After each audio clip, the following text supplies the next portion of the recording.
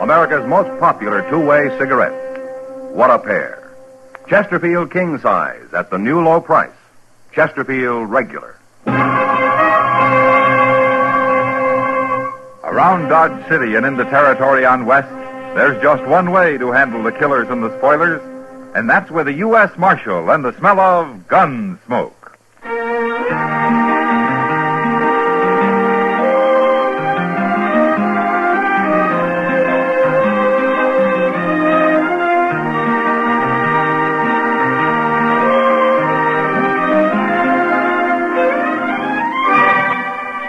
Gunsmoke, starring William Conrad. A transcribed story of the violence that moved west with young America. And the story of a man who moved with it. I'm that man, Matt Dillon, United States Marshal.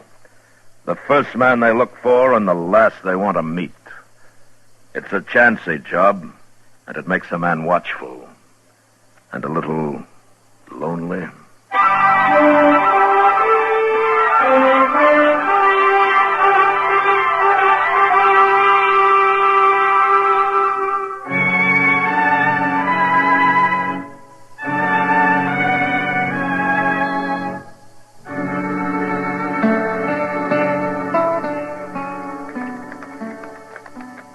Nice little house he's got here, Quaid. Fellow with all his money can afford a nice house, Mitch. Here he is, coming out of the barn. Let's go have a little talk with him. He ain't a very big fella. We shouldn't have much trouble. Nah.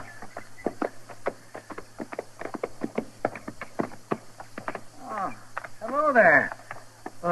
Get down and rest a while, man. I'll get down. You stay mounted, Mitch. Right, Quaid. Well, why don't you both get down? I got a pot of coffee on the stove in there, and I might scare up a little bacon if you're real empty. We've ate. We camped in them cottonwoods out there last night. Oh, you did? Well, why didn't you ride in? I could have slept you in the barn. I don't get much company out here. I know. We've been watching the place. You're all alone here, ain't you? I've always been all alone. Obie Tater, huh? Obie Tater, that's right, mister. But, how come you knowed my name? Well, everybody's heard of you, Obie. Man that spends money the way you do gets kind of famous like. Oh, I don't spend money no more. That was when I first come here. Oh, I'm broke now. Well, that ain't the way we heard it, Obie. We heard you drove a mule back from Sacramento plumb loaded with gold double eagles. Oh, that ain't so. $1,000 is all the gold I scratched out of California. And I spent it building this ranch. Sure don't know why people keep talking about how rich I am. They'll quit talking soon enough, Obie. Huh? You ain't gonna be rich no more. No, you sure ain't. What are you talking about? I'm gonna ask you real nice, Obie. Where you got that gold hid? Now, wait a minute. What are you fellas up to? You gonna tell us? You come here to rob me, didn't you? Well, it ain't no use. There's nothing to rob. I told you wouldn't talk, Quaid. We'll have to bounce it out of him. Go ahead, Mitch.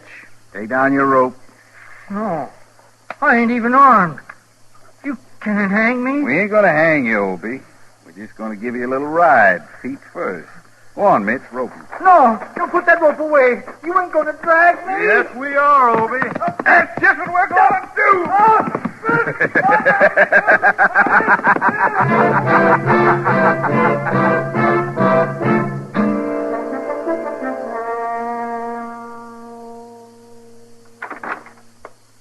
Well, looky there. It's Obie Tater. Oh, Chester. Marshal Dillon. How are you, Obie? What brings you into Dodge? I had to see Doc Adams, Marshal.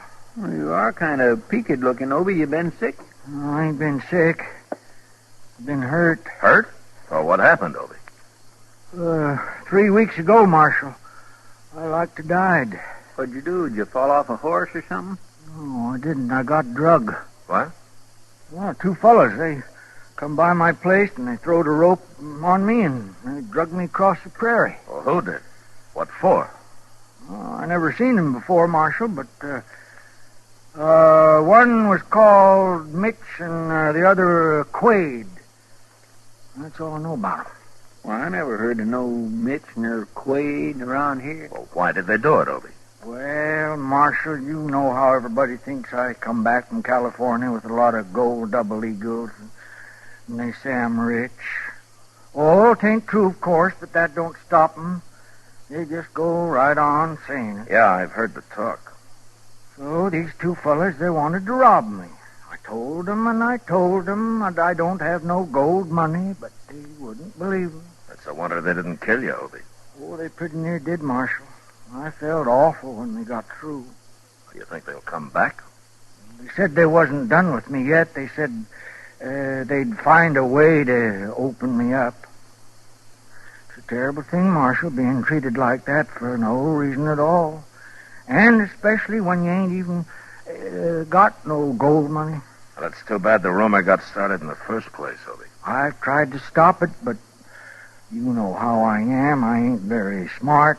I can't hardly sign my name, Marshal. Guess that's why I've always got jobbed by any fast talker that comes along. All my life it's been like that. Well, we can't stop what people think, Obie, but maybe we can find those two men. Do you think you'd recognize them? Yes, I sure would, Marshal. Okay. They just might be hanging around Dodge. Let's go look the town over, Obie.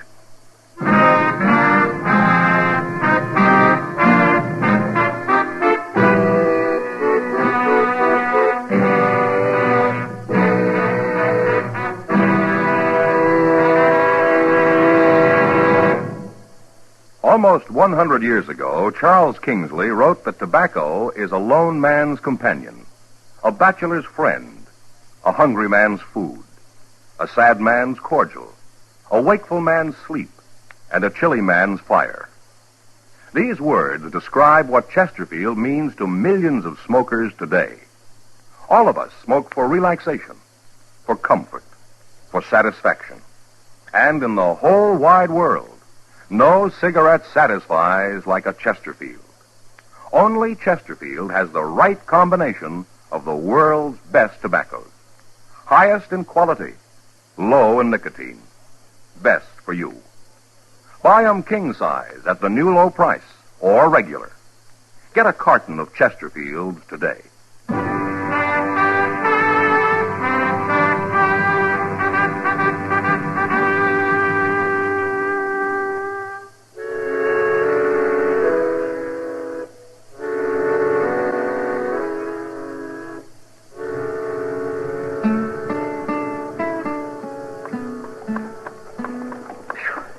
Marshal Dillon, we must have been in every saloon and gambling house in Dodge. I'm getting footsore. Well, there are only a couple more, Obie. We'll try the Texas Trail here next.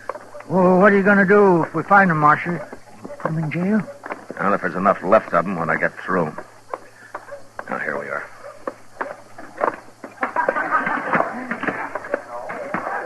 Okay, take a good look around, Obie. They ain't at the bar. And, they ain't at the tables back there. Couldn't we sit down a minute, Marshal? I'm awful tired. I guess I ain't got my full strength back yet. Sure, Obie. We can sit down. Oh, let's go over there with Kitty and whoever that other girl is. Huh? Oh, I'd like that, Marshal. I ain't heard a woman's voice in over half a year. Hello, Matt. Hello, Kitty. Oh, Kitty, this is Obie Tater. Glad to know you, Obie. Ma'am? It's Miss Obie. And the same with Ella Mellish here. And this is Marshal Dillon. How do you do, man? How do you do? I'm glad to know you. Oh, sit down. Sit down. Thank you.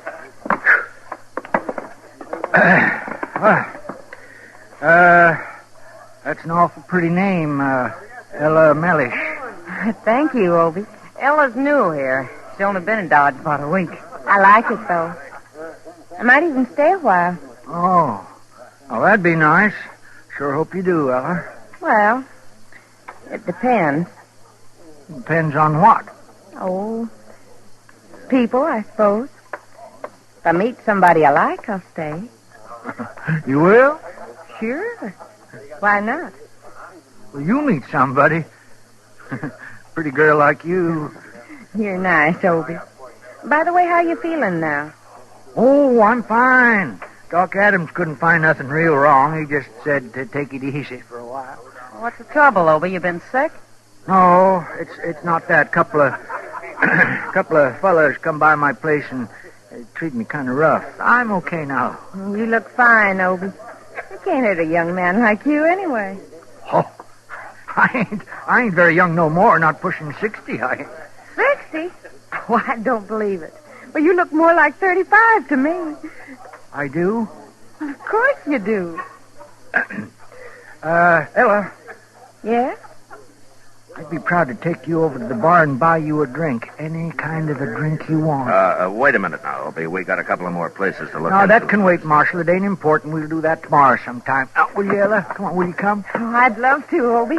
And maybe you'll tell me about yourself.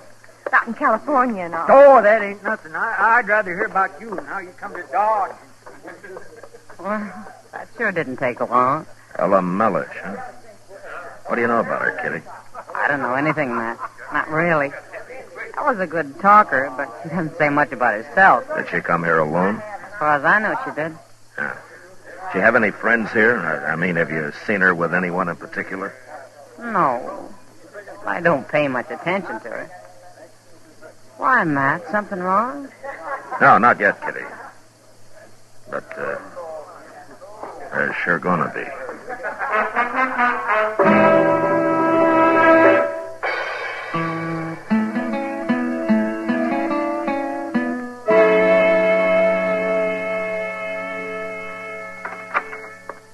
Oh, good morning, Matt. Hello, Doc. Come on in. Oh, well, thank you. You found Obie Tater yet? Not yet, Doc, but Chester's out looking for him again. Well, maybe you haven't tried the right places, man. Oh, we've looked everywhere, Doc. He and that Ella Mellish just plain disappeared, both of them. Well, I wouldn't worry about it. They'll be back. And I hope so. Now, this is the second day they've been gone.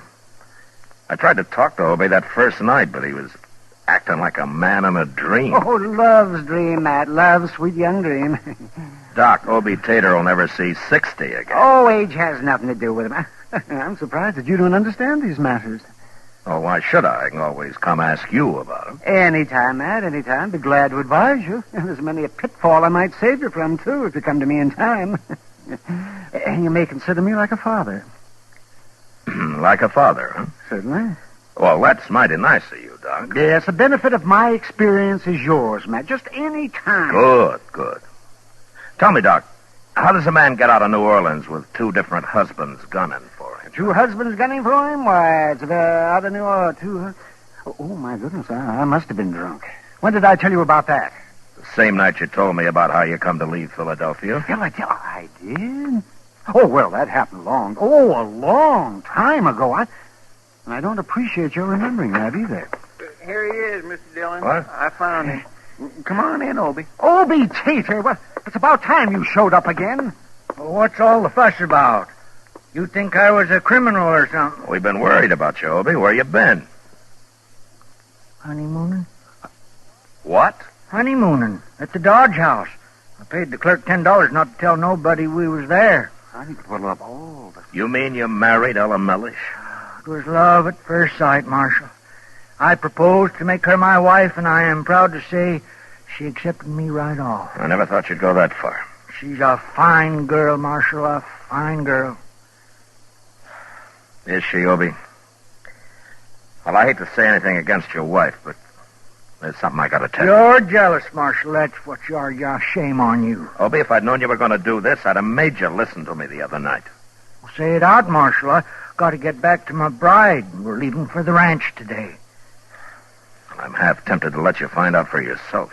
I'll find out what? What are you talking about? Don't you remember the other night when you first met Ella Mellish, how she asked you if you were feeling okay again? Now, ain't that just like Ella? Always considering other people, me in particular, I'm happy to say. Well, while you're feeling so happy, tell me something. How come she knew you'd been hurt? Huh? You came here straight from Doc's that day, and nobody knew anything about what had happened to you except Doc and Chester and me. Now, who told Ella Mellish? Well, I don't know. What difference does it make? Oh, Obie, listen to me. There's something wrong with Ella. I don't know for sure she's in with those fellas, Mitch and Quaid, but if she isn't, she's got explaining to do. Marshal Dillon, Ella Mellish is now Mrs. Obie Tater. And she don't have to explain nothing to nobody. Oh, I give up. She's a fine woman, Marshal. And I won't stand for no talk again her. Love's sweet young dream, huh, Doc? It's like being loco, Matt. He can't hear you or anybody else, except that girl. Now, that's no way to talk about me. I thought you were my friend. We are your friends. Not Obie. anymore, you're not. You or Doc or Chester or nobody. Well, I got me a wife now, and I don't need you. You'll see. Yeah, we'll see. But I hope it isn't too late when we do, Obie. And I hope you're still alive to see, too.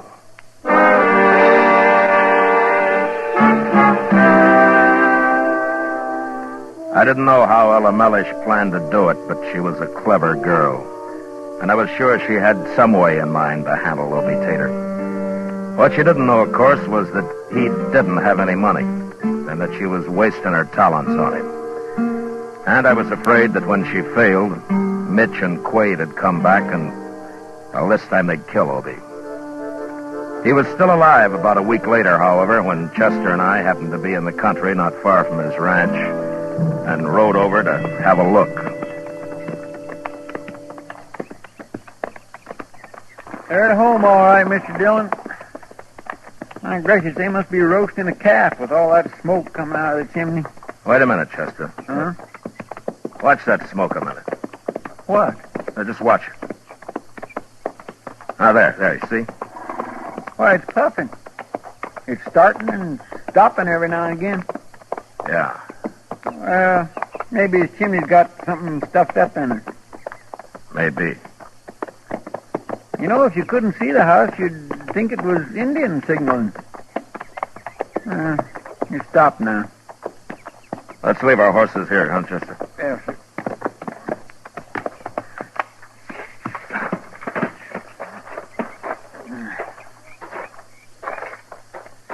Chester, when we get inside, don't say anything about how that smoke looked. You mean you think it was a signal, Mr. Dillon? Well, we'll see.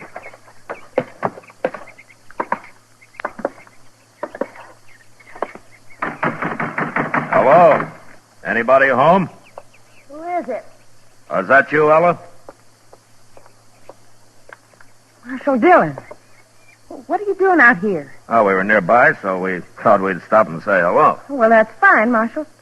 But I can't ask you, and I'm busy cleaning house. Oh? You'd better come back some other time. I'd love to see you then. Sure. Where's Obie? Obie? Oh, he went off somewhere this morning. I don't expect him back till late. Next time, Marshal, you come see us next time. I'll cook you dinner or something. That's okay, Ella. We'll see you another time. Sure. You do that, Marshal. Goodbye. Goodbye. Come on, Chester.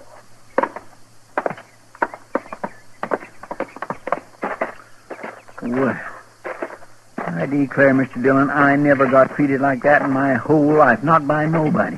She wasn't expecting us, Chester. It had her upset. I don't care. That's no excuse for not even offering a man a cup of coffee. She didn't want us in the house. In fact, I don't think she wants us anywhere around here.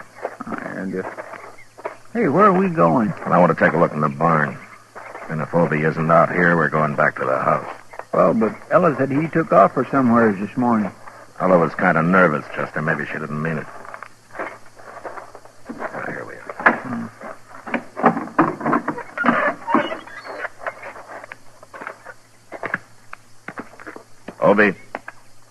Obie Tater. Stand right where you are.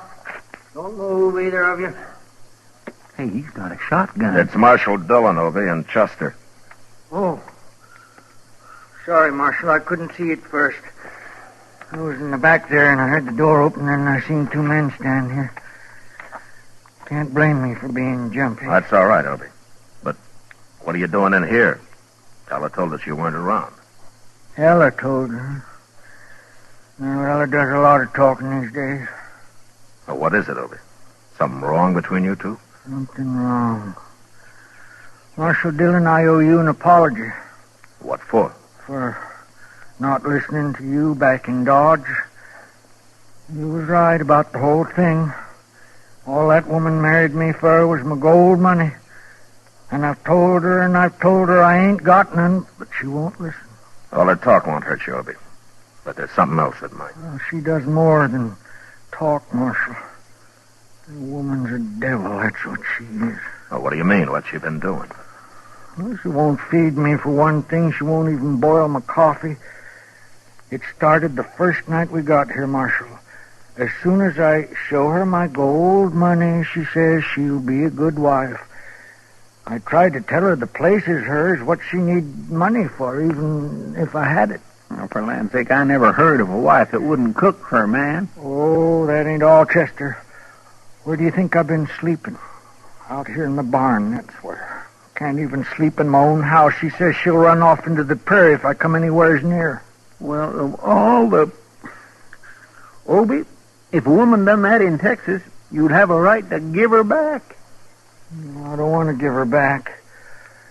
She's so darn pretty. And besides, there's something else. She ain't going to devil me no more. What?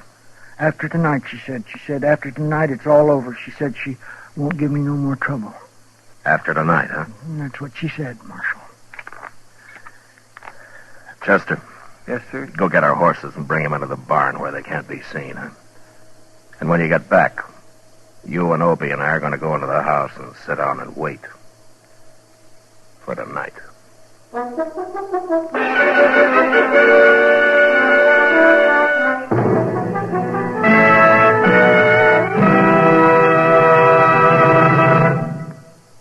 There are more than 60 million cigarette smokers in America who smoke many brands. In choosing your cigarette, be sure to remember this. You'll like Chesterfield best because only Chesterfield has the right combination of the world's best tobaccos.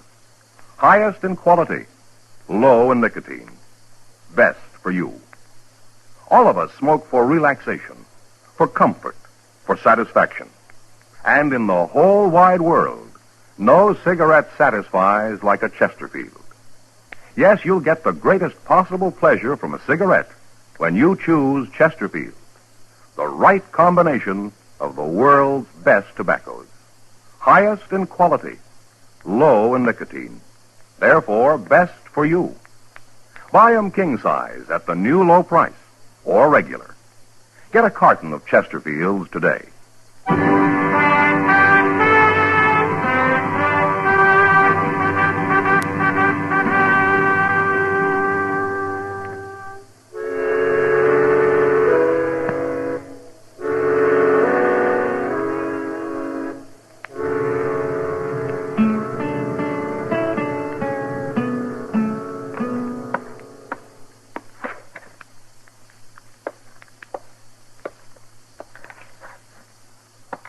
You might as well sit down, Ella. You just wear yourself out walking around that way. I got nothing to do with this, I tell you.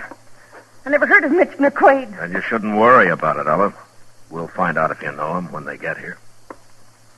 You're awful smart, aren't you, Marshal?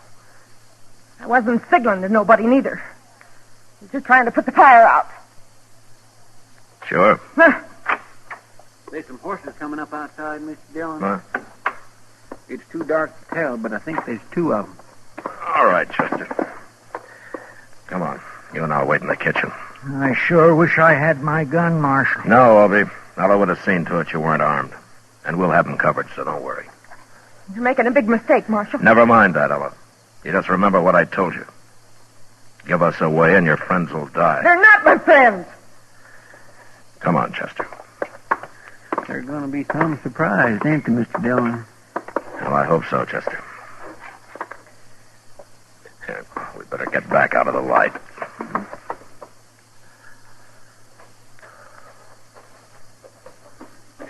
There they come, Mr. Dillon. Quiet now. You do that again.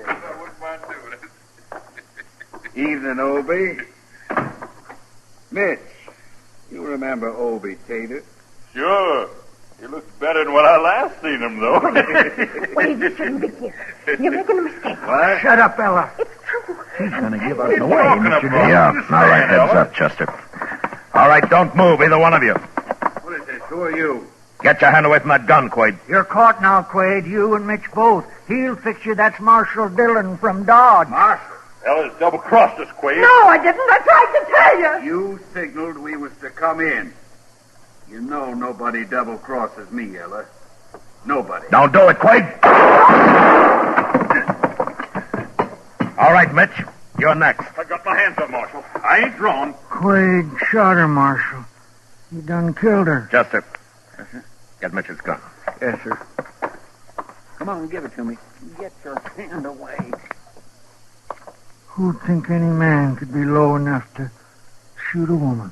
She double-crossed him. That's why he did it. No, Mitch. Ella had nothing to do with the Marshal being here. She signaled us to ride in tonight. That meant she'd given up and she was going away with us. Given up? If Ella couldn't find his money, nobody could. You're nothing but an old liar, Obie Tater. You ain't got no money at all. A liar. I told everybody 1,000 times I ain't got no money. It doesn't matter now, Obie. Chester, take Mitch outside and tie him up. Yes, sir. Come on, Mitch, outside. Get moving. All right. I'm going to use your own rope to tie you up with. All right.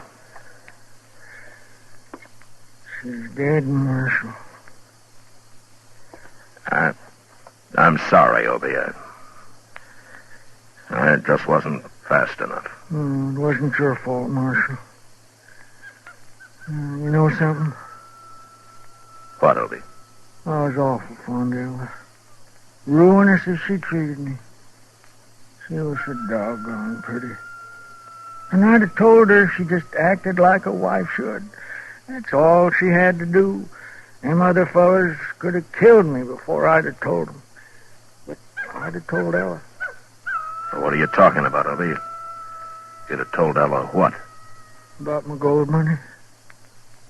Your money? It's in the rain barrel outside, Marshal. A whole big sack full of gold double eagles. What? You mean you had that money all the time? Sure, it's true. But, you won't tell nobody, will you, Marshal? No, Obie,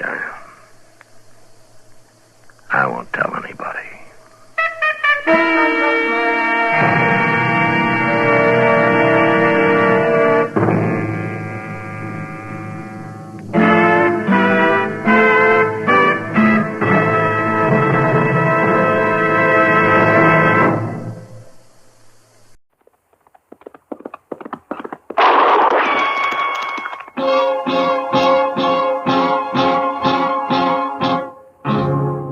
Gunsmoke, brought to you by Chesterfield, America's most popular two-way cigarette.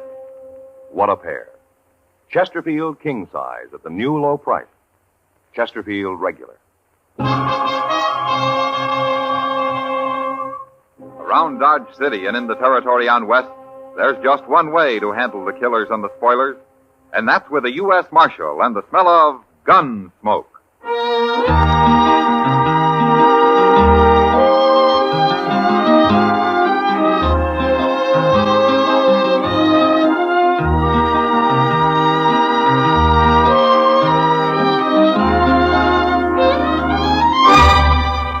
Gunsmoke, starring William Conrad, the transcribed story of the violence that moved west with young America, and the story of a man who moved with it.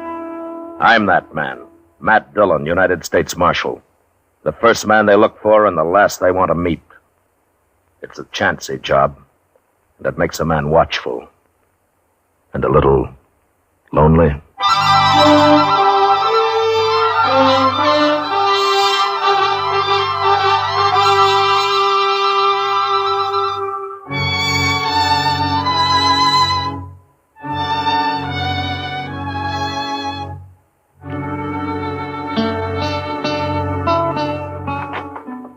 Dillon? Shut the door, Chester. It's fly time. Yes, sir, I know, but I think you'd better come. Shut the door, will you?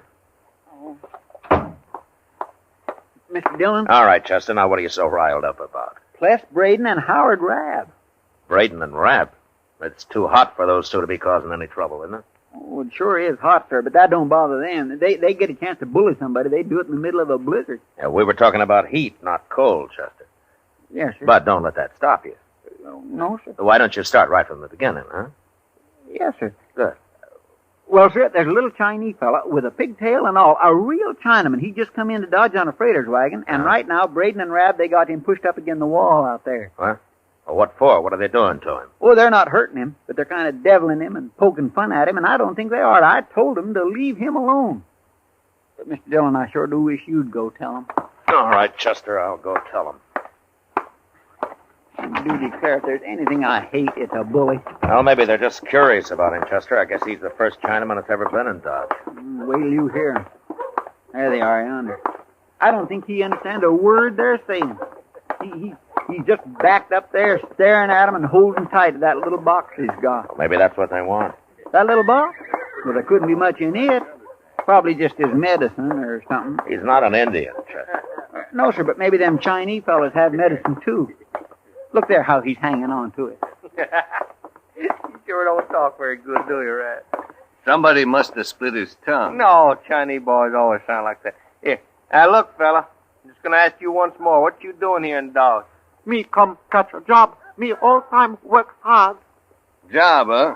Well, you're the first Chinaman I ever seen around here.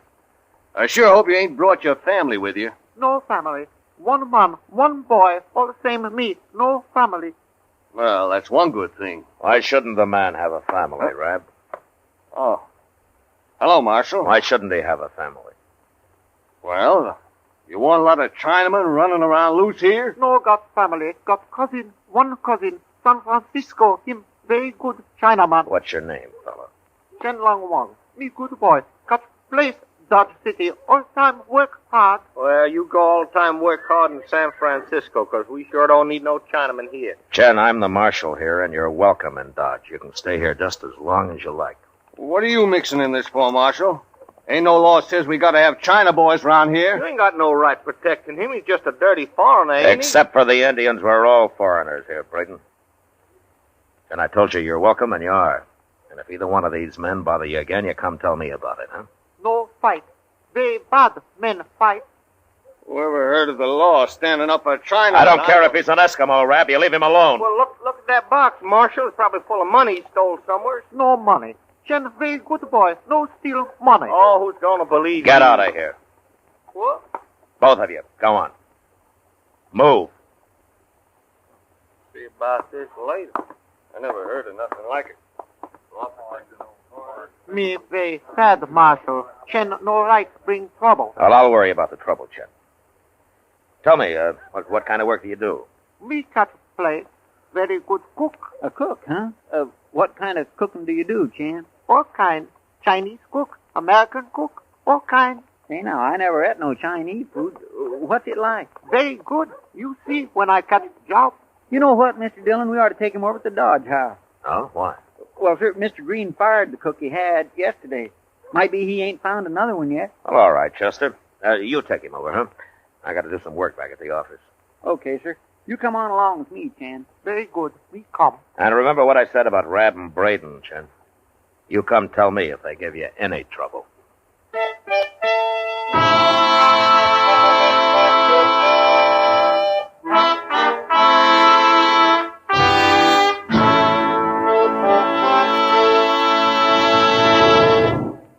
What a pair. What a buy. They're talking about Chesterfield King Size at the new low price. And Chesterfield Regular, America's most popular two-way cigarette. Maybe you've noticed in recent weeks how many king-size smokers are changing to Chesterfield. In sizing up the king-size situation, it's a fact that today you get more value from king-size Chesterfield than from any other king-size cigarette. What a buy. Chesterfield gives you highest quality, low nicotine. You get the taste you want, the mildness you want. A really refreshing smoke every time. Chesterfield King Size is the one and only premium quality king-size cigarette. Buy a carton at the new low price. Chesterfield King Size. Chesterfield Regular. They satisfy millions. They're best for you.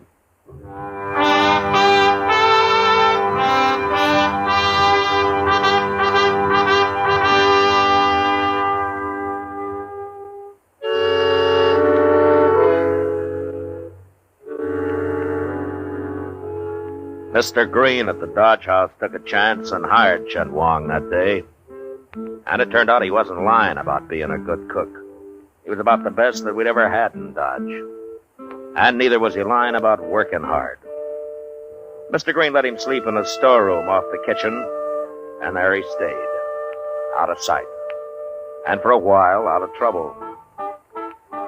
There was some talk about heathen Chinese and how we didn't need any of them in Dodge, but nobody did anything about it. And I was hoping everything was going to be all right. Until one day when I happened to go up to Doc Adams' office just to kill a little time. Oh, hello, Matt. Come in. How are you, Doc?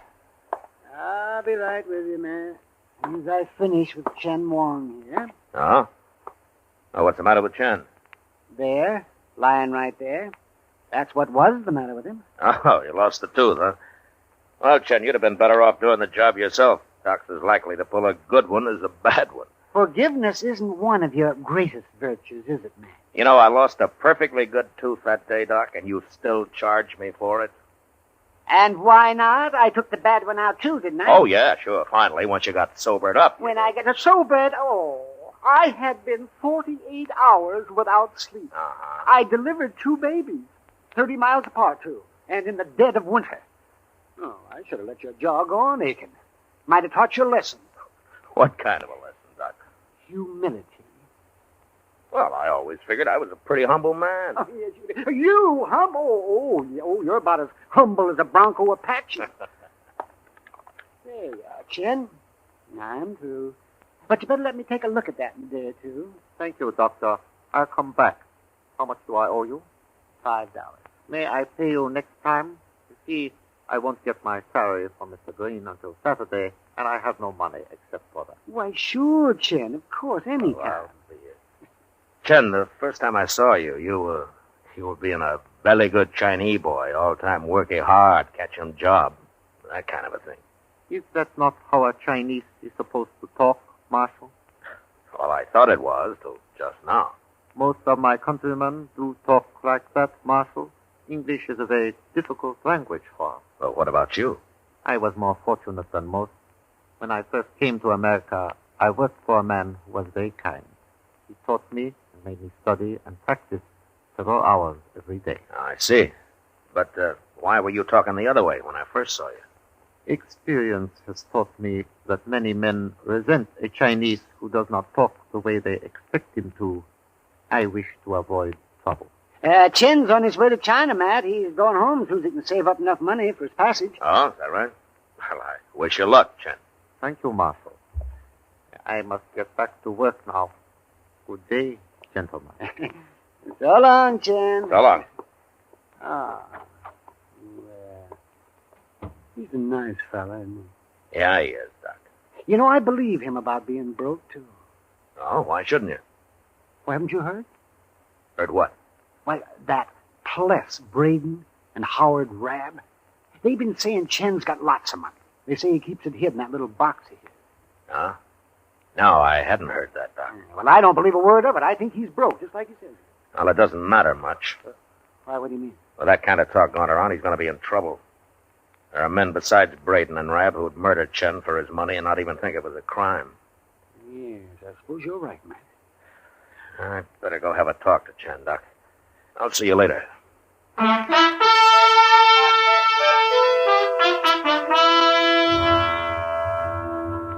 I had a talk with Chen. Tried to get him to put his box in the bank and then let everybody know that he'd done so. But he said he wanted the box near him and that he'd keep it hidden in his room. I couldn't argue him out of it, and I knew there'd be trouble.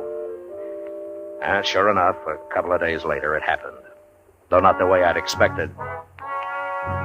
It was noon, and Chester and I were headed for the Dodge House to have a little dinner. Mr. Dillon, you know what old Taters has went and done? No, what, Chester? He has started charging 30 cents for a haircut. Oh? Now, can't something be done about that? Well, I can think of one thing, Chester. What's that? Let your hair grow. Oh, hello, Marshal. Hello, John. Let my hair grow and look like a buffalo hunter? Hey, the restaurant looks mighty deserted, Mr. Dillon. Well, maybe it's closed today. Let's find out. There's Mr. Green. Hello, Green. You closed today? Hello, Marshal. Chester. Hello, Mr. Prine. I'm closed, Marshal. I haven't got a cook. What? Chen. He won't cook today. I don't know what's the matter with him. He won't even talk. Well, where is he? Sitting in his room back there, on the floor, just sitting there and staring at his hands. Well, maybe he's sick. No, he isn't sick. But there's something wrong with him. Maybe you can find out what it is, Marshal. He might talk to you. Okay, I'll try. You better stay here, Chester. All right. It's the storeroom right off the kitchen, Marshal. Door's open. Yeah, okay, I'll find it. Thanks.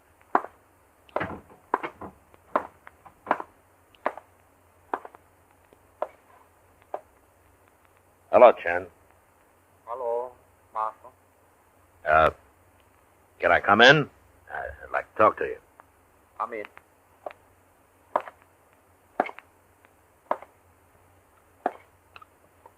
What's the matter, Chen? Are you sick? No?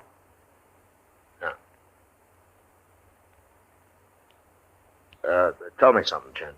What, Marshal? Do you consider me a friend? I believe you are. Good.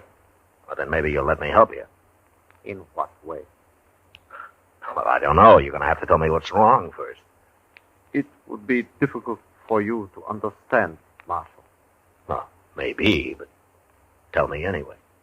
I am Chinese, Marshal. I have lived many years in America, but I am still Chinese. Yeah. Well, go on. Years ago, my country was overrun by a tribe of Tatars called the Manchus. As they took each city, they required the inhabitants to shave around their heads, leaving only a long strand of hair to be braided into a queue. It was a sign of subjugation, but that has been forgotten, and now the queue, or pigtail as you call it, is of great importance to us. Wait a minute, Chen. I just noticed. Where's yours? To lose the queue is a great disgrace to us, Marshal. Yeah, I've heard that. Well, who did it, Chen? 2 men. The same 2. Braden and Rab? They came here last night. They wanted my treasure box. You wouldn't tell them where it is, so they cut off your pigtail, is that it? They took it away with them, Marshal. That makes my disgrace even worse. Ah. Chen, I think maybe I understand how you feel about this. Would it help any if I get it back for you? I am a peaceful man, Marshal, but if I do not get it back, I must kill those 2. No, don't you go killing anybody. You let me handle this, huh? I am very sorry, Marshal, for all the trouble. Yeah. You wait here, Chen. I'll see what I can do.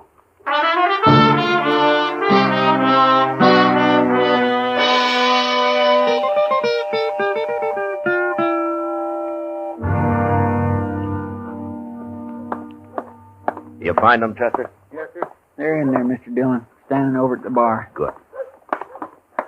The place is about empty except for Braden and Rab. Are they drunk? I don't know. I didn't talk to them.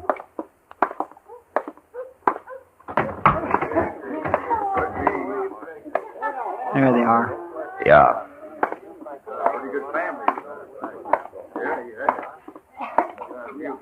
Well, it ain't Marshal Dillon. Hey, you gonna buy us a drink, huh, Marshal? I thought I told you men to stay away from Chen Wang. Chen Wang? Well, now what's he yelling about? His pigtail. He wants it back. I don't know what you're talking about, Marshal. We ain't seen Chen since the day he first come here. You went to his room last night, and Chen cut off his pigtail when he wouldn't tell you where his treasure box was? No, we didn't, Marshal. I don't even know where his room is. Chen's been lying to you, Marshal. All them heathen foreigners is liars. I want that pigtail, Rab. Now, where is it? I don't know nothing about it, I tell you. What are you standing up for him for? He ain't even a citizen. I don't care what he is. I'm standing up for him. Well, it wasn't us, honest, Marshal. We didn't do it. So maybe I ought to beat the truth out of you, huh? We're telling you the truth now, Marshal. I don't believe you. You get that pigtail back to Chen or you're in trouble. What do you mean, trouble? You'll find out when it's too late. And there's nothing I can do to stop it.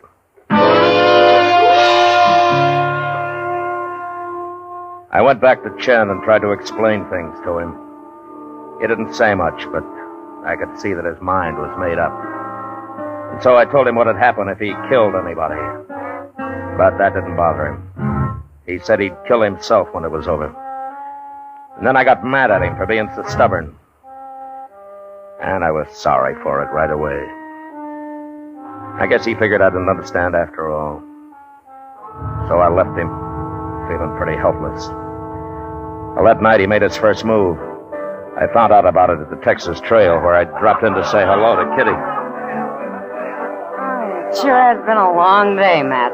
I'm worn out, and I got the whole night ahead of me yet. Oh, what happened today, Kitty? Oh, Sam over there got the bright idea of offering every other drink on the house to any soldier that walked in here. Well, that's one way of keeping his saloon full. Sure is. If he goes on, I might as well move out to Fort Dodge and join the Army. I think it'd be easier. You know something? I think they'd be glad to have you, Kitty. I mean as a soldier. Hey, that's an idea. Lady soldiers. There are darn few jobs women couldn't do, anywhere. Marshal Dillon? Marshal? What's on your mind, Rap? That Chinaman, that's what. He's haunting us, me and Braden. And if he don't stop it, I'm going to put a bullet in him. What do you mean he's haunting you? Well, all afternoon he's been following us. Wherever we go, he just stands around staring at us. Drives a man crazy after a while. I'm warning you, Marshal, I'm going to shoot him. Good. Then I can come to your hanging. What's the matter with her, anyway? Rab, I told you before to give Chen back his pigtail. He won't bother you if you do. You still believe him, don't you, Marshal? Yeah, I believe him. It's a fine thing when the U.S. Marshal takes the word of a stinking, dirty little... Shut up! Get out of here, Rab.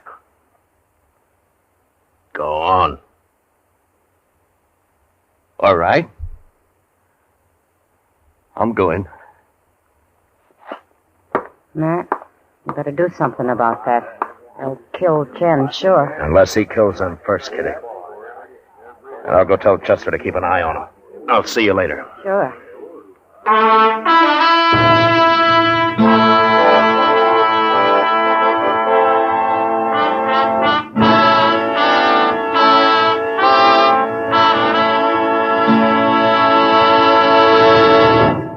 We will return for the last act of Gunsmoke in just a moment. What a pair. What a buy. Chesterfield King Size at the new low price. And Chesterfield Regular. And what a pair these Chesterfield Smokers are. She's a great name in amateur tennis. Famed for all-round hard-hitting game. He's the famous home run hitter for the Chicago Cubs. He's Ralph Kiner. She's Mrs. Ralph Kiner, known to tennis fans as Nancy Chafee. Nancy, why do you smoke Chesterfield?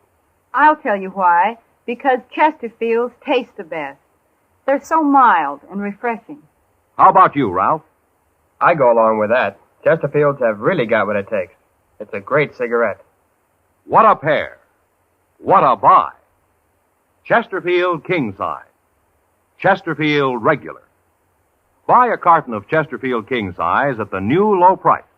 And remember, either way, they satisfy millions. They're best for you.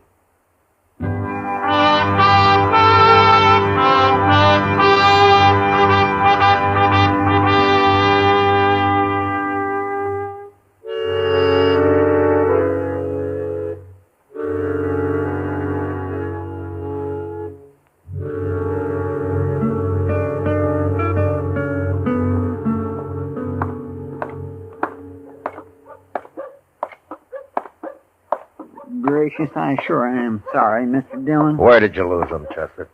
Well, sir, they was in the Alfraganza having a drink, and I was watching them like you told me. Then a fellow come up to me, and we started talking, and next time I looked, they was gone.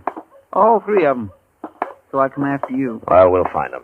Yes, sir, I sure do hope so. Ken was carrying his little box, Mr. Dillon, right under his arm, and he... Hey, look over there. What? What's everybody crowding up the alley for? Well, let's go see.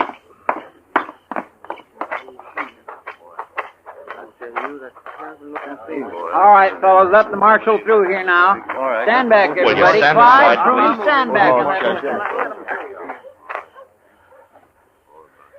Mr. Dillon, it's Chan. Yeah. He's been strangled, Chester. Strangled? With his pigtail. Yeah, they gave it back to him, all right. Hey, look there. It's a knife. It's got blood all over it, too. Yeah, give it to me. It's a butcher knife. Chen must have cut one of them. Maybe both. That'll make it easier to track them. Yeah. All you men stay here. I don't want anybody following us, you understand? All right, come on, Chester. Easy now, they may be waiting for us. Yes, sir.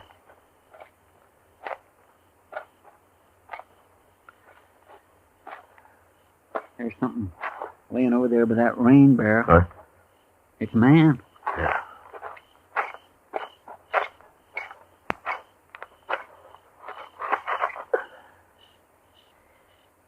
That's Howard Rabb, Chester. Looks like Chen cut him up pretty bad. Is he dead? Yeah, he's dead.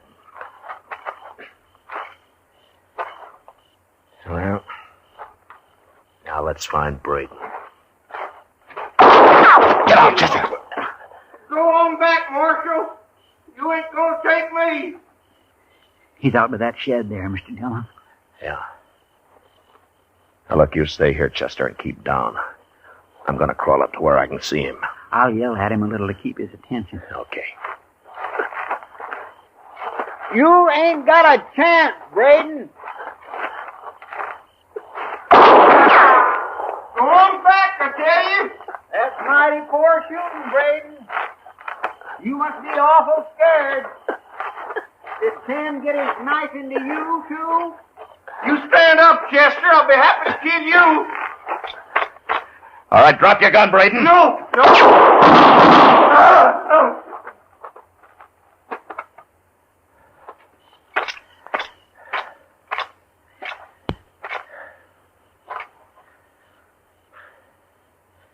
Okay, Chester. Did you kill him? Yeah, I killed him. Well, sir, I guess you had to. There's Chen's treasure box. Chester, pick it up, will you?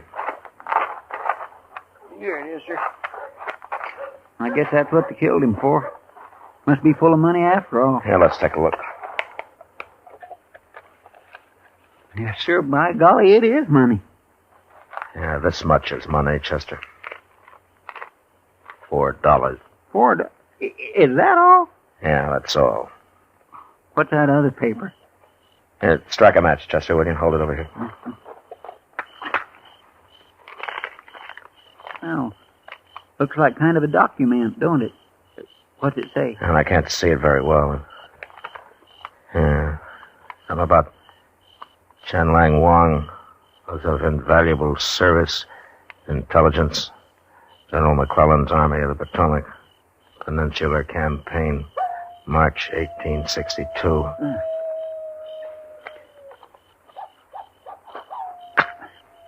Here. Yeah. In recognition.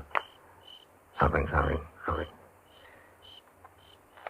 Chen Lang Wang is hereby granted full citizenship of the United States.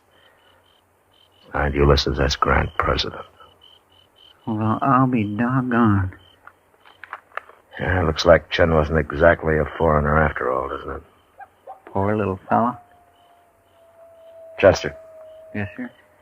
I'm going to take this letter out to Colonel Mast at Fort Dodge. I got an idea he might want to give Chen Wang a military burial. Oh, that'd be fine. And while I'm gone, you can drag these other two off and throw them in a hole on Boot Hill.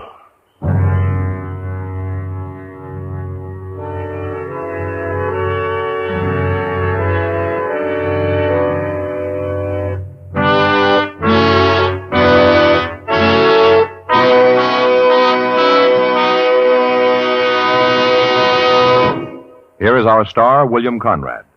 Whether you like a long cigarette or a regular-sized smoke, it's my opinion your best bet is Chesterfield, regular or king.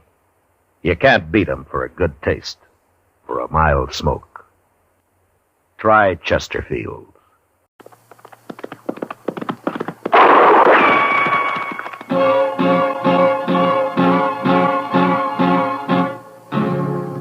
Gunsmoke. Brought to you by Chesterfield, America's most popular two-way cigarette. What a pair. Chesterfield king size at the new low price. Chesterfield regular. Around Dodge City and in the territory on West, there's just one way to handle the killers and the spoilers, and that's with a U.S. Marshal and the smell of Gunsmoke.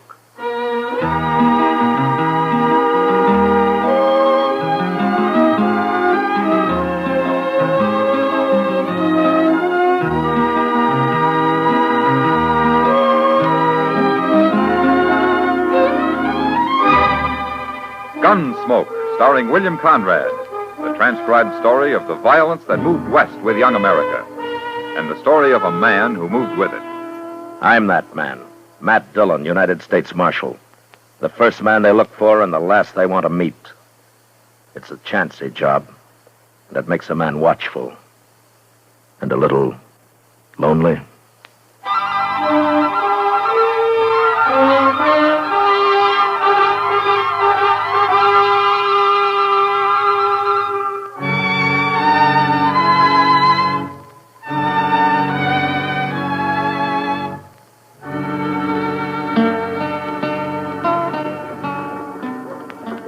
Mr. Dillon, I wonder what Dodge would be like if there wasn't always a crowd moving up and down Front Street.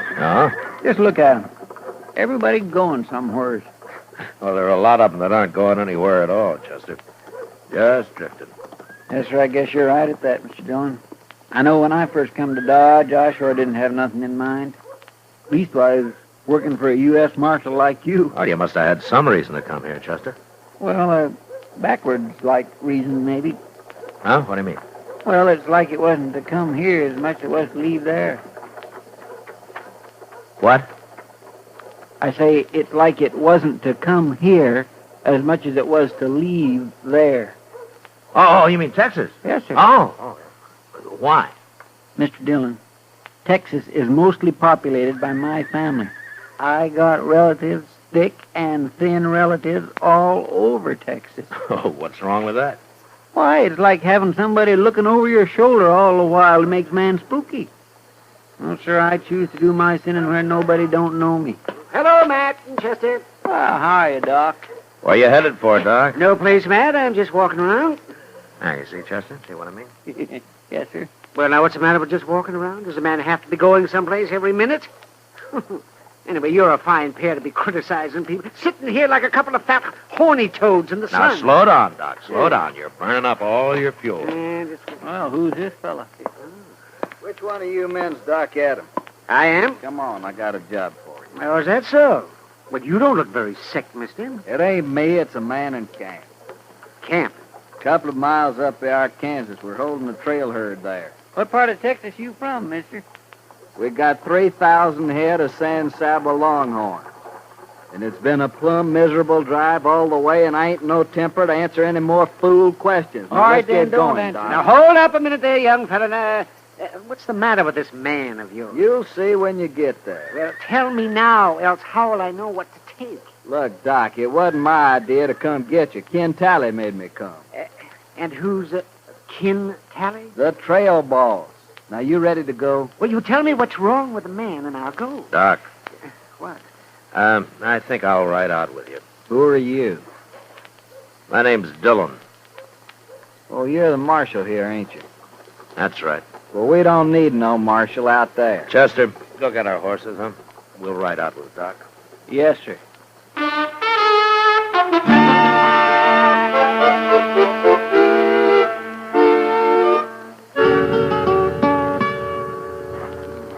I brought the doc, Ken. How many doctors they got in Dodge anyway, Choke? That's the doc there. Well, who these other two? My name's Matt Dillon, Tally. This is Chester Proudfoot. How do you do, Mr. Talley? Dillon, huh? Well, I didn't send for you, Marshal. Yeah, I know you didn't. Then what are you doing here? That's a sick man lying in the blanket over there by the fire? You can get mounted and ride right back to Dodge, all three of you. We don't need Doc no more. Oh, no, you don't, mister. If that man's sick, I'm going to take a look at him. It's all right, Doc. Forget him. Come on, Doc.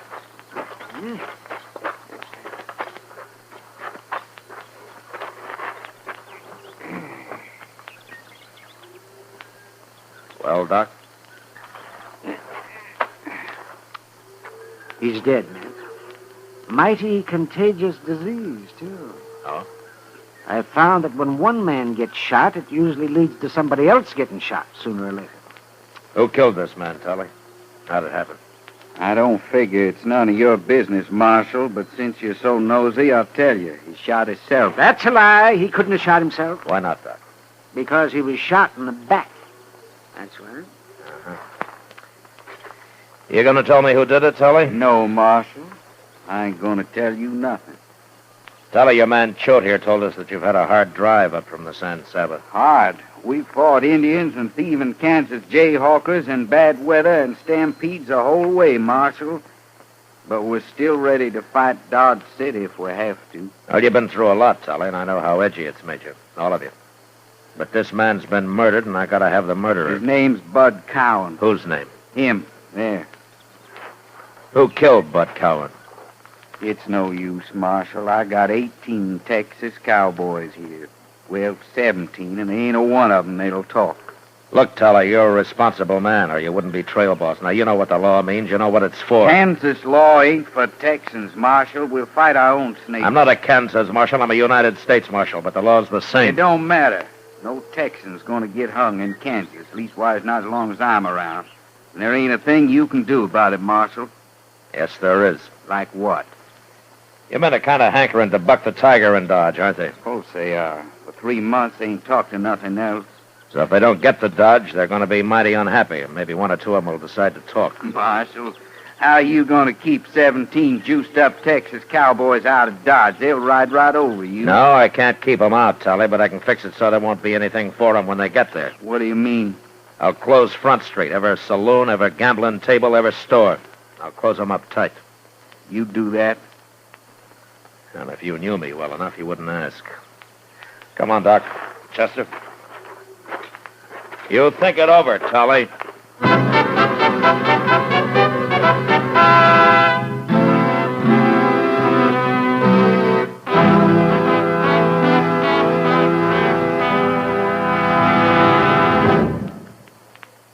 What a pair. What a buy. King-size Chesterfield, now at the new low price, and Chesterfield Regular. They're the quality twins.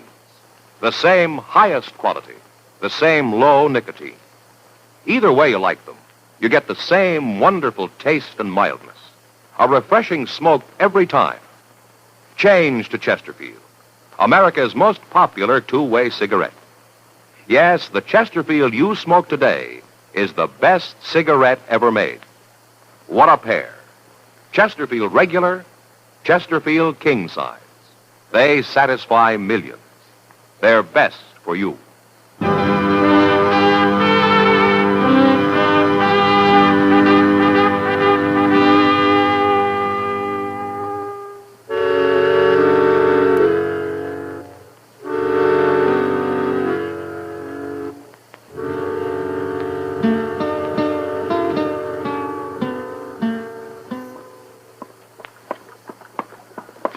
It sure didn't take long for the word to get around, did it, Mr. Dillon? Ken Tully followed us to town yesterday, Chester. He's smart enough to know how the businessmen would react. You mean he come in here and told them all about it? Yeah, of course he did. Oh, hello, Marshal. Hello, John. Well, here's the Dodge house, Chester. You better wait out here. Okay, sir. Mr. Green said they'd be waiting for you right in the lobby. Yeah.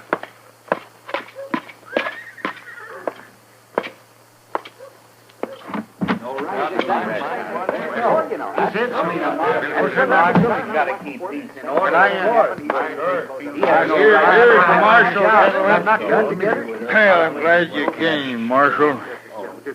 Well, what can I do for you, Mr. Green? No, quiet, gentlemen, please. I'll do the talking.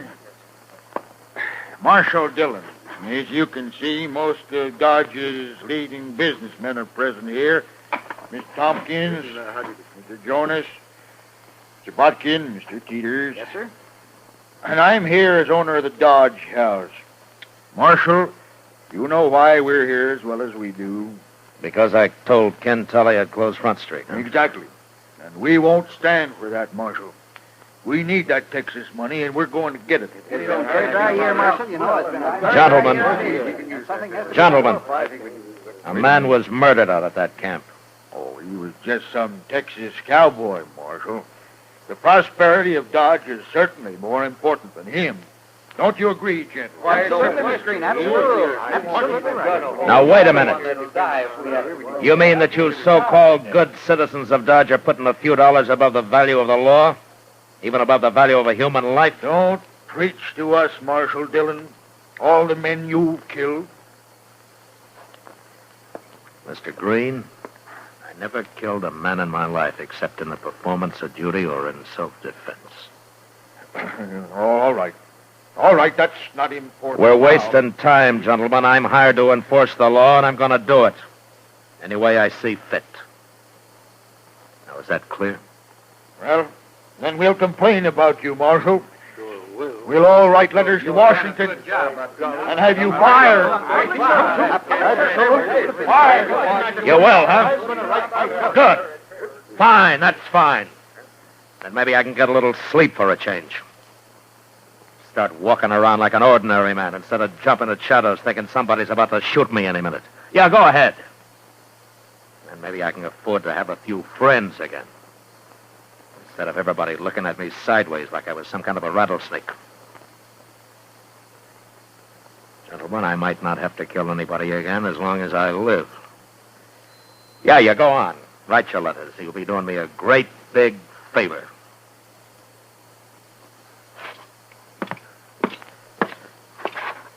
Oh. And just one more thing. There's just about enough money in this job of mine to pay for my ammunition. But I'm still going to close up Front Street.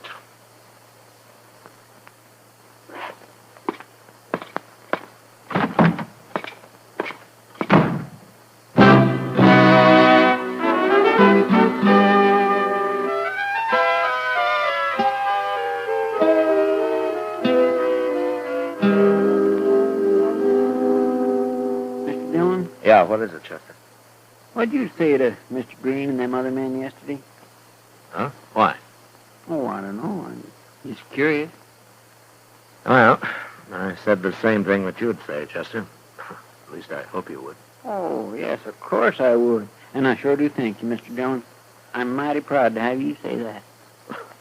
But you don't know what I told him, Chester. Oh, it don't matter. I trust you. You know what you're doing. Well, thank you, Chester. I'm glad somebody thinks so. Well, of course, I've seen you make mistakes sometimes. Well, I mean, nobody ain't perfect much. It's a simple thing for anybody. Why don't you go on to the depot and pick up the mail, Chester? Huh? Yes, sir, by God, that's right. Santa Fe just come in over an hour ago. And Good morning, Marshal. Well, can tell it. Marshal, this here's Sam Peoples I brought with me. Huh? Hello, people. Hello? Marshal, I done a lot of thinking the last day or so. No? Yes, sir. I've decided you're right about the law and all. So I went and brought Sam Peoples in. You mean he killed that man, Bud Cowan? He sure did.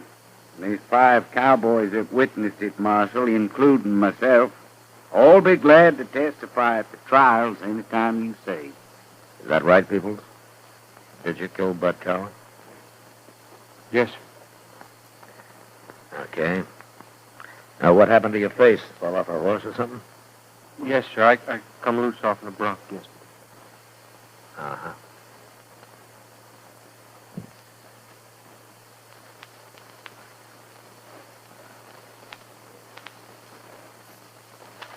Okay, lock him up, Chester.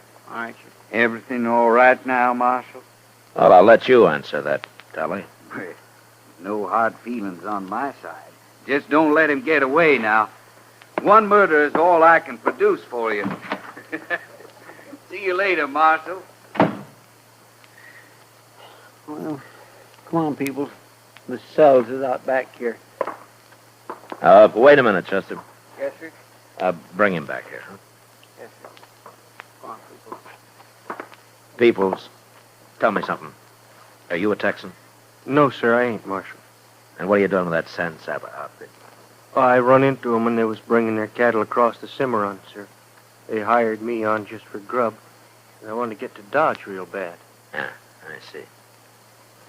That, bronc you fell off of yesterday, did he tromp on your face? Yes, sir. Well, sort of. I'd sure like to see that horse. You would? Yeah. Be kind of interesting to see a horse that's got hooves like a man's fist. Yes, sir. There's not much you can do about this, is there, Peoples? No, sir. They're all going to swear I done it. Do you know who did? No, sir, I don't. I was out riding herd when it happened. And none of them fellers ever talked to me much, anyways. Well, you're in a tough spot. Yes, sir. Unless I can find out who did kill Bud Cowan, you're going to have to stand trial. But I'll do what I can for you, if that happens. Thank you, Marshal. I don't guess there's much anybody can do. All them fellers testifying. Well, we'll see. Go get him something to eat, will you, Joseph? Yes, sir. I'll be out on the street. Ken Tully's men are going to be feeling free to do about anything from now on.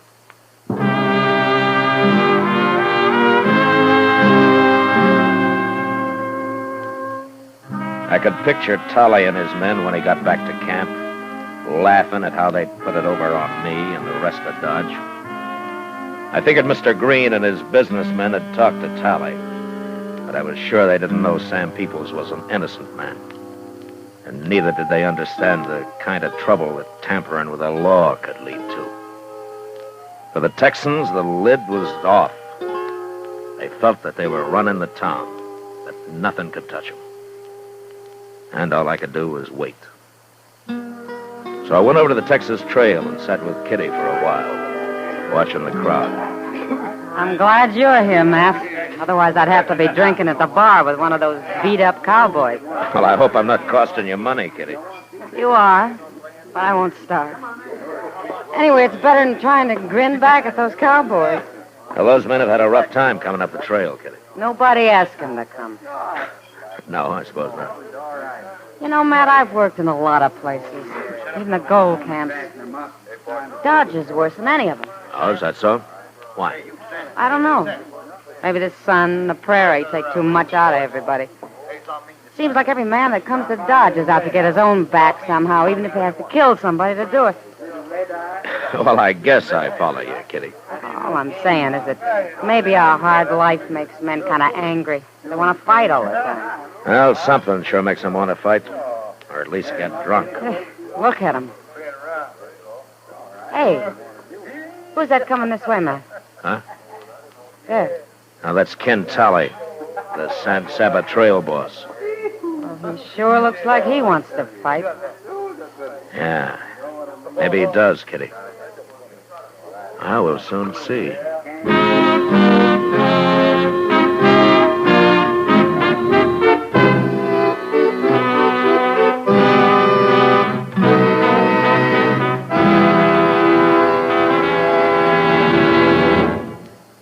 We will return for the last act of Gunsmoke in just a moment. Tomorrow afternoon, almost 100,000 cheering people will pack Cleveland's Municipal Stadium for that great annual baseball classic, the All-Star Game. I guess there isn't a fan in the country who wouldn't like to be there. And you folks who are going will notice towering above center field, the mammoth Chesterfield scoreboard. Now, if you visited the American League dugout tomorrow, you'd want to say hello to the Yankees' famous catcher, Yogi Berra. He's a Chesterfield smoker. Has been for 7 years. And as he puts it, they're mild and they taste great. Yogi likes the regular size. Across the field in the National League dugout, there's another man you'd want to meet. The fabulous Stan the Man Musial of the St. Louis Cards. It's Stan's 11th All-Star game in his 11th year with Chesterfields. Now, he likes a long smoke, so he buys Chesterfield king size. What a pair they are. Musial and Berra. And what a pair these are. Chesterfield king size at the new low price and Chesterfield regular. It's America's most popular two-way cigarette. Try Chesterfields yourself. They satisfy millions. They're best for you.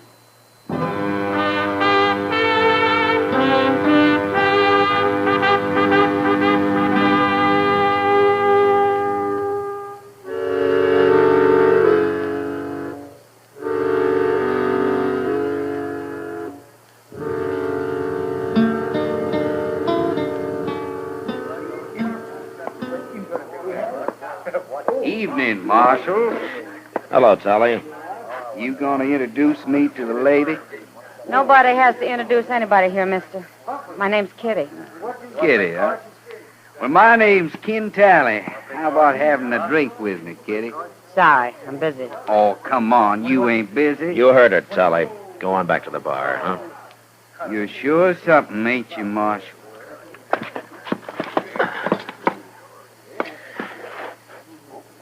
Why don't you get going? Okay. Okay, I'll go. Sure I will. Is he crazy or just drunk? I don't know, Kitty. Anyway, I'll bet he gets into trouble before the night's out. Well, if he does, there's plenty of room in jail for him. I take it you've already got a grudge against him. Yeah, I sure have. But it's not on my account. Huh? Whose? An innocent little fella called Sam Peoples. Sam Peoples? Yeah. Hey, wait a minute. Like a fight starting. Yeah. You stay here, Kitty. I'll be on the floor in a minute. All right, hold it there. Hold it. What's the trouble, Marshal? You and this man settle your differences some other way, Choate. I won't have any gunplay here.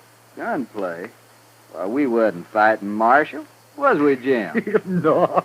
We was just haranguing each other, so. Me and Jim always talk like that, Marshal. Don't we, man? Why, looky there, Marshal. Ken Taylor's running off with the gal. Come on, get in. Let's go outside and look at the moon. Sure. Let's! And I'll rub the rest of this bottle around in your face when you get up. All right, get out of the way, Kitty. Gladly, Matt.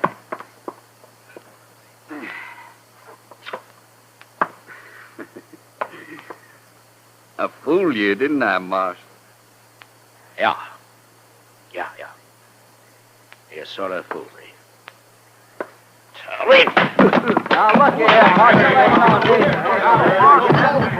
That ain't no way to act. What's the matter with you, anyhow? All right, shut up. Marshal, there's 8 of us here. You think you can whip all of us? No, I don't, Choate. Not 8 of you. Well, then you're gonna get whipped. Come on, man. Just stay where you are, all of you. I'd be a fool to mix in a brawl with all of you men. I don't aim to try it. Looks like you ain't got much choice, Marshal. And we're gonna beat you about half to death. No, you're not. No? Well, what's to stop us? Don't look like nobody in here's gonna help you out. I'm carrying a gun, Choate. Oh, that. That don't bother us none, Marshal. Does it, man? Yeah, of course. See, Marshal? We don't care about your gun. There's too many of us. Aren't you forgetting something, Choate? What? I don't wear this gun to kill snakes with the way you men do. I'll have bullets in at least 3 of you before you get off a shot.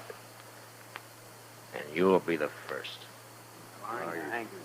What's the matter with you men? He's just bluffing. He's scared half to death right now. Joe. Forget about it, Joe. Don't be egging him on now. Then I'll fight him. I ain't so bad with a gun. Don't try it, Choate. You shoot me, the boys will take care of you. Don't do it, Choate. I'm telling you. What's a Kansas Marshal? No.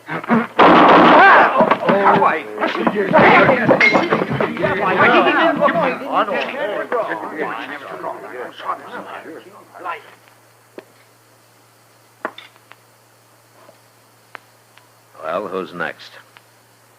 Any more of you men want to die in this place? All right, then get out of here and get on back to camp. Move.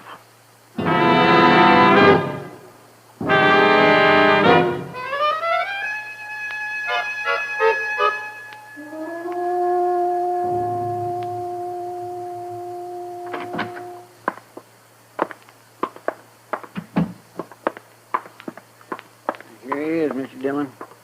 But he ain't singing very loud this morning. How's your jaw, Tally? Busted? Doc said you busted it on this side right here. I'm sorry. I guess I must have lost my temper. You sure did, Marshal. But the fight's out of me now. I'm plumb sober. You heard about Gil Choate? Chester told me. Choate shouldn't have gone up against you. No, he shouldn't. Well, now he's dead. It don't matter none, I guess. What doesn't matter? Choate's the man that killed Bud Cowan, Marshal. That's why I made him come to town for Doc, kind of punish him that way. No? Shot Cowan in the back. But I had to protect Choate anyway. You know how it is. What about Sam Peoples, Telly? Oh, him. Well, I'd wrote you a letter from Texas, Marshal, saying it was a lie. Anyway, I'm selling them cattle. I aim to be out of here in 2 days, Marshal. Uh-huh. Okay, Telly. Get going. We can be friends now, can't we, Marshal? You ever hear of a lawman with friends? We must have a couple. Yeah. Yeah, I have. A couple. So long, Telly. I'll tell Sam Peoples that you didn't mean it.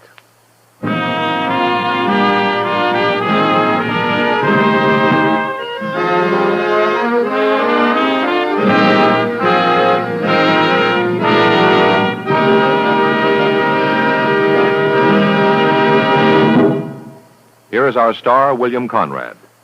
Thank you, George. You know, it's a wonderful cigarette we've been telling you about tonight. I mean, Chesterfield, of course. My cigarette. King size or regular, Chesterfields give you the taste and mildness you want every time you light up. So give them a try. They satisfy millions. You'll like them, too.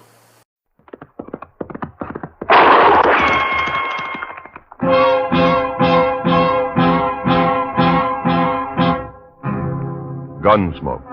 Brought to you by Chesterfield, America's most popular two-way cigarette. What a pair. Chesterfield king size at the new low price. Chesterfield regular. Around Dodge City and in the territory on West, there's just one way to handle the killers and the spoilers, and that's with a U.S. Marshal and the smell of Gunsmoke.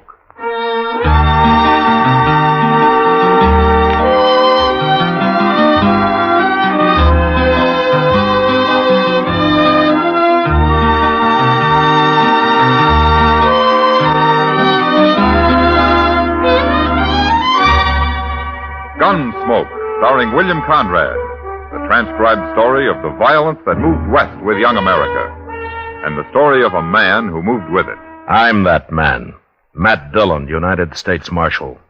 The first man they look for and the last they want to meet. It's a chancy job, and it makes a man watchful. And a little lonely.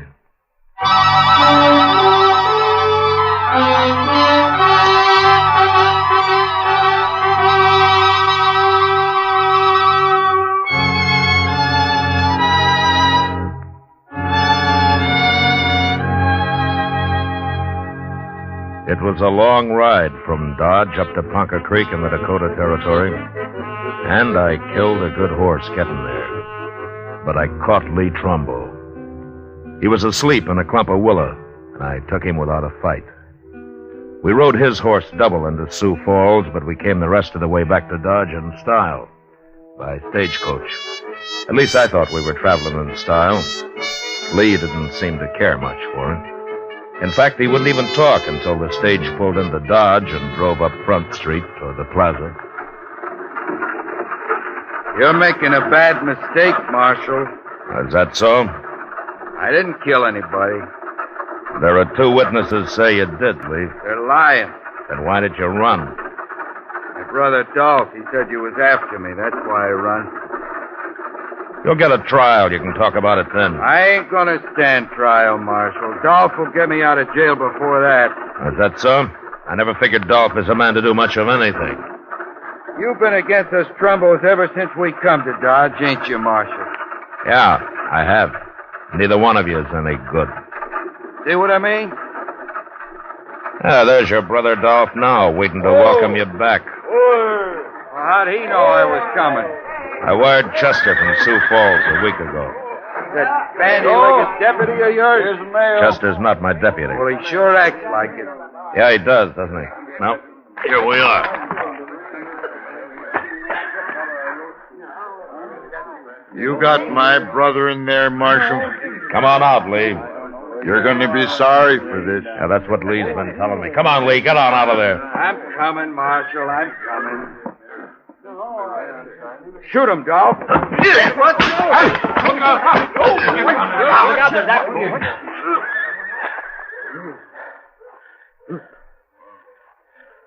Don't look at me, Marshal. I didn't even draw. No.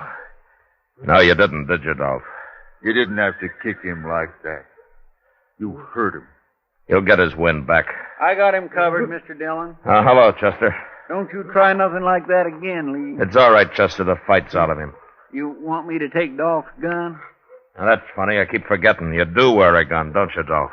There's nothing wrong with wearing a gun, Marshal. There is the way you wear one. What do you mean? Well, you might run into somebody who doesn't know you're afraid to use it. He might shoot you before he found that out. You calling me a coward, Marshal? Now, Chester. Yes, sir? I'm going over to the office. When Lee here stops groaning, herd him over and lock him up, will you? Okay, sir. And if Dolph gives you any trouble, shoot him. Now, Marshal. Get going, Dolph. Go on, move. You'll be sorry for this. I'll make you sorry for it. Oh, say, there's a fellow waiting for you over at the office, Mr. Dillon. He's a stranger to me, but he wanted to see you. All right, Chester. Oh, by the way, welcome back. Thanks. It's been most a month you've been gone. We sure did miss you here. Now, there were times when I missed being here, Chester. Don't let Lee get away from you now, huh? I'd hate to make that ride all over again. No, sir, I won't. Oh, I sure won't. Oh, stop breathing like that, Lee, and get on your feet. You ain't hurt. Come on now. Get up here. Let me alone. Well. Hello, Matt. Hack, Prine. How are you? Good to see you, Matt. You're surprised to see me alive, huh, Matt? Why, Hack, it's been at least 10 years, hasn't it? Man ain't born that could kill me. Leastways, I ain't run into him yet. Well, maybe you're just lucky. Luckier than you, anyways. A lot luckier sometimes, the way I recall it. Now, you're thinking about Santa Fe. Huh? Yeah. You wasn't very lucky that day, Matt. Hey, remember how it was? You backed into a corner with nothing but a beer bottle in your hand, and 3 of John Chisholm's drunk cowboys about to empty their guns into you. Yeah. And you walked in and killed every one of them. Yeah. It was real surprised, wasn't it, Matt? John Chisholm's been after you ever since, hasn't he, Hack? Oh, them was just the first of Chisholm's men I've killed, Matt. Been riding with Billy the Kid till about half a year ago. Oh? Why'd you quit? Never could make out if Billy was working for or against Chisholm. Besides, it didn't pay enough. Oh, but you're the one, Matt. When I got to Dodge last night, heard you was U.S. Marshal here, I just didn't believe it. Well, being a marshal isn't that hard a job. Oh, you can handle it, all right, I know that. What I mean is, it's kind of sudden. Find a man you used to know being a U.S. Marshal. Well, I got to earn my keep somehow. Oh, sure. Well, what are you doing in Dodge, anyway? I don't know, Matt. I don't know yet. I've been over to Wagon Bed Springs, stretching my legs, sleeping in a bed, doing a little gambling and the like. Yeah. Some fella here sent for me. I ain't seen him yet, but if it's a job he's got, I sure need the money. Well, good luck with it, Hack. We'll get together later and have a drink. All right, straight ahead, Lee. Right through that door there. The fellas is out What's back. this? Just a prisoner. What'd he do? I didn't do nothing. Shut up and keep walking, Lee. What you locking him up for, man? Murder? That's bad. That's real bad. Murder's always bad. I don't mean that. I mean locking a man up. I couldn't stand that, Matt. I never been in jail. I never ain't gonna be. Well, then you better stay sober around here, Hack. And you're taking it back about that drink. Oh, no. You'll be safe as long as you're with me. Oh. I don't know, Matt. I've been around you when it wasn't so safe. I'll see you later. Yeah, sure, Hack. Hey, come on in, mister. I'm leaving. So long, Matt. So long, Hack. Marshal Dillon? Hello, Ole. How are you? Marshal, I got something I got to tell you. It's my duty the way I see it. Oh, what's the trouble? Hello, Ole. What you doing here? Well, I come to tell the Marshal something, Chester, but I sure don't like informing on people. You understand me, Marshal? Well, what's it about, Ole? Dolph Trumbo, that's what. You got his brother Lee in jail here. We sure have. I just locked him up myself. Well, Dolph's coming to get him out. He's over at the Alfraganza right now talking it up.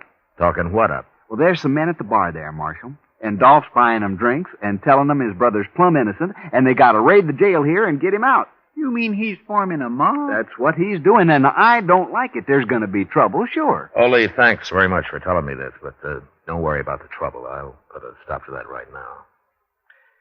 Come on, Chester. Yes, sir.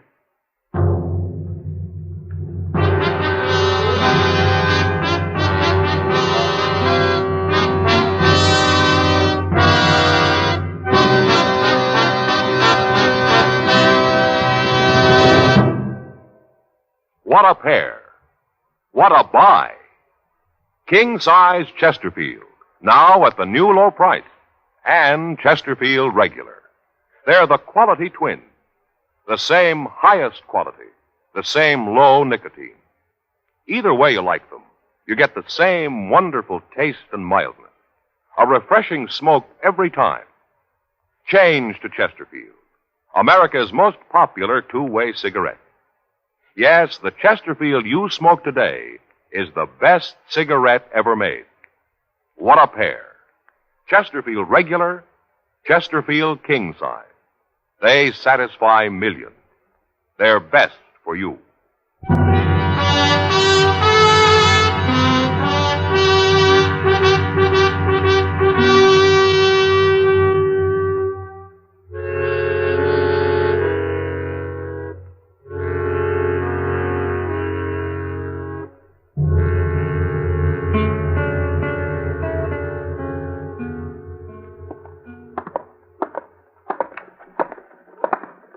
Wouldn't you know Dolph Trumbo do something stupid like this, Mr. Dillon?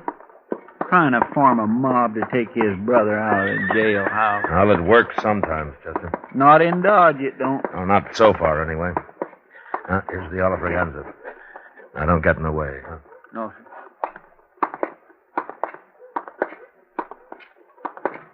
You're right, and something else. There's nothing to be afraid of, you men. You'll be led by one of the best gunmen in the whole country, I promise you that. And we'll have justice in Dodge. Once and for all. Justice. That.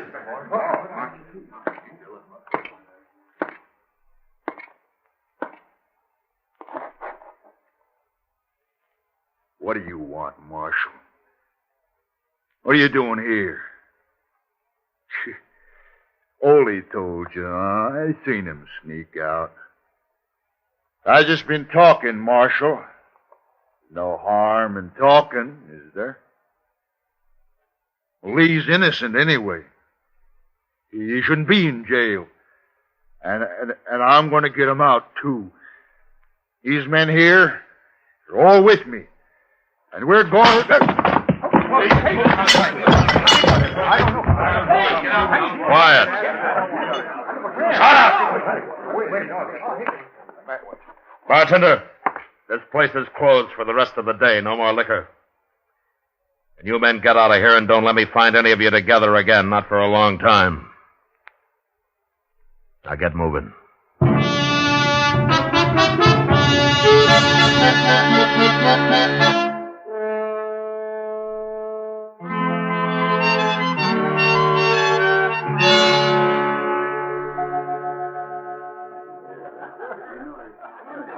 Oh, here, Chester. I'll pay for the beer. You leaving, Mr. Dillon? Oh, Kitty just came downstairs. I haven't seen her yet. I think I'll go over and say hello. Yes, sir. Like for me to go across the street and see if they're keeping the Alfraganza closed? No, it's all right. I told them they could open up again tonight. Oh, well, thanks for the beer, Mr. Dillon. Sure, Chester, sure. Welcome to Dodge, stranger. How are you, Kitty? Fine. I'd be even better if you'd brought 2 beers over instead of 1. But you can sit down anyway. Well, you can take this one, Kitty.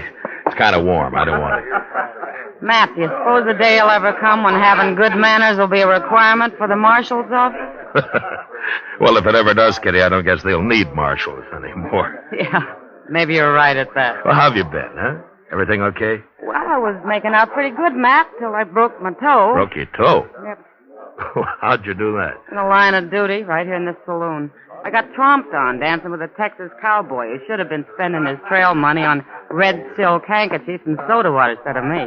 He couldn't have been over 16. Darn fool kid. There's not much you can do for a broken toe, is there? No. At least it doesn't hurt when I'm sitting down. I hear you broke up Dolph Trumbo's party at the Alafaganda this afternoon. Oh? Huh? You hear just about everything, don't you, Kitty? Men. They talk more than women. This place is full of men, day and night. You think if I closed my eyes and prayed real hard, they'd all go away? Well, if they did, what would you do for a living? That'll keep me awake. Say, there's your friend Dolph now. Just came in. Huh? There's a stranger with him, Matt. Well, I'll be. What's the matter? Who is he? He's a gunman, Kitty. That's so? Yeah. I guess he's about the handiest man with a gun that ever hit Dodge. So Dolph's gone and hired him a gunman. Who is he, anyway? What's his name? He's a friend of mine, Kitty. A friend of yours? Yeah, good friend. He saved my life once. But now I guess he's going to try to get it back. His name's Prine. Hack Prine.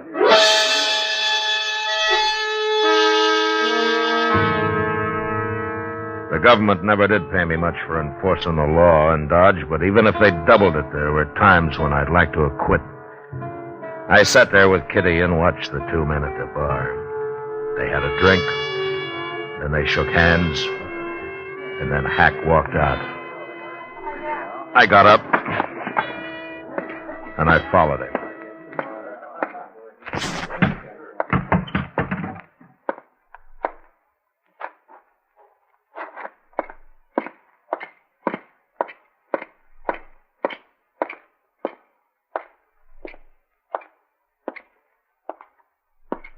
Following me, Matt? Yeah, Hack. What for? Where you staying? Dodge House. Huh? Got a room. I'd like to talk to you. Street'll do. Okay. Dolph was trying to form a mob this afternoon, Hack. He wanted to raid his brother out of jail. I heard about it. When I went to break it up, I heard him saying they'd be led by one of the best gunmen in the country. Now, that wouldn't be Dolph himself. No. He's afraid of guns. He meant you, didn't he, Hack? I hadn't talked to him yet. He was just guessing I'd come in. And you have? Not with no mob. I told him that. I don't work with mobs. You should have known better than to say that. How do you work, Hack? Alone, by myself. I'm a pretty good gunman, Matt. Yeah, I know. It saved my life once, sure, being a good gunman. Yeah. Matt, turn his brother loose. I get paid if you do. Look, Hack, Lee Trumbo murdered a man. He's going to stand trial for it. I don't get paid if he stands trial. But you get paid for shooting me? That's what Dolph said. That was his deal. Well? Oh, they tell me you're better with a gun you used to be, Matt. Hack, I don't want to fight you. Afraid, Matt? How'd you get to be marshal, anyways? It's a job. I took it. Well, I've been offered a job, too, and I took it. Yeah, but you had better jobs, Hack.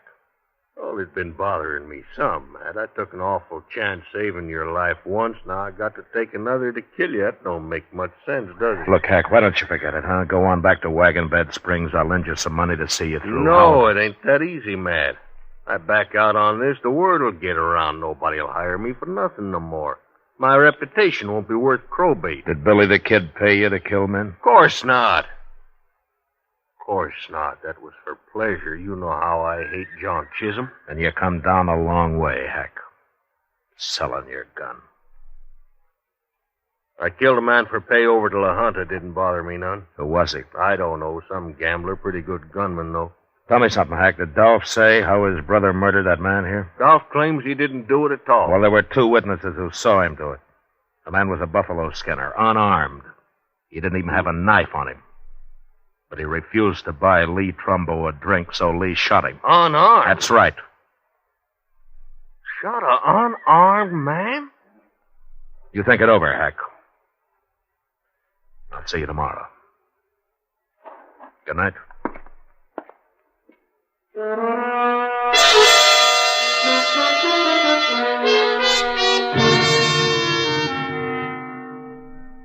A man like Hack Prine had his own peculiar sense of honor. The idea of shooting me seemed to bother him less than the fact that Lee Trumbo had killed an unarmed man. Later that night, I heard he'd been seen having an argument with Dolph. So I figured I'd won. But another killing in Dodge, either me or Hack, had been avoided. Until early next morning, word came that a man had been shot at the Dodge house. I sent Chester on over while I went up and got Doc Adams. How do you know the man isn't already dead, Matt? I don't know, Doc. Well, it doesn't matter. I'll probably make more money off of him dead than alive. Oh? Well, I get paid for autopsies, don't I? Sure. Yeah, but just try to collect for the ones I keep alive. Just you try it. And I'm glad I don't have to, Doc, but I still notice you buy a new buggy every spring. Oh, yes, and wear it out before. Racing across the prairie, delivering babies, setting bones, digging out bullets, delivering babies. Well, exercise keeps a man young, Doc. It's a good thing I don't depend on sympathy to keep me young. Here we are. Mr. Dillon? Mr. Dillon, oh, hello, Doc. Where is he, Chester? In that room right there, number 12. And you know who it is? It's Ole. Ole? Yes, sir. And Hack Prine shot him. What? It's Hack's room, Mr. Dillon. He did it all right. Well, let's take a look. Where's Hack now, Chester? I don't know, sir. Nobody's seen him for the past hour. I kept everybody out of the room, Mr. Dillon. All right, now stand aside here, boys. Let the marshal and Doc through. Come on now, fella. Let them through. Let me through. Let me through here.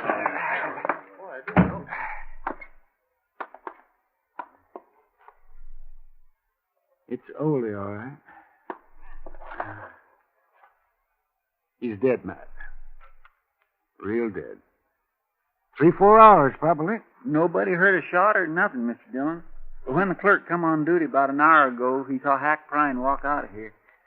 Why anybody would want to kill poor little Ole, I do not understand. I'll bet I know, Mr. Dillon. What, Chester? You didn't talk Hack out of trying to kill you after all. He went back to Dolph last night and told him he'd take the job. Then he figured the only way to get you into a fight was to shoot somebody so you'd have to come after him. Yeah, maybe. Now, come on, let's start looking for him.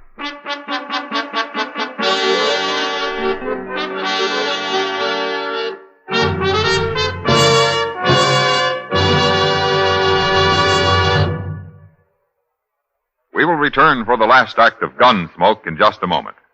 What a pair. Les Paul and Mary Ford, America's most popular recording duo. You ought to know, you buy millions of their records. Les and Mary say, Chesterfield's for me. I guess you could call us a real Chesterfield family. I've been enjoying them now for over 6 years. It's over 15 years for me. We believe it's the best cigarette ever made. Yes, they have just that refreshing taste and mildness that we like. What a pair. Chesterfield King Size, now at the new low price, and Chesterfield Regular, America's most popular two-way cigarette.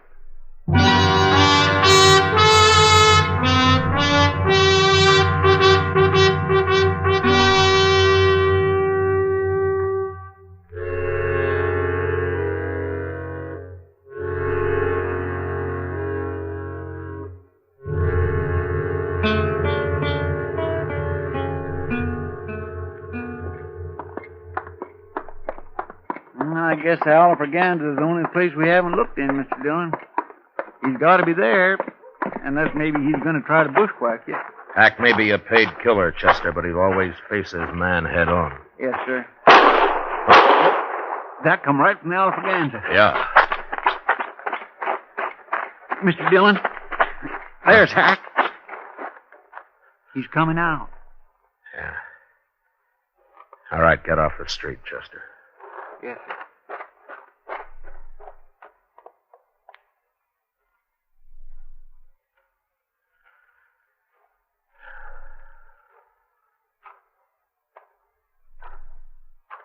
Morning, Matt. Hello, Hack. Just killed a man, that saloon there. Dolph Trumbo? I killed him. I give him a chance, but he wouldn't draw. I killed him anyways. That's too bad, Hack. Ain't no man gonna frame me. I never thought you killed Ole, but I wanted to hear you say so. How'd you know I didn't do it? Well, it wouldn't be your style to kill a defenseless little fellow like that, would it? Of course not. So while you were out gambling last night, Dolph killed him and dumped him in your room. I found him there, and then I went after Dolph. Ain't no man can do that to me. Hack, according to the law, you murdered Dolph. I'm going to have to arrest you. What? You're going to have to stand trial for it. Oh, no, Matt. No, sir, I ain't going to jail. Not me, Matt. Never. I'm a lawman, Hack. I got to arrest you. Matt, I told Dolph last night I wasn't going to take his job. I told him I was going to leave town. You're under arrest, Hack. All right. I guess you've got to do it. Let's go for it, Matt. No, Hack, no. Let's see what happens.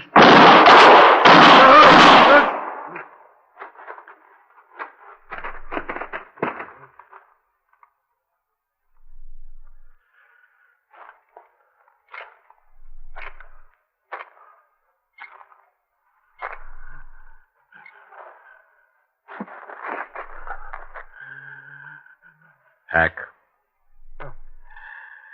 Hack. Oh, you're sure good, Matt. You're awful good. Yeah. Better this way, Matt. Than getting paid to fight you. Sure. Sure it is. There weren't no reason to fight you. Not that way. I can't see you no more, Matt. It's like being underwater. I can't see nothing. Mr.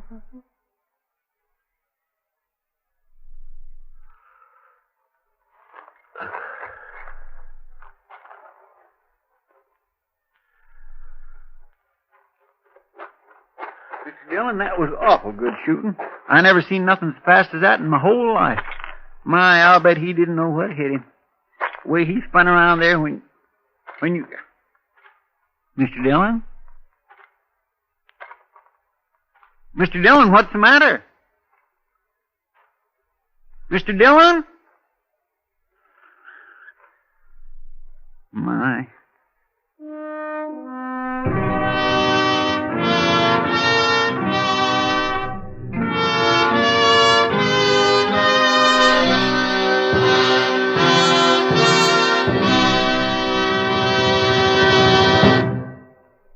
Here is our star, William Conrad.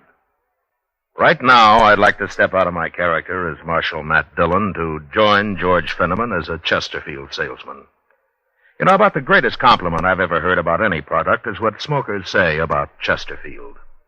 They satisfy. So whether you smoke a regular or king-size cigarette, Chesterfield is best. We hope you'll try them, and soon.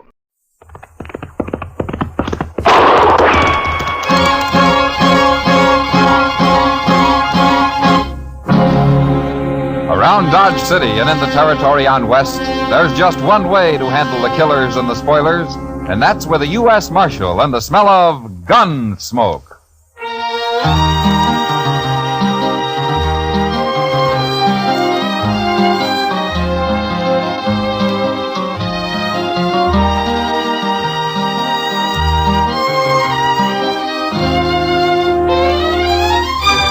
Gunsmoke, starring William Conrad. The transcribed story of the violence that moved west with young America. The story of a man who moved with it. Matt Dillon, United States Marshal.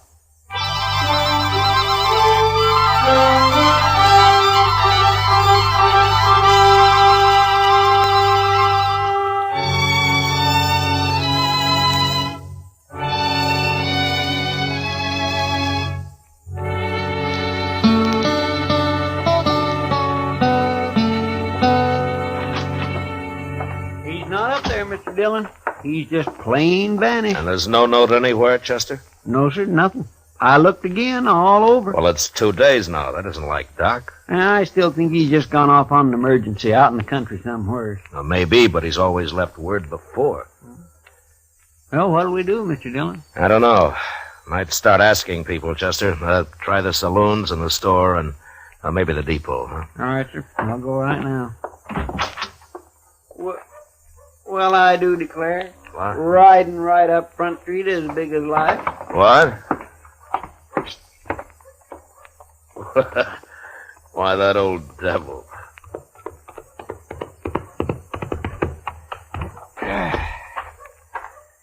Well, you sure are a sight for sore eyes, Doc. Where in the world have you been, anyway? Hello, Chester. Matt? Oh, you had us worried, Doc.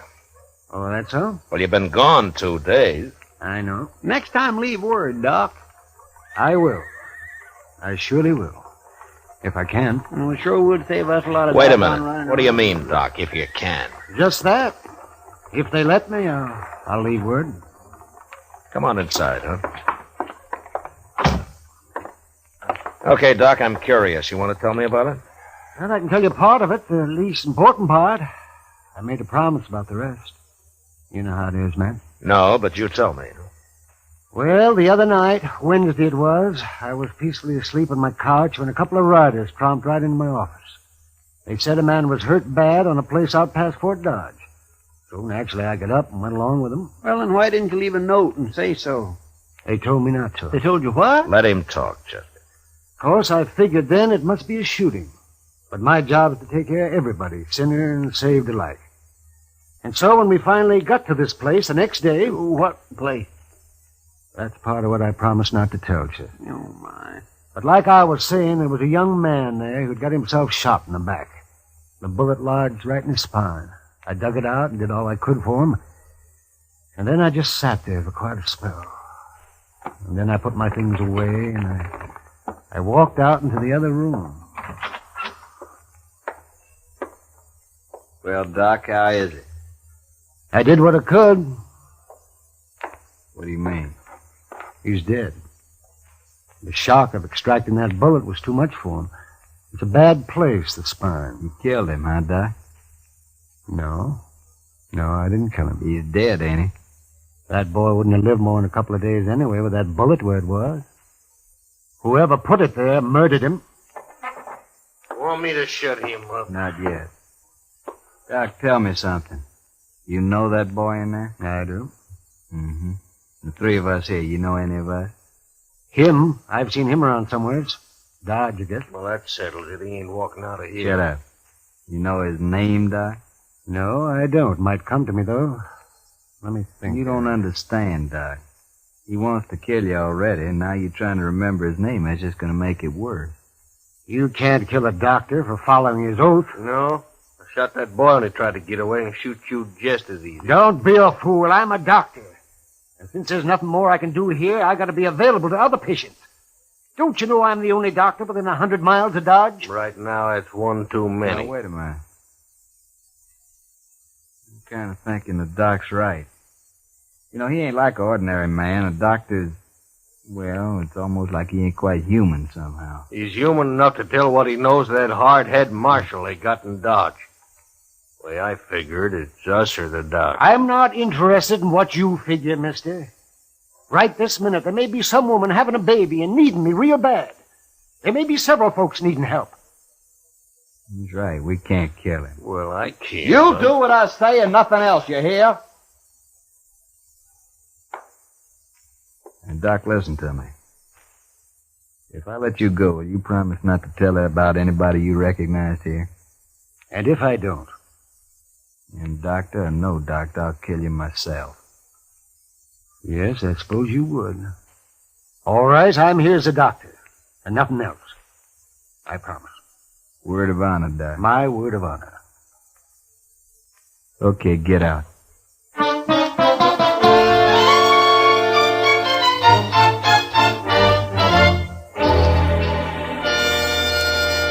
Well, that's quite a story, Doc. Oh, you played it right smart if you ask me. Who were they, Doc? And I only recognize one of them, Chester, besides the man they'd shot. Have you thought of his name yet? Chester, don't you understand? I gave my word I wouldn't tell. Oh, but that was just so you could get away. Yes, but still I gave my word. It doesn't matter how or why. But, Doc, they're just a bunch of killers. I know. Leave him alone, Chester. But I don't... Yes, sir? Matt? Yeah. Wouldn't you do the same if you were in my boots? That'd be a hard choice, Doc, but... Yeah, I suppose I would. I think any man would. Leastwise, any man of honor. I guess I wasn't really thinking about it that way. Well, I'm going to get myself some sleep. Matt? That was a good boy they murdered. I hope they hang for it. That blossoming... How are we ever going to find him, Mr. John? I don't know, Chester. They don't even know who they killed. And just think, Doc could lead us straight to him right now. It isn't making the Doc happy, Chester. No, sir, it sure isn't.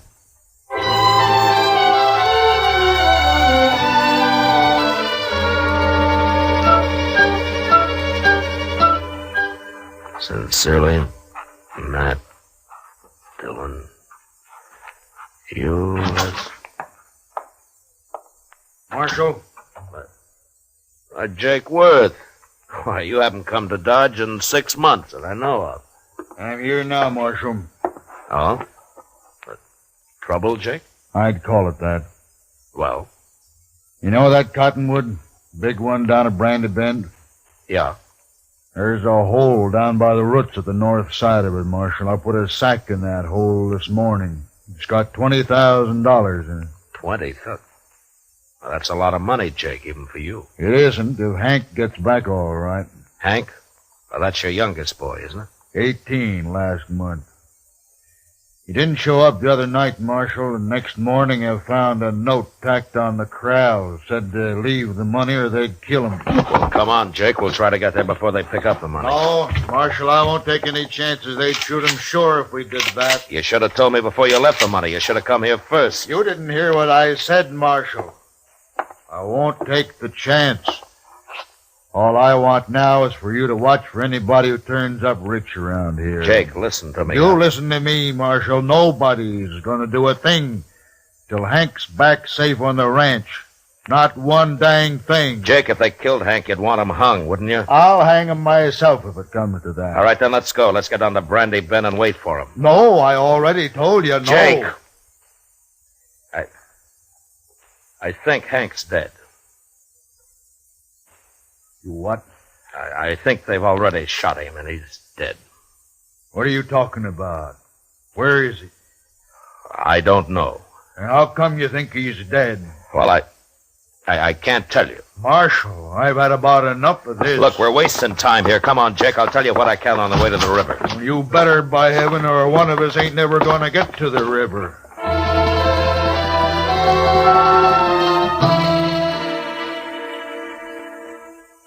Jake Worth was known as a hard, hot-tempered man, but he was straight as they come.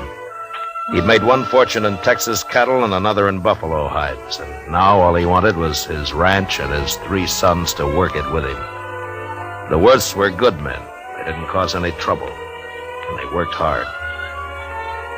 It wasn't easy to tell Jake, but without mentioning Doc, I said what I could. And when we reached the Arkansas, we hid our horses in a clump of bushes and worked our way on foot up to the big cottonwood. And then we saw it. That's him. That's Hank.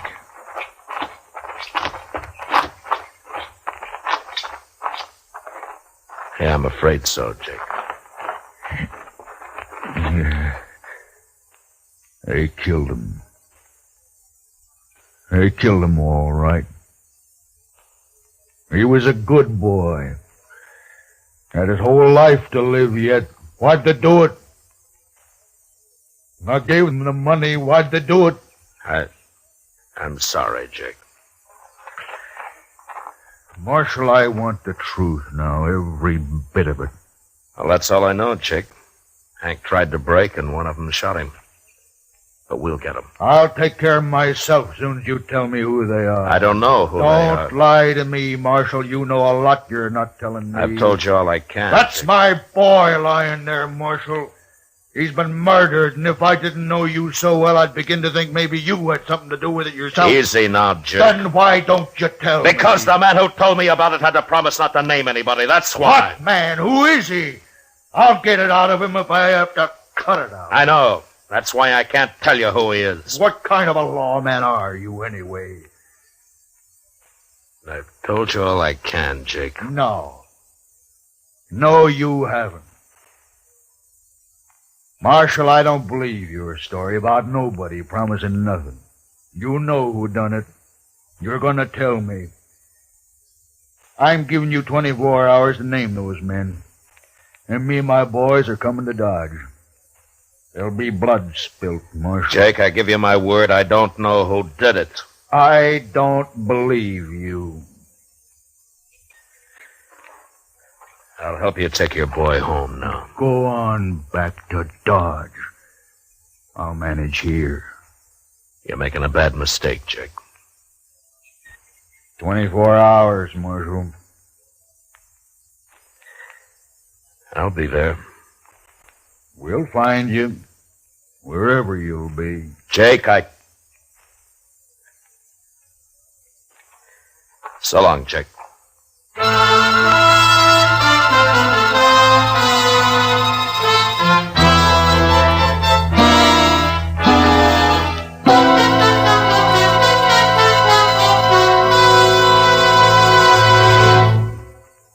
Ladies and gentlemen, at the conclusion of tonight's show, our star, William Conrad, steps out of the character of Matt Dillon to bring you an announcement which we are certain will be of great interest to all our listeners. So be sure to listen at the close of tonight's program for a special message from William Conrad. And now the second act of Gunsmoke.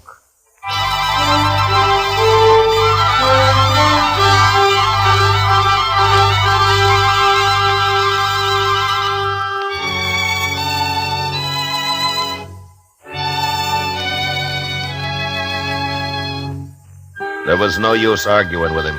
The man's grief had destroyed his reason. And the worst of it was, I knew his sons would do whatever Jake told them to do.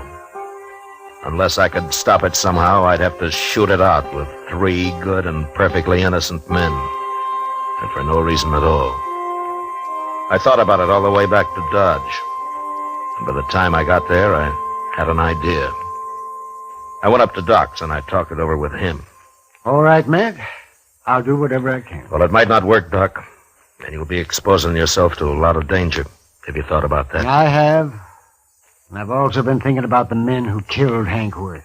Well, we could wait till they start spending their money, or till one of them gets drunk and maybe talks too much somewhere. Yes, we could, but meantime, you and the Worths will have a gunfight.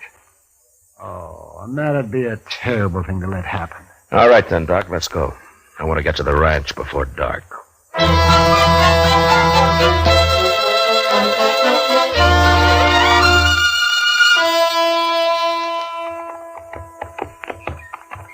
You know, Matt, I haven't been out here since Mrs. Worth died. Must be 4 or 5 years now. Place sure has changed. Yeah. I don't see anybody around, do you? Well, maybe they saw us first. Maybe they're hid out. Yeah, maybe.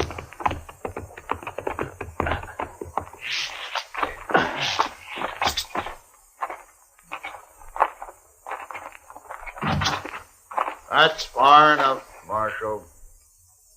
Watch him, boys. If he makes a move, shoot. Yes, Jake, I came here to stop a shooting, not to start one. You can stop it, Marshal. Just tell me who killed my son. If I knew, I'd be on his trail, Jake. What's Doc doing here, anyway? Tell him, Doc. I took the bullet out of Hank just before he died. What? That's right, Jake. Now come down here where we can talk like friends, and I'll explain it. Stay where you are, boys.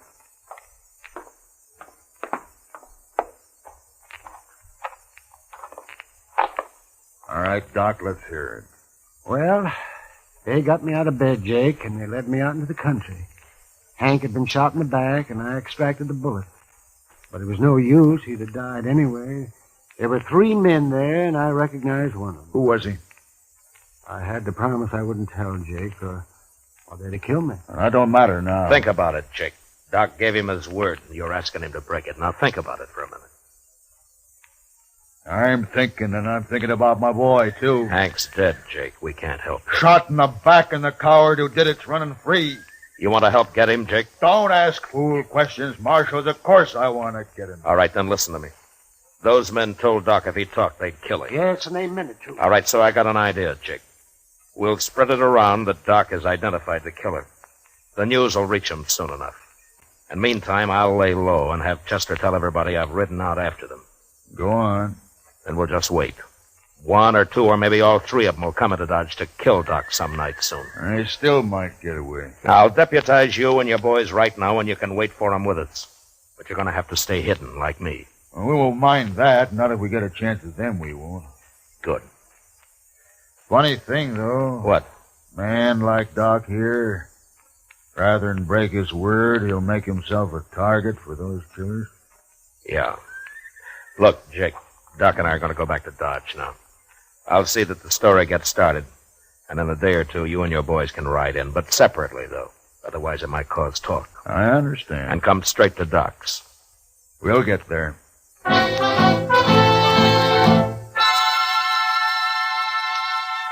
For the next few days, Doc never left his office.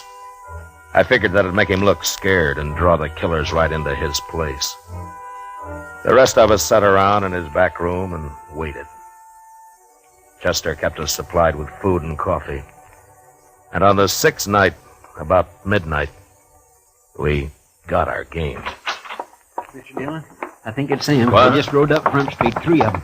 They're tying up outside right now. They acted too deliberate like for ordinary riders, so I run up the back way to tell you. Good. Doc, come on in here, huh? What do you want me to do, Mac? Take cover in here and stay out of sight, huh? Whatever you say, Mac. Let's go downstairs and meet them, Marshal. No, we might just scatter them that way, Jake. Now listen. One of them will probably stand guard on the street while the other 2 come up here to get Doc. Chester, you and the 2 boys go down the back way. Jake and I'll wait in Doc's office. Now, don't jump that man until we go into action up here. You understand? Yes, sir, I got it. All right, then move and move fast. All right, come on, Jake. Now what? Well, we'll just wait here in the dark. Good. I'm gonna bunch up Doc's blanket on the couch here so that they'll think he's in it. What? They're on the stairs now. All right, get back in the corner, Jake, or we'll be shooting each other. Yeah. Now, quiet. And don't start shooting till I do.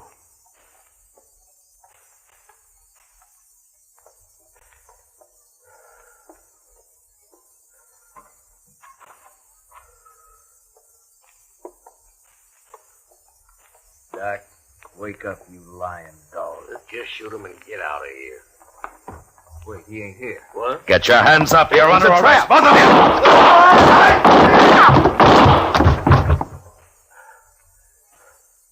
you! You all right, Jake? Yeah, I got one of them. I'm all right. Doc? Doc, come on out. They're dead. Light the lamp, will you, Doc? All right. You okay, Mr. Dillon? Yeah, come on in, Chester. Oh, we got him. He tried to get away when he heard the shooting up here, but he run smack into one of the Worth boys. He's dead. Bring the lamp over here, Doc. No, I don't know either one of these men. Doc, you can tell us now. Is one of these the man you recognized? This one here. I remembered later I treated him for a broken nose some time back. I never did know his name. He came up the trail with a herd, I think. Yeah. Doc, will you take care of things? Sure, man. Well, Jake? Marshal, me and the boys will be getting back to the ranch now. Sure. Marshal, What, Jake? I doubted you. I'm sorry for that. Oh, forget it. No, it's best I remembered. A man shouldn't make mistakes like that. Well, there was no harm done. The way it worked out. I'll buy you a drink before we leave, Marshal. I think I'd like that, Jake. Come on, let's go.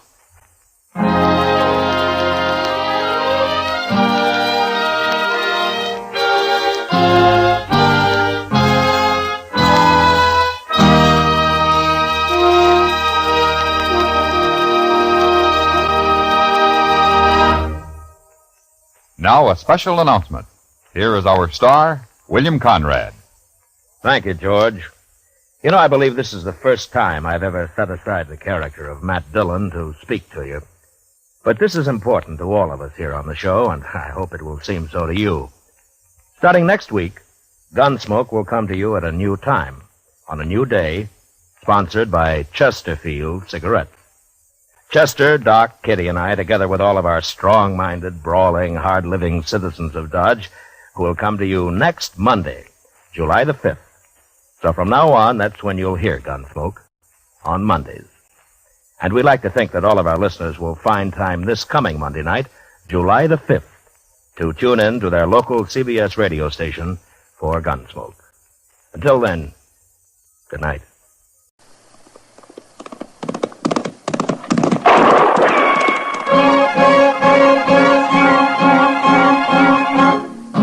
Around Dodge City and to the territory on west, there's just one way to handle the killers and the spoilers, and that's with a U.S. Marshal on the smell of Gunsmoke.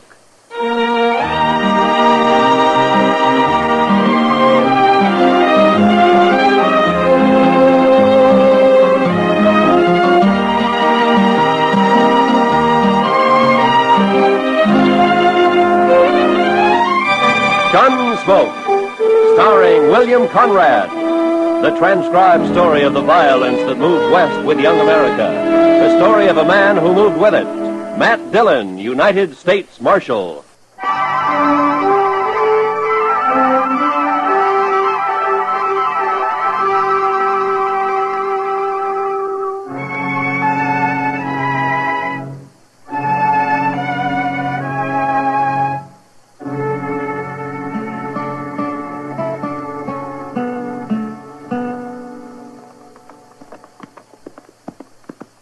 Ain't we never gonna make camp, Mr. Dillon? We'll ask whoever's living in that cabin up ahead if there's any water around here, Chester. Most likely there ain't.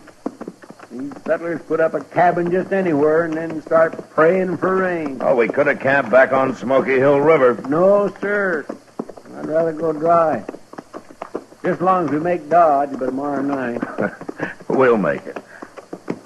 I never seen such a place as that Fort Wallace, Mr. Dillon. Man could go plumb out of his mind living there. Well, they don't build army posts for pleasure-loving people like you, Chester. I've been in the Army. No? Like it? Well, sir, we didn't always see eye to eye, me and the Army, but at least I didn't get killed. Well, that helps. I'll bet you look pretty bold in a uniform, Chester. Oh, my, yes. I surely did. I wonder if there's anybody home here. Hello? Place looks deserted, Mr. Dillon. Yeah. Here, hold my horse, Chester. I'll take a look. Yes.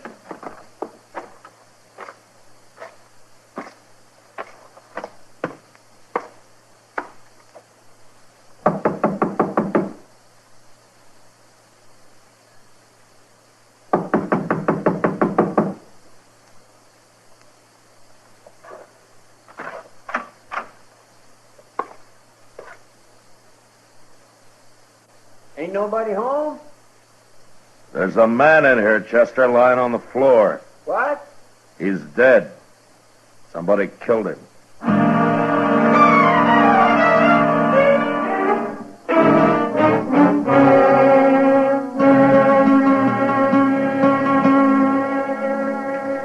We'll put the fire out now, Mr. Dillon? Yeah, we better get started. Looks like rain this morning. Yeah, it's too early to tell for sure. Too bad we don't know that fellow's name, Mr. Dillon. Sure do hate to bury a man and not even put a marker on his grave. I'd rather know the name of the man that killed him. It's awful easy to get by with killing a man way out here. Yeah, too easy. Say, look over there, Mr. Dillon. Yonder comes a couple of riders. Yeah, I see him. What do you suppose they're carrying rifles for? Stand over there, Chester, about 10 feet from me, huh? Yes. And keep the hair out of your eyes. Yes, I will.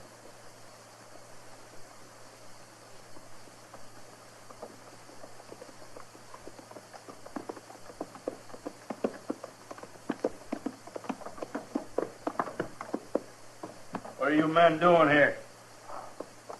Do you own this place? I wouldn't live in a shack like that. We got a real house over on Turkey Bend. But that don't answer my question, mister. What are you doing here? We found a dead man in the cabin there last night, so we stopped to bury him. A dead man? That must have been Riley. What happened to him?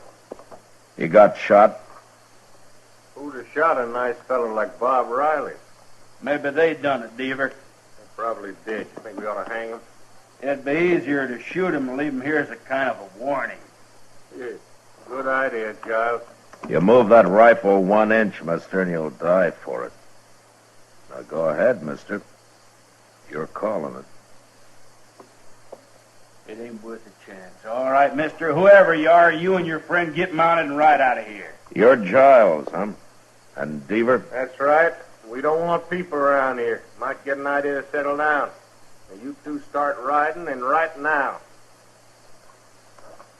Chester. Yes? That coffee you made this morning was weak as well water. Get that fire going again and build some more, huh? Okay. Sure got a lot of nerve, mister. He don't even blink, Deaver. Look at him. We'll be by here later, mister. We won't ride up so close next time. You better be nowheres around. Come on, Charlie.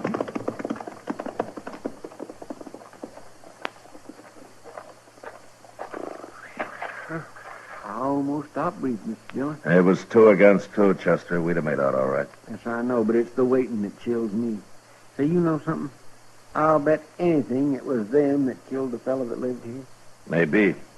And I'd sure like to know more about those two. But right now, we better get started for Dodge. Yes, sir, I'll go get the horses. Chester and I got mounted and rode maybe 1.5 miles when we came across a sort of a camp. There was a man there, a tall man with long yellow hair and bright blue eyes that seemed always to be looking into the distance. He had a mule and an old wagon and some hogs that he kept in a well-built, partly covered pen. But he hadn't put up a shelter of any kind for himself, and it didn't look as though he was about to. We got down and walked over to where he was standing by a small fire. Sit down, man. I got no coffee, but you're welcome to that pot of chicory. There's a spoonful of molasses in it. Well, thank you, but we just stopped to say hello. No need to hurry off, mister. My name's Obie Ridgers. Glad to know you, Richards. I'm Matt Dillon, and this is Chester Proudfoot. How do you do? I don't meet many people out here. Are you raising hogs?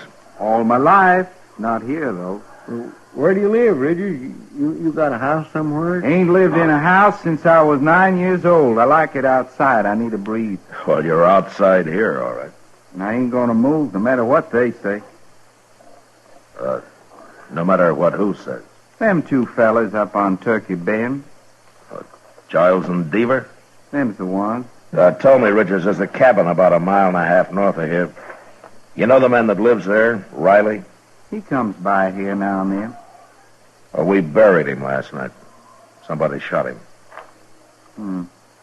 That's bad. It's real bad. You better tell the law about it if you're going anywhere, mister. I don't hold with murdering a man. Well, I'm a U.S. Marshal, Richards. That a fact.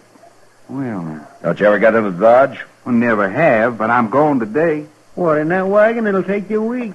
No, sir. I'm going horseback. Well, I swear I don't see no horse. Well, right out there, fella. Here he comes now. There's Jim Branch leading him. Jim talked me into going to Dodge with him, but I know I won't like it. I'm just doing it for Jim's sake, kind of coddling him along, make him feel good. Where does this Jim Branch live? He's got a little place over west of here somewhere. Jim's nothing but a cowboy, Marshal. You'll be drifting on one of these days, kind of like me that way. Hello? Got company, Jim. You ready to go, Obie? I'm all dressed up like a sore thumb, can't you see? What'd you do, change your socks? This here's a U.S. Marshal, Jim. I forget his name. My name's Matt Dillon. I'm glad to know you. I'm Chester Proudfoot. Well, how'd you do? You heading for Dodge, Marshal? Yeah, we'll ride in with you if you like. Good. It's a big day. I've been talking Obie into going to town for 3 months. He claims he don't like towns. Wait till he sees Dodge. I'm happy right here with my hogs. I don't need no town. Your hogs won't miss you. Well, let's get started. I gotta be back in 3 days, Jim, like you promised. Them hogs will starve if I ain't. You'll be back. Oh, say, what? The marshal here tells me Riley got shot. No. There's Giles and Deaver done it. Now, wait a minute, Richards. It looks like they did it, but if I could prove it, I'd be taking them in for trial right now. Well, it's too bad you can't, Marshal. They're no good, them fellas. Well, I can wait. They'll make a mistake sooner or later. But we better get going. It's 60 miles to Dodge.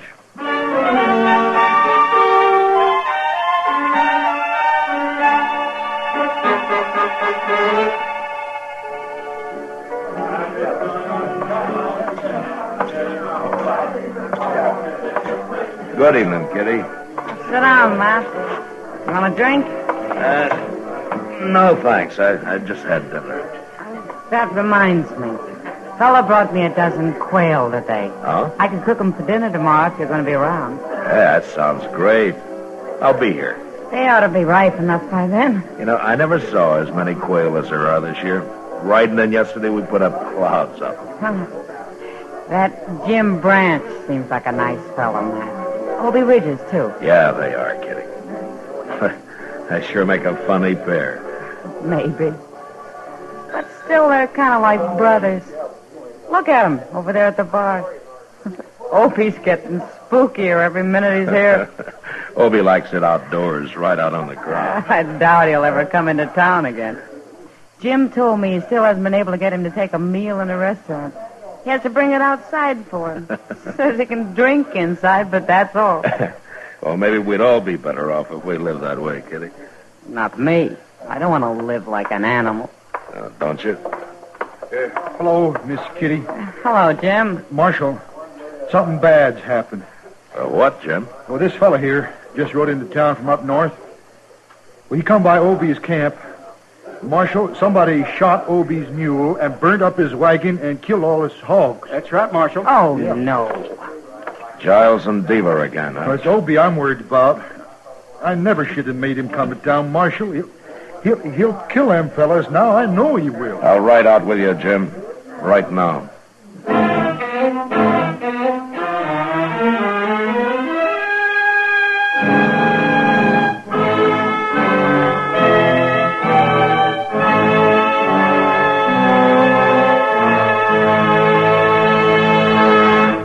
We will return for the second act of Gunsmoke in just a moment. But first... This coming Tuesday night on most of these stations, CBS Radio turns John Lund loose on his latest case of yours truly, Johnny Dollar. In the Woodward Manila matter, Dollar launches a search for a missing man and a missing fortune.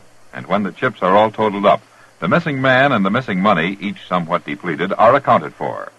Don't forget, this Tuesday night at the Star's address, yours truly, Johnny Dollar. Now, the second act of Gunsmoke.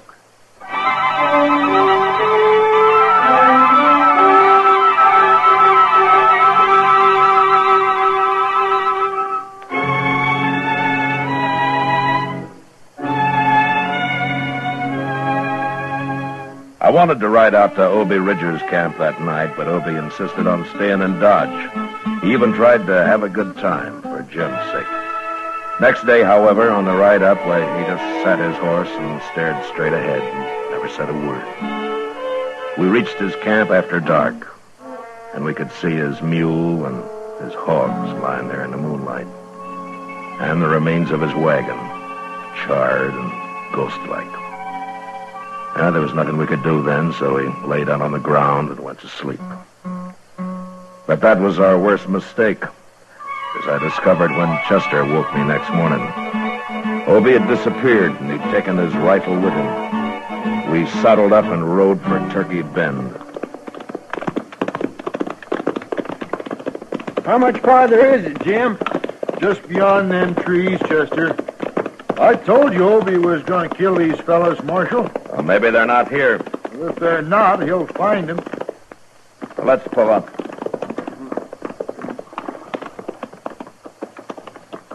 I don't see no cabin. It's right in there. There it is, see? Oh, God. Wait a minute. Look over there, behind that log.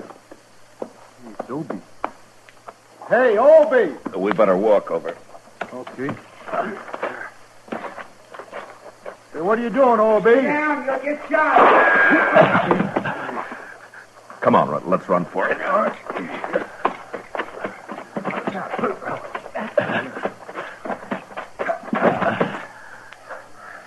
Diva in there. I got him trapped. Look, Obie, I'll handle this. You can't kill these men. I done killed Giles already. That's him laying right by the door over there. Oh, Obie, you did. Blew the top of his head off. Obie, I gotta put you under arrest. Now, give me your rifle.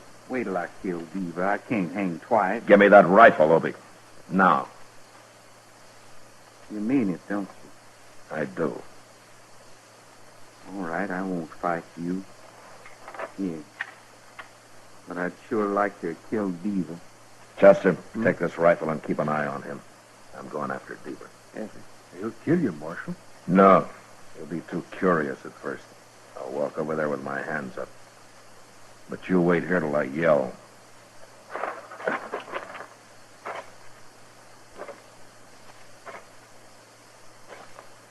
Diva! Don't shoot. I want to talk to you. That's far enough. Come outside. Obie's under guard. He won't shoot. I'm a U.S. Marshal, Deaver.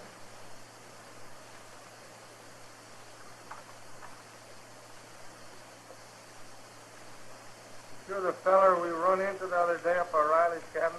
I am. Now come on out.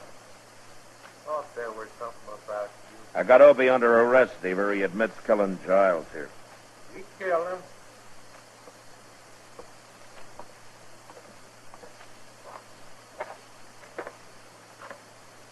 Did you and Giles slaughter his mule and his hogs?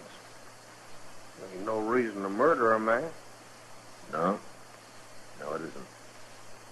But tell me about you. Did you murder Riley? Well, wait a minute, You're Mark. going back to Dodge with us, Deaver. Oh, no, not me. Keep your hand away from that gun.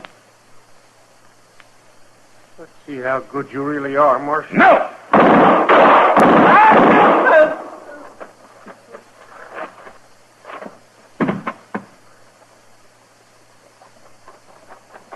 No, good for you, Marshal. Good. You killed him. Now they're both dead. Yeah, they're both dead. But you murdered one of them, Obie. Jail. I can't go to jail, Marshal. I'd go crazy. I'd go crazy in jail, don't you understand? I can't go to jail.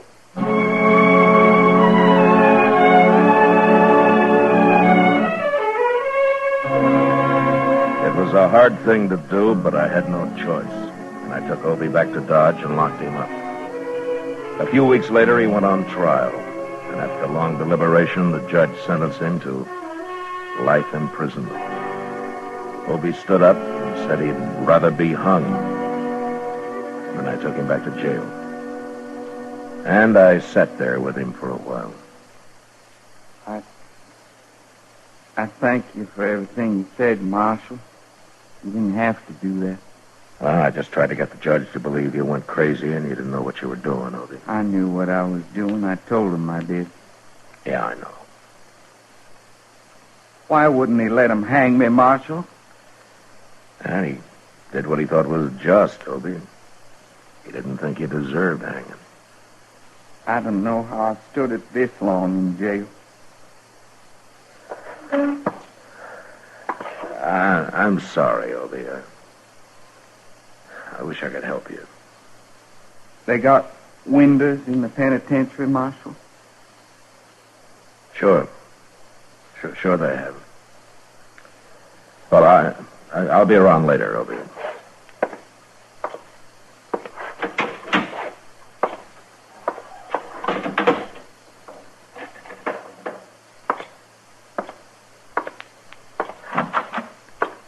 How's it taking it, Mr. Dillon? It's pretty hard on him, Chester. Where's Jim Branch, anyway? Oh, my, I ain't seen him since the trial was over. Well, maybe he'll come around later. I'm going to supper with Doc, Chester. We'll be at Delmonico's. All right, sir.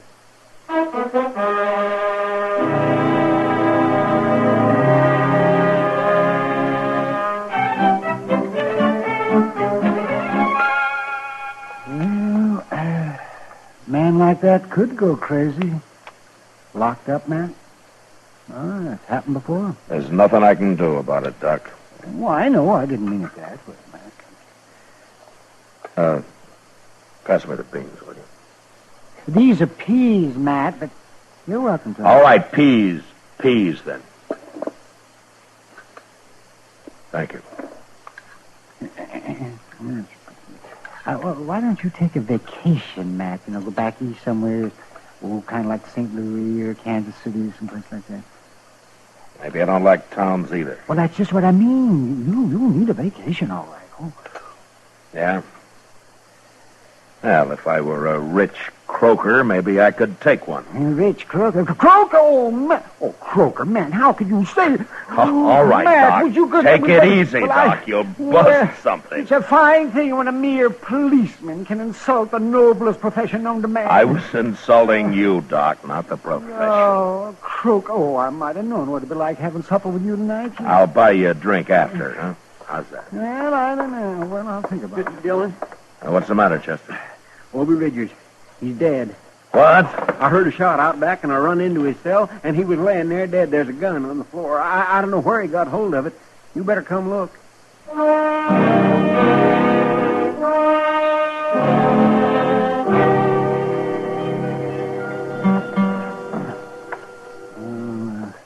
He's dead, all right, man. You think he killed himself, Doc? Well, the gun was held right close to his head. Maybe somebody called him over to the window and shot him. Maybe. But he could have done it himself. The bullet entered right here, man. Yeah. So you're saying it could be either murder or suicide, huh? That's right. Well, why would anybody murder him, Mr. Dillon? It don't make sense. And it could be somebody who understood how Obie felt about being cooped up the rest of his life, Chester. And somebody who liked him. A good friend. Jim Branch? I don't know who used that gun, but Obie's dead. And I'm going to find Jim.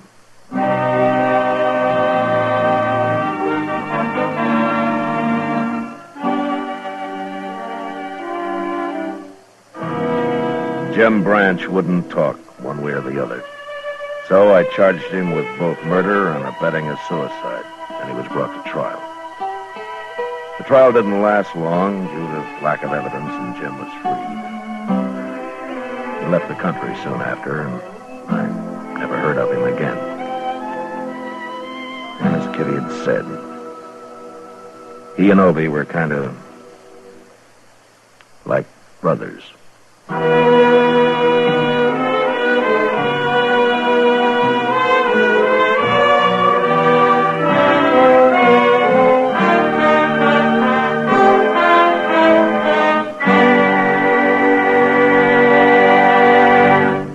Gunsmoke, Transcribed under the direction of Norman MacDonald, stars William Conrad as Matt Dillon, U.S. Marshal. Tonight's story was specially written for Gunsmoke by John Meston, with music composed and conducted by Rex Corey.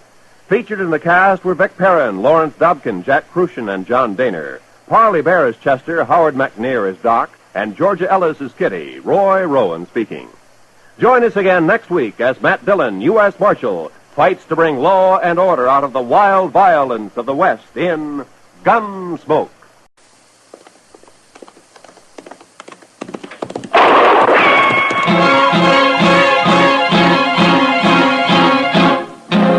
Around Dodge City and in the territory on West, there's just one way to handle the killers and the spoilers, and that's with a U.S. Marshal and the smell of Gunsmoke.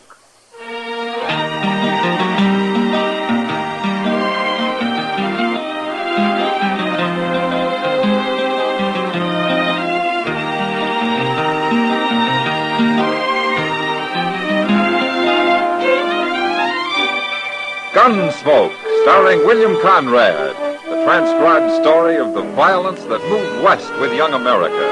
The story of a man who moved with it. Matt Dillon, United States Marshal.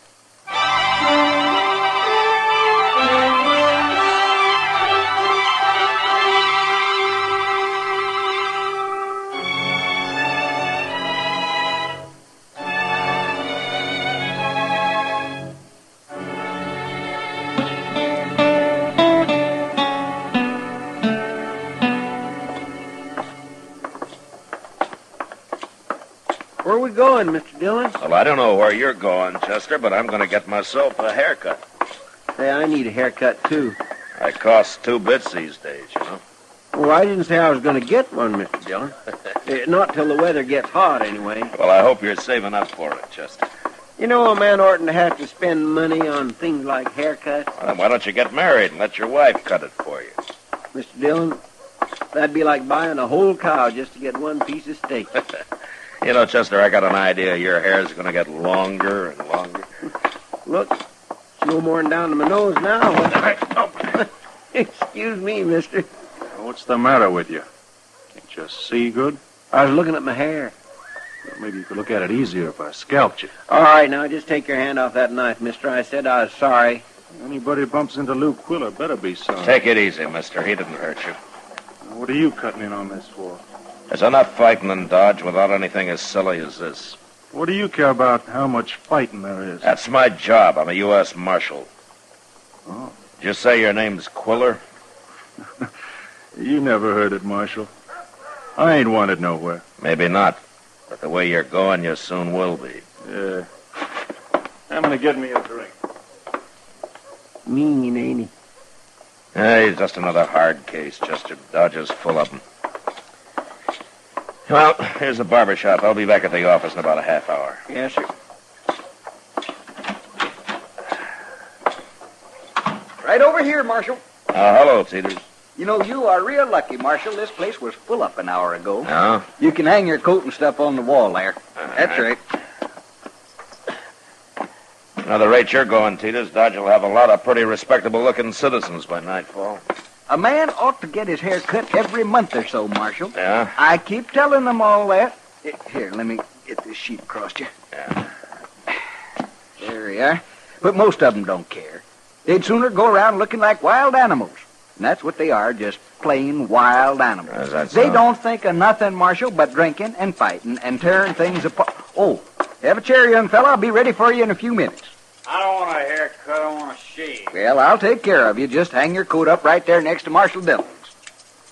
Marshal Dillon. You really a marshal, mister? Yeah, that's right. Marshals and sheriffs are one of a kind.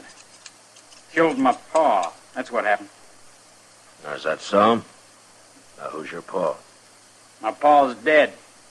Back in Alamosa. I got a grudge against lawmen. I got a grudge against all of them. Look, fella, why don't you sit down over there? You're awful drunk for so early in the You day. shut up, Barber. So that's your coat over there, huh, Marshal? Yes, it's his. It's gonna be real easy. I think I'll shoot me a marshal. Watch. I got a gun under this sheet, fella. No, you ain't. It's pointing right at your belly. Your gun belt's hanging over there under your coat. You can't see it, can you? No. But it's there. You're gambling with your life, fella. You start for your gun and you're gonna die. I don't believe you. Now get out of here. Go on. Walk out that door. Slow now. Yeah.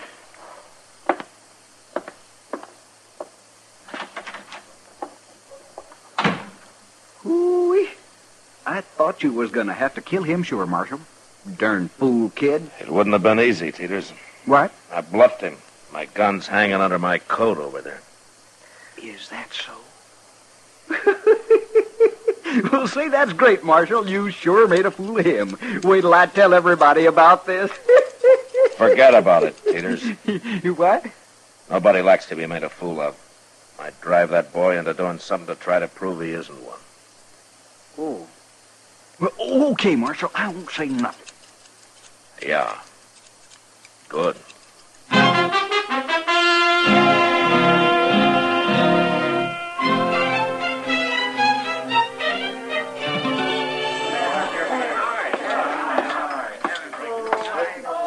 Oh, Sam, give me a beer, huh? Right up, Marshal.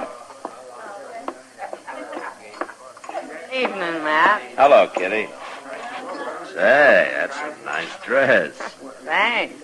Mr. Jonas down the store ordered it for me. Huh? Came in on the Santa Fe from Kansas City today. You know, Mr. Jonas was going to order me a couple of vests. That was last fall, I think. Here's your beer, Marshal. Oh, thank you, Sam. Oh, say, I heard about you at the barber shop today. Oh, you did? Teeters has been telling everybody about it. Yeah, I told him to keep it quiet. Oh, he should have. That boy's name's Dave Robbins. He was in here a while ago, and everybody was laughing at him about it. Yeah? He said he was going to dig Teeter's tongue out of his head. I think that's how he put it. When did he leave, Kitty? Just a little while ago. With that ornery-looking Lou Quiller. Quiller. Yeah. How did they happen to get together? Well, you think there might be trouble, Matt? I better go find young Robbins, Kitty. I'll see you later. Sure.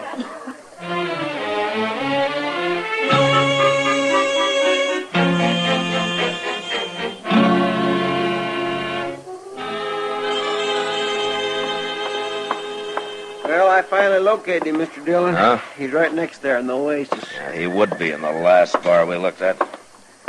Is Quiller with him? Yes, sir. Yeah.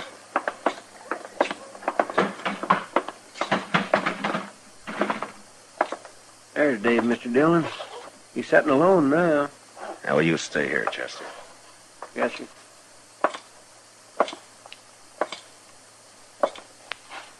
Hello, Dave. How'd you know my name? I heard it. You mind if I sit down?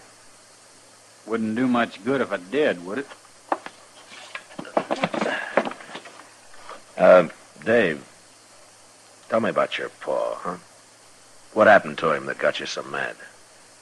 It's none of your business. Well, you were about to shoot me for it this afternoon. Nah, even drunk, I wouldn't have shot you. Not like that. I was bluffing too, Marshal, and I was awful drunk. I told the barber to shut up about all that, Dave. You did? Well, I kind of figured that you wouldn't be very proud of it. Why do you care how I'd feel? Dave, there are enough hard cases around now.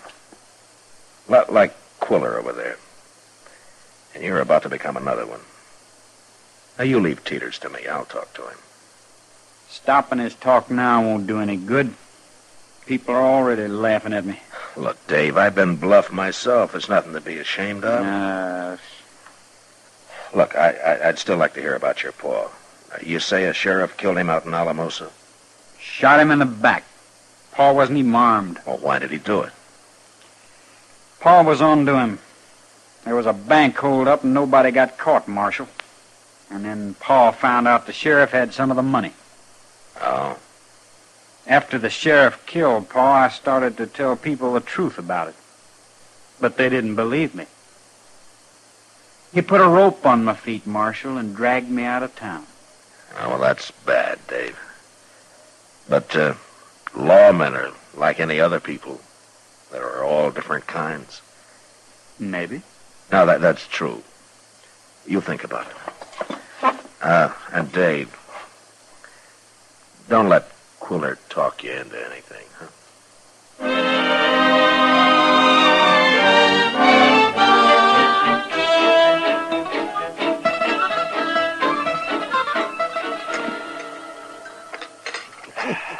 And I'll have me some more of those chili peppers, Matt. Okay. There you are, Doc. Thank you. You know, those peppers will make your hair straight, Doc. Oh, 10 years ago, they might have. You know, you must have been quite a lady killer then.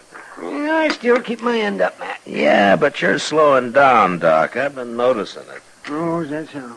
Well, how would you know anything about that? Well, word gets around. Oh, Matt, you're the biggest liar in Dodge. Outside of General Parsley Smith. Well, you think the general's a liar? He claims he was on Robert E. Lee's staff. Says he rode into the Shenandoah Valley with Lee back in '63. Well, maybe he did. Oh, maybe. You know what he really was, Matt? He was the regimental butcher. Well, you can't expect him to go around bragging about that the rest of his life. Dillon, Doc. Oh, Chester. I just come by the barber shop, Mr. Dillon. There's quite a crowd outside. Well, what for? Well, sir, I got a look through the window, and Teeters is laying there with blood all over him. He looks dead to me. What? Young Dave Robbins is laying there, too. I think they went and killed each other.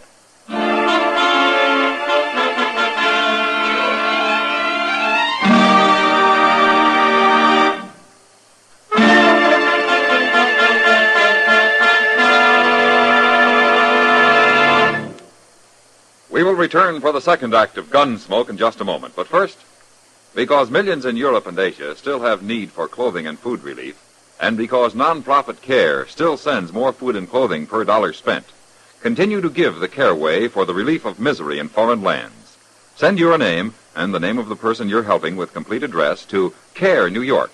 Enclose $10 or $6.95 for the new budget parcel. CARE, New York.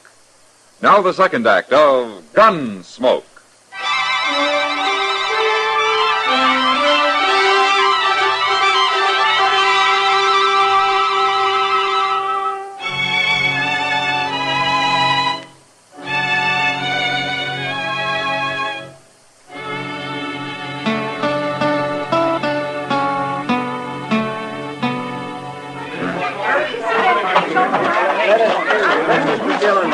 All right, let the doc through here, please, will you? Yeah, let me through. Pardon me, please.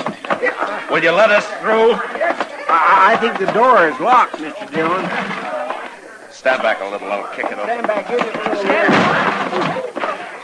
Okay, Doc, go on in. All right. Chester, you stay by the door and keep everybody out. Yes, sir. All right, you sit here. Looks like they had quite a fight here, Matt. Well, let's find out if they're dead, Doc. Take a look at Teeters first. All right, we'll see now. Yes, I thought so. What? He's got a broken jaw, Matt. Well, that wouldn't kill him.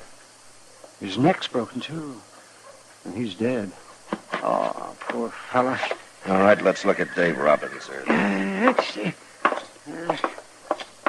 He isn't dead. I can see him breathing. He's got a lump on the back of his head, that's all. Here, Dave, wake up. Oh, yes. Oh, he must have fallen and hit his head, Matt. Open your eyes, Dave. Doc. Yes, you're all right. Here, just sit up a little bit here. Oh, he hit me, Doc. He hit me with his gun. There's no gun here, Dave, except yours. And I think I better take that right now. Marshal, Teeters is dead, ain't he? Yeah, he's dead. You must have hit him awful hard, Dave. You broke his neck. I didn't hit him. I tried to stop it. What happened, Dave? I didn't want to come here at all. But Quiller talked me into it. Quiller, huh? Yeah, he said we'd scare him a little and make him stop talking about me. But then Teeters didn't scare, and Quiller started beating him up. I tried to stop him, Marshal. Well, you're the one that's been threatening Teeters, Dave. What's Quiller care about him? I don't know. I don't know why he did it. You're going to have a hard time convincing anybody of that story, Dave. You believe me, Marshal? If we find Quiller, I'll know whether to believe you or not. He won't be in Dodge. Not now. You got any idea where he might be? Well, he said something once about a deserted cabin he'd found up on Walnut Creek. But I don't even know where that is. I do. We'll look around Dodge first, and then we'll ride north. You mean you're taking me with you, Marshal? One of you is going to hang for murder, Dave. As soon as we find Quiller, I'll know which one.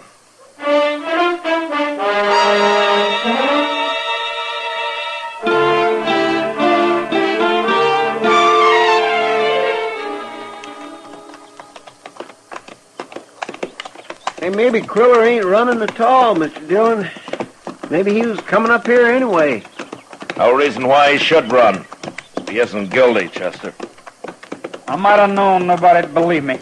Nobody ever has. Oh, you ain't hung yet, Dave. Hey, look. There's a cabin. The one Quiller told me about is hid under a bluff of some kind. Well, there's people in this one.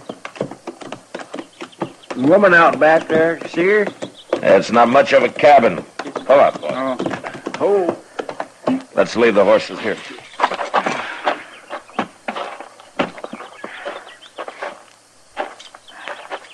Look at that horse out there, Mr. Dillon. If that ain't the sorriest animal I ever laid eyes on. That horse is bedrock, Chester. Somebody's rode him too hard. Well, then they ought to shoot him. Hello, ma'am. Who are you? My name's Dillon, ma'am. Is your husband around? No, he ain't around. Not no more. Not since this morning. Oh. Is that a grave you're digging, ma'am? I made it real deep. I didn't want no sign of a grave here. Well, what happened to him? How'd he die? Man killed him. What? Rode by here this morning and killed him. Who rode by and killed him? I don't know. What difference does it make? Look, ma'am, I'm a lawman. I'm a U.S. Marshal. Now, will you tell me what happened, please? A marshal, huh?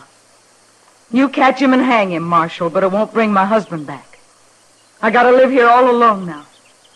I ain't even got a baby. I always wanted a baby. Can you tell me what the man looked like, ma'am? He come out on that horse out there. He took ours. My husband didn't want him to. He tried to stop him. I'll bet it was Quiller, Mr. Dillon. He's that mean. Was he a tall man? A black mustache, carrying a bowie knife in his gun belt? A knife. That's what he killed my husband with. Said he wouldn't waste a bullet on a dirt farmer. Sure sounds like him. Maybe you'll believe me now, Marshal. Quiller knows he can't hang twice. What's he care how many men he kills? Was he still heading north when he left here, ma'am? Over that way, Marshal. I stood here and watched him till he was plumb out of sight. Yeah. Well, is there anything that we can do for you? Bring the horse back unless he's ruined him like he done that one there. You'll have a horse, ma'am, I promise you. We'll stop on our way back. Goodbye. Don't bring that man here. I don't want to see him. All right, ma'am. I won't. Oh, that poor woman. He killed Taters, too. You believe me now, don't you, Marshal? Just 'cause he killed this man don't prove he killed Taters, Dave. Now, wait till we find him. He'll own up to it. He's got to. He might, Dave, if we can take him alive. Oh. If you don't take him alive, then I'm in a bad spot, ain't I? Let's find that cabin before it gets dark.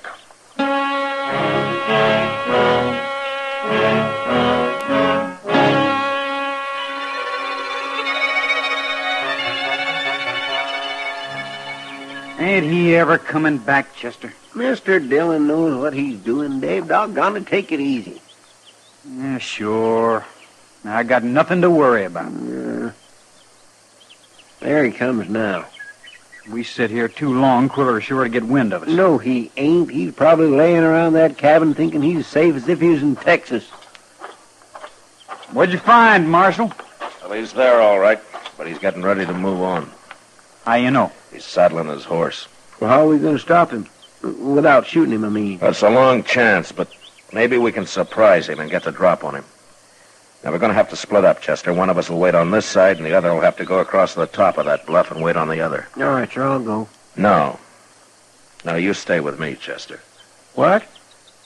Dave, here's your gun. A gun? Take it. I don't understand, Marshal. You go across the bluff. We'll wait for him if he rides out that way.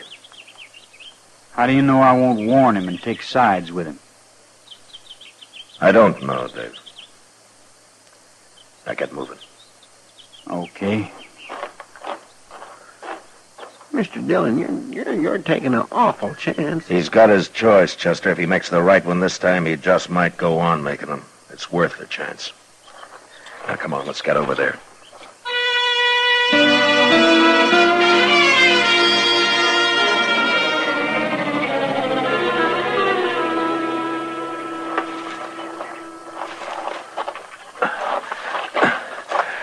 All right, Chester, this is far enough.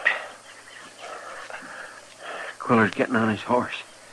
If he rides this way, we'll throw down on him at the same time. He might be surprised enough to give up. He's mounted. Yeah. Hope, look. He's going the other way.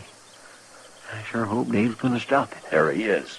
Hold it, Quiller. Get your hands up. No, you don't. Come on, Chester.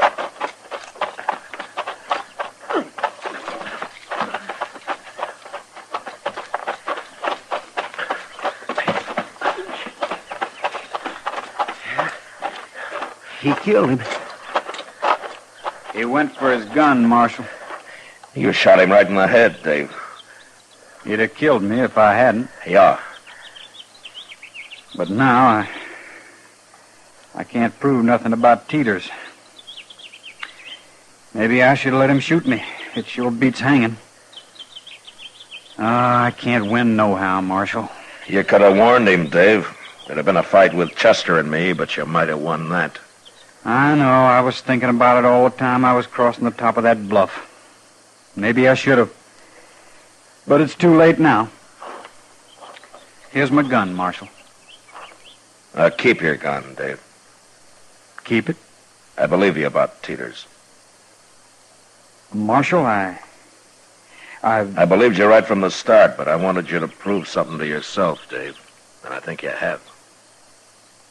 Marshal, I'd kind of like to go back to Dodge with you. Maybe show everybody I ain't what they thought. Good, Dave. We'll be there by morning.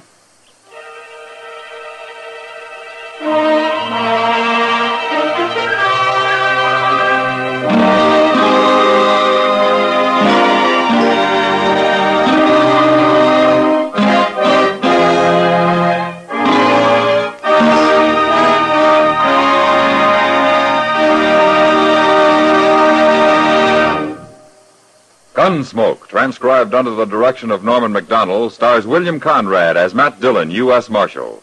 Tonight's story was specially written for Gunsmoke by John Meston, with music composed and conducted by Rex Corey. Featured in the cast were Sam Edwards, Harry Bartell, Edmund Penny, and Vivi Janis. Parley Bear as Chester, Howard McNear as Doc, and Georgia Ellis as Kitty. Join us again next week as Matt Dillon, U.S. Marshal, fights to bring law and order out of the wild violence of the West in Gunsmoke.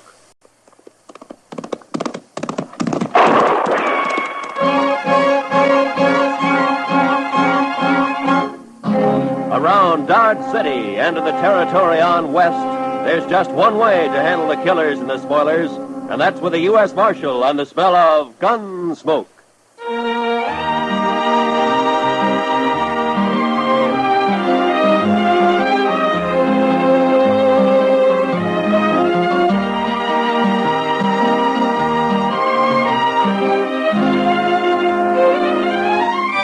Gunsmoke, starring William Conrad, the transcribed story of the violence that moved west with young America, the story of a man who moved with it, Matt Dillon, United States Marshal.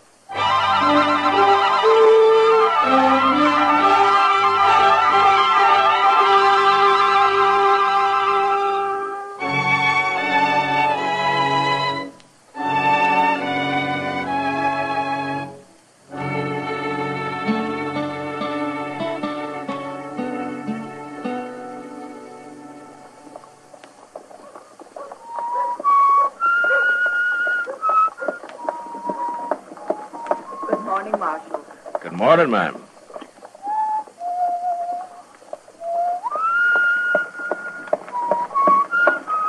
Kitty! Hello, Matt. I didn't see you sitting there. Well, I know. Sit down, sit down. There you are. How do you like my outfit? Ah, never saw you in a riding skirt before, Kitty. You been riding side saddle? For the first time in my life. At least I know how to do it now, in case I'm ever called on to be a lady. Well, I know ladies who don't always ride side saddle. Sure. Like that female wildcat down in the Panhandle you told me about. What's her name? Oh, Bellstar? I bet she never rides side saddle. Oh, Bellstar's a lady, though. And everybody treats her like one. Even though she has to use a 6-gun to make them do it. Maybe I ought to try that. Yeah, it takes more than a 6-gun to make a lady, Kitty. That's a funny way of putting it. Well, that isn't what I meant. Dillon? Hello, Miss Kitty. How are you, Chester? Hey, I just come to Longhorn there, Mr. Dillon. What, trouble, Chester? Not yet, but there's going to be as soon as Art Long gets to town. Art Long? Well, he's always been a peaceful man. Isn't he one of those nesters out near Sam Baxton's ranch? That's him, but it's another one of them nesters that's talking up trouble. A fellow named Hoffer. He's saying he's going to shoot Art Long on sight. Well, is he drunk, Chester? Yes, sir, some. Armed? He's got the biggest old cavalry pistol you ever saw stuck right in his belt. Real farmer style. Well, that may be true, Kitty, but those horse pistols go off sometimes. Well, bye later, Matt. Yeah, I will if I can, Kitty. So long. It sure sounds like he means it, Mr. Dillon. Now, why does he want to kill Long, Chester? Well, sir, he didn't say. Maybe he's just drunk and wants to shoot somebody. No, Anybody. Sir. No, sirree. Hoffer's pretty certain about who it's going to be. All right, Chester. Don't stand too close in case he puts up a fight, huh? No, sir. And all you bully clubs, shut up and listen to me. When Art Long gets here, you're going to see his blood all over the floor. Right there. Or maybe right over there. I don't know just where yet. Your name, Hoffer? Barnaby Hoffer. What's the trouble between you and Art Long? You friend of his? That doesn't matter. Yes, it does. Because if you're a real good friend, I might take it to mind to shoot you, too. I'm a U.S. Marshal, mister, and you're not going to shoot anybody. Oh, Marshal Dillon, huh? I'll take that pistol, Hoffer. Okay, Marshal. Take it. All right. Now tell me what this is all about. I don't need no pistol. He's got a knife, Mr. Dillon! Drop it, Hoffer. I said drop it. No! I'm going to cut you again. Give me that knife back. You're kind of hard to convince, Hoffer.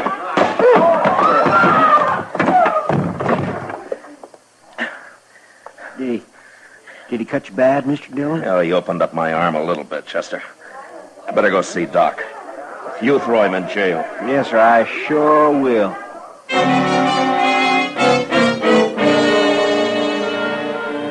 There's a saying that it's the gentle horse that's most dangerous. You don't watch him close enough. And so with Barnaby Hoffer, a farmer who hands you his old horse pistol and then snatches an 8-inch knife from the back of his belt. Well, Doc took a few stitches in my arm and told me to come back in a couple of days. And I did. And it looked pretty good by then. At least I thought so.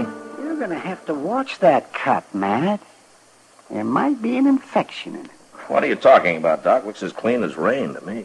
Well, how do you know what that idiot's been using his knife on?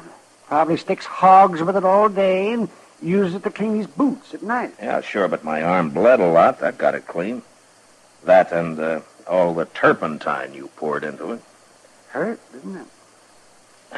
You know, someday, Doc, if my luck holds, I'm going to get a chance to work on you. Oh, no, you know, I'd sooner die. I'd sooner lie in the snow and bleed to death all alone without anybody around even to bury me. How did you get in the snow, Doc? Oh, I just hate snow. Oh, yeah, I forgot. Oh, come in. Oh, hello, Chester. Doc, Mr. Dillon, Art Long's been killed. What? Yes, sir. A cowboy just come into the office and told me. Said he rode by his cabin this afternoon and he found him there laying right in the door. Barnaby Hoffer must have done it. Hoffer? I thought you had him in jail, Matt. Well, I turned him loose next morning, Doc. He seemed calm enough then. I guess I made a mistake. I guess you did, all right.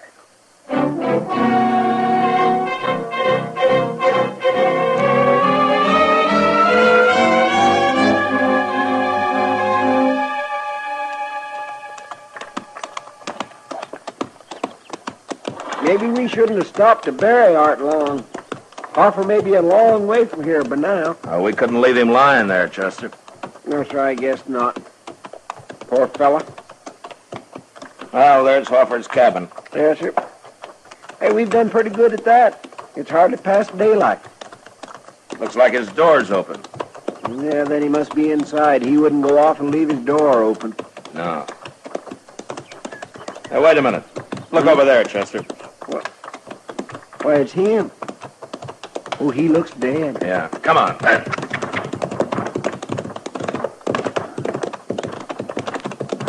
Oh.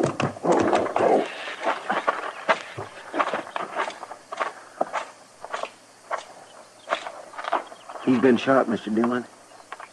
With a shotgun. Just like Art Long. Well, he's still breathing. Hoffer? Hoffer. It's Marshal Dillon, Hoffer. Hey. Marshal. I'm tore all apart. Took a load of buckshot when I opened the door. Who did it, Hoffer? Did you see him? Sam Baxton. He did it. Sam Baxton? Who killed Art Long, Hoffer? Did you? Art Long. Is he dead? Yeah. Both of us. Dead? I don't want to die.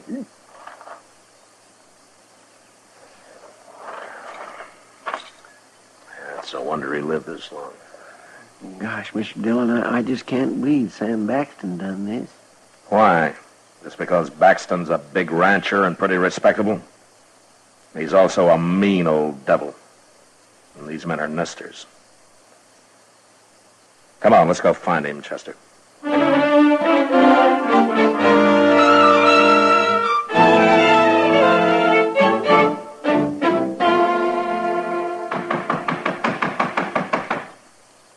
Hello? Anybody home? Why, it's Marshal Dillon and Chester. Hello, Miss Oh, ma'am. Well, don't stand around out there. Come on in and sit a while. Thank you. I got 2 pots of coffee on the stove. Well, we don't want to bother you now, Miss Baxton. Bother. Why, I love company. And besides, you don't get out this way very often, Marshal. You're just going to have to stay and eat dinner with us. Sam, we got company.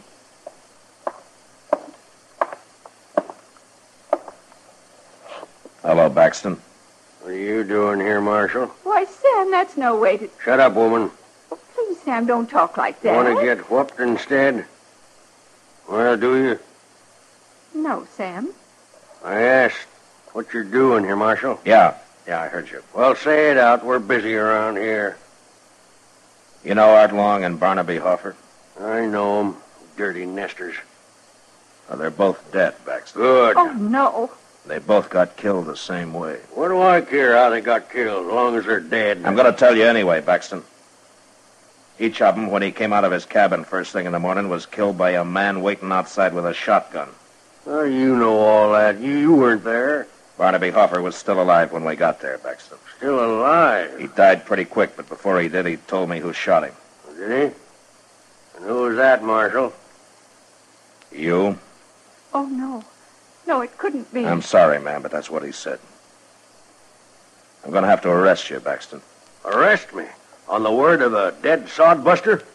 Who's going to believe it? The court will decide that, but it's enough evidence to hold you on. What makes you think Hoffer wasn't lying? He knew he was going to die, and it was his last chance to get me in trouble. That's what happened. You'll get a trial, Baxton. You can defend yourself there. Right now, you're going to jail. I'm charging you with 2 murders. But Art Long was dead. He didn't tell you nothing, Marshal. He and Hoffer were killed exactly the same way, ma'am.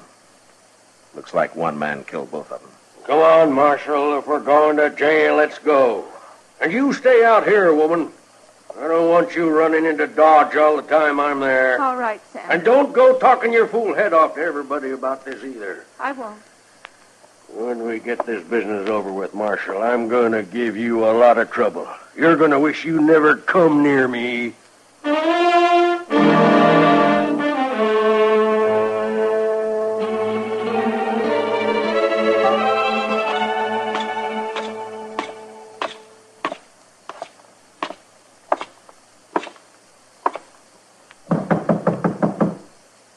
Come in.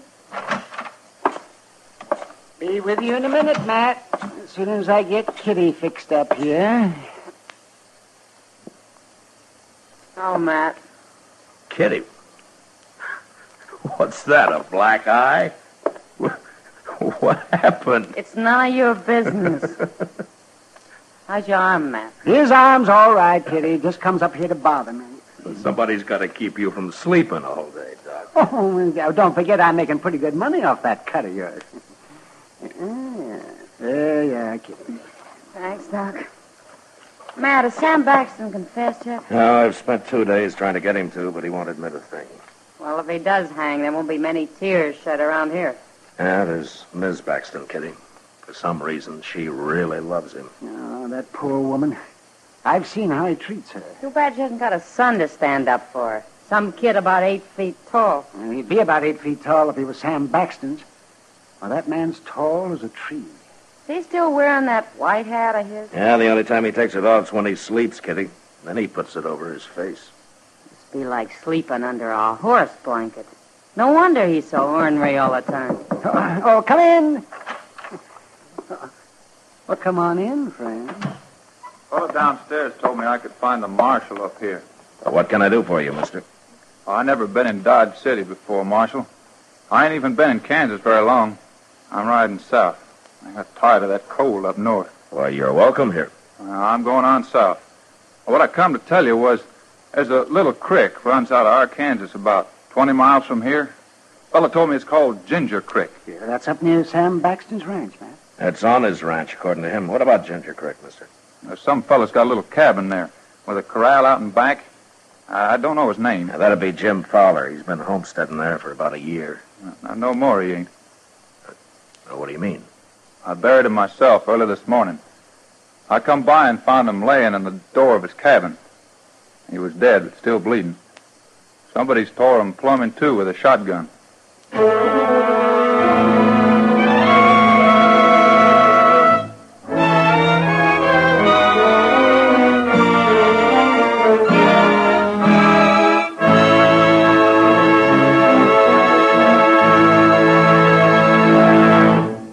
We will return for the second act of Gunsmoke in just a moment. But first...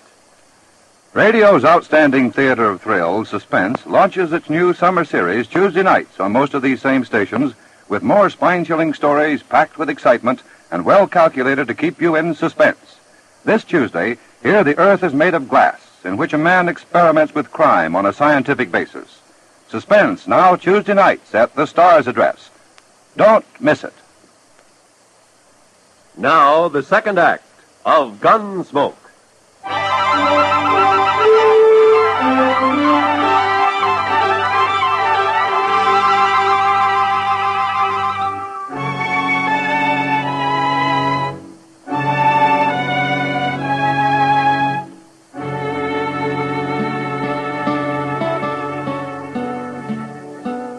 Mr. Dillon, look at there. What is it, Chester? Out there in the street. It's Miss Baxton. Huh? She's coming to buggy. News travels fast, doesn't it? You going to turn old Sam Baxton loose? Well, I don't have much to hold him on now, Chester. No, sir.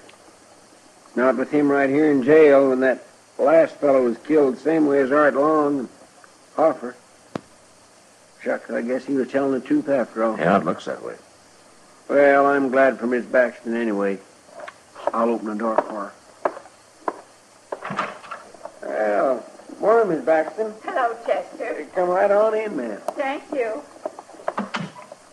Hello, Miss Baxton. Marshal Dillon, I'm sure glad to see you this time. Well, I hope there aren't any hard feelings, ma'am. Oh, you was only doing your duty. I respect that. Oh, where's Sam? The cells are out back. Oh, you haven't turned him loose yet? No, ma'am. It's too bad about Jim Fowler, Marshal, being killed that way. But it was just like the others, wasn't it? The same man killed all three of them. And Sam was right here in jail. Well, I was just saying to Chester, news sure travels fast. How'd you hear about it so soon? It just happened this morning. What? One of our cowboys rode by there about noon, Marshal. He come straight to the ranch and told me about it. Would you let Sam out now? I'd like to get started for home. I'm sorry, Miss Baxton, but I'm going to have to hold him for a while yet. But why, Marshal? What for? Well, Mr. Dillon, a few minutes ago you said yourself... I said that he wasn't clear of this yet, Chester. You don't listen very close, Chester. No, sir, I sure don't. Marshal, you said that whoever killed Hoffer killed Art Long, since they was both shot the very same way. Well, I know I did, ma'am, but I've been thinking a lot about it, and I'm just not sure yet. Even with the same thing happening again this morning? Well, I got to admit that does make a difference, all right. I suppose if one more man got killed like that, I wouldn't have any case at all against your husband. But the way things are now, I got to hold him, ma'am. I'm sorry about it. Well, it's like I said, Marshal. You got to do your duty. Yes, ma'am. If there's anything I can do for you, Miss Baxton. Thank you, Marshal, but I'm all right. Can I see Sam before I start back? Of course, ma'am. He's right through that door. I can't stay long. Chester. You been up on Ginger Creek since I have? Yes, sir. Isn't there another nester there, not far from Jim Fowler's cabin? A couple of miles beyond, there's one. I don't know his name, though. Oh, that doesn't matter. Chester, go get our horses, huh? And bring a horse for Sam Baxton, too. He's going to go up there with us. I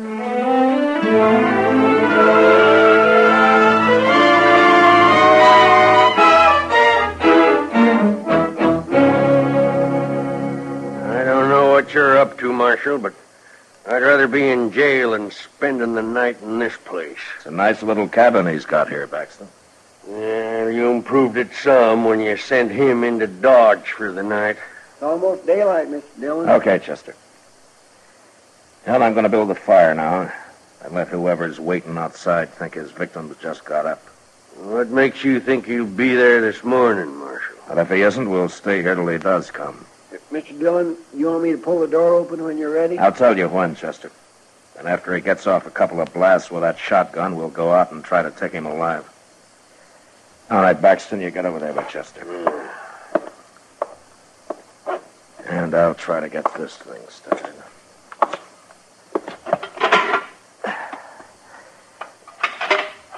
All we're going to need is a little smoke going up through the chimney. Maybe we can come back when it's all over and cook a little breakfast, Mr. Dillon. Now, we'll worry about breakfast later, Chester. Yes, sir.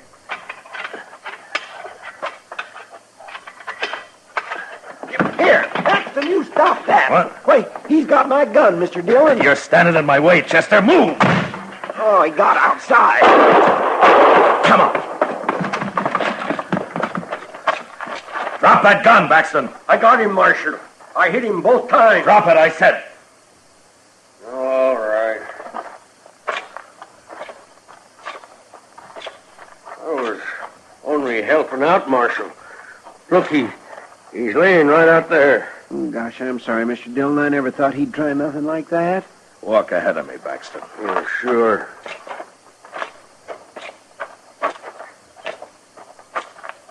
Oh, Marshal, look, it's my wife. Yeah. She's dead. I didn't know who it was, Marshal. I couldn't see who it was. How'd I know she was doing this? Going around killing people. Your wife shot Jim Fowler yesterday morning. I didn't know she hated nesters that much. Well, it's kind of hard to believe, Marshal. Yeah. But I guess you never know about a woman. Well, I can tell you about her, Baxton. Fowler's the only man she killed, and she didn't kill Fowler because she hated him. She did it because she loved you. What are you talking about? She was trying to cover up for you. Oh, wait a minute. She almost did it, too. She almost kept you from hanging. So she claimed one of your cowhands saw Fowler's body when I knew he'd already been buried. I had all the evidence I needed on her right then, Baxton. And the biggest mistake you made was killing her. I didn't know it was her. You knew. But what you forgot was that she'd have confessed to killing Wong and Hoffer. Why would she? Because she loved you. Besides, she couldn't have been punished anymore for killing 3 men than for killing 1. You got it all figured out, ain't you, Marshal? Yeah, everything.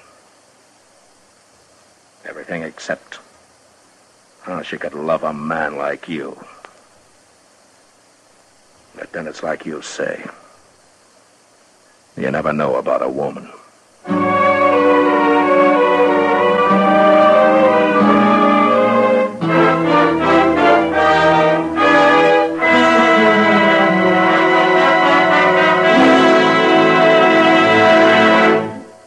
Gunsmoke, transcribed under the direction of Norman MacDonald, stars William Conrad as Matt Dillon, U.S. Marshal. Tonight's story was specially written for Gunsmoke by John Meston, with music composed and conducted by Rex Corey.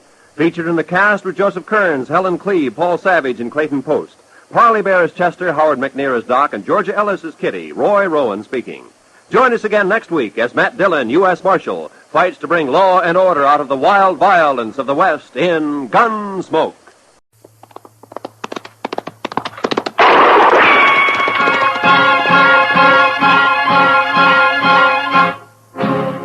Around Dodge City and in the territory on West, there's just one way to handle the killers and the spoilers, and that's with a U.S. Marshal and the smell of gun smoke.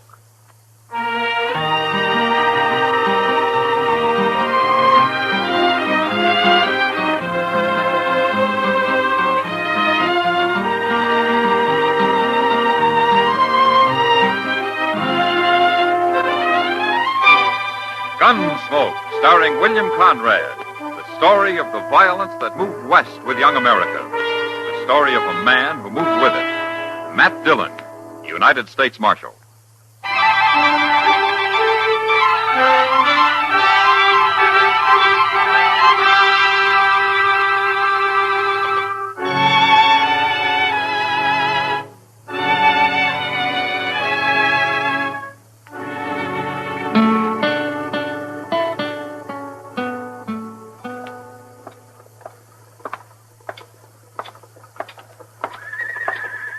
Mr. Dillon. Yeah, what is it, Chester? Doc wants you upstairs. Well, I promised Mr. Green I'd be at the Dodge House in a few minutes, Chester. Tell Doc I'll drop along later, huh? Young Lee Prentice is up there. He got shot last night. What? Shot? Yes, sir. Happened out at his ranch. Doc thinks you ought to talk to him. All right, let's go. I wouldn't have thought Lee Prentice had an enemy in the world. No, sir. He's about the nicest young fellow that's settled around here in a long time. Who brought him into town, Chester? Nobody didn't. He rode in alone. Oh. Doc don't know how he managed it. Oh, hello, Matt. Doc? Well, I hear you took a bullet, Lee. It's not bad, Marshal. Doc's got me all fixed up now. Oh, yeah, sure, but you're going to stay right here with me and take it easy for a few days, Lee. I'd be putting you out, Doc. Oh, yes, of course, it'll be a nuisance, but I'll manage somehow. How did it happen, Lee? Did you get in a fight? I didn't even see him, Marshal. It was still dark this morning, and I was going out after my horses. And then a bullet knocked me down. That's all I know. I did an awful lot of shooting the next few minutes, and whoever it was run off. Yeah. Would it be any particular man, Lee? I'd tell you if I knew, Marshal. I don't want any trouble. All right, I believe you. Oh, man, it's a downright shame when a young fellow like Lee comes to Dodge and in 1 year makes as many friends as he has and then gets shot down by some murderer. Now, you're going to find out who did that. I don't have much to go on, Doc. In fact, I don't have anything. Well, I don't care. You got to do something. Now, Like what? Well, what do you mean? I'm not a lawman. How do I know? Well, there's one thing, Doc, and you too, Chester. What, Mr. Dillon? Don't say anything about where Lee is. Whoever did this is probably still around. Well, you mean he might come up here and try to finish him off? He might. Chester, you go fetch me one of those shotguns you keep downstairs. Sure, Doc. Okay, Doc, but don't get trigger happy, huh? I know what I'm doing. Doc, Marshal, I'm sure sorry for all the trouble I'm causing. It's no trouble, Lee. Oh, it's no trouble, he says. Oh, all right, Matt. You go find him something to eat later this afternoon and bring it up here. A nice, say, roast chicken. That'd be just about right. Sure, Doc, I'll be glad to. Gee, I'd... See you later, Lee. Come on, Chester.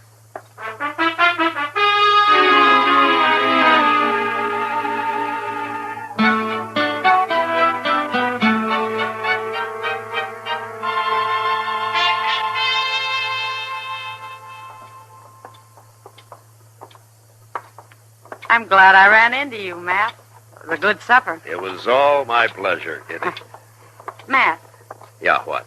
have you got time to sit here and watch the crowd for a while? I don't have to be back at work just yet. Sure, Kitty. Hey, you sit there. Looks like Dodge is in for another big night tonight. Yeah, I suppose. Just think. There's hardly one of these cowboys that won't be broke before morning. Well, they figure it's worth it.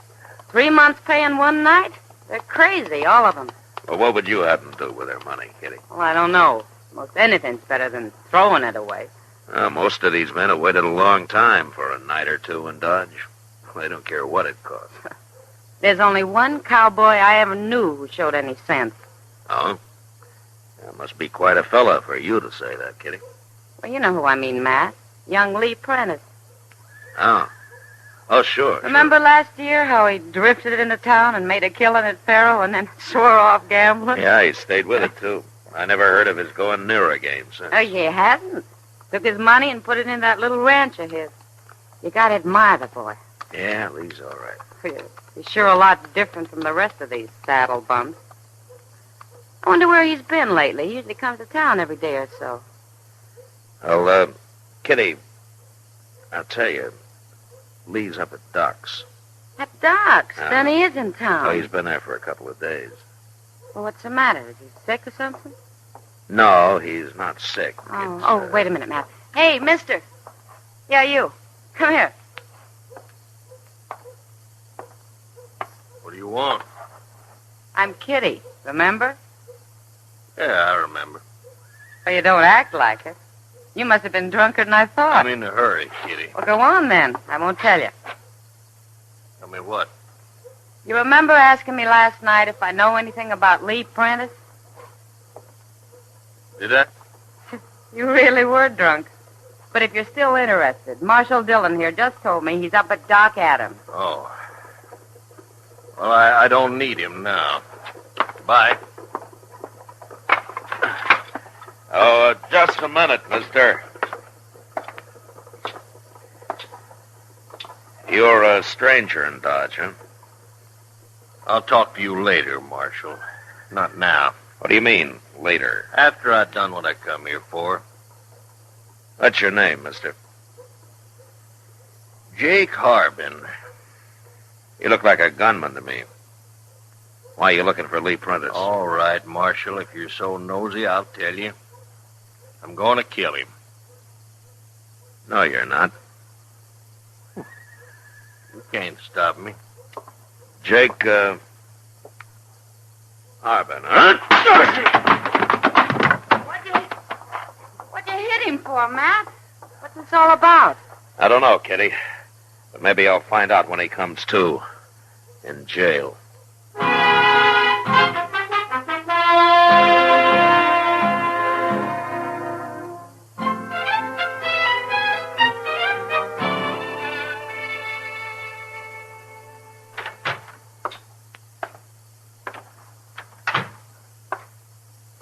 Oh.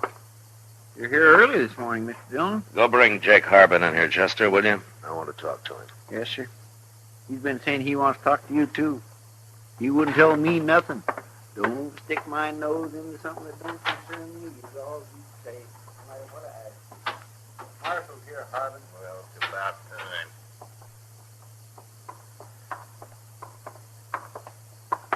Here he is, Mr. Dillon. Come over here, Harbin. You'd have saved yourself a lot of trouble if you'd have stayed around here last night, Marshal. What do you mean by cold cocking a man, throwing him in jail? Where you from, Harbin? Baker City. Down on the Canadian River? Yeah. Anybody goes to jail in Baker City, they search him first. What do you mean? You'd have searched me last night, you'd have found this. What is it? Read it. And afterwards, you can apologize to me. What is it, Mr. Dillon? It's a warrant, Chester. And that also says I'm a legal deputy. You can telegraph Ben Goddard for proof if you want. Who's Ben Goddard? He's the sheriff at Baker City. That's all legal, Marshal. Yeah, but who's the warrant for, Mr. Dillon? Lee Prentice, Chester. For murder. They want him dead or alive.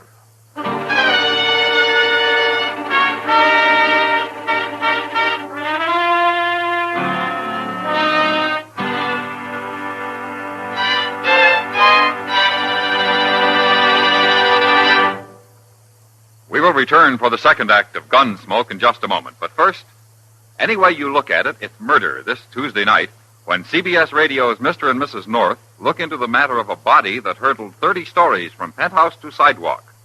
And it's murder, too, when a publicity stunt involving presumably blank cartridges backfires. The details of that neat little plot are very truly yours on yours truly, Johnny Dollar, also Tuesday night on most of these same stations. Now the second act of Gunsmoke.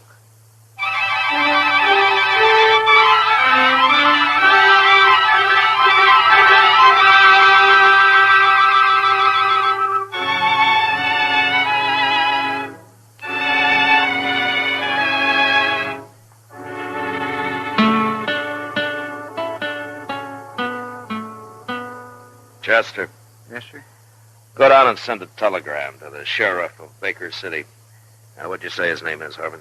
Ben Goddard. All right. Ask Ben Goddard to verify this warrant for Lee Prentice. And also ask him if Jake Harbin here is a legal deputy. You'll find out, Marshal. I expect we will, Harbin. Get going, Chester. Yes, sir. I'll hurry.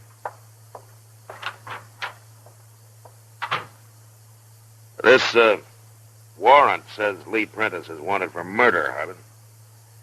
It's kind of hard to believe, knowing Lee. Well, then you don't know him very well, Marshal. Because he is a murderer, all right. And he'd have been caught a long time ago if they'd have found out where he was hiding. He hasn't been hiding. Lee's lived here for nearly a year. Right out in the open. And so? He's all through now. Maybe, if this is true. I want to tell you one thing, Harbin. You tell me what? Nobody, whether he's a deputy or not, is going to come to Dodge and kill a man. Well, dead or alive, Marshal, you read the warrant. I don't care what it says. You wouldn't like it said that you're protecting a murderer, would you, Marshal? I don't know that he is a murderer yet. But you came pretty close to being one. I was going to explain it to you after I killed him. I didn't want no interference. Well, you got it now. What kind of law do they have in Baker City? Don't they ever give men a trial down there? Sure they do. Why didn't you come here and arrest Lee and take him back with you? Are they afraid to put him on trial? Not hardly, Marshal. That they hired a killer like you to come up here and shoot him, huh? Look, it's all legal. In Baker City, maybe it is, but not in Dodge. Well, the law's the same everywhere, ain't it? Should be, Harbin. But sometimes it depends on who's representing the law. Well, I don't aim to argue with you. Now, look, let's get one thing straight. You're not going to shoot Lee Prentice no matter what happens. I'll kill you myself if you try it. Okay. Okay, Marshal. Why don't you talk to him, being as you're such good friends? Ask him how he'd like to stand trial. I will, Harbin. But you stay away from him. You hear? Why, sure, Marshal. I'm just trying to do my duty.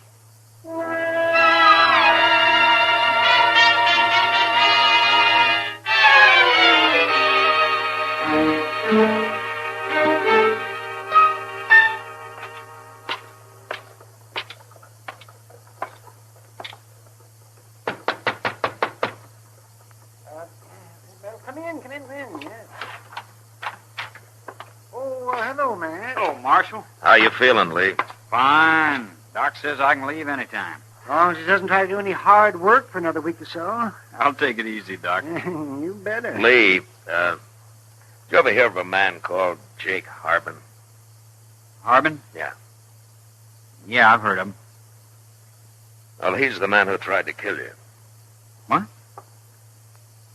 How do you know? He's here as a deputy with a warrant for you. Dead or alive. The warrant's signed by the sheriff of Baker City. Oh. What's the warrant for, Marshal? Murder. But it didn't say who. No. It didn't have to. Not if Ben Goddard signed it. It's for the murder of Jim Turner, Marshal. Oh? How did you do it, Lee? I killed him. He tried to shoot me in the back and missed. Well, that doesn't exactly make it murder, does it? His old man owns Baker City, Doc, and he owns the sheriff and Jake Harbin along with it. That makes it murder. Oh, I see. Is that why you left Baker City, Lee? They'd have killed me if I hadn't. Oh, what if you go back there and stand trial? Old man Turner'd run that trial, Marshal. I'd hang sure. No, I won't go back. I'll die here first. Well, I don't blame you, Matt. Or it'd be legal murder, that's what. It isn't legal to fix a trial and hang an innocent man, Doc. That's what'd happen, though. You're not thinking of turning him over to this so-called deputy, are you, Matt? Look, Lee, I believe you, and I trust you. Thanks, Marshal. Now, tell me something. Do you trust me? Well, sure do. Of course. Why? Well, you may not like what I'm going to do. What, Marshal? I'm putting you under arrest, Lee, right now. Under arrest? What for? Oh, I don't know. Horse thieving? Horse thieving? Oh, Matt. It'll do.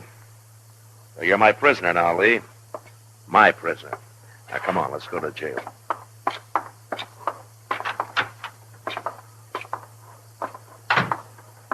I don't know. I like being a horse thief, Marshal. Well, it beats being a murderer, Lee. And besides, I kind of doubt that we'll hang you for it. Marshal. What? Look, there's Jake Harbin. Yeah, I see him. I'd feel safer if you gave me my gun back. Prisoners can't carry guns, Lee. It wouldn't look right. Lee Prine. Well, Lee, Marshal talked you to coming back to Baker City and standing trial. Still on old man Turner's payroll, ain't you, Jake? I don't take no back talk from no murderer. Why'd you try to ambush me the other morning, Jake? Afraid to face me? I got a warrant for you, dead or alive. Why should I take any chances? Nobody cares how you die. I care, Harbin. Well, you can't stand in the way of a legal warrant, Marshal. And you'll see as soon as you get that telegram from the sheriff. It's too late, Harbin. What's too late? I just arrested Lee myself. He's my prisoner now. You what? And as long as he's my prisoner, nobody touches him, warrant or no. Oh, you're being tricky, Marshal. What'd you arrest him for? He ain't done nothing. Might be hard to prove, but anyway, I'm holding him for horse thieving. Now get out of the way. I'm taking him to jail. You're forgetting I can kill him anytime I want for free. Like right now, maybe. Doc Lee.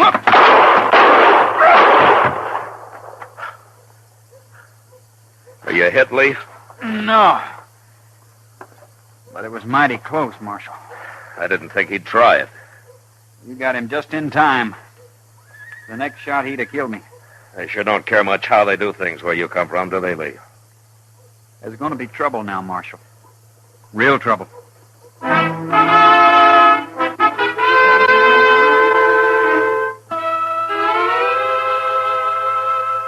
It seemed only fair to let the sheriff of Baker City know that his deputy had been killed.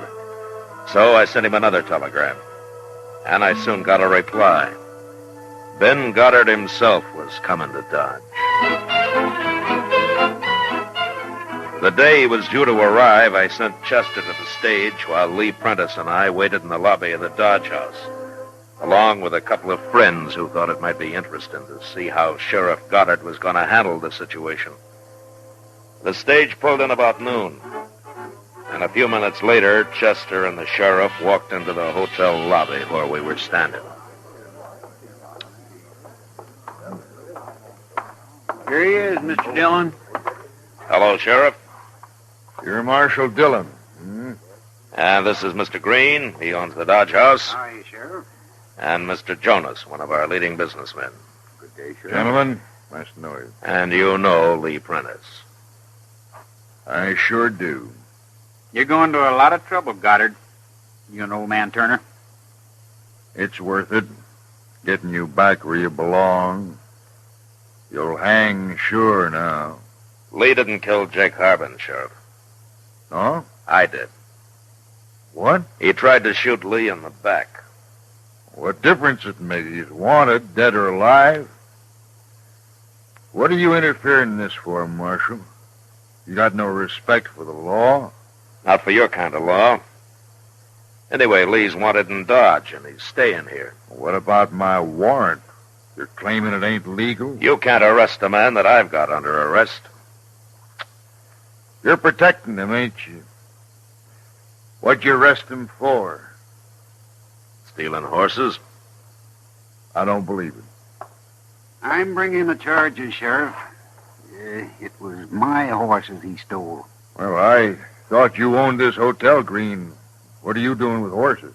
Well, I also own a little ranch outside of town. I raise horses. Maybe, but I know you're lying about Lee. Am I? Of course you are. Marshal Dillon, you ain't very smart. No? You'll have to bring Lee to trial, won't you? Of course. You think Green here is going to swear to that story under oath? Well, you may be right, Sheriff. I might have to change my mind once I get on the stand. It might be I couldn't swear to it. I didn't think so. That trial won't last long, and when it's over, I'll take Lee back to Baker City. Marshal Dillon. Yes, Mr. Jonas. What is it? There's something I haven't mentioned. Oh? I kind of figured I'd wait till Lee's trial was over before I did. Well, go ahead, Mr. Jonas. Yeah. Well, the other day, Lee came into my store, and I went out back to fetch him a sack of grain. Is that so? And he didn't know I was watching, but I was. And I saw him take a handful of money out of my cash box. Oh, now, wait a minute. Mr. Jonas, are you charging Lee with robbery? No, not yet, Marshal. I'll wait and see if he gets off for horse stealing first.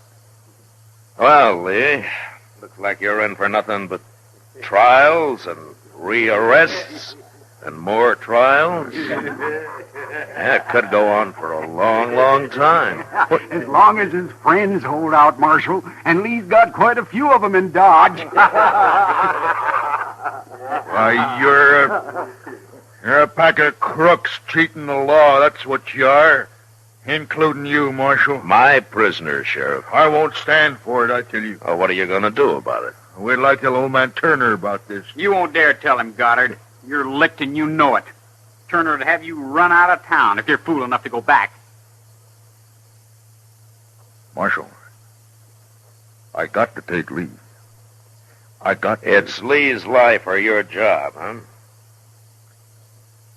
All right, Sheriff, take him. But you'll have to kill me first. Or there's a train east in about an hour. So make up your mind, Sheriff.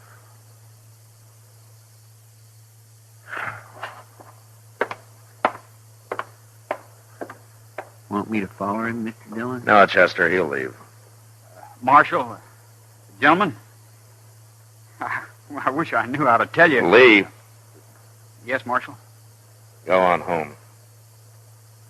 But remember, you're still under arrest. And you're going to stay that way till old man Turner's in his grave.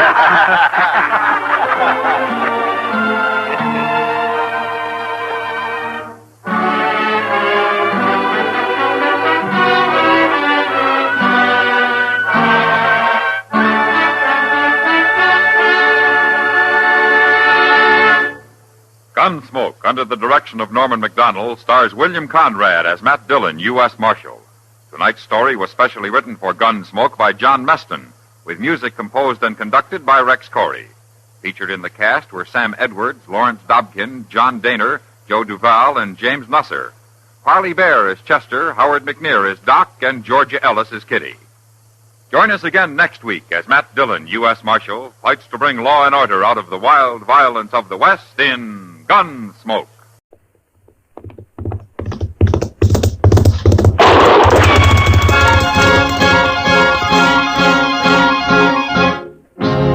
Around Dodge City and in the territory on West, there's just one way to handle the killers and the spoilers, and that's with a U.S. Marshal and the smell of Gunsmoke.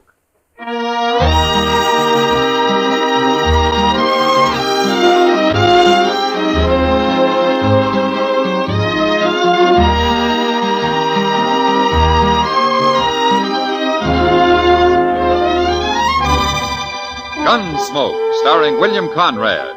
The story of the violence that moved west with young America. The story of a man who moved with it. Matt Dillon, United States Marshal.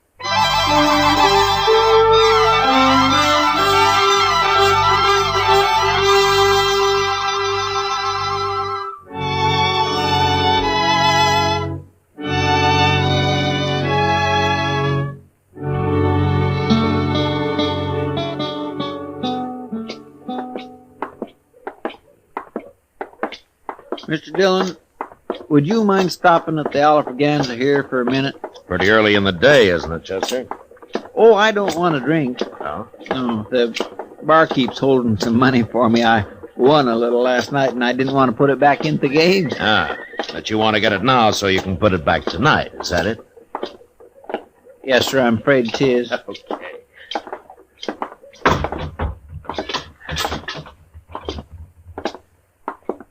Mike? Come for your money, Chester? Yep.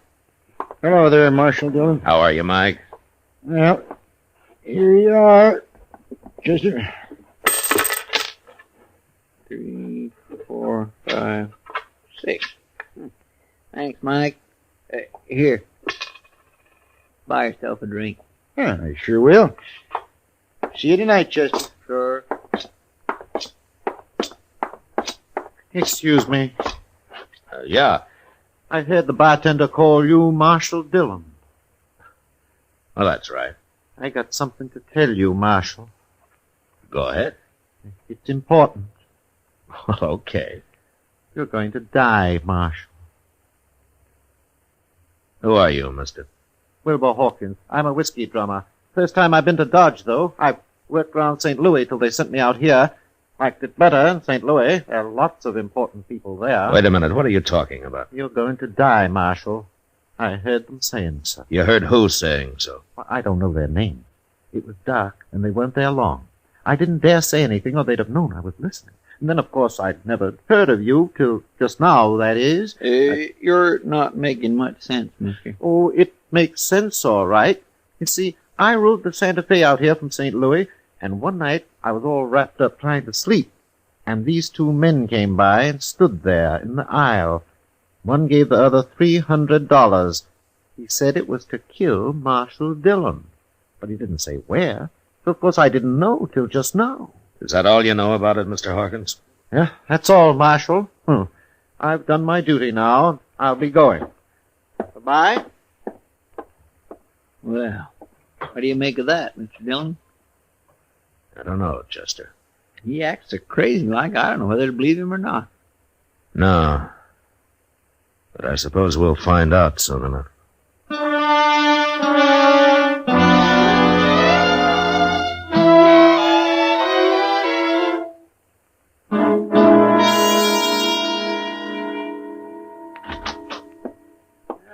You're sound asleep already, and it's only just got dark out, Mr. Dillon. Well, he's got nothing else to do till Tom Smith gets here. Is that who you're holding him for? Well, I thought I told you, Chester. Yeah, but Tom Smith's sheriff of Tascosa, ain't he? Sure. Why? I thought this fellow was wanted in Abilene. No, they never heard of him in Abilene. That's why I wired Tom. I'm going out back for a minute, Chester. I think I left my new bridle on the hitching rail out there. Yes, sir. Well, I better get this place swept up a little, Mr. Dillon. That's a good idea.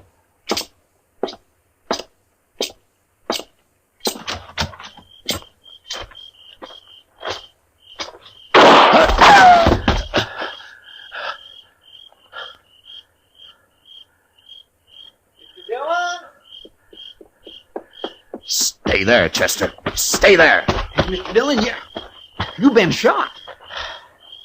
Well, I was trying to play possum, Chester. I wanted to get him to come up where I could see him. Oh. But he's gone now. You scared him away. He ran down the alley there. Oh, he'll be lost in the crowd, but now... Oh, I'm sorry. Well, it doesn't matter, Chester. What? He probably thinks I'm dead. So I'll just go on playing possum. How do you mean? Come on, let's go up to Doc's office. I'll tell you there.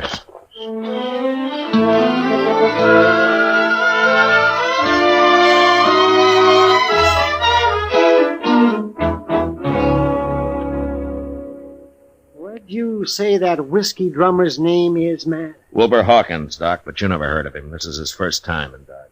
Well, you think you'd have sense enough to have followed those two men to find out who they were? Yeah, he was probably scared to death, Doc. Yeah, and anyway, he kind of acts like he got hit by lightning somewhere. Even when he's standing still, he gives you the feeling that he's sort of walking sideways like a crab, if you know what I mean. No, I don't, but I'd sure think twice before asking you to explain, Chester. Well, what is it you have in mind to do now, Matt? Nothing, Doc. Nothing? No, Chester's going to do the work for a while. I'm just going to sit up here in your office and wait. Wait for what? Well, when Chester spreads the word around that I'm dead, whoever wants me that way is going to make his play. He'll come right out into the open and do whatever he's got planned. And then I'm going to give him a little surprise. Oh, Mr. Dillon, that's a wonderful idea. Now, why didn't I think of that? You better get going, Chester. I'm kind of anxious to meet this man. Him and his gunman. Yes, sir. But only one thing. Ain't the boys likely to run a little wild when they hear you're not around to keep the lid on things? Yeah, they might. But we'll have to take the chance. Okay, sir. I'll get started.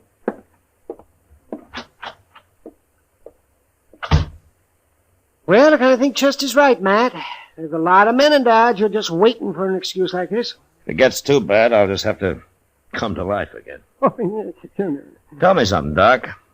What are you going to do to entertain me while I'm waiting up here, huh? Say, I never thought about that. I suppose I got to feed you, too. You'd be a mighty poor host if you didn't. Well, how long do you figure on staying here, anyway? I don't know, Doc, but I don't think it'll be very long. Now, you want to play a little cribbage, or would you rather fix supper first? Well, you're the first dead man I ever saw with an appetite. Well, I'll go get the cribbage board, but I'm making no promises about supper.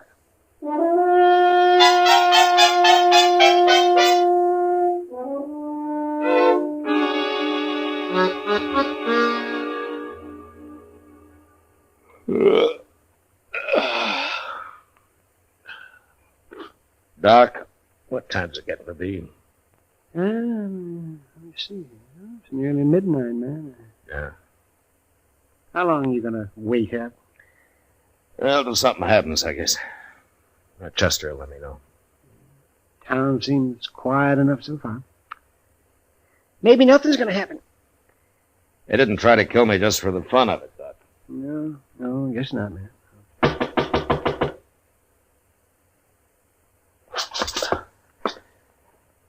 All right, answer it, Doc. After I get to the back room.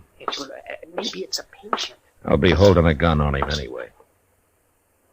I'm coming. Kitty, what are you doing here this time of night? I might tell you if you ask me in, Doc. Well, of course. Come in. Where's the corpse, Doc? What's that? The body. I expected to find him all laid out. Oh, you mean Matt? You, don't seem too upset about the corpse, Kitty. Oh, all that talk didn't fool me. Just didn't make sense, Chester, running around telling everybody you've been killed. No, why not? I know Chester too well. If you were dead, he wouldn't be acting like that. No, I guess he wouldn't. Where is he, anyway? I haven't seen him for a couple of hours, but most everybody else believes it, Matt. Now they do, huh? Mm-hmm. Good. I don't know what you're up to, but I figure someone's been trying to kill you. Is that right? Yeah? Ambush, Kitty. That's not the way he's telling it, Matt.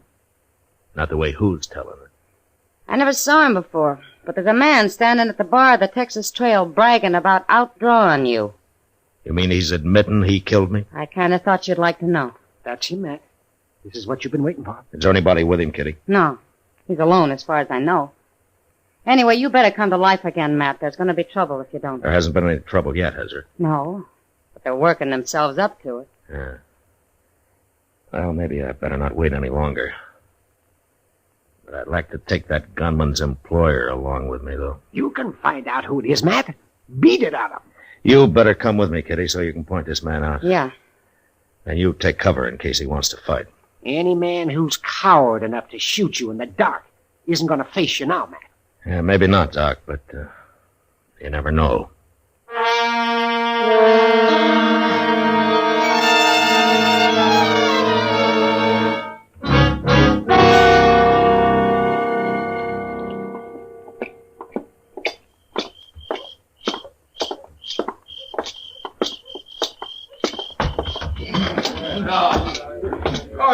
Like I said. There he is, Matt. Tall fella in a black hat. He's kind of drunk. Okay, Kitty. I was just waiting for You wait outside while I see how he's going to behave. Okay, Matt. Good luck. Thanks.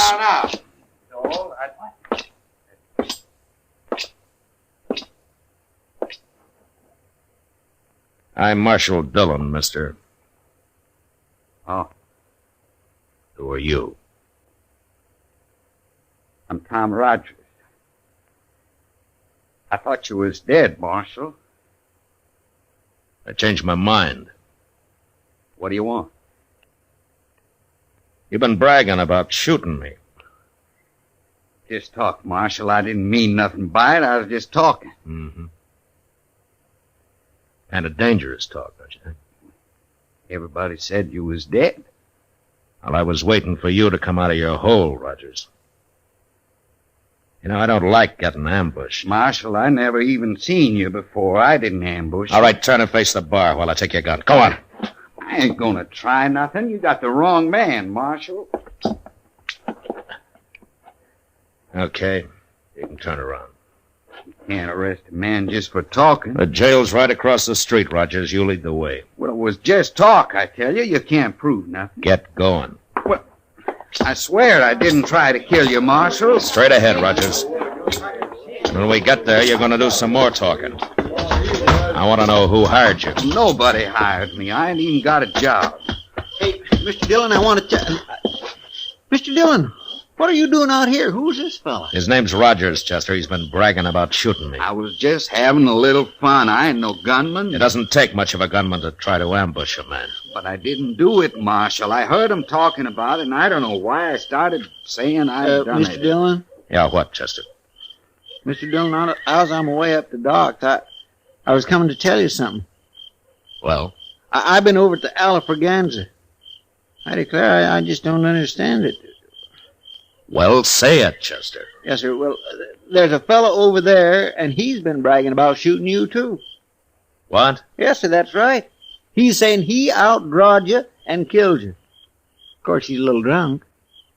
Yeah, of course he is. So it was Rogers here till I scared him sober. Sure, I've been drinking, Marshal. I wouldn't have talked like that if I'd been plumb sober. Here's your gun, Rogers. You turning me loose? It's like you say, Rogers. You're just a big talker. What about the fellow over at the Alafraganza?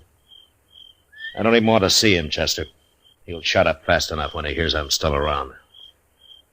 And you go on back to the bar, Rogers, unless the men laugh you out of town. Yes, sir. I'm sure sorry I done it, Marshal. All right, get going. Sure, I'm going. I don't know what's the matter with me, Chester, not figuring this. I might have known there'd be at least a couple of drunks wanting the reputation for having killed me. Yes, sir. Doggone it. Now we're right back where we started from. Yeah. Hey, maybe that whiskey drummer was lying, too. No, you're forgetting I got shot at, Chester. And there's a man somewhere in Dodge still waiting to kill me.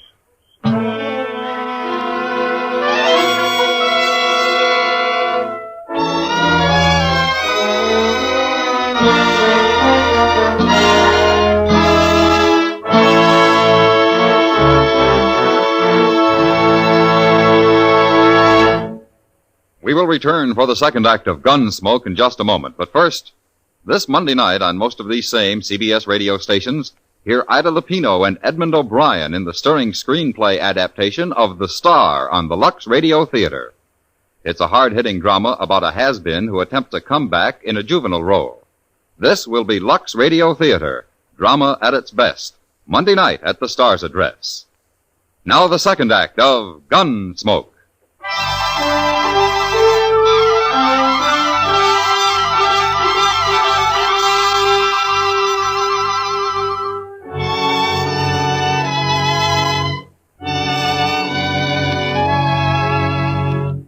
It wears a man down, living from day to day, waiting for a bullet in the back, and not knowing who to expect it from, or when. Makes you feel kind of helpless. And before long, in spite of everything you try to do to stop it, you get kind of spooky. And you start shying at the most ordinary noise, especially if it comes from behind you. No way to stay alive, because this is the one time you need to be as calm and clear as you've ever been in your life. Well, I had a week of it, and nothing happened. Until Chester came into the office one day with a telegram from Sheriff Tom Smith at Tascosa. I thought I'd better get right over here at this, Mr. Dillon. Might be important. Now, you told me it was from Tom Smith, Chester. Yes, sir. It is. Well, if you know that, how come you don't know what the message is? Oh, well, I didn't read it too close, Mr. Dillon. Here. Thanks. He's coming for his prisoner. He'll be here on the stage. Day after tomorrow, the way I figure it. Now, anything else? What? Well, is that all it says here? Yes, sir, that's all. Well, there's just one thing you missed, Chester. What's that? The date it was sent. It got delayed somewhere along the line. Tom's due in today. He is? Yeah, what time is it? About noon, I guess. Well, that stage ought to be here right now. Come on, let's go see. All right, sir.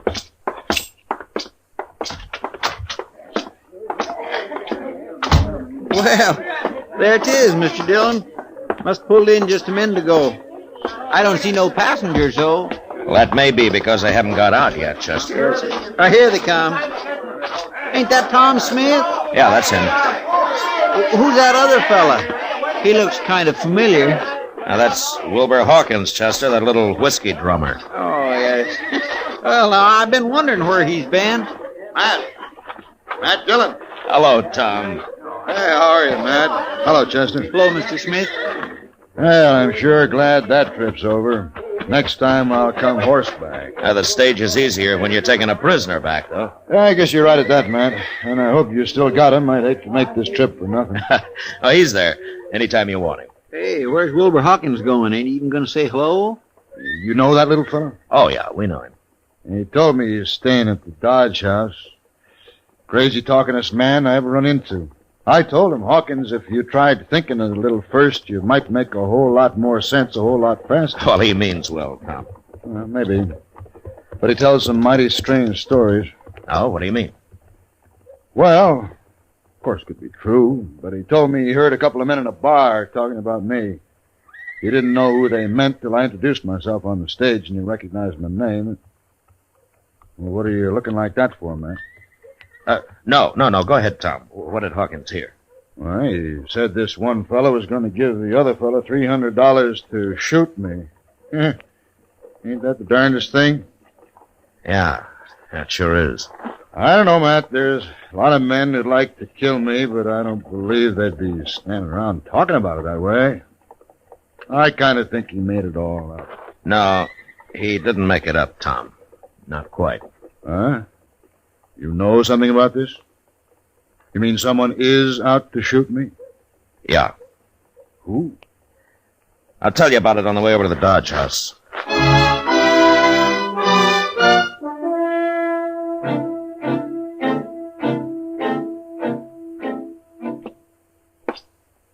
You wait here, Chester, just in case he gets past us. All right, Chief. He ain't gonna get past us. But I can't figure, Matt. Why Hawkins would want to kill you and me. Now, that doesn't make much sense, Tom. Now, here it is.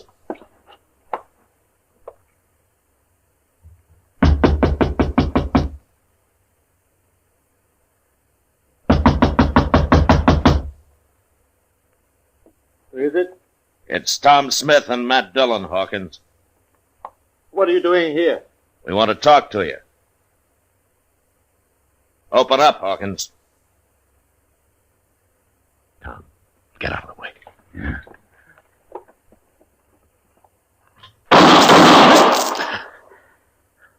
How did you know he was going to shoot, Matt? Well, I just sensed it, I guess. Look, I can kick that door open with 1 foot. Then you cover me. All right, you ready? I'm ready. Okay. I'll kill you! You kill him, Matt? Well, I tried not to.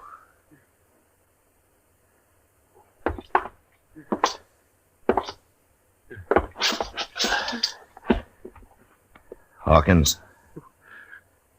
You hit me. Now, I'm going to die. I had to shoot, Hawkins. But why did you want to kill us? Smith and me.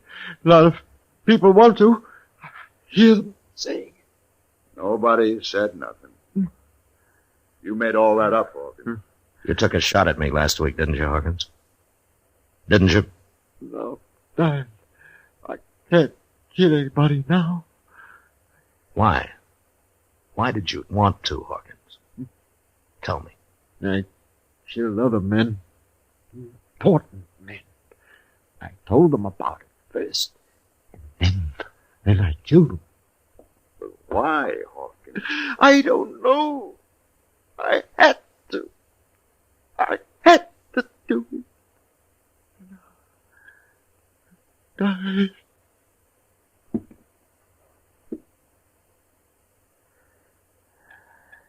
He's dead, Tom.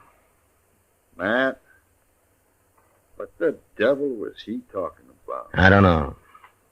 But it doesn't matter much. I don't understand it. I never saw him before yesterday. Now, Hawkins was a murderer, Tom. The kind that doesn't need any particular reason. Nobody'll ever know why he did what he did. Yeah, he was crazy, if you like. Sure was crazy. You think he's done a lot of killing, Matt? Yeah, probably. That's the most dangerous kind of man there is, Tom. A murderer with no reason at all.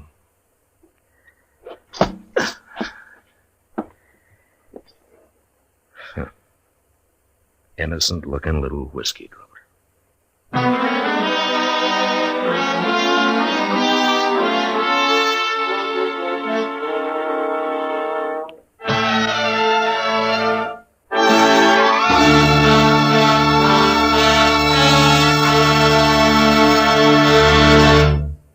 Gunsmoke, under the direction of Norman Macdonnell, stars William Conrad as Matt Dillon, U.S. Marshal. Tonight's story was specially written for Gunsmoke by John Meston, with music composed and conducted by Rex Corey. Featured in the cast were Edgar Barrier, John Daner, and Vic Perrin. Harley Bear as Chester, Howard McNear as Doc, and Georgia Ellis as Kitty. Join us again next week as Matt Dillon, U.S. Marshal, fights to bring law and order out of the wild violence of the West in Gunsmoke.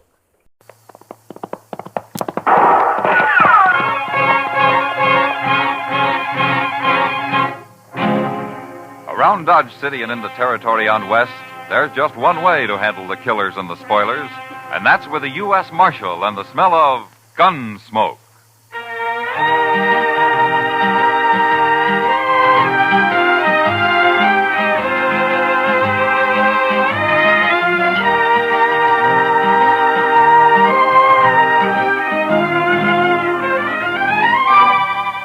Gunsmoke, starring William Conrad. The story of the violence that moved west with young America. The story of a man who moved with it. Matt Dillon, United States Marshal.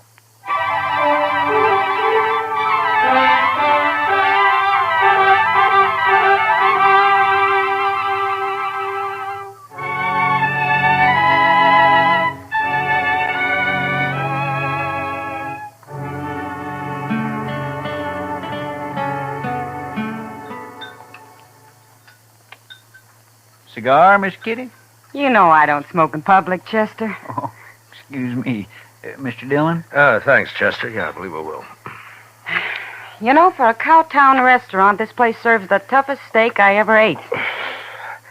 Oh, you should have had the calf fries, Kitty. Next time, I certainly will. Hey, that reminds me. When are we going fishing, Mr. Dillon? You said last week we might take a day off soon. All right. How about now, this afternoon? You mean it? Well, sure.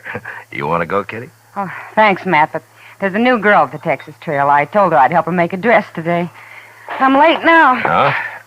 Well, I'll have to drop by the office first, Chester. All right. If you want any help eating those fish, let me know. You know how to cook catfish? You bet I do. We'll be around then. Hey, Mr. Dillon, look at those men down there by the jail. Huh?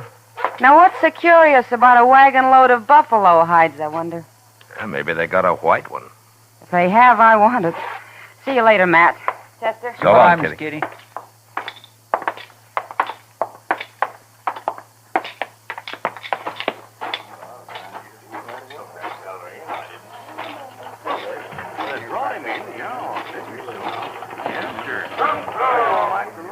This your wagon, mister? No, Gatliff's. I skinned for him. Oh, what are you doing here? What's the crowd for? Just curious. The other Skinner got hurt, and we brought him into the dock. Oh? What happens? He hurt bad? Bad enough. Gatliff didn't see any sense in bringing him into town at all. Me and the cook, we made him, though. Oh? Here's Gatliff now. Chester, go up to Doc's. Maybe I can help, huh? All right, sir. How is he? Doc will take care of everything, Toby. Never mind that. How is he? Dead. Now, let's drive these hides on down the shed. I want to get them sold and pick up our supplies. Come on. Just a minute, Gatliff. Some other time, Marshal. I'm busy. So am I. But you come into my office anyway. I want to talk to you. Call this busy, bothering people? That's my office right over there. You and the cook go get them hides unloaded, Toby. I'll be right along. Yeah.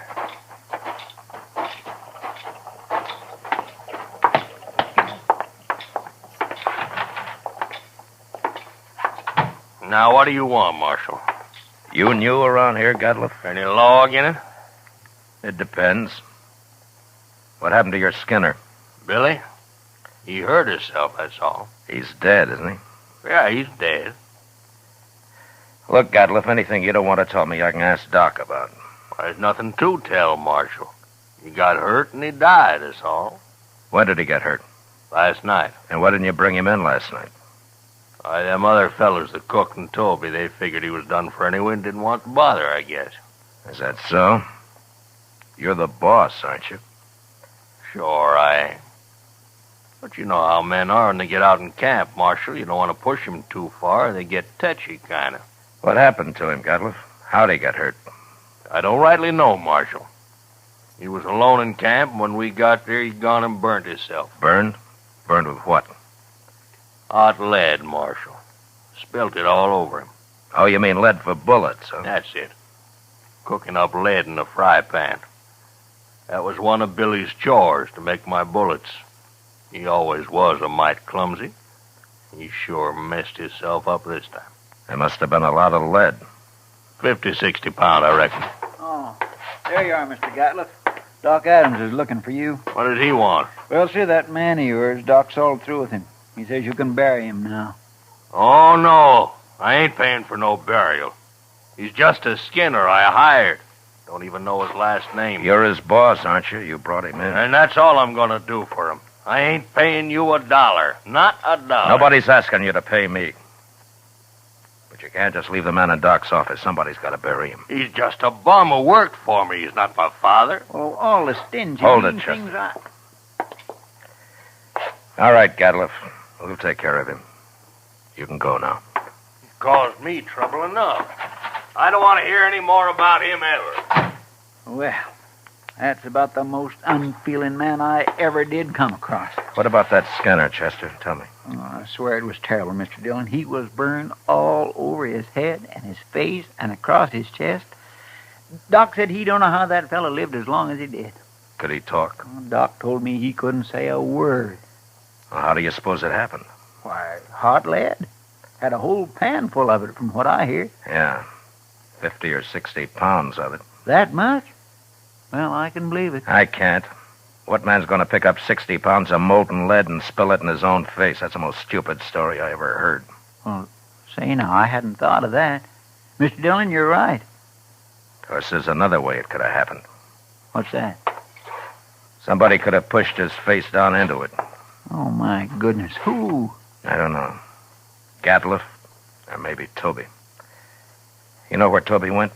Well, no, I don't. But him and the cook probably went over to the Alfraganza to drink up their wages. All right. Go do something about burying that man, Chester, will you?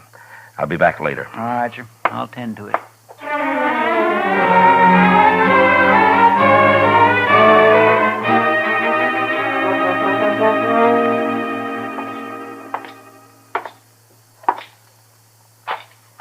Where's the cook, Toby? Oh, hello, Marshal. Cook, he went to get him some boots while he still had the money. Come on over to a table. I'll buy you a drink. You will? I mean, sure, Marshal, sure. Sam, set out a bottle of rye and another glass, will you? Yes, sir.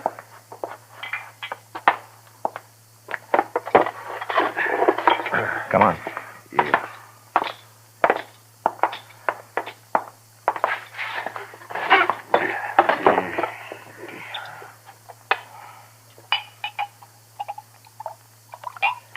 Here you are. Thank you. Well, here's to your friend, Billy. He's no friend of mine, but he died a bad death. I'll drink to him.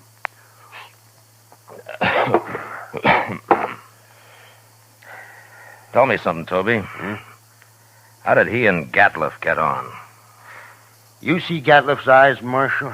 Yeah, I did. He's got powder specks shot into them. They look like turkey eggs. Yeah? You don't get on with a man like that. Yeah. Well, why do you work for him, then? Marshal, I get 25 cents a hide, and I can skin over 20 buffalo a day. But I've worked for hunters who couldn't kill enough to keep up with me. Gatliff's a good hunter, and that's the only reason at all I work for him. Now, if he's such a good hunter, how come I've never seen him in Dodge before? The man's greedy, Marshal. He's downright wicked about money. He figures he can save time and make more money by selling his hides to buyer's agents on the prairie. Nah. He gets less out there, but he can kill and sell more that way. That Gatliff never stops killing buffalo. He came in with a load of hides today. Just 'cause we made him come in with Billy. And another thing, we've been out 4 months, Marshal. He must owe Billy $800. Oh? Yeah, most hunters would have split that with the crew, but not Gatliff. He like to took my head off when I mentioned Hey, it. want another drink? Oh, yeah, sure. Tell me about the accident, huh? Well, Billy was melting lead in a fry pan, and the way I figured he must have tripped somehow, fallen smack into it, and when we rode in, we found him rolling around on the ground. That's all I know. When who rode in? Me and the cook. The cook skins on days Billy's making bullets. Where was Gatliff? Oh, he went in just ahead of us. How long ahead of you? Not long, maybe about 20 minutes. And he found Billy first, is that it? Yeah, so he did. Hey, I hadn't thought of that before, Marshal. So that's why you've been asking so many questions. Well, I wasn't sure, Toby, but I expect you're telling the truth. The cook backed up your story. Sure, I'm telling the truth. That's what happened, all right. Yeah, Gatliff killed him. He murdered him. Any idea why he would? Well, sure I do. There's only one thing Gatliff wants, and that's money. He killed Billy just so you wouldn't have to pay him his wages due. Yeah, maybe. Why don't you arrest him, Marshal? There's no real evidence, Toby, not at all. And it's bad for the law if I arrest a man and later he goes free. Unless he's innocent, of course. He ain't innocent. How come this didn't occur to you before, Toby? Why, I don't know, Marshal. I sure don't. You going back out on the prairie with him? I ain't afraid of him. I'll be sleeping with one eye open from now on. It'd be a pleasure to kill him after what he's done. Self-defense, of course, Marshal. Yeah. But if you let on you're suspicious, he'll sure try to kill you. Not me. He can do his killing on somebody else. The cook, maybe? I ain't even going to tell the cook. Yeah. You'll be leaving in the morning, I suppose. About dawn, I reckon, soon as Gatliff hires a new skinner. Now, the bottle's yours, Toby. Oh? And, good luck. Well, I sure do. Thank you, Marshal.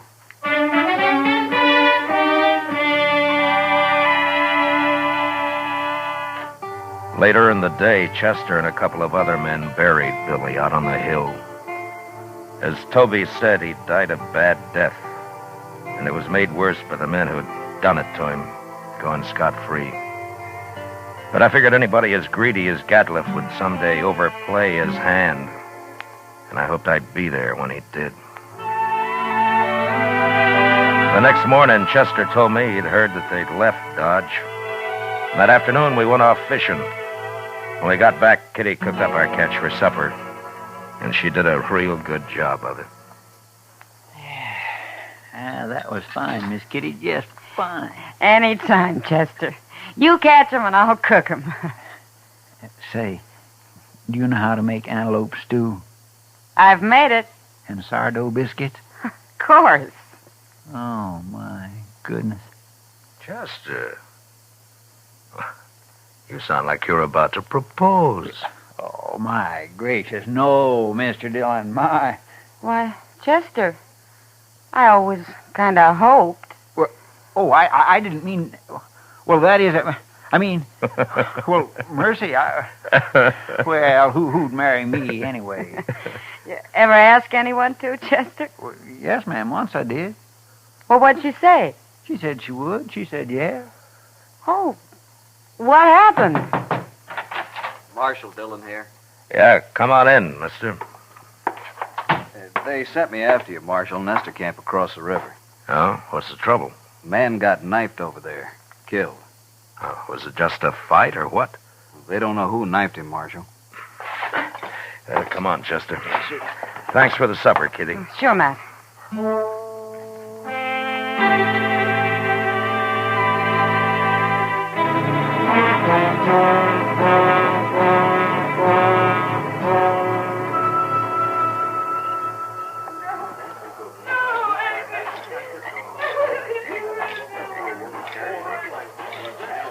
He was knifed in the back, Mr. Dillon.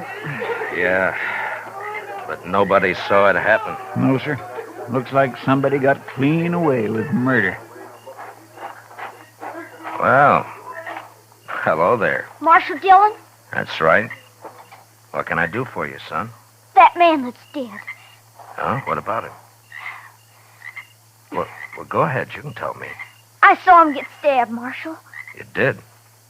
Well, where were you? I was looking for berries over there, and I heard them arguing, and I sneaked up just after he'd done it. They were all alone. Who was the man, son? Did you know him? No, sir, but he was big and kind of dirty looking. He had a buckskin shirt. Anything else you remember? He had funny eyes, Marshal. They had spots in them. That's Gatliff, Chester. Yeah, I declare it sounds like him, sure enough. Son, how come you didn't tell anybody about what you saw? I was afraid to, till you came, Marshal. Why, it's all right. But in case I want to find you later sometime, what's your name? Yorkie Kelly. All right, I won't forget that, Yorkie. And thanks for telling me about this. Oh, sure, Marshal, anytime. Well, I hope there won't be a next time, Yorkie. Goodbye. So long, Marshal. Goodbye.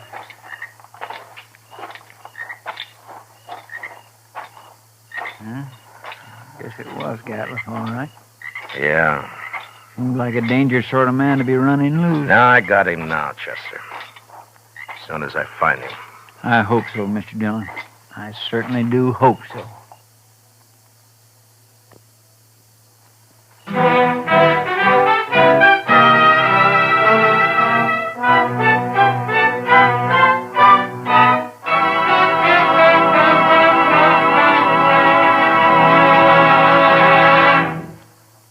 return with the second act of Gunsmoke in just a moment. But first, tomorrow night, Frank Lovejoy stars in the remarkable talent of Egbert Haw on CBS Radio's Theater of Stars. Also tomorrow night, hear Lionel Barrymore on your Hall of Fame Playhouse. Now the second act of Gunsmoke.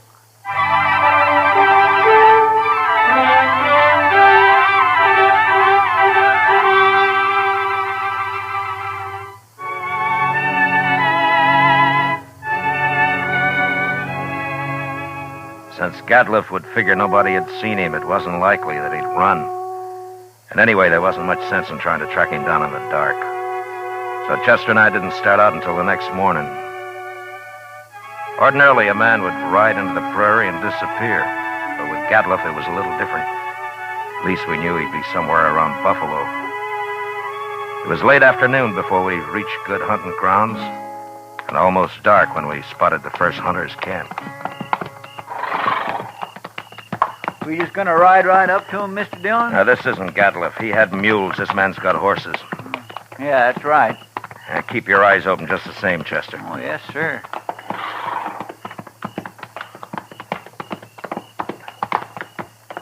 Get down, stranger. Thank you. Supper will be ready. Cook, throw some more tongue in that stew pot. Don't like buffalo tongue. You'll go mighty hungry in this camp. Oh, thanks, mister. Hey, you're a lawman. Matt Dillon. I'm a U.S. Marshal.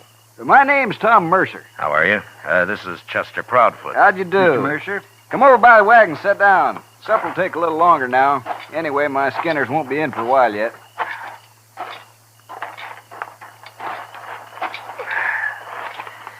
Well, how you doing, Mr. Mercer?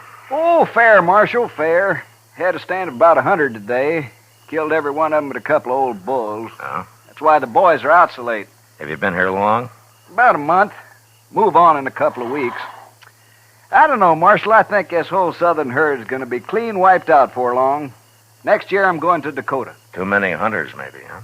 That's just it. That's it, exactly. Have you seen any in the last day or two, Mr. Mercer? Just who you looking for, Marshal? Man named Gadliff. Big man. Speckled eyes. What's he done? You know him? No, I don't. Nobody's come near us in over a week. You're not much help.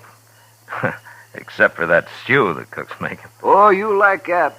We're having dried apples, too. Oh? I mighty near could eat a buffalo raw, the entire beast. You must be part Indian. Well, no, sir. I've seen one of them eat a whole liver raw. Got propped up against a tree and ate every bit of it and then went sound asleep right there in the sun. He was sure some sight. Where'd you ever get that close to an Indian? Oh, Indians ain't always bad. Take last fall, about 20 of them rode right down into our camp. We thought we was done for, sure, but you know what happened? They were looking for meat, that's all. We let them take what they wanted, they rode away. Just as peaceful like as a man could ask. They're going to get real hungry when the herd's gone. That's so, Marshal. That is surely so. That's what makes them mad. Don't you think that's reason enough? Fella told me a couple of weeks ago he run into a bunch west of here. He was looking for scalps, all right, but good buffalo man with his old Sharps 50 can pick off Indians at 1,500 yards. They're no match for him at all. Not unless they stalk him.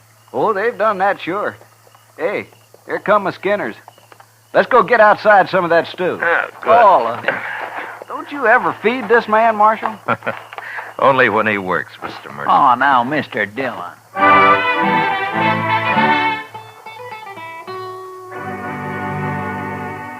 We spent the night in Tom Mercer's camp. And at dawn, just after breakfast, we said goodbye and rode on west. There was a lot of country out there, and all we could do was ride through it till we ran into him.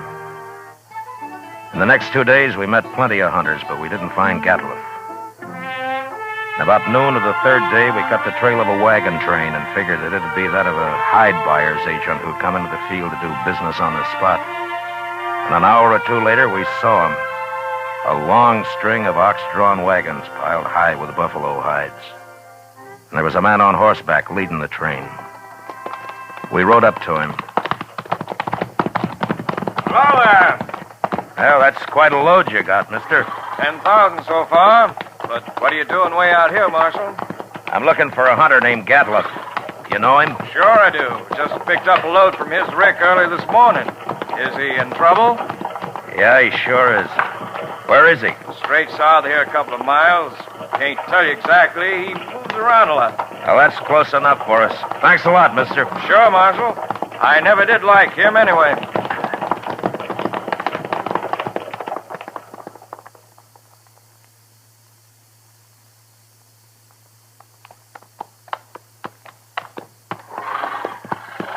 There's an empty rick over yonder. That must be it. Yeah, but he's moved his camp. Not far if it was just this morning. Chester, what's that out there? Where? Hey, that looks like a man. Come on. There.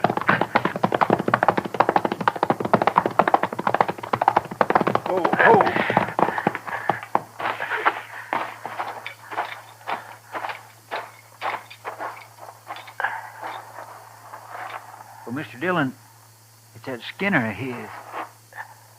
Get some water, Chester. Yes. Toby? Toby, can you hear me? He's been shot. Yes, sir. Here's the water. Yeah. Oh. Toby? Huh? It's Marshal Dillon. Give me a drink. Here you are.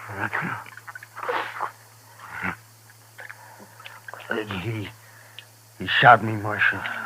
Oh, what happened? Where's the rest of the crew? They run off. He took his wagon and the horses. He went kind of crazy when he found out. That's why he shot me. You know where he is now? No, I don't know, Marshal. He shot me, and then he said he was going hunting. He's going loco. Loco. Now, take it easy, Toby. Take it easy. You'll be all right. I could hear him shooting at Sharp's long time. And then he stopped. Well, where was he? Which way? Off. Behind me there. I could hear him. Chester, you stay with him. I'm going after Gatliff. All right, sir.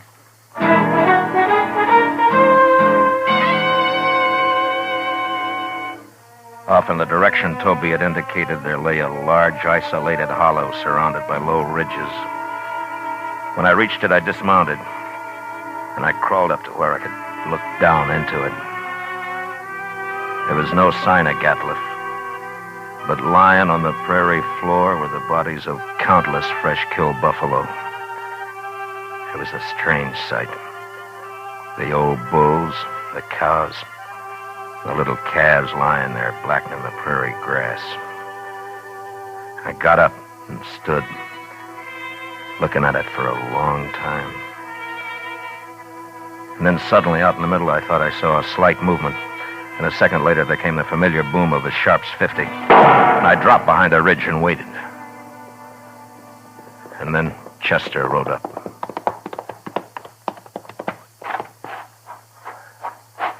Found him, Mr. Dillon? Yeah. I thought I'd better come along. You see... Toby's dead, is that it? Yes, sir. All right. Gatliff's down there in the middle of the hollow.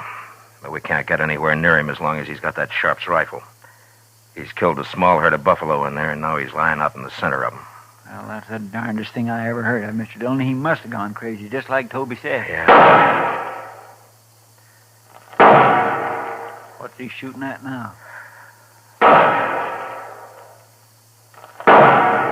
Mr. Dillon, the way he's spacing them shots. Yeah, that's a signal for help, Chester. Come on.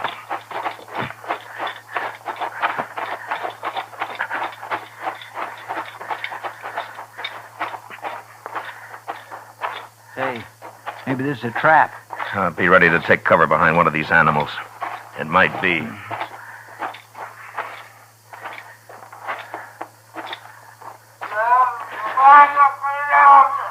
Sounds like he's been hurt. Yeah.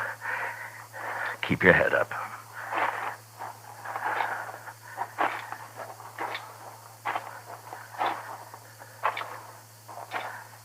There he is. Behind that big bull. Yeah, I see him.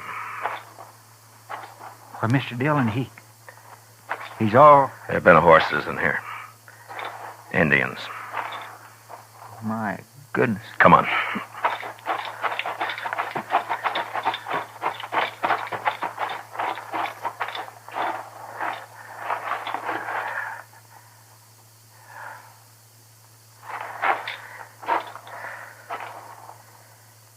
Well, that was his last effort, Chester. He's dead now.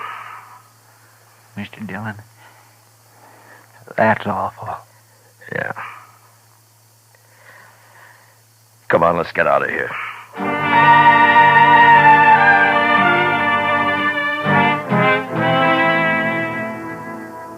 I don't know how the Indians caught Gatliff.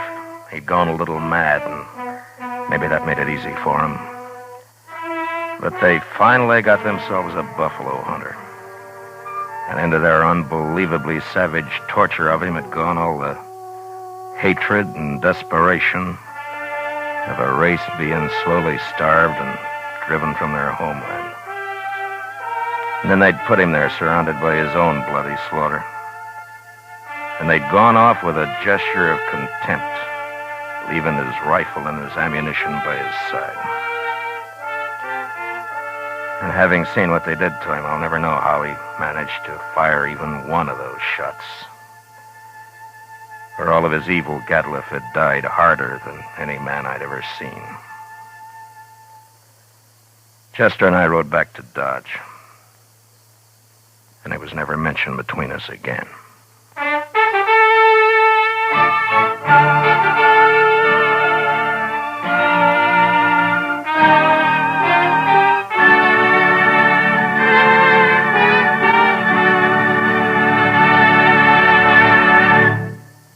Gunsmoke, under the direction of Norman Macdonnell, stars William Conrad as Matt Dillon, U.S. Marshal. Tonight's story was especially written for Gunsmoke by John Meston, with music composed and conducted by Rex Corey. Featured in the cast were Lawrence Dobkin, John Daner, Harry Bartell, Richard Beals, and William Euler. Parley Bear is Chester, and Georgia Ellis is Kitty. Gunsmoke is heard by our troops overseas through the facilities of the Armed Forces Radio Service. Join us again next week as Matt Dillon, U.S. Marshal, fights to bring law and order out of the wild violence of the West in Gunsmoke.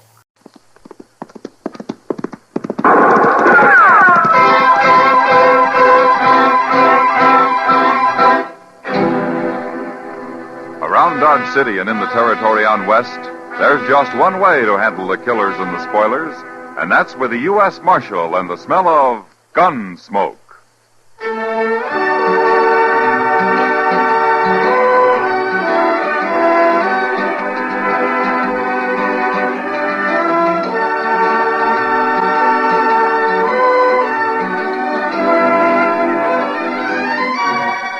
Gunsmoke, starring William Conrad, the story of the violence that moved west with young America, the story of a man who moved with it, Matt Dillon, United States Marshal.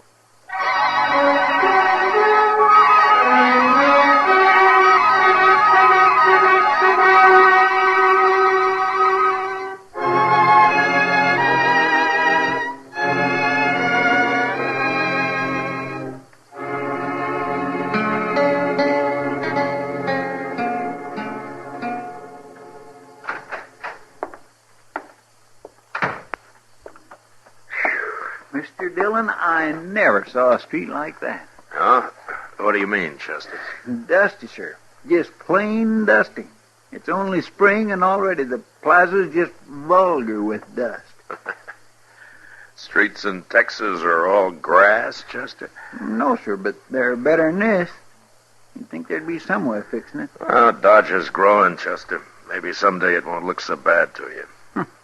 I don't aim to live that long, sir. Well, I'm glad you got that much figured out anyway. I surely have. Oh, now, wait. That's not what I meant either. Don't let it worry you, Chester. Did you get those posters down to Mr. Hightower? Yes, sir. He said they'll be ready about noon tomorrow. All right. Pick them up then, will you? Yes, sir. Hey, oh, my goodness, Mr. Dillon, I nearly forgot. No? Well, Forgot what? After I left Mr. Hightower's, I thought I'd just take a glass of beer. I had to get all that dust out of my throat. You know how bad it is walking around knee-deep in that stuff, and I was coughing. All right, Chester. Well, what is it you forgot? Well, sir, I dropped into the Texas Trail, and Miss Kitty was there, and she said she thinks there might be trouble over there before long, and she said to tell you. Oh? What kind of trouble? Oh, the usual thing. Some man fighting over a girl. Well, you don't seem to be very worried about it. I'm tired of people fighting. I wish they'd all just go away somewheres and kill each other off and have done with it. That'd be fine as long as they don't do it in Dodge. Well, come on, Chester. Let's go over and see what it's all about.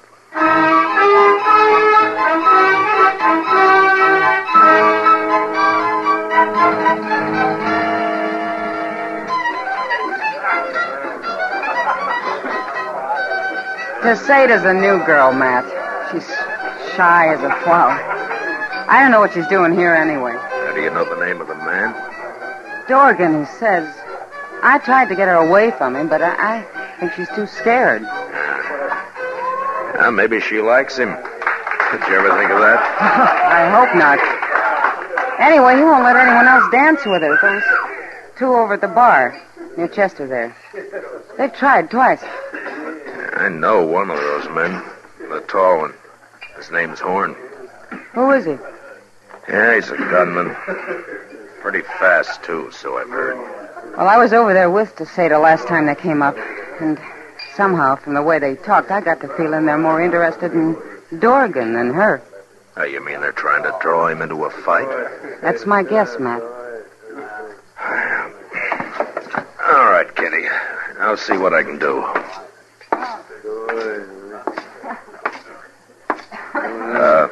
Miss Tacetta? Yes?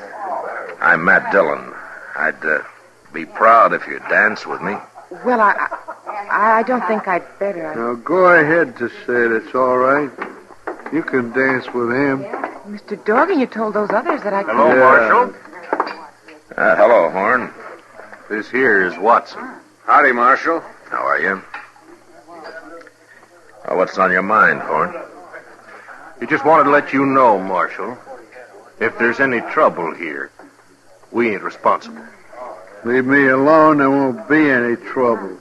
All we want, Marshal, is our turn with the girl here, and Dorgan's had her hogged the whole evening. And that ain't fair, and that's all.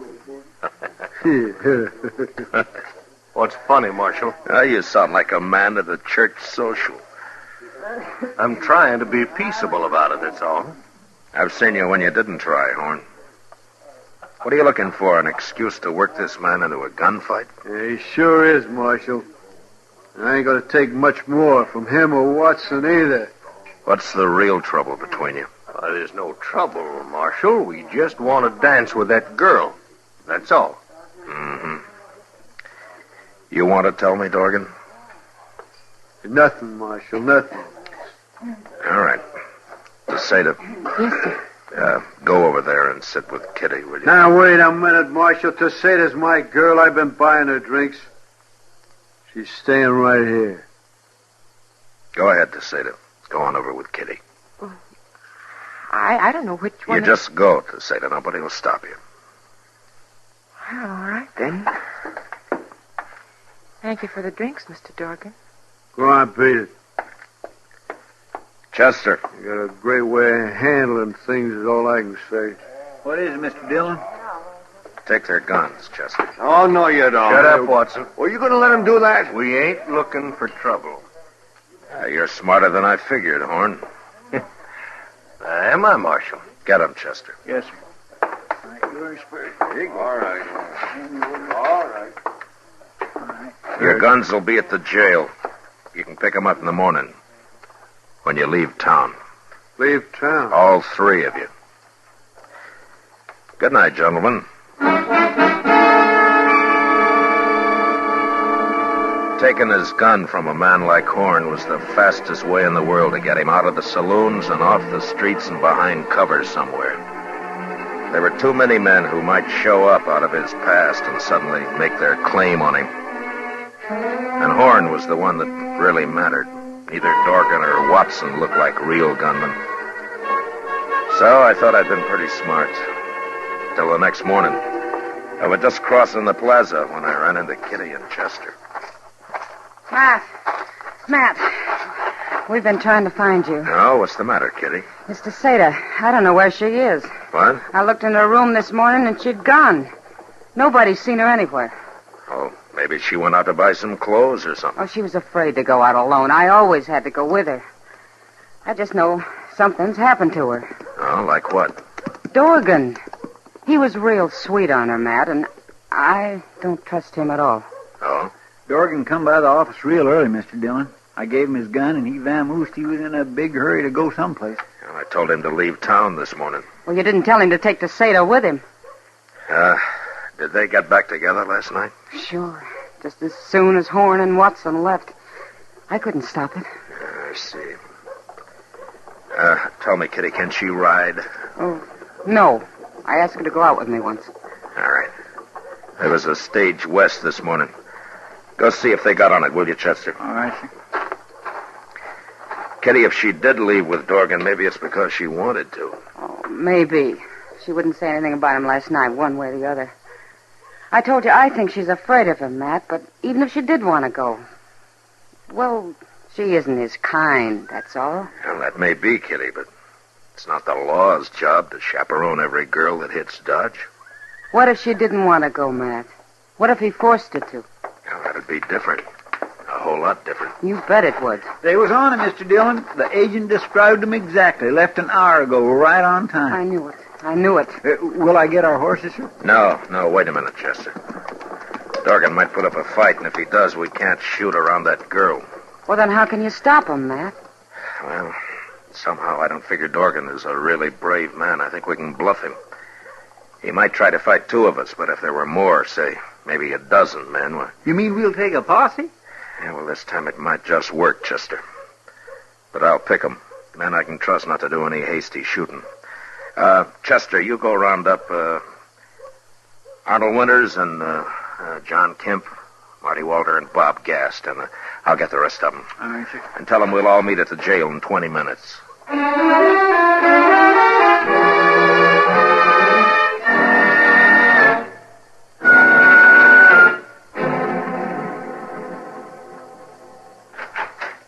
Everybody's here, Mr. Dillon. All right, I'm coming, Chester.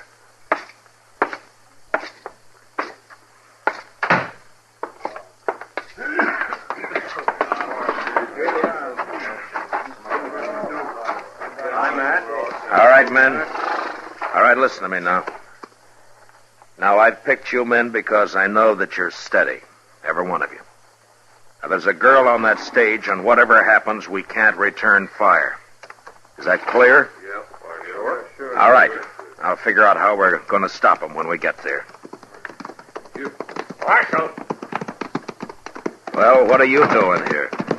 Hold it. Marshal, me and Watson heard you needed help. Thought I told you to get out of town, Horn. We just want to be sure you got Dorgan before we left, Marshal. I don't need your help. And don't you be here when I get back, either one of you. How do you like that, Watson? All right, men. All right, let's go.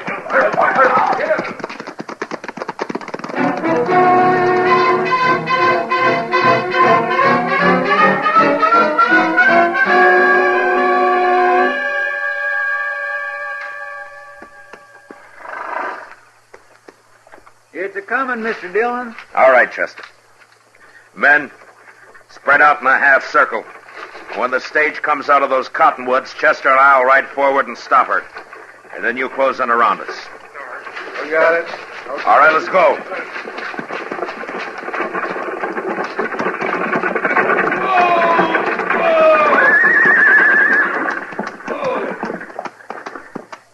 What's the matter, Marshal? It's all right, Jim.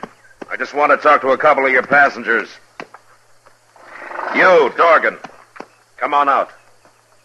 You try anything to say to be right in front of me, Marshal. I figured that, Dorgan. Come on out anyway. All right, Tacetta, get out.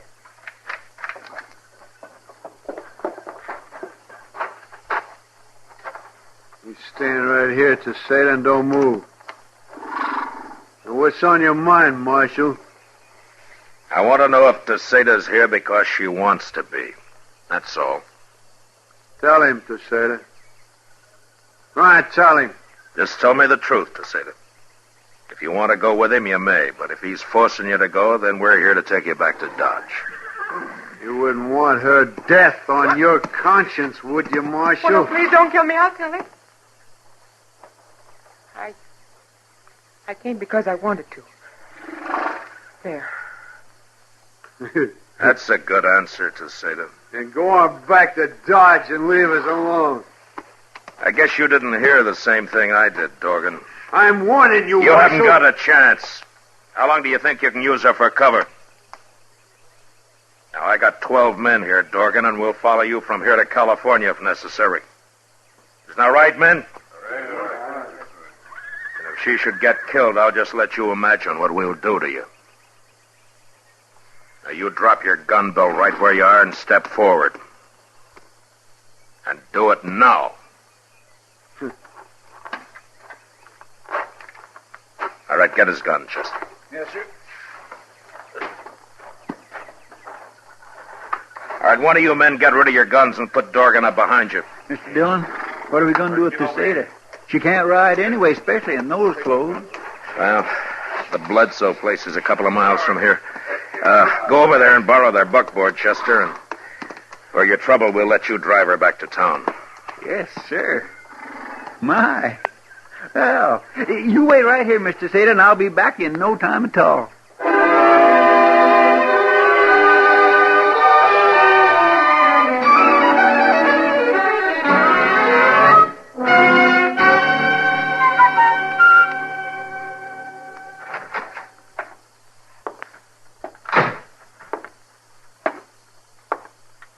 Morning, Mr. Dillon.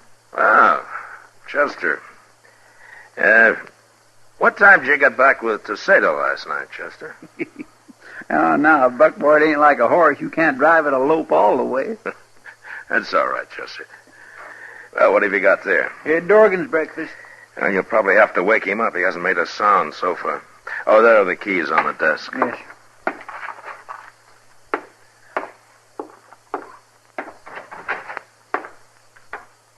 Mr. Dillon?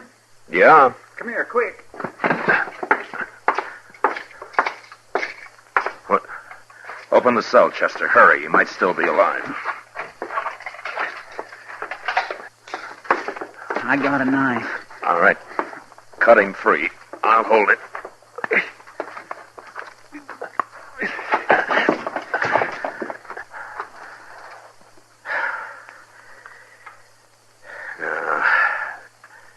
He's been dead a long time. Now, who'd have thought he'd go hang himself? He didn't, Chester. What? There's no rope in his cell. Somebody called him over here to the window, knocked him in the head and slipped the rope around his neck and tied him tight to the bars. This isn't suicide, it's murder. Horn and that fellow Watson, they did it. Well, they're the only ones I know who've been wanting him dead. Will we go arrest him? Yeah, they just go free again. I got no evidence the court would accept. I'll bet those two don't think any more of strangling a man than shooting a wolf and throwing his skin over a fence. Yeah, they're killers, Chester. But right now they got nobody to kill. Except maybe me.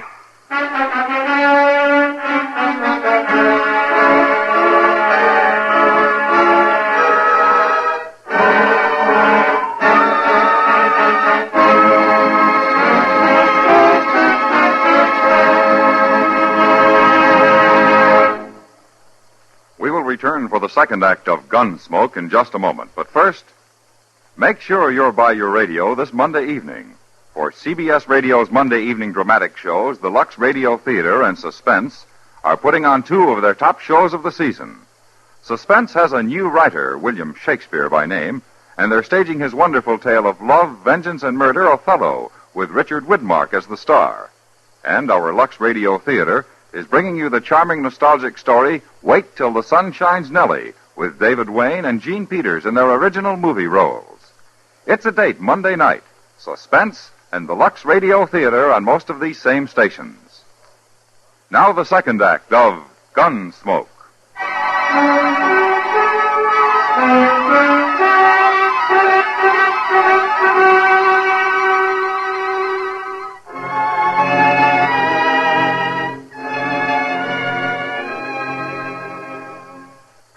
When I found out that Horn and Watson were still in Dodge, I figured that they were probably waiting for me to run them out. That they'd be glad for the excuse if I did, leaving Dorgan's murder behind them. Instead, I did nothing and I said nothing, hoping that it'd sand their nerves some. Maybe drive them to a bottle and some loose talk. That night, pretending there was nothing in the world on our minds, Chester and I walked into the Texas Trail. Sure is crowded tonight, Mr. Dillon. Yeah. Say, there's Tacetta. See her? You're like a fall hog after ripe acorns, Chester. Well, now, my gracious, it wouldn't be polite for me not to say hello, would it? I'll see you later.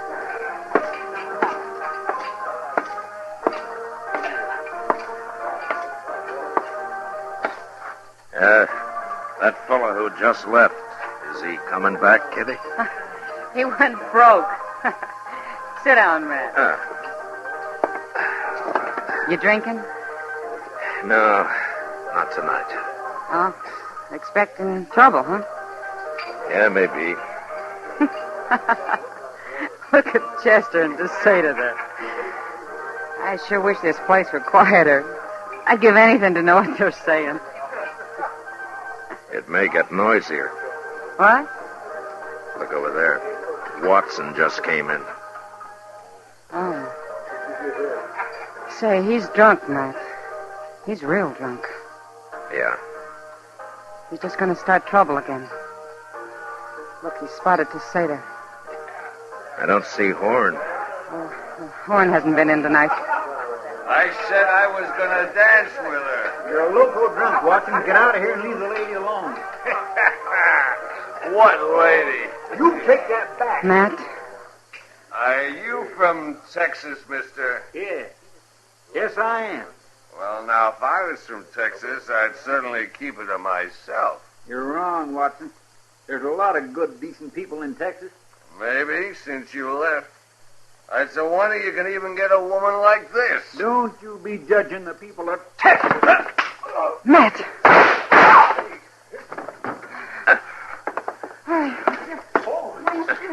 All right, get out of the way. Let me through here. Wait a minute. He drew on me, Mr. Dillon. I was only going to fight him. I didn't think he'd draw. Everybody saw it, Chester. He had his gun out first. I shot him twice. He didn't even fire. How come he didn't kill me? Now, take it easy, Chester. Tacetta, go get him a drink, will you? Yes, sir. Do right away. Watson.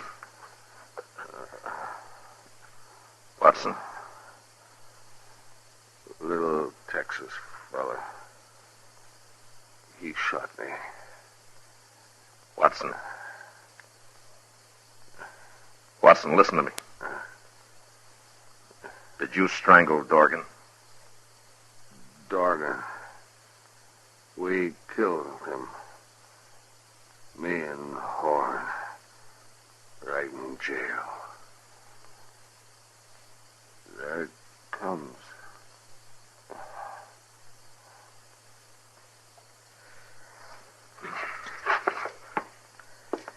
If I take Horn alive, I'll call on some of you men as witnesses to Watson's confession here. Well, a couple of you take him out back. Chester, you all right? You look peaked. I got him a whiskey, sir, just like you said. Drink it down, Chester.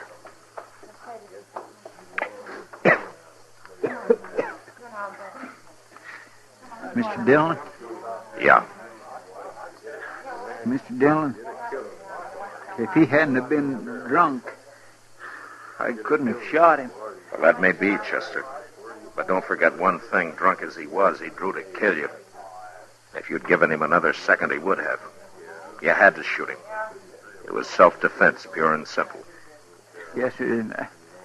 That's sure true, but I... Now, you stay here for a while. I'll be out in the plaza. Tacetta, Get me one more drink.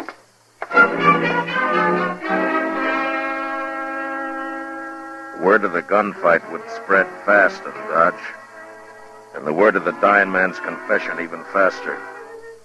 Wherever Horn was, I knew he'd hear about it.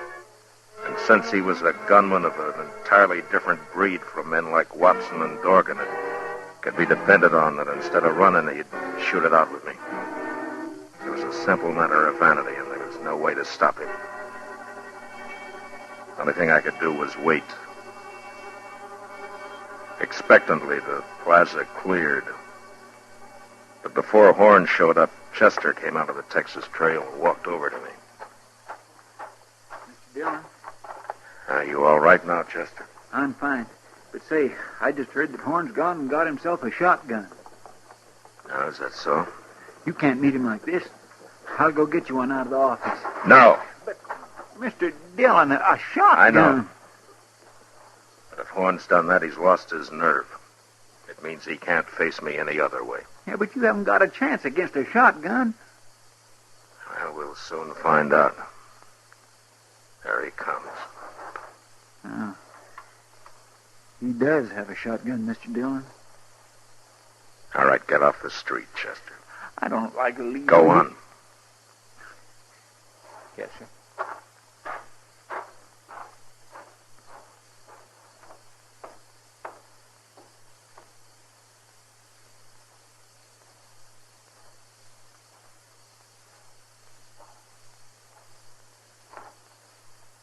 Evening, Marshal.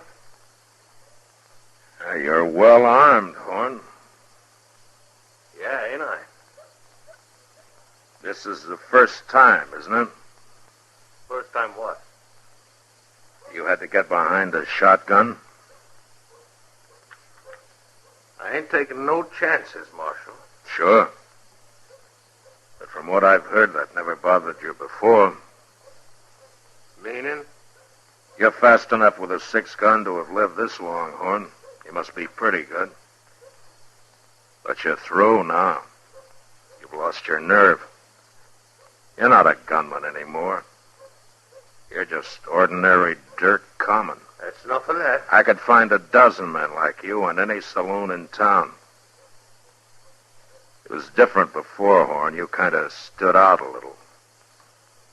But nobody's going to worry about you after this. You think not? You think I need this shotgun? Of course you need it. Everybody can see that. I ain't scared of you, Marshal. I ain't scared of no man alive. Talk's cheap. I ain't talking. Yeah, now. Ain't got no shotgun. Now don't you tell me I'm scared. You don't have to draw, Horn. You can still take your chances in court. You was right, Marshal. I was scared. I ain't no more. Look, I'm giving you a chance. Why don't you take it? Never mind.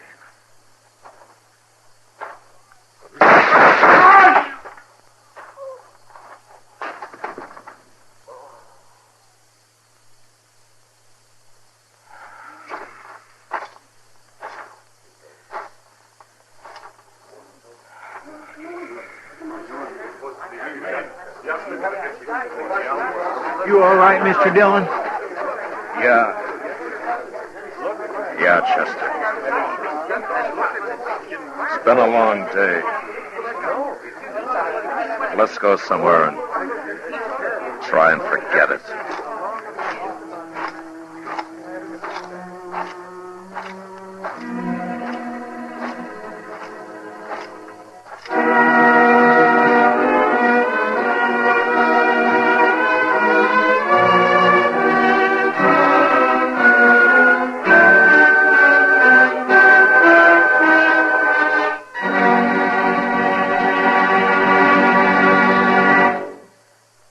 Gunsmoke, under the direction of Norman Macdonnell, stars William Conrad as Matt Dillon, U.S. Marshal.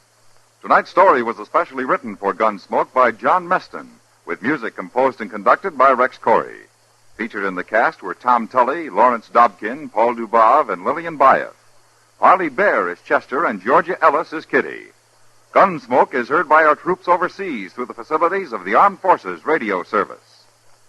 Join us again next week as Matt Dillon, U.S. Marshal, fights to bring law and order out of the wild violence of the West in Gunsmoke.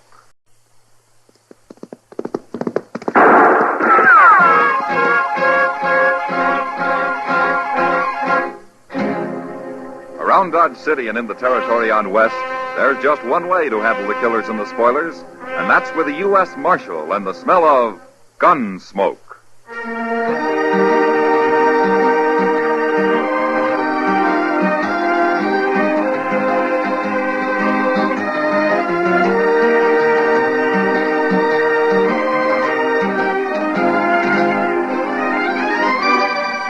Gunsmoke, starring William Conrad. The story of the violence that moved west with young America. The story of a man who moved with it. Matt Dillon, United States Marshal.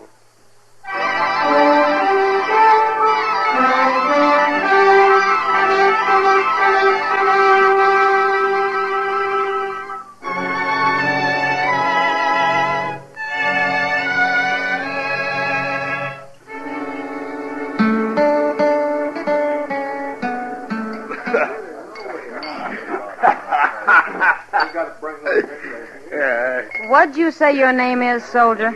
Gallagher. That's my name. All right, Gallagher. Now, don't you think you've had enough? It isn't even night yet. I'll never have enough. You plan to show up at the fort this drunk? Lady, maybe I won't show up at the fort at all. Now, what do you think of that? Gallagher, you better start worrying about what Captain Shaw's going to think, not her. Hey, what are you doing here, Spear? I've been an hour looking for you all over Dodge. How'd you get that drunk in an hour, anyways? Drinking! Are you responsible for this? Oh, sure. The Indians pay me to keep you soldiers drunk. That ain't funny. He's a grown man, isn't he? That's not the point. What's the point? You shut up, Gallagher. We'll be an hour late now, and that's all Captain Shaw needs to fix us. Captain Shaw can go hang. You wasn't so drunk I'd leave you and just ride out alone. Yeah, that'd be just like you, Spear. Just like you. Come on, get up out of that chair. I'll drag you out. Oh, leave me be. Come on. I ain't have started here yet.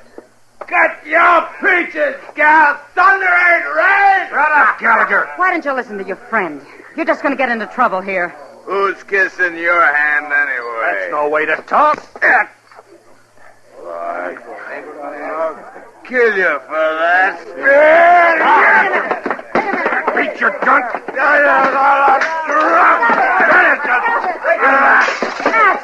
Matt, make him stop.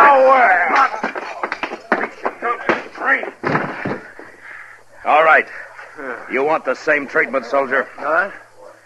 I had nothing to do with it, Marshal. What? He was drunk. And you're cold sober. Of course I am. It's true, Matt. He just came in looking for him on the floor there, Gallagher. I'll take your gun, soldier. Oh, you can't do this, Marshal. All right, now pick up your friend. We're going to Matt, jail. listen to me. Gallagher started it. He was only trying to get him out of here. Back to the fort. He can take him back tomorrow. Fighting's against the law in Dodge. No, Matt. Come on, let's get going, soldier. Pick him up.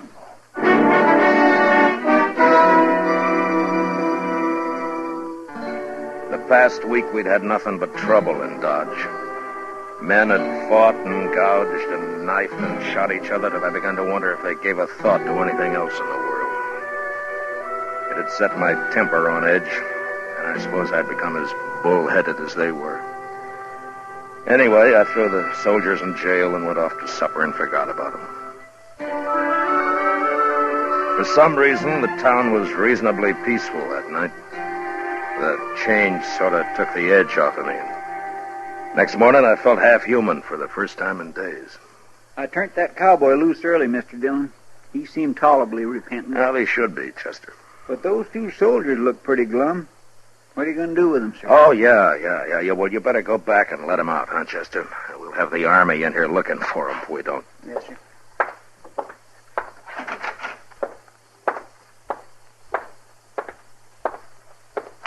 You done your time, men. The The law has forgiven you. Out you go, free as little birds.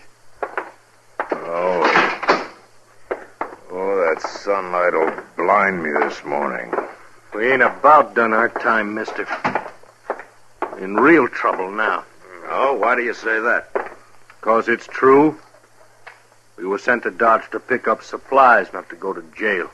You're not the first soldiers who've camped here overnight.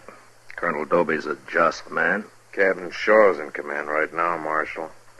Colonel went to St. Louis for a time. Well, I don't know Captain Shaw, but I'm sure... He's just about as reasonable as you are, Marshal. Just about. You're Spear, aren't you? And I was as sober yesterday, remember? I locked you up for fighting, not drinking. You locked us up, that's all that matters now. Spear's right, Marshal. I guess I deserve what I'm gonna get, but Spear don't. Nobody was killed. You're not going to hang. You don't know Captain Shaw. He can be awful hard. A little extra duty won't hurt you. First off, we'll be fined $10 by court martial. 1 month's pay. Yeah, that's a little high, I agree. Nothing to what the Cap might do on top of it. He's old Army. They say one time he gave a man 10 days' provisions and had him drummed out of camp with a straw halter around his neck and his coat turned inside out. And that was Indian country, Marshal, not around here. Well, the man's a scoundrel, that's what he is. Say, how'd the fellow make out, anyway? You'll have to ask Captain Shaw about that, if he knows. Well, the man must have done more than get drunk and fight. He won't get that kind of punishment. No, but close to it. Captain's dead set against liquor. Not a man in the company's been allowed to drop since Colonel Dobie left. Is that so? Sure is. Look, Marshal, I got it coming, but Spear here, all he done was try to get me back to the fort. You got to try to do something about it. Never mind, Gallagher. He won't do nothing. Spear, I guess I was a little hasty locking you up. I'm sorry about it. So am I. All right. What can I do? Ride out and explain it to Captain Shaw. I don't like interfering in Army matters. But, all right, I'll do it. You will? Yeah, but I can't today. Well, tomorrow won't be too late. I'll be out there tomorrow afternoon. I don't know whether to trust you or not, Marshal. And you'll have to find out if you can, Mr. Spear. Yeah. You can't blame him much, Marshal, but I sure hope you do it. All right, boys, you're late enough now. You better get going. Come on, Spear.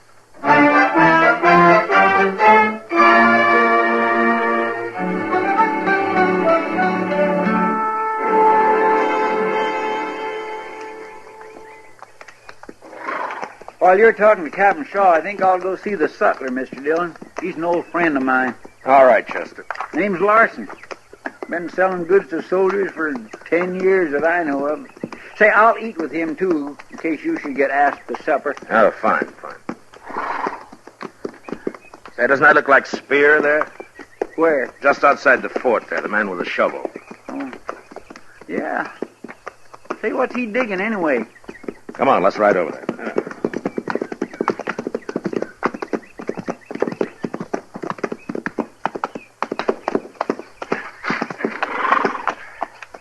Hello, Spear. You're too late, Marshal. Why? What's happened? We've already been tried, that's what. Well, what'd they give you? 2 months' pay and a month's punishment. What punishment? I don't know, Marshal. The captain will work on that from day to day. He's got lots of ideas. Is this one of them? Digging that hole out here? It isn't exactly a hole, mister. It's a grave. A grave? Whose grave? Mine. Oh, now, wait a minute, Spear. Well, it's for me or somebody like me. That's what he said. Ask him about. There comes the guard. I gotta keep busy. All right, I'll talk to you later, Spear. I won't be hard to find.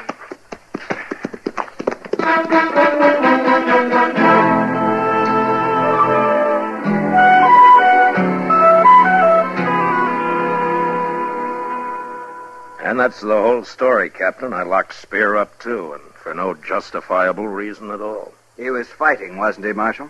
He was trying to get Gallagher out of there, that's all. I have already decided Gallagher's punishment will be the more severe. Yeah, but Spear doesn't deserve any punishment at all. Don't you see that? If I may ask, Marshal, what is your interest in this case? Look, I made a mistake, Captain. If I hadn't thrown Spear in jail, he'd be all right now. The man's been done an injustice. Not exactly. He'd been an hour late in any case. What?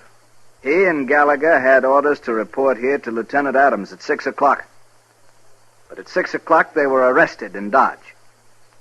If they had not been arrested, it would have taken them an hour to ride to the fort. Therefore, they would have reported in at 7 o'clock, 1 hour late. Oh, but Captain, Spear spent that hour trying to find Gallagher. A soldier must learn to take care of himself, Marshal. Evidently, Spear hasn't learned. So it's my duty to teach him. Ah, this just doesn't make sense. I am a soldier, Marshal. You are a civilian. I wouldn't expect you to understand. Anybody can understand what's just. The Army has its own justice, Marshal. Like making a man dig his own grave? Oh, you saw him. Of course. Gallagher's digging one behind the fort. Why? Sentimental reasons, I suppose. Of mine, to be sure. What does that mean? It goes back a long way, Marshal. You see, I served under General Winfield Scott at Veracruz in 47. And I remember an order he once sent down, and it concerned soldiers who'd been found drunk. Now, don't tell me General Scott had them shot. No. His idea was to impress upon the command that such a grave would be wanted sooner or later, either for the drunken man or for some drunken companion. And did the soldiers understand that? Soldiers understand orders, Marshal. Or they can be made to. Tell me, Captain, what do you think Colonel Dobie would do about this? In Colonel Dobie's absence, I am in command of this company. Then Spear will be punished even though he's innocent, huh? This is an Army matter, Marshal. Yeah. Goodbye. Goodbye, Marshal.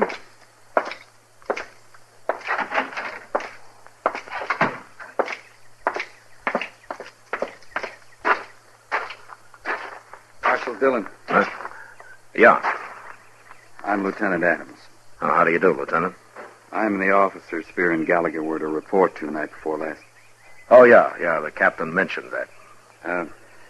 Tell me, how'd you make out in there? Well, I don't think Captain Shaw and I understand each other completely. I knew it was hopeless.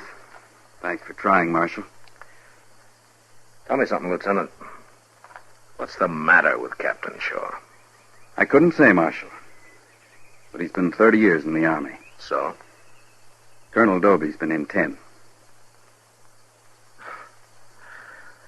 Oh, I see. Will you join us at mess, Marshal? We eat in about 10 minutes. Oh, thank you very much. I'd like to, if you don't mind. Sorry I can't offer you a drink. Captain's orders. Yeah, I know. Lieutenant, when does Colonel Dobie get back from St. Louis? We haven't heard. Soon, I hope. Yeah. You see, Gallagher can take it. He knows he's guilty, for one thing. Spear, I'm worried about. Already, he's not the same man he was. Yeah, I suppose he's lost faith in people. He was always a fine soldier. I just hope he can hang on long enough. No? Long enough for what? Oh, let's say long enough for Colonel Dobie to get back before Captain Shaw drives Spear to something like... Come along, Marshal. We'll wash up.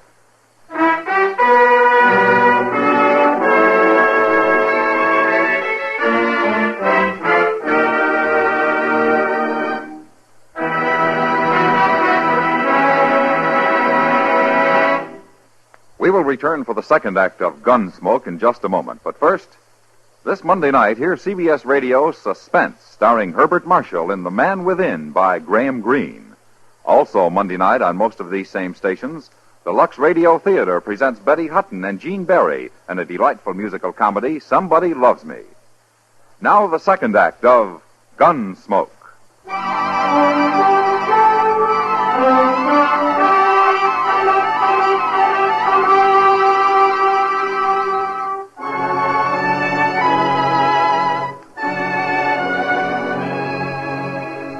I was pretty busy the next few days, and there wasn't much time to think about Spear. But when I did think about him, I got to wishing I'd never let myself be hired for this job. Nearly a week passed, and then one day, about noon, I went to the office and found Kitty waiting there with Chester. I told her you'd be along any minute, Mr. Dillon. It's nothing serious, I hope, Kitty. Well, it could be, Matt. She wouldn't tell me a word about it. I offered to help, but no, she said. She'd wait until you got here and then... All right, Chester. Well, Kitty. Matt, this morning, about 8 o'clock it was, I was... Wait a minute. Lieutenant Adams. Hello, Marshal. Chester. Hello, Lieutenant. This is Miss Kitty, Lieutenant. Oh, yes, of course. I didn't recognize you, Miss Kitty. That's all right, Lieutenant. I'll be brief, Marshal. It's about Spear. He's deserted. What? Last night, just before chow. How'd he get away? Well, Captain Shaw hasn't had those men guarded very close. They're still digging graves, and with only one guard for the two of them. Spear took off when the guard was at the back of the fort near Gallagher, and so... Well, have they found him yet? No. But the captain has the whole company out after him. I just posted a couple of men at the depot. Most everyone else is fanned out over the prairie, horseback. You think maybe the captain wanted him to run off, Lieutenant? Maybe that's why he made it so easy, huh? A lieutenant doesn't judge his captain, Marshal. But I'm worried about Spear. He might do anything now. Yeah. I knew you'd be interested, so I just dropped by to let you know what's happened. Well, thank you, Lieutenant. There's something else, Marshal. What? Captain Shaw has ordered me to search the town. Oh? He's sending me 2 more men. I hope you won't object. Well, ordinarily I would, but I understand. Thank you, Marshal. Goodbye, Miss Kitty. Goodbye. Chester? Bye, Lieutenant. Matt, that's what I came to tell you about. Spear is hiding in my room. What? Since when? This morning he showed up about 8 o'clock. Said he has to hide during the day. He promised to leave tonight. But why did he come to you? Well, he remembered I tried to keep him from being arrested that day, and he said I was the only person he could trust. Oh, I see. I don't know what to do, Matt. Is he armed, Kitty? Yeah. Yes, he's armed. And he said if anyone but me tried to get in the room, he'd kill him. He's awful desperate, Matt. Yeah. He's got to turn himself in, Kitty. After the way he's been treated... They'll catch him anyway, sooner or later. He's got to face this thing on his own free will. If he doesn't, it'll ruin him inside. He won't be any good again. You understand what I mean? Yeah, I think I do. All right, then go tell him. I can't, Matt. I'm not a man. He wouldn't listen to me. All right, I'll go. You can't. He'll shoot you as soon as you open that door. Well... look, you'll have to help us trick him, Kitty. No, please, Matt. He trusts me. You want to help him, don't you? Yeah. All right. Chester, go out and buy a big bag of groceries and hurry. Groceries? Yes, sir, Mr. Dillon. We'll wait for you here.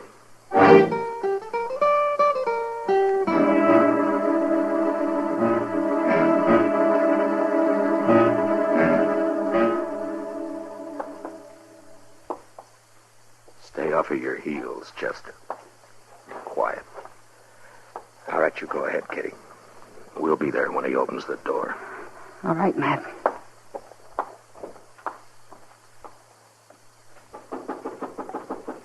It's me, Kitty. Open the door. I can't hold all these groceries much longer. All right, come on in quick. Take this. My arm's breaking. All right, I got it. Hey!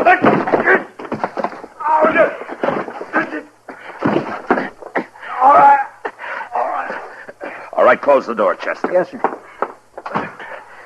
Come over here and take his gun away from him. I got it, sir. All right. All right, now get up. I said get up. Now sit in that chair. And don't try anything. I hope you're real proud, Kitty. Now, wait a minute, Spear. Nobody's betrayed you.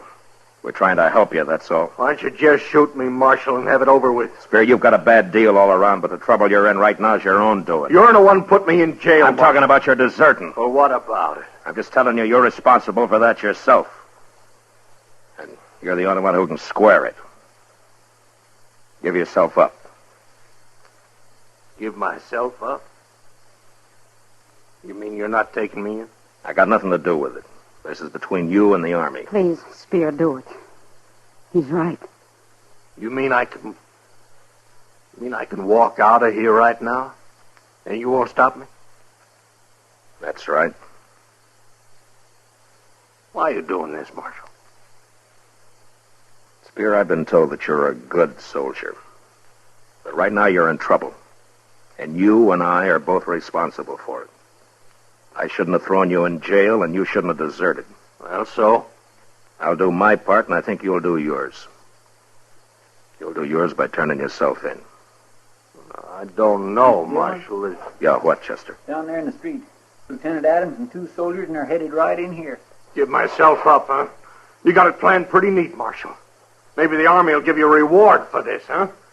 Maybe they'll Adams fix said it he was going to search the town. That's all I know about. And followed you right here, didn't he? You sure trust me. All right, shut up a minute.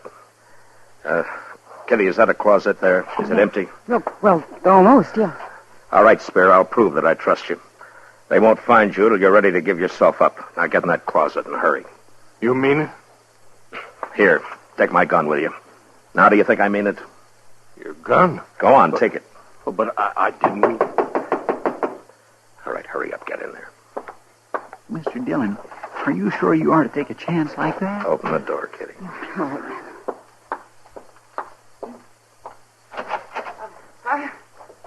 Come in, Lieutenant. Wait here, Matt. Yes. Well, hello, Marshal. How are you, Lieutenant? Chester. Hello. Sorry to bother you this way, Miss Kitty. We're searching the town for Spear, like I told you. Yeah, well, I know, but how'd you get here so fast, Lieutenant? Just a hunch. Guess it was a bad one. It sure was. Miss Kitty'd never hide a fugitive of any kind in this world, no matter Chester. what he might have done. Chester. Yes, sir.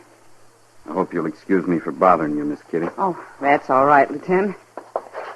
Well, goodbye. Goodbye. Bye. So long. All right, Spear, they've gone. You can come out now.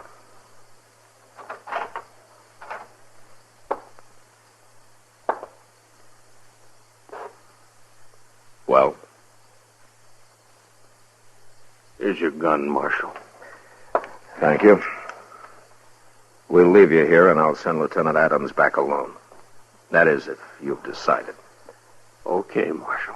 Oh, that's fine. You're doing the right thing, Spear. Chester, give him his gun. Yes, sir. Here you are. Thanks. Come on, Kitty. Chester. So, Marshal, Yeah? I'll be all right now, Marshal. No matter what that captain thinks of. Sure you will, Spear. Good luck to you. Thanks, Marshal. I thank you.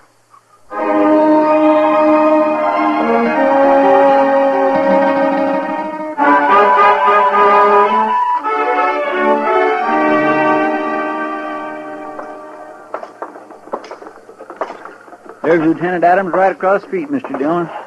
You and Kitty go on into the Texas Trail, huh? I'll join you later. All right, sir.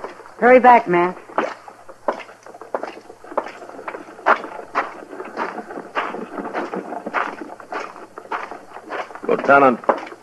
Lieutenant Adams. Yes, Marshal. Where are your men? Oh, they're scouting the Alafraganza there. I don't think they'll find him, though. You don't? No, I don't. I see you got your gun back, Marshal. You don't miss much, do you? I kind of wondered at first why you didn't have it upstairs, eh? And? Well, I don't suppose Captain Shaw'd much appreciate an officer who searched a room, didn't even bother with the closet, would he? Captain Shaw might not, Lieutenant, but I think Spear will. You be waiting for me, Marshal? Mm-hmm. It was a mighty long chance you took. It was worth it. Let me know how he makes out, Lieutenant. I sure will, Marshal. Especially seeing as how you kind of got a stake in him now. Well, so long. Goodbye, Lieutenant.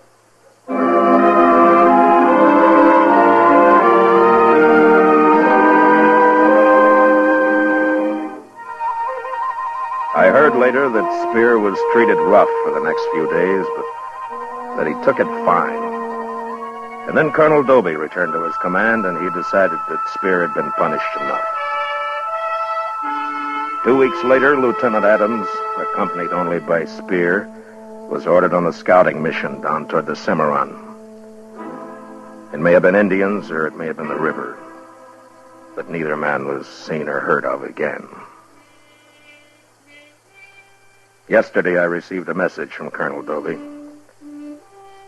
A formation is to be held at Fort Dodge, honoring those 2 good soldiers. The colonel thought I might want to be there.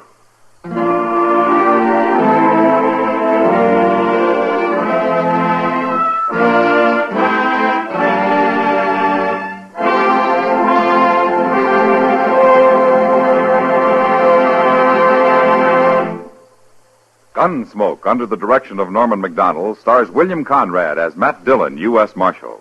Tonight's story was specially written for Gunsmoke by John Meston, with music composed and conducted by Rex Corey. Featured in the cast were Lawrence Dobkin, Harry Bartell, Paul Frees, and Vic Perrin. Parley Bear is Chester, and Georgia Ellis is Kitty. Gunsmoke is heard by our troops overseas through the facilities of the Armed Forces Radio Service. Join us again next week as Matt Dillon, U.S. Marshal, fights to bring law and order out of the wild violence of the West in Gunsmoke.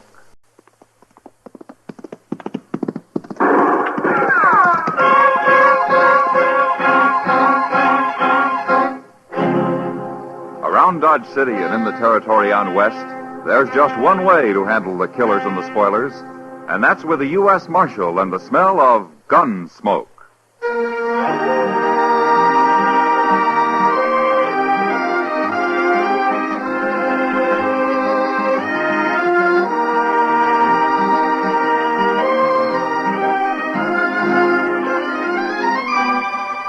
Gunsmoke, starring William Conrad, the story of the violence that moved west with young America. The story of a man who moved with it. Matt Dillon, United States Marshal.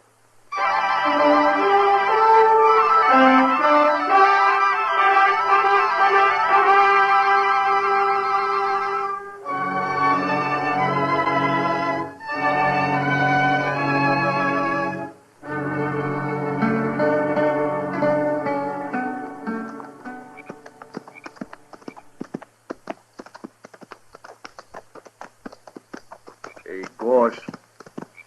Yeah? There's no moon tonight. What of it? It's spooky when there's no moon. You afraid of something, Arlo? Of me? You. What are you afraid of? Of course, I ain't been much afraid of anything since the second battle of Bull Run. That so? Oh. I took my first bullet at Manassas Gap. I thought sure I'd die, but I didn't. That's nothing. When I got shot on the Chattahoochee River over in Georgia, I knew I wouldn't die. How'd you know? I just knew, that's all. Weren't you afraid? Afraid of what? Dying. I've never been afraid to die. Well, I'm not afraid. Not anymore. Not since Bull Run. And what's all this about there being no moon, Orlo? I said I'm not afraid to die. I didn't say I'm not afraid of anything. Oh, shut up. Okay.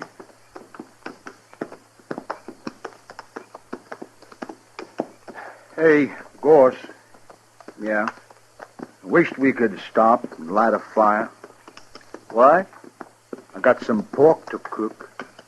Now listen here, Orlo. You trying to tie the rope around your own neck? No. And eat your meat raw, you hear? Raw meat gives me the bellyache. You needn't worry about that, Orlo. Those people back in Dodge, they got a cure for bellyache. They have? They have. A lariat rope over the limb of a cottonwood tree. Oh, they ain't going to catch us.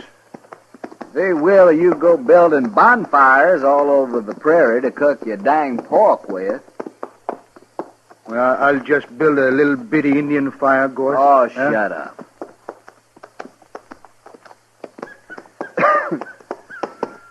Orlo? Look over there. Where? Over there. At the foot of that little rise. I don't see nothing. That cabin, you do too see. Oh, that. What about it? There's no light in it, you fool, and there's no smoke. It's deserted. Well, that's good, ain't it, Gorse? Nobody to tell the posse which way we went. How do you know they got a posse? Well, they should have. Anyways, we'll sleep in that cabin. If somebody does come along, we can fight them off from there. Yeah. Come on. Come on. Come on.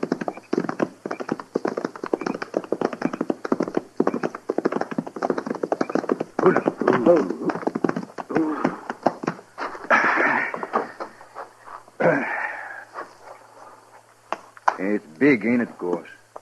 Big enough for us, anyway. Come on, maybe there's some food inside.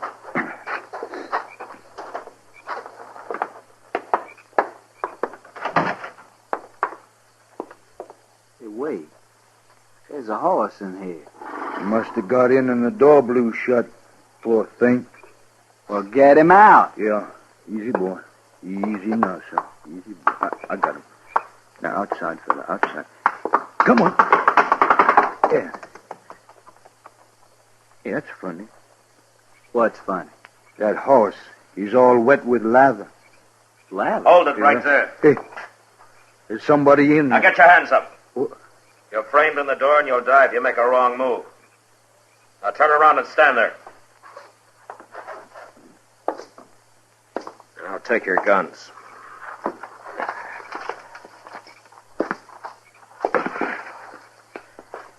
Who are you, mister?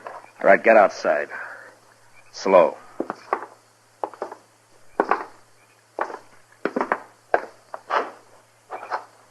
All right, that's far enough. Now you can turn around. All right, you, what's your name? Orlo. Orlo what? Just Orlo. And you? William Goss, but I don't use the William. I'll remember that. Look, mister, we don't mean no harm. We just thought your cabin was deserted and we could sleep in there tonight. It's deserted, but you won't be sleeping anywhere tonight. Now, mister, you got no right You'll to... sleep in Dodge when we get there. Oh, no. No, we can't go back to Dodge. No? Why can't you? Well, you see, we shot a man that day. Orlo. This morning it was. Orlo, you shut up. But, Gorse, you know we can't go back. I'll shut you up. Hold it, Gorse. Well, he always did talk too much. The war made him like that, mister. He was all right before the war. So they say, anyway. Now, listen to me, both of you. This isn't my cabin. It isn't. Then why'd you put us out of it? I'm trying to tell you why. I'm a United States Marshal. What? Oh, Gorse, we got caught. You're both under arrest for murder. Well, I'll be. So that's why his horse was hot. He'd been chasing us, Gorse. How could he have been chasing us? He was in front of us. I've been on your tail ever since you ran out of Dodge. The trail you were following led right here, so I made a circle and waited for you. Does that explain things? Hey, that's pretty smart, isn't it, Gorse? We was riding too slow. Yeah. But if I'd known what I was following, I think I'd have just ridden up behind and yelled at you to stop. We'd have run. Now explain something to me, will you? What are you men? We're just friends.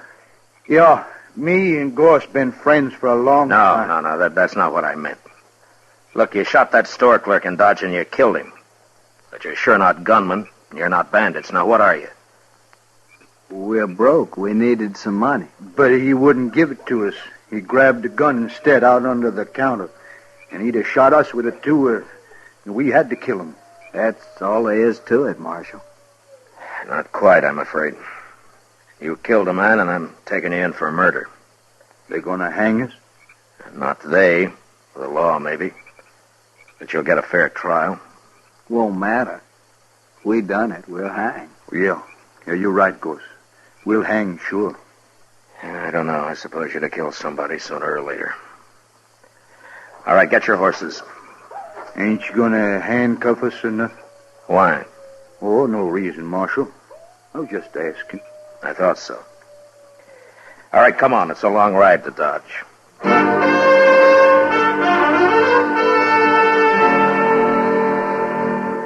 It took all night to ride back to Dodge, but I didn't have to watch my prisoners any more than if they'd been a couple of riders I'd thrown in with on the trail.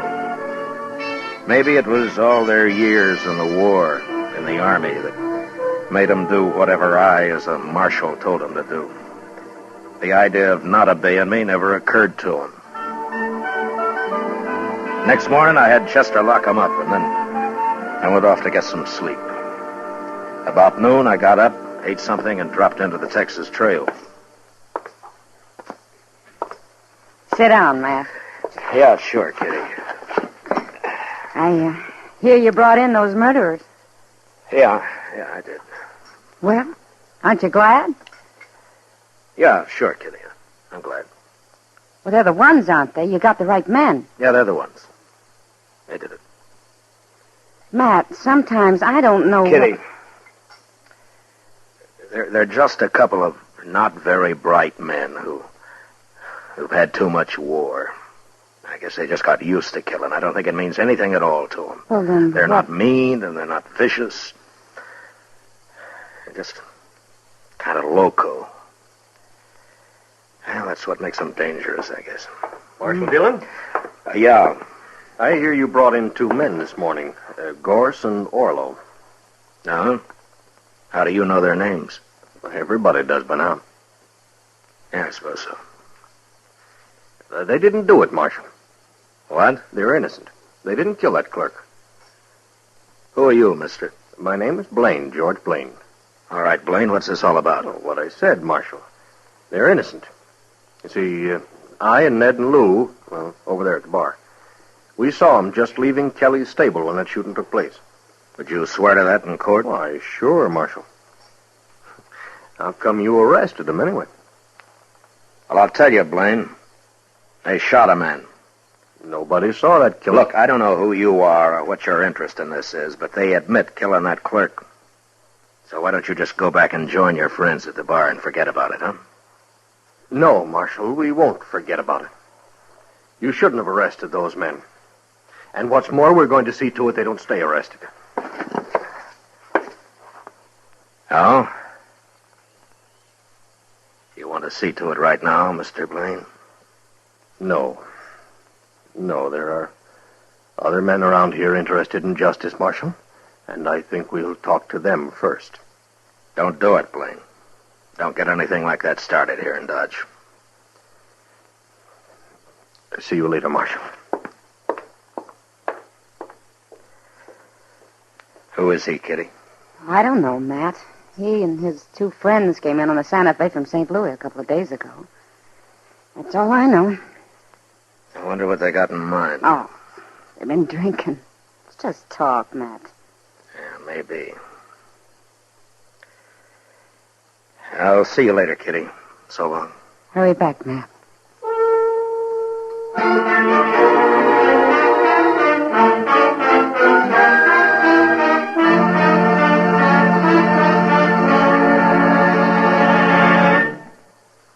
return for the second act of Gunsmoke in just a moment. But first, tomorrow night, CBS Radio's Escape dramatizes a romantic conflict titled El Guitarrero, which means the guitarist. It concerns a Mexican musician who resorts to traditional and some surprising methods to protect his marriage when an American poet tries to steal his wife. Remember, it's tomorrow night on Escape, presented on most of these same stations by CBS Radio. El Guitarrero. Now the second act of Gunsmoke.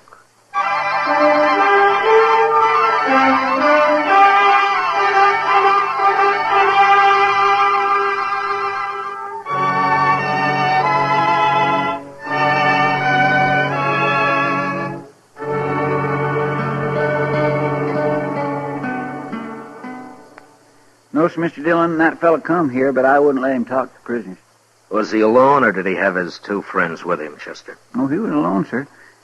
But I did notice a couple of men waiting around outside now that you mention it. You, haven't heard anything about this Blaine or his friends the last day or so, have you? No, sir. Nobody's mentioned them. Around me, anyway. Well, it sure stumps me. You think maybe they're going to cause trouble, Mr. Dillon? I don't know, Chester. They might try, but it'd be easier to stop if I knew what was behind it. Yes, sir. Yeah, mobs have tried to open this jail before, but to lynch somebody, not to turn them loose. Mighty curious, all right. Well, Chester, I'm going to have a talk with the prisoners. Maybe they might know something. Well, it's worth a try, sir. Yeah.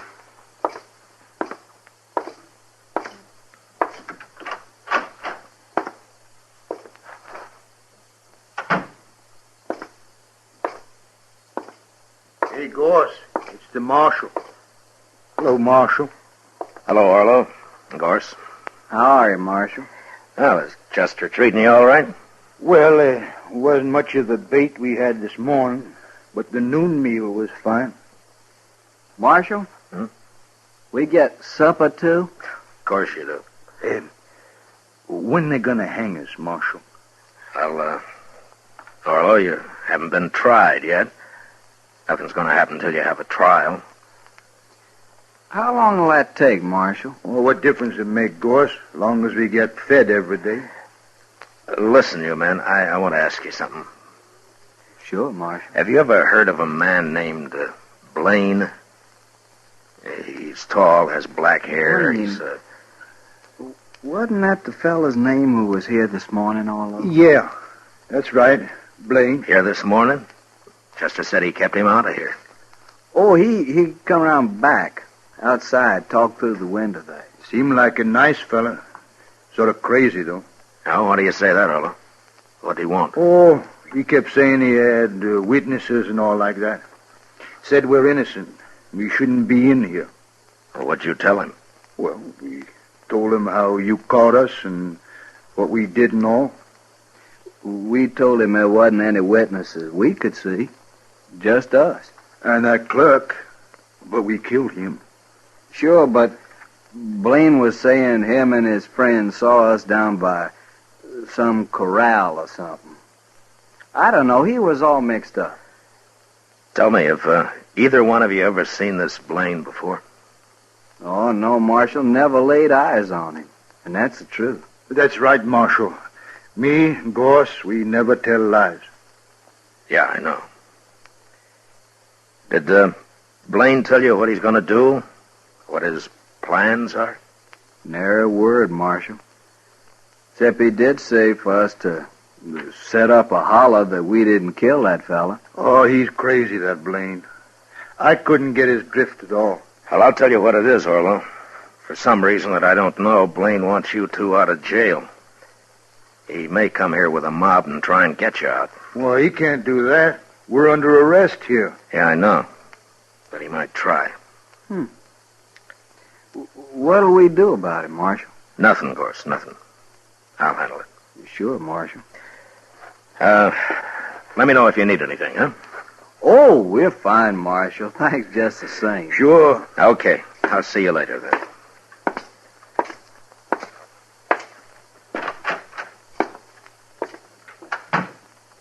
Hello, Doc. What are you doing here? I heard there might be some excitement, Matt. Oh, you did, huh? Yeah, right here at the jail, too. Give Doc a gun, Chester. We can use another man. Name your preference, Doc. Shotgun or rifle? You sit right where you are, Chester. I'm not a gunfighter. My work begins where you fellas leave off. Well, you may have a busy evening, Doc. But I hope not. You never can tell, Matt. But I take things as they come. Yeah, I know. Mm-hmm. I better go and get my office cleaned up. If anyone gets shot, you send them right up there.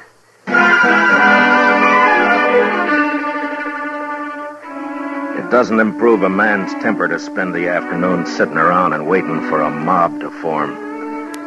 A mob that's going to head his way when it gets its spirits high enough. Chester and I didn't talk much. We just sat and waited. Long about dusk, we saw a couple of dozen men gather in the middle of the plaza. And then Blaine appeared, and he began haranguing them. And the crowd grew.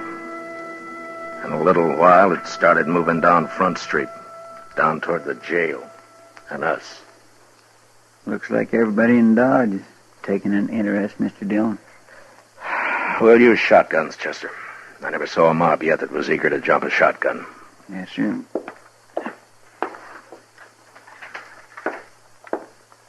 Here's yours, Mr. Dillon. Yeah, thanks. Well, let's go meet him outside, Chester. All right, sir.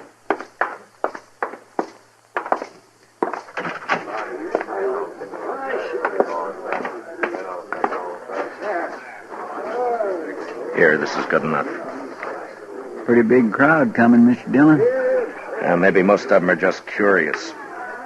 I sure am, anyway. What do you mean, sir? Well, I haven't got this Blaine figured, that's all.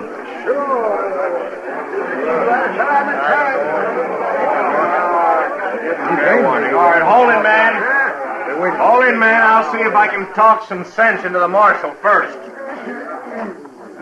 Well, Marshal, I was right. There seem to be a lot of men in Dodge interested in justice. We want Orlo and Gorse out of that jail, Marshal. We want them freed. Aren't you going to say anything, Marshal? I don't see your two partners, Blaine, whatever their names are. Don't you worry about them, Marshal. Now, you tell us, you going to turn those prisoners loose, or do you want us to do it? Well, speak up, Marshal. Which way is it going to be? All right. Now, you've all heard Blaine's story. He claims he and his friends saw Orlo and Gorse at Kelly's stable when the shooting took place. Now, that's pretty good evidence that they didn't kill that clerk. And it could be true. I'm going to go inside and I'm going to talk to him about it. I'll give you my answer in half an hour. Now, is that fair enough? Yes. A half hour will just about do it, Marshal. I think it will, Blaine. But no matter what you decide, we're going to turn them loose. Isn't that right, man? Chester, keep an eye on Blaine. Don't let him leave here if you have to shoot him to keep him around. Yes, sir, but I don't understand why Just do as I say, Chester. Yes, sir.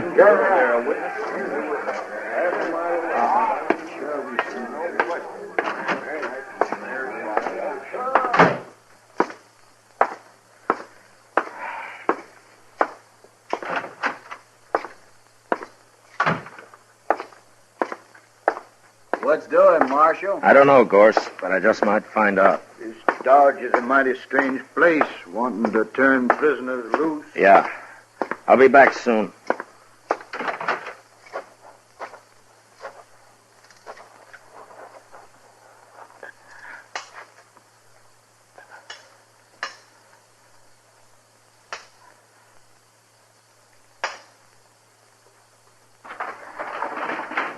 Matt! What are you up to? You're going to break my window with those rocks. Get on here, Doc. I need you, and hurry. Huh? Oh, well, sure, Matt. Stand under the window here, and I'll climb down on top of you. Yeah, it's only a few feet. Okay. Ah. All right, come on, hurry. Yeah, well, what's this all about, Matt? Where we're going? We're going to the express company first. Well, what for? It's closed. Maybe not. It's not quite 6. Everybody in Dodge is out there in the street. I was watching from my front window. Not quite everybody, Doc. Blaine's two friends aren't there. Right, but what do you... I'm working on a hunch, Doc. If I'm right, I want you as a witness. And we'll go back and show that mob what fools they are. Whatever you say, Matt. But I haven't got a gun. Don't worry, I'll do the shooting.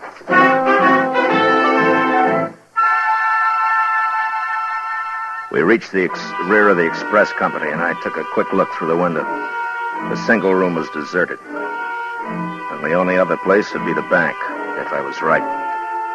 And I was.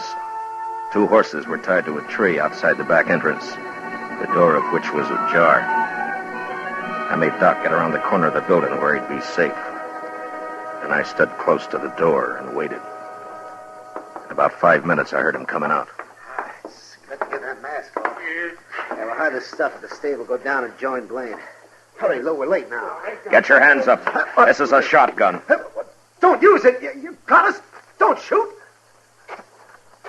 Well, you're not the fightingest men I ever saw. All right, I'll take your guns now, and don't try anything. And yours?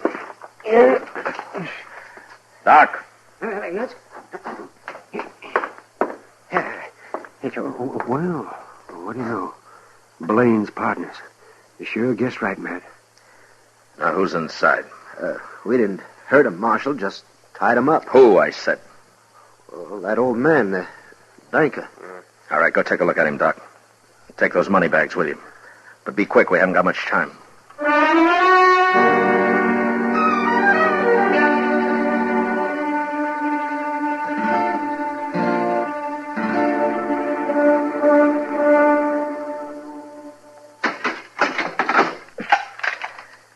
I'll have company for you shortly, gentlemen, so you just sit quiet, huh? Blaine's going to be mighty surprised at this. Come on, Doc.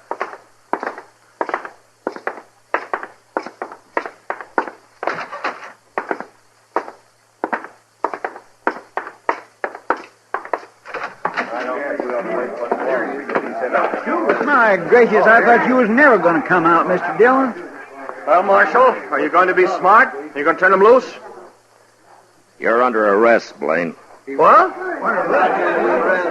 Marshal, don't be a fool. You aren't arresting anybody. Is he, man? Tell him who I just locked up, Doc. All right. That's right, man. Marshal just arrested Blaine's two friends. What? You make one move and I'll cut you in half, Blaine. All right, go ahead, Doc. I was right there with him. Caught him up the street, raiding the bank. They're locked up inside right now. Well, they're no friends of mine. We've been drinking together, that's all. And besides, I wasn't anywhere near that bank. I was right here. Yeah. You men saw me here. And you got nearly everybody else in town here, too, Blaine. So your partners could work unmolested. Take his gun, Chester. Yes, sir. All right. All right. All right, you men. Now, you've made fools enough of yourselves for one evening. Now, you go back where you came from and stay there. Now, go on. Inside, Blaine. Your friends are waiting for you.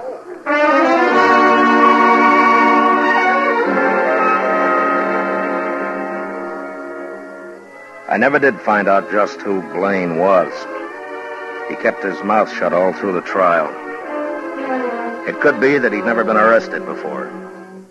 But anyway, he and his partners got 5 years. That's better than Orlo and Gorse made out. They stood up and told their whole story as straight as if I'd told it myself. I guess telling the truth was about the only sense of right and wrong that the war had left them. They weren't bad men, but they were dangerous. And early one morning, a month later, up in Hayes City, on the order of the court, Orlo and Gorse were hung.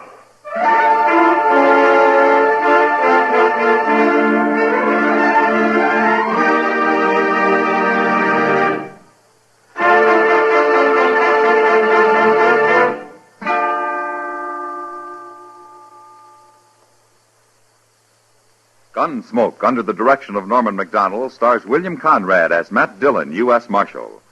Tonight's story was specially written for Gunsmoke by John Meston, with music composed and conducted by Rex Corey. Featured in the cast were John Daner and Harry Bartell, with Lawrence Dobkin and Lou Krugman. Parley Bear is Chester, Howard McNear is Doc, and Georgia Ellis is Kitty. Gunsmoke is heard by our troops overseas through the facilities of the Armed Forces Radio Service. Join us again next week as Matt Dillon, U.S. Marshal, fights to bring law and order out of the wild violence of the West in Gunsmoke.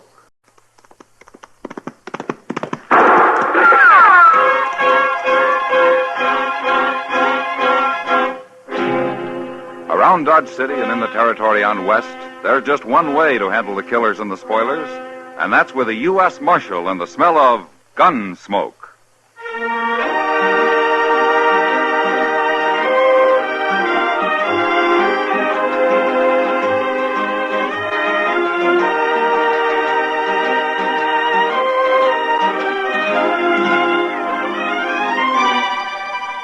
Gunsmoke, starring William Conrad. The story of the violence that moved west with young America. The story of a man who moved with it. Matt Dillon, United States Marshal.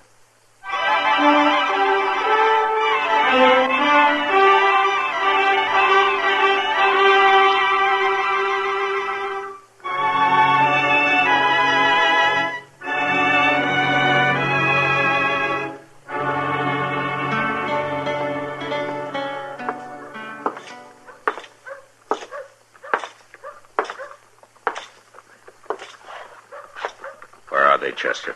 Bissell's in the barber shop, Mr. Dillon. There's 3 of his boys waiting outside and a couple more in with him.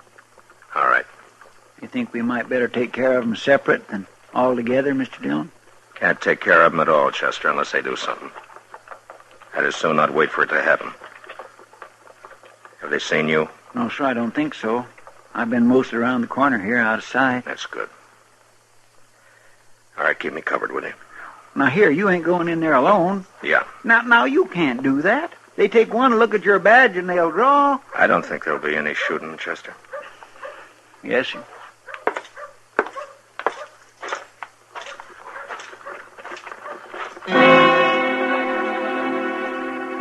I started across the street to Stapley's barber shop, and I saw 3 gunmen lounging outside.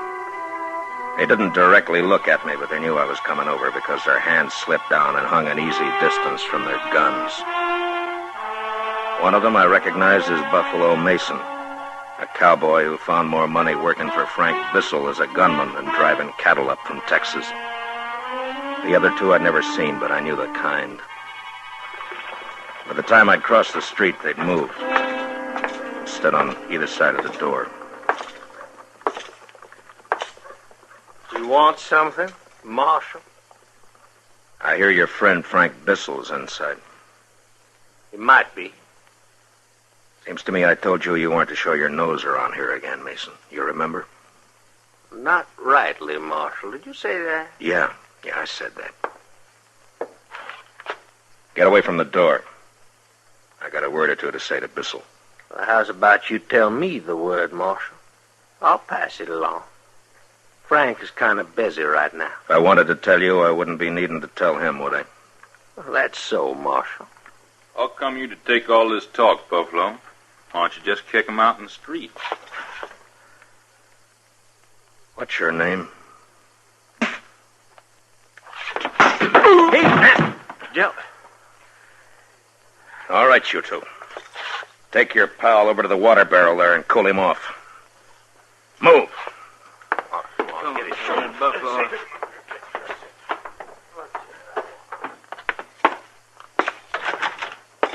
Howdy, Marshal Dillon. Be with you in just a few minutes. Have a chair. Thanks, Mr. Stapley. Yes, sir. I tell you, friend, styles is changing. I seen in a New York magazine a center parting that'd knock your eye out. Sister of mine sent the picture out to me. Now, you sure you wouldn't like me to try it? Just cut it like I told you. Yes, sir. You're the customer.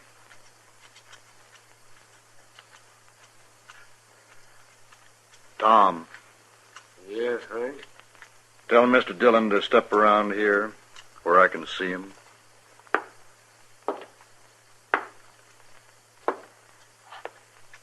You were here with Frank Frank says, mister? I heard him.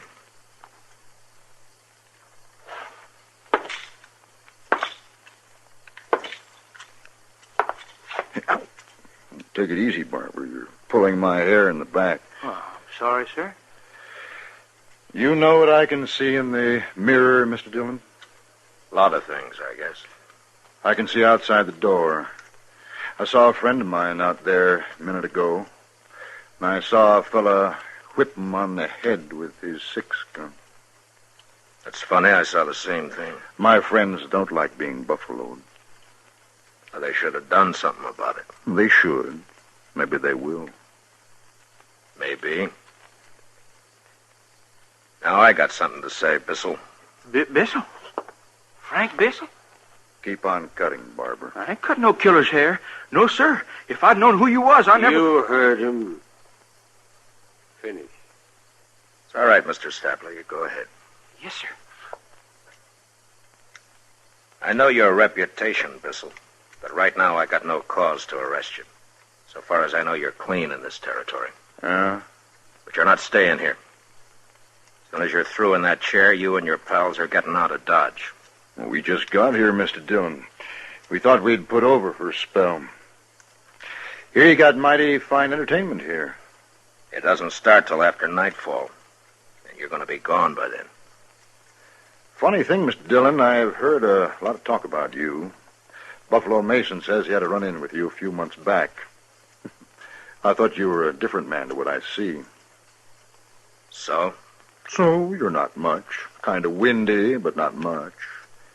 Tom, give the marshal a $5 piece and show him the door. That's for your duty, Mr. Dillon. Are you all through with him, Mr. Stapley? Yes, sir. I'm all through. Okay. Now get up out of that chair, Bissell. I knew what they meant about Frank Bissell when I saw him smile as he got out of his chair. It was the smile of a man who says one thing with his lips and another with his eyes. He reached down to his holster, and then around to his pocket, pulled out a bill and passed it to the barber. He'd made his move like he wanted to get me to draw. And when I didn't bite, he pulled his hat off the peg and came over to me. The two boys with him went past us and waited by the door. It's like I say, Mr. Dillon, my boys and I are here for some resting and playing. Now, if you want a private little war, you can start gunning for us any time you want. But you'll have to start it.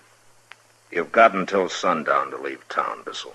Marshal, you didn't hear what I said at all. Sundown. If you're still around after that, you'll all go to jail. We don't want any trouble. We want to take it nice and easy.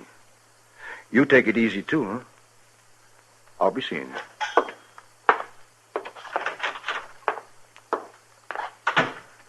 That was him, wasn't it, Marshal? That was Frank Bissell. The Frank Bissell.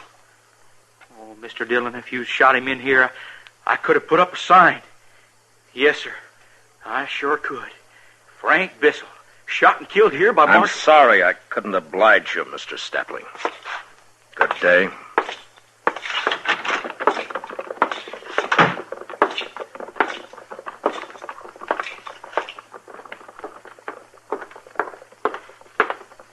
Mr. Dillon? Yeah, Chester. They're getting out, huh? I didn't think it'd be as easy It as isn't. that. Yes, sir, but look, they're riding right on. I gave them until sundown. Oh, that's about 2 hours. Hey, you know, Mr. Dillon, in 2 hours, them boys can do an awful lot of trouble. They try and there's going to be trouble. Yes, sir. You want me to follow her and see where they go? No. Now we'll wait back at the office. On the way back, I stopped at the saloons and told the boys to send out word if Bissell and his gang came in after sundown. I told them I'd be waiting in the office. When I got to the Texas Trail, Kitty was leaning against the bar, singing.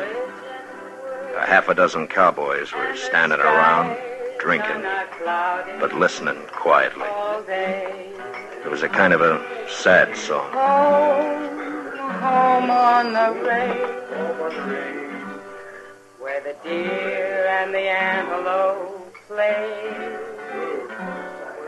where seldom is heard a discouraging word, and the skies are not cloudy all day.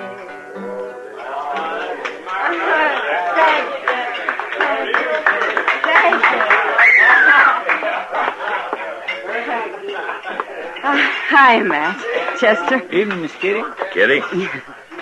Well, never heard that song before. Well, I haven't either.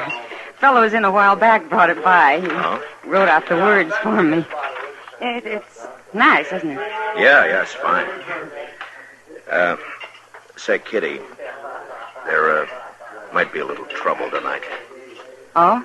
Yeah, Frank Bissell and his boys are in town. I heard. It's all over town. I know. Let me know if they come in, will you? Sure, Matt. Okay. I'll see you. So long. So long.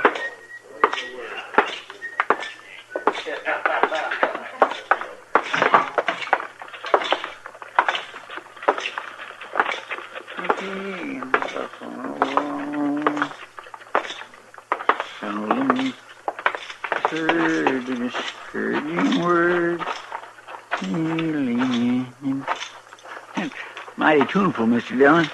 You feel like stopping by Delmonico's for supper, Chester? Well, Mr. Dillon, I'm kind of low this week. You see, I sent east for one of them new suits Mr. Hightower was telling about. You know, the ones that's got the vest and all? The thing cut away here and then fine and tight up here? I'm sure you'll look fine in it, Chester. Come on, let's get supper. I got money.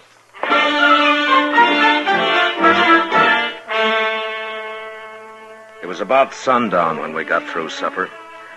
I'd gone in Delmonico's mostly with the idea that Bissell would head there himself. That way I could get the thing over before it got really started. But he didn't oblige. Not until Chester and I were getting up from the table.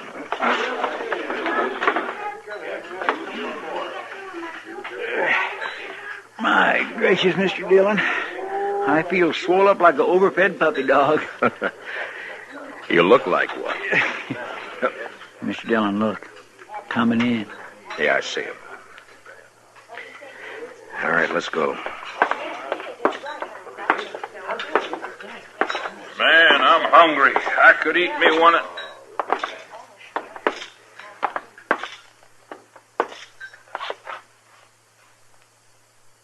Well. Hello, Mr. Dillon. Say, how's the food in here? It's sundown, Mr. Bissell. Yeah, it's late for me to be eating. The boys, too. We're hungry. Come outside. Mr. Dillon, we just came in for a nice, quiet meal. You don't want trouble with all these people in here, Mr. Bissell. Now, you do as I say. Outside, come on, huh? You want to start trouble, Marshal? Buffalo, where are your manners? There's women folk in here that might get hurt if shooting started. Frank, you heard... You heard what I said. Besides, Mr. Dillon isn't going to do anything. He's just got to make noise like he does. So people will think he's doing his job. Well, Mr. Dillon, I sure would like to stay and talk, but... All right. All right, go ahead and eat, Bissell. I'll be waiting for you outside. Sure. You do that, Mr. Dillon. You wait for me outside.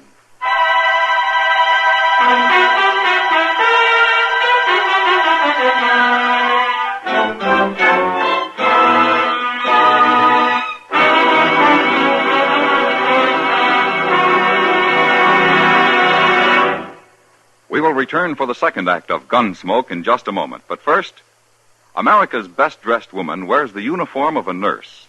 This uniform is a symbol of service to humanity and of an honored and respected profession. The nurse's uniform is an open sesame to many fascinating fields aiding the medical profession: research, rehabilitation, work with the men in service, to name only a few. Young woman, if you are a high school graduate, you can enroll now as a student nurse at your nearest hospital. Consult the Nurses Registry Desk or Collegiate School of Nursing. You can become one of America's best-dressed women and wear the uniform of a nurse. Now the second act of Gunsmoke.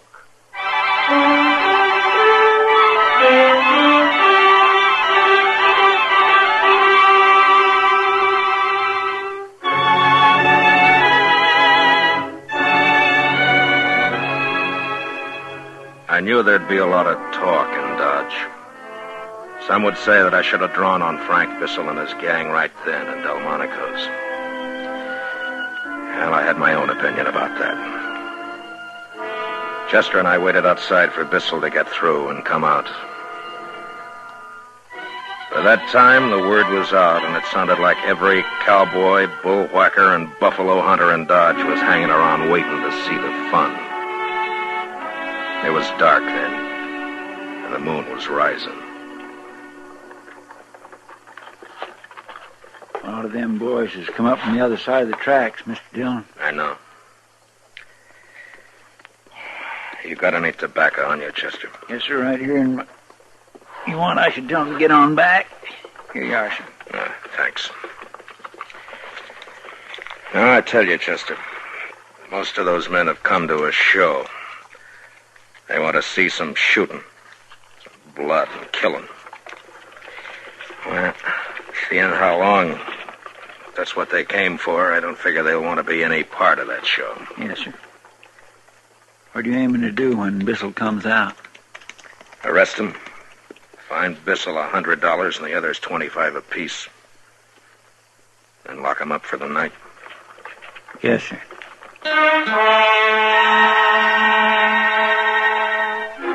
The crowd got bigger, and it got quieter, too. Standing on both sides of the street with a respectable distance between themselves and the entrance to Delmonico's, where Chester and I waited. It was going on 8:30 when the door opened, and Frank Bissell stepped out, his boys following after him.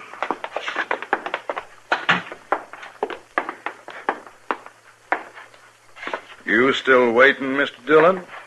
I thought you'd be somewhere rolling drunk by now. You're under arrest, Bissell. And all of you. What have we done? We're real peaceful, you can see that. Come on, Frank. Let's get down to the Opera House.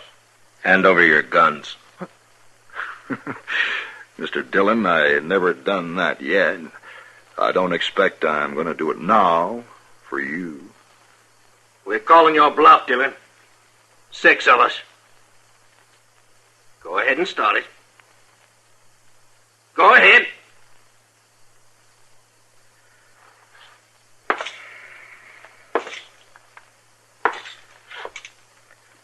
I don't want any killing, Bissell. Now you come in quietly. No, Mr. Dillon. I'd made up my mind even before he answered because I knew he wouldn't back down. And the crowd was watching. And in that same second, through the window of the restaurant, I saw the figures of 2 women and a child making for the door. They were right in line with any shooting I might do. Bissell and the others were directly in front of them. And now they had their guns drawn. And mine was still in its holster.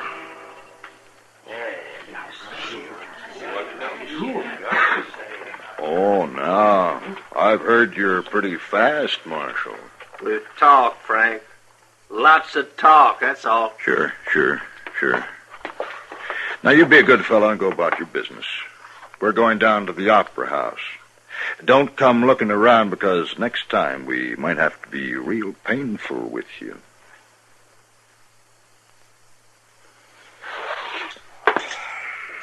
Hey, look at that! You better get out of town, Marshal Dillon. You're through! Come on, Chester. Yes, sir, Mr. Dillon.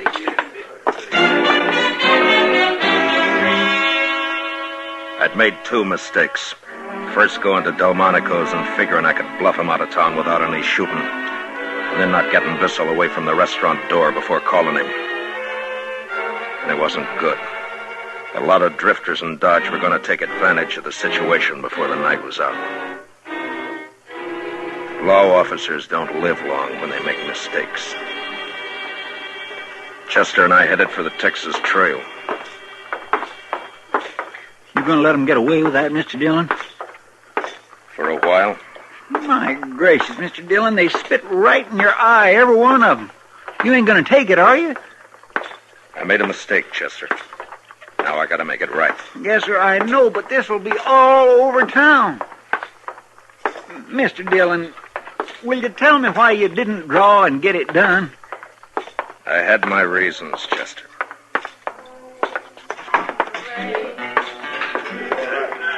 Where the deer and the antelope play, where seldom is heard a discouraging word, and the skies are not cloudy all day.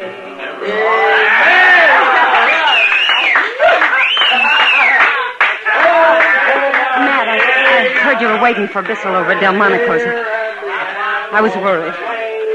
Everything's fine, Kitty. No, it ain't fine, Miss Kitty. That Frank Bissell drawed on Mr. Dillon and...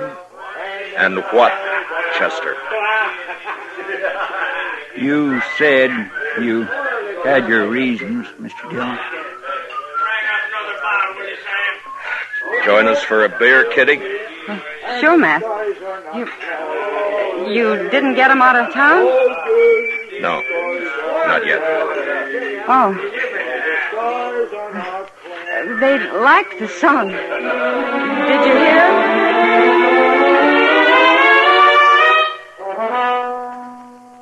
We sat in the Texas Trail. Chester nervous and looking to the door every minute or so. And as a cowboy drifted in, and then another, and a couple more, I could tell that news of what had happened outside Delmonico's had spread. That's the trouble with a reputation. You build it or you get it built for you. It's like a trap. You gotta stay a step ahead of it. If you don't, there's always the question. Even with the people you think you know real well. Like Chester and Kitty. And I knew they were wondering why I'd backed down. About a half hour go by, which I calculated was enough time for Dodge to make a hero out of Bissell. Then it was time to go.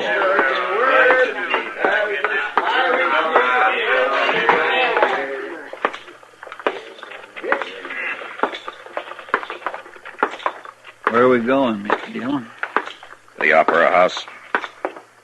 The Opera House. That's where they've gone, ain't it? That's right. Well, good. I want you to stay out of this, Chester. Oh, now, Mr. Dillon... You heard what I said. Yes, sir.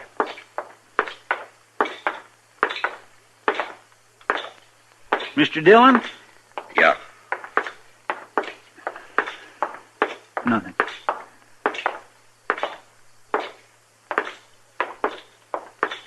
Now remember what I said, Chester. Keep out of it until you're told. All right, Mr. Dillon, I will.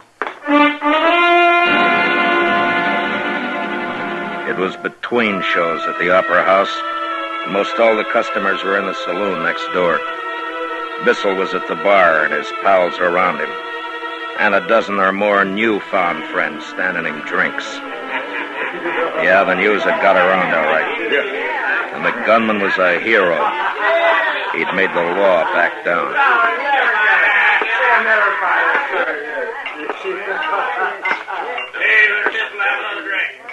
Look who's here, boys. Hey, Frank. Look here. Marshal Dillon. Didn't I get through telling you a while back? Are you drunk, Bissell? I never get drunk, Mr. Dillon. Well, I'm glad to hear it. All right, you other men, get away from the bar, quick. You six stay where you are. I'm telling you. Now, anybody who wants to stay with Bissell and his gang's going to get hurt. Now, you move.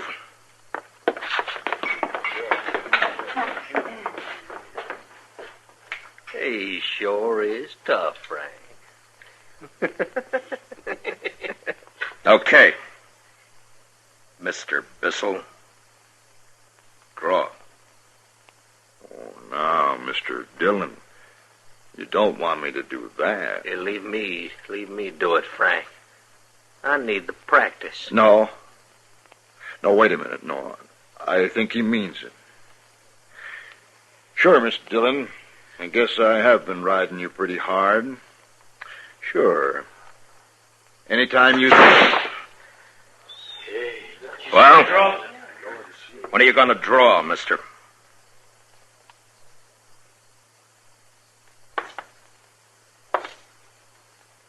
I'm going to tell you something. I could have hit you in the belly as easy as making a hole in the wall. But I don't like killing. Now, you're under arrest, all of you. Chester? Yes, sir. Keep them with their arms up. Yes, sir. Now, you. Take off your guns, Bissell. I said take off your guns and do it now. All right, put them on the bar.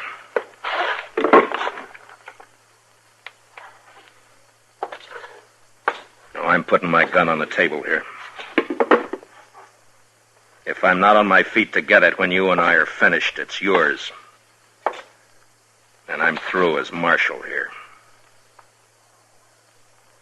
Yeah. Hold that. Come on. Get him. Stop. Hit it, Frank.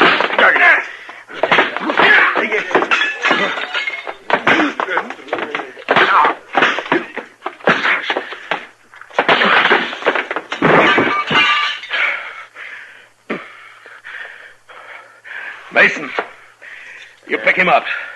You help him. We're all going down to the jail. Carry him with you.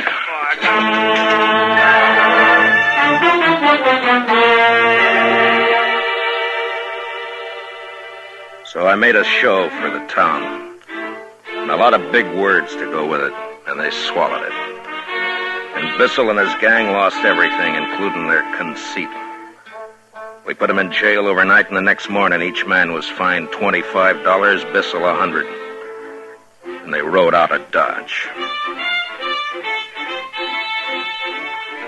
I'd be a liar if I didn't admit I did a little more than my job when I threw my gun away and worked Bissell over with my fists. He was a hard man, and I might have lost. Except that I had my reputation to think about.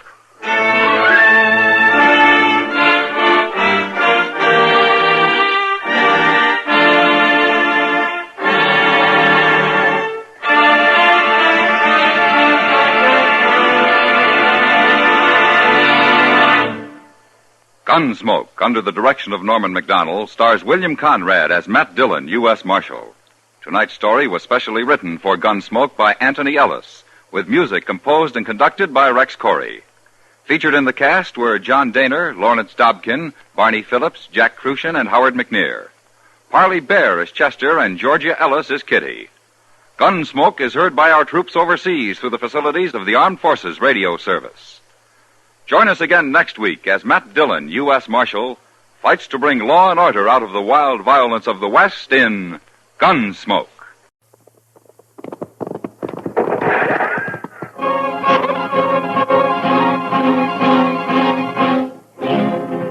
Around Dodge City and in the territory on West, there's just one way to handle the killers and the spoilers.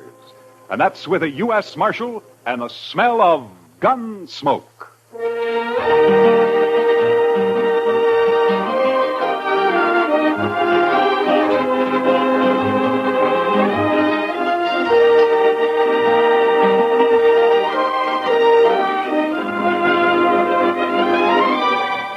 Gunsmoke, starring William Conrad. The story of the violence that moved west with young America. The story of a man who moved with it. Matt Dillon, United States Marshal.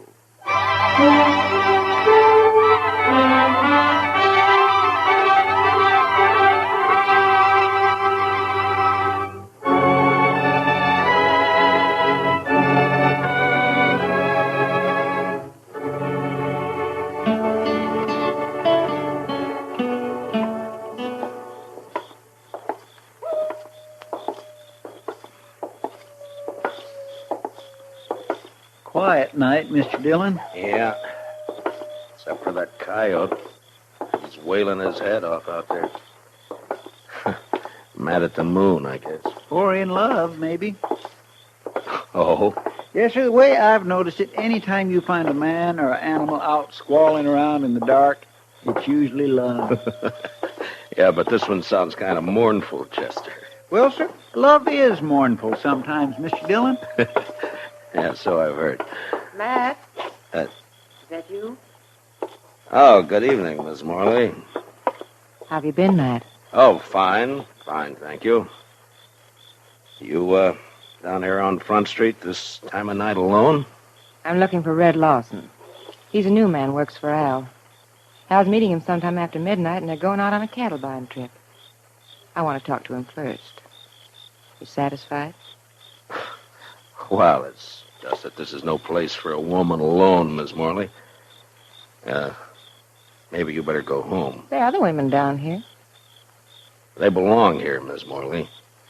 They work here. Oh, don't be so stuffy, Matt. And call me Ava for once. Everybody else does. Well, your husband might take exception to that, Miss Morley. Now, you're blaming me for what happened before, aren't you? I'm not blaming you for anything, Miss Morley. I didn't tell him to get into a gunfight over me. Wasn't my fault. I didn't say it was. Chester, you better see that Miss Morley gets home, all right? Yes, sir. I can get home by myself. My, she's pretty as a picture. It makes you wonder. Yeah, maybe you were right, Chester. With a woman like that, love might be kind of mournful.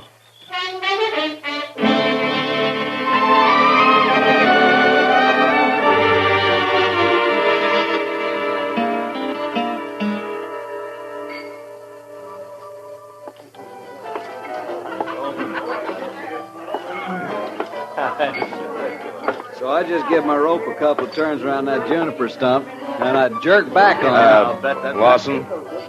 Oh, hi, Marshal. I wonder if I could see you for a minute, huh? Yeah, sure. Be right back, boys.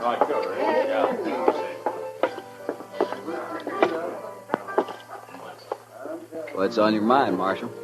Lawson, I just ran into Miss Morley in the street outside. You did? Yeah, I suggested she go home. She's got no business being down here this time of night. It might be a good idea if you'd tell her that, huh? Seems to me that's up to her husband. Look, you're new here, Lawson. I guess you didn't know Fred Curtis and the Santa Fe Kid. I heard about it. A couple of fools, as far as I can see. Yeah, I guess they were. After they met Miss Morley. Hey, look, Marshal. What's your stake in this? I got no stake. What Miss Morley does is her own business, as long as it doesn't cause any trouble. I'm just trying to keep at peace, that's all. I feel kind of sorry for her, that's all. Al treats her like a dog. Uh-huh. Fred and the kid used to talk the same way. Like I said, a couple of fools. I'm not. I hope not. See you around, Marshal. Yeah, sure. Oh, I think so. Sure. Hi, Kitty. Could I speak to you? Oh, sure, Matt. Excuse me, boys. I'll be back. All right. You hurry back now. What, Matt? Kitty, has Al Morley been in tonight? Oh, no. I haven't seen him, Matt. Should he have been around? Oh, not necessarily. He and Lawson are riding out around midnight on a cattle buying trip. I just thought they might be meeting here. Oh, well, not yet anyway. Jesse Wells would know what their plans are, though. Jesse Wells? Yeah, the bartender down there at the end, the young one. You know him. Oh, yeah, sure. Why would he know? Well, he's going along. Al asked him to help out. They're going to follow the Lazy Bee Roundup. Try to get in ahead of the buyers from Chicago. Oh, yeah.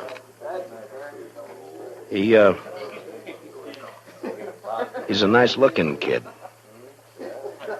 I wonder if, Yeah. Yeah, he's another friend of Ava's.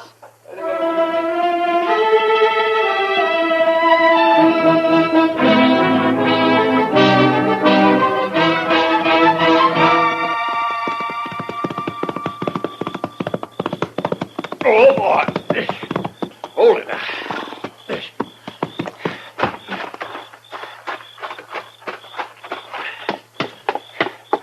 Marshal! Marshal Dillon! Oh, come on. Wake up, Marshal! All right. Take it easy. Who is it? Jesse Wells, Marshal. Open the door. All right, just a second till I get it.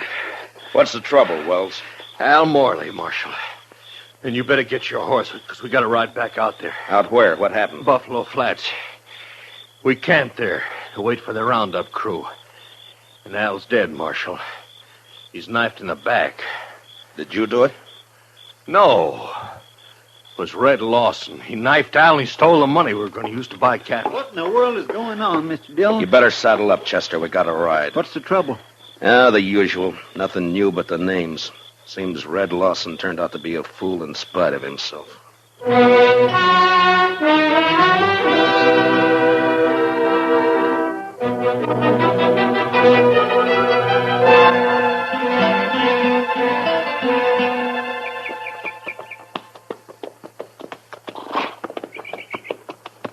Over this way, Marshal. Camp is right there by that plum thicket. Right. Be daylight in another 20 minutes. Hello, boy. He's laying over there by the bushes. Yeah, I see him.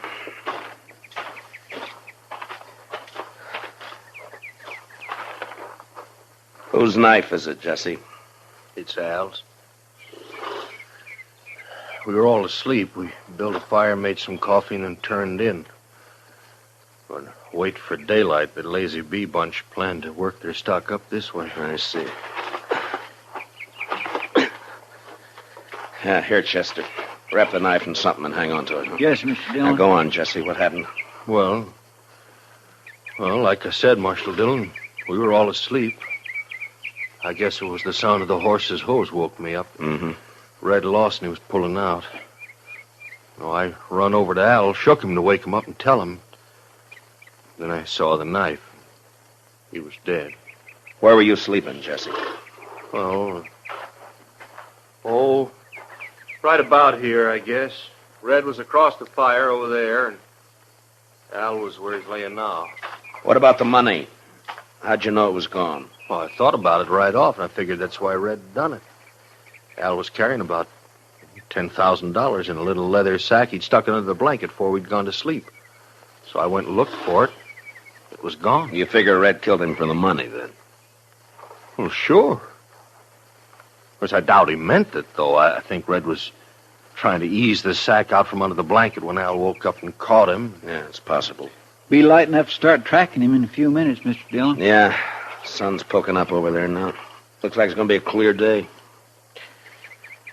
Which way'd Lawson head out, Jesse? East. Seemed to be following the wagon tracks. Odds are bad, Mr. Dillon. He's got quite a start on us. Yeah, too much of a start. Well, let's load the pack mule, Chester. I think we'll ride back into Dodge and then take the train from there to Abilene, then work back from the east. Say, that's a good idea. Lawson probably won't be expecting anybody ahead of him. I can't understand it. I just can't understand how anybody could do a thing like this. It sounds like a meadowlark, Chester. Yes, sir. He just flew into those bushes. Red seemed a pretty nice fellow as far as I could tell. It's a funny time of year for a meadowlark, isn't it? Guess $10,000 was just too much temptation, huh? Oh, some of them hangs around all winter, Mr. Dillon.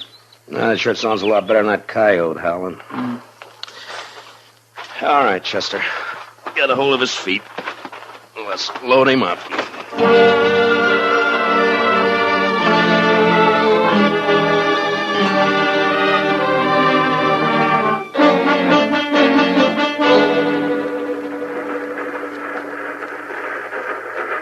Sumac Creek water tank's right around the bend up ahead of us there. How long do we stop here?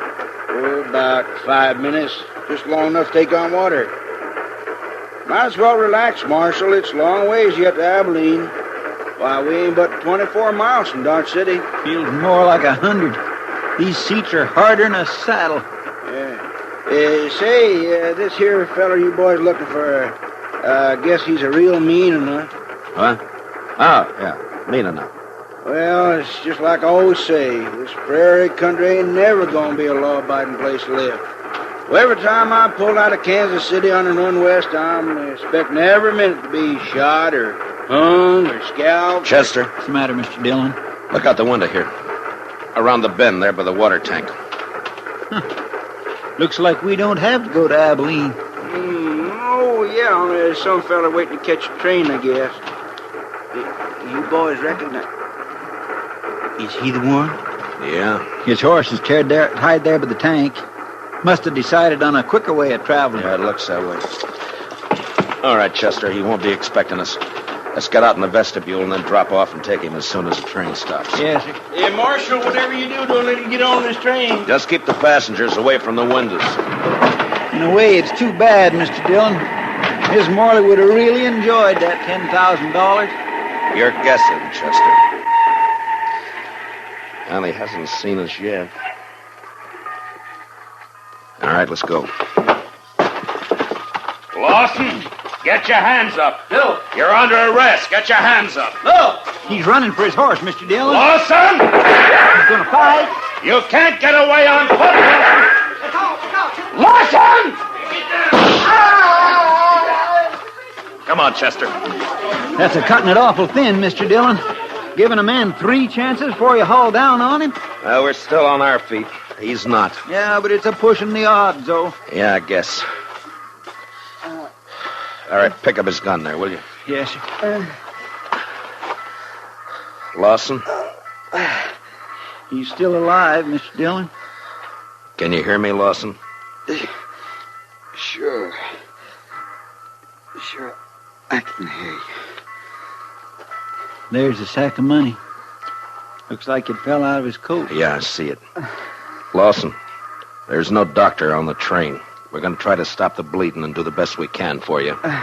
There'll be a train back toward Dodge City in about a half hour. We'll wait for it. Is that all right with you? I don't have any choice, do I?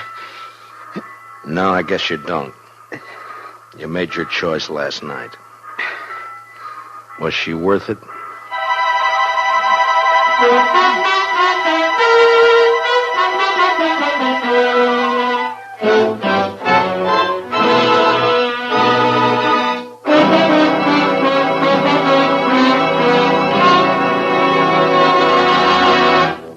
We will return for the second act of Gunsmoke in just a moment. But first, every Saturday night, Gene Autry invites all his friends to visit him at Melody Ranch for a half hour of songs and stories about the Old West. Tune in the Gene Autry Show tomorrow night over most of these same CBS radio stations. Now for the second act of Gunsmoke.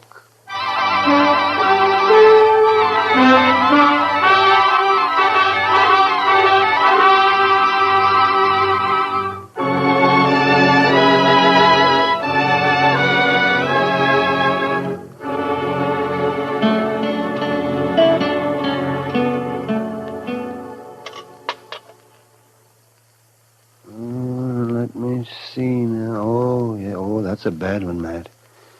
Yes, I'd say the bullet's lying right in against his heart. I just tried to wing him, Doc, but we were both moving. You can't always call him, you know.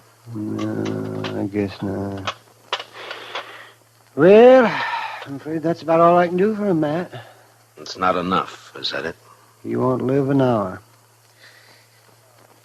I wish he was conscious. I want to talk to him. Well, the stimulant might take effect, and then again might not. With this kind of a case, you never know. What is it you're after, Matt? Ms. Morley? Accessory before the fact? She could have been. Mm-hmm. Well, I'm a broken down old man, Matt, but if that woman rolled her eyes at me just once, well, I do not know. I just might. Matt. Yeah. Lawson? Lawson, can you talk? Can you hear me, Lawson? Yeah. Sure. Was Ms. Morley in on it? Nobody was in on it.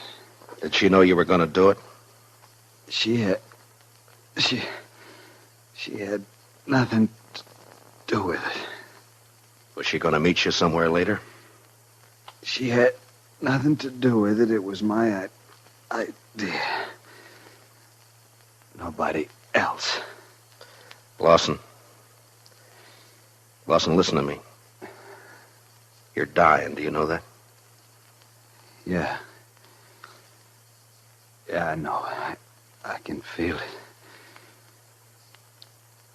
She wasn't in on it. All right. That's the way you want it. At least Al won't treat her like a dog anymore. What do you mean? I mean, a dead man can't bother anybody. Al? You ought to know you killed him. No. What? He was asleep. I took the money and rode away. And they were both asleep. I didn't touch him. You're telling the truth. I swear I didn't kill him. I only stole the money, and I didn't get... Well, guess I was wrong, Matt. The bullet was closer to his heart than I thought. Yeah. And I was wrong about something myself, Doc. I thought this was the end of it. Now it's wide open again. Wide open.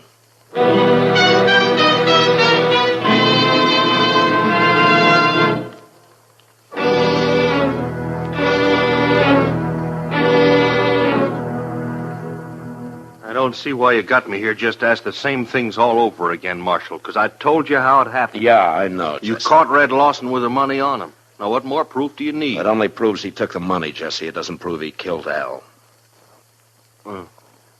What do you mean? Chester, you better punch that fire up over there a little, huh? It does seem to be getting chilly in here. Now, what do you mean by that, Marshal? You killed Al yourself. Didn't you, Jesse? You're out of your mind. You woke up and saw Red steal the money and take off, and it gave you ideas. You slipped over and knifed Al in his sleep. You knew Lawson had got the blame for it. Well, sure. Sure, because he did it. He said he didn't. Dang stove. Well, Marshal, did you expect him to tell the truth? He was dying, Jesse. Knew he was dying. I think he told the truth. I see. His word against mine. Word of a thief. I didn't say I could prove it, Jesse. But you did it, though. We both know that. And sooner or later, I'm going to get you for it. Yeah. Chester, I think it'd draw better if you'd open the damper.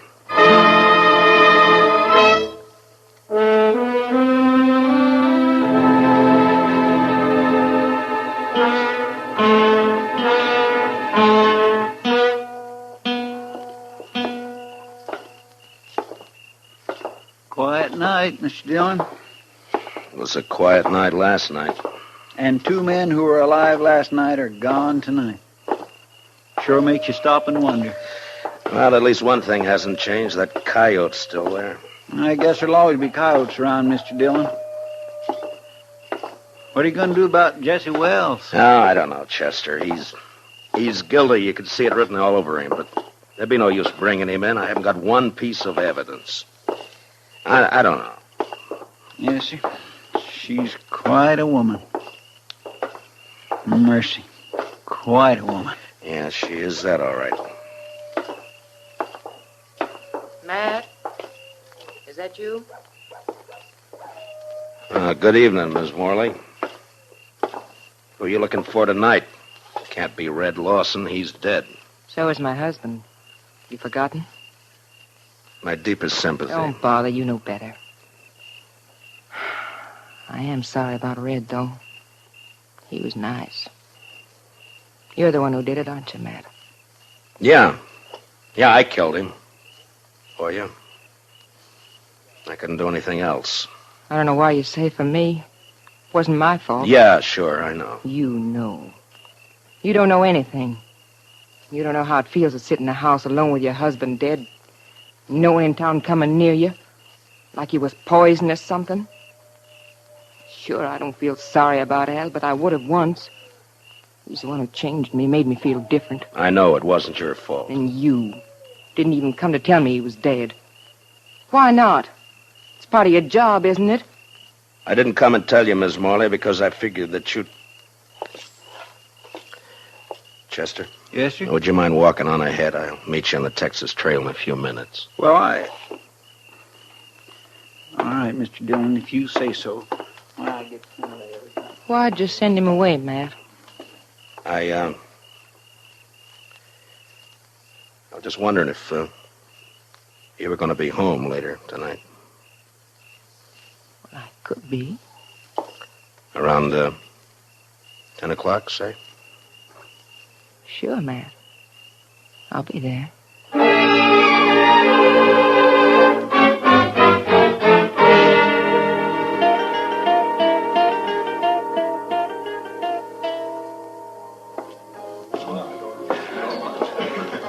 Well. Hiya, Kitty. Chester and I were trying to think of some way to rescue you from Ava's clutches. Only one thing, though, Mr. Dillon. I wasn't sure you wanted to be rescued. Kitty, has Doc been in tonight? Oh, I haven't seen him, Matt. Chester, will you see if you can find him and have him meet me here? Yes, sir. Right away, Mr. Dillon. Kitty, Yeah. I wonder if you'd help me with something. Well, sure, Matt. What? Drop a hint to that bartender, Jesse Wells, that it might be smart to slip out of here and pay a visit to Ms. Morley's around, say, 9:45 tonight. All right. Is it anything you can talk about? I don't exactly know how to talk about it, Kitty. I got a murder on my hands. I know who the killer is, and I can't touch him. So? So I'm going to try to make him touch me. Oh. All right, Matt. I'll take care of it. Will you be around for a while? Yeah. I'll be here till about 10.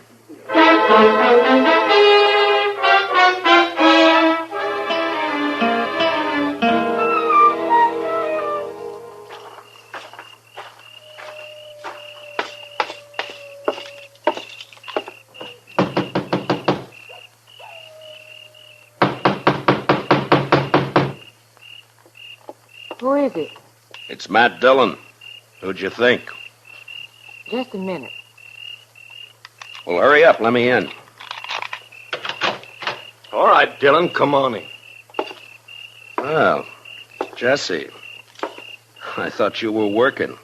I was, till just a few minutes ago. Well, what's on your mind?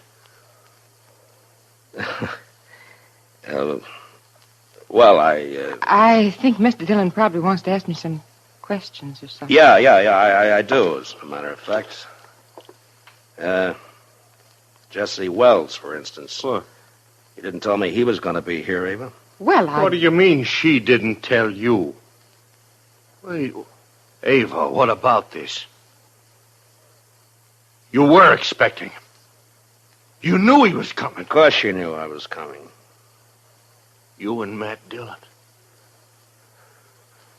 For how long? And what kind of a fool does that make me? I'm afraid you were born a fool, Jesse. That's why she picked you. She's so wonderful you said if only Al didn't stand in our way. I didn't tell you to kill him. I didn't mention it once. You didn't have to. Just kept dropping hints, leading me on. And all the time you and Matt Dillon. She's too smart for you, Jesse. You should have realized that. Yeah. And instead I played right into your hands. Both of you. How, Jesse? Killing Al, getting him out of your way, giving the two of you a clear field. You're under arrest for murder, Jesse. What? Oh, you'd like that, wouldn't you? Both of you would. Sit around and laugh about it while you're waiting for me to hang. I said you're under arrest. Now hand over your gun. Oh, you don't, Dillon. You're not going to carry it that far. You're not taking me in for something both of you wanted me to do. Hand over your gun, Jesse. You want my gun, you got to take it away from me. Get away from the door. Oh, sure, I'll get away from it. Hold it, Mr. Wells! Are you all right, Chester? Yes, sir. It was close, but he missed me. Well, you two didn't miss him. I don't know which one of you fired first, but either bullet would have done it. Well, you got his confession all right, Mr. Dillon. Doc and I heard every word from the front porch there. We sure did. Only one thing, though, Matt. He He didn't implicate the woman in it. Yeah, I know. Will you take charge, Doc? Oh, sure. Be glad to. Part of my job, you know. Matt. All right, Chester, let's go. Matt? Could I see you for a minute before you go? Matt? What's it add up to, Mr. Dillon? 3 men have been killed since this same time last night. Yeah. And you know, Mr. Dillon, I think maybe it's kind of all her fault. And you can't pin a thing on her. My. Well, there's one lucky thing. There aren't many women like her.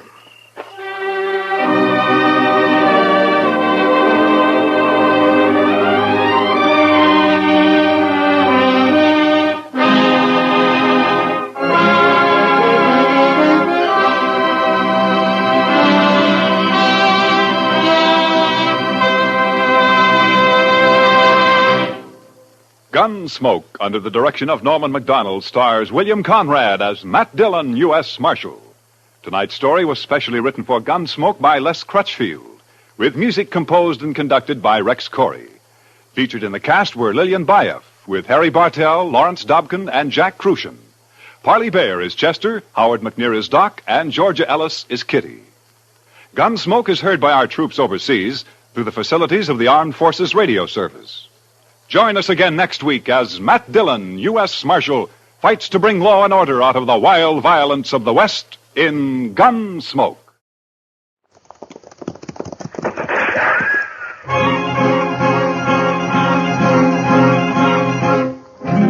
Around Dodge City and in the territory on West, there's just one way to handle the killers and the spoilers, and that's with a U.S. Marshal and the smell of Gunsmoke.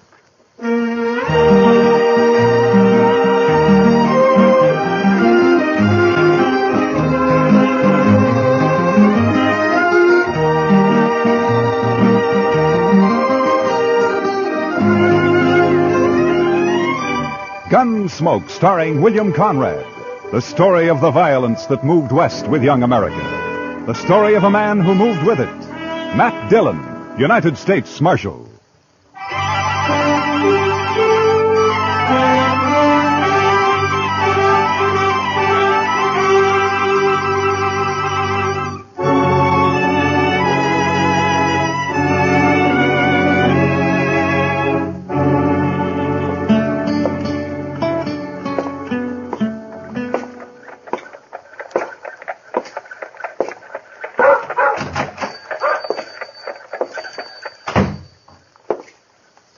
Hello, anyone here? Be right out. I was just in the... Oh, hello, Marshal Dillon. Hello, Ben. How are you? Had shipment come in from St. Louis? They came in on the morning train, Marshal. I was going to send the boy over to tell you. What, have you seen it yet? I haven't had a chance to open it up. Here it is. Oh, good. Well, let's see how it looks. All right. There it is. Prettiest gold watch chain I ever did see. Chester will like that. Yeah. And look at the gleam on that elk's tooth. Yeah. Chester know you're getting this for him? Oh, no. It's by way of a surprise. He thinks he's got a birthday this month sometime. Saturday's about the middle of the month, so I figure it's as good a day as any. Give it. Yeah, morning, Miss Tara. Oh, morning, Ben. Marshal Dillon. Morning, Tara. Oh, how beautiful. Is it yours, Marshal? Oh, no. It's for Chester. He's always wanted one. It's lovely. Ben, did my hand mirror arrive? Yeah, it came in this morning, Miss Tara. Can I take it now? I don't know why not. It's paid for. Here. Careful now, Miss Tara. Came all the way from Boston, so don't drop it. Oh, I won't. Don't worry. Thanks, Ben. Goodbye. Goodbye, Marshal Dillon. Goodbye, Tara. That's a mighty pretty girl, Ben. Yes, sir. Yeah. She's blossomed out since I saw her last. Well, what owe you, Ben? Oh, be just about $4, Marshal. $4, huh? Yeah. There we are, $4. Thank you, Marshal. And give Chester my regards. I'll do that, Ben.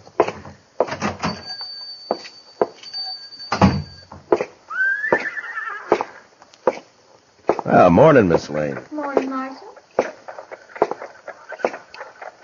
Morning. Marshal? Hello, John. Oh, hello, Marshal.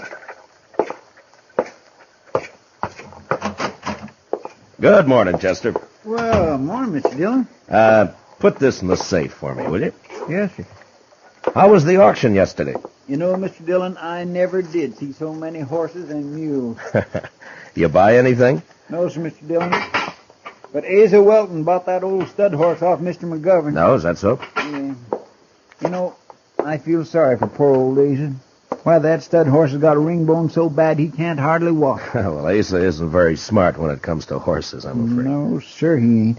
And I purely hate to see him lose good money on a horse like that. Why, he paid $19 for that horse. No?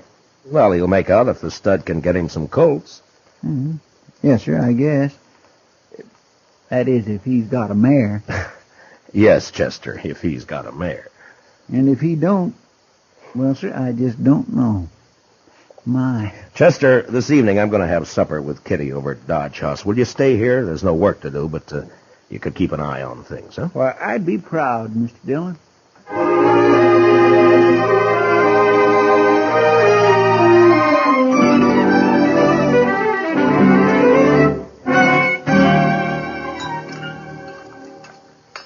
More coffee, Kitty?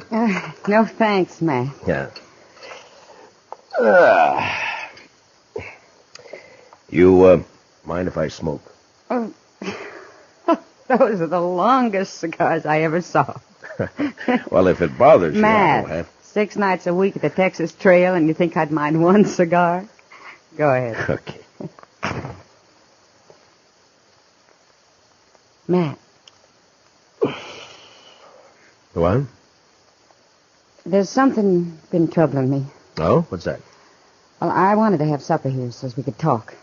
Well, what is it, Kitty? Almost 4 months ago, you and Chester brought a little girl back into town. Daddy was dead, out on the plains. You brought her back because she couldn't stay out there alone. Well, go on. She was real sweet. Young, I guess maybe 17. You're talking about Tara Hantry. Yeah, Matt. I saw her over at the general store this morning. What about her? Well, she's hanging around the Texas Trail, Matt. I see her there all the time. Afternoons, evenings. Oh? Well, why are you telling me this, Kitty? Well, it's no place for a girl. Not a young girl, not a girl like Tara. I don't have any say about how Kate runs the Texas Trail. If they don't want Tara in the place, Kate should keep her out. Well, Kate won't keep her out. Why should she? Tara's attractive. She's good for business. Kitty, when I brought Tara back to Dodge, Lawrence Kells and his wife took her in. They've been treating her like her own daughter. Now, it's not my place to interfere Well, with maybe them. they don't know, Matt. They're church-going people, Kitty, Kells and his wife. They try to do what's right for Tara. I'm sure they do. Matt, people like the Kells don't know the Texas Trail. They don't know the saddle bums, the spoilers, the wild ones that hang out there. Even if they did, they wouldn't see too much wrong with the man Tara's taken up with. Well, who is it? Jack Grace. Jack Grace? Yeah. Tara's keeping company with him? She has been since he came to town a few weeks back. Oh, that little fool. Well, don't blame her too much, Matt. He cuts quite a figure. Long hair, buckskin shirt, Texas spurs. She's young, and his stories make for good listening. Yeah. Matt, I've talked with Grace, and there's something wrong with him. He's too cold, like he's dead inside. He can charm you with a smile, and he talks just fine, almost like a gentleman. But there's nothing inside him, Matt. He's empty, like a shell. All right. What do you want me to do, Kitty? Thank you, Matt. Talk to the Kells. All right. Tomorrow morning. I promise.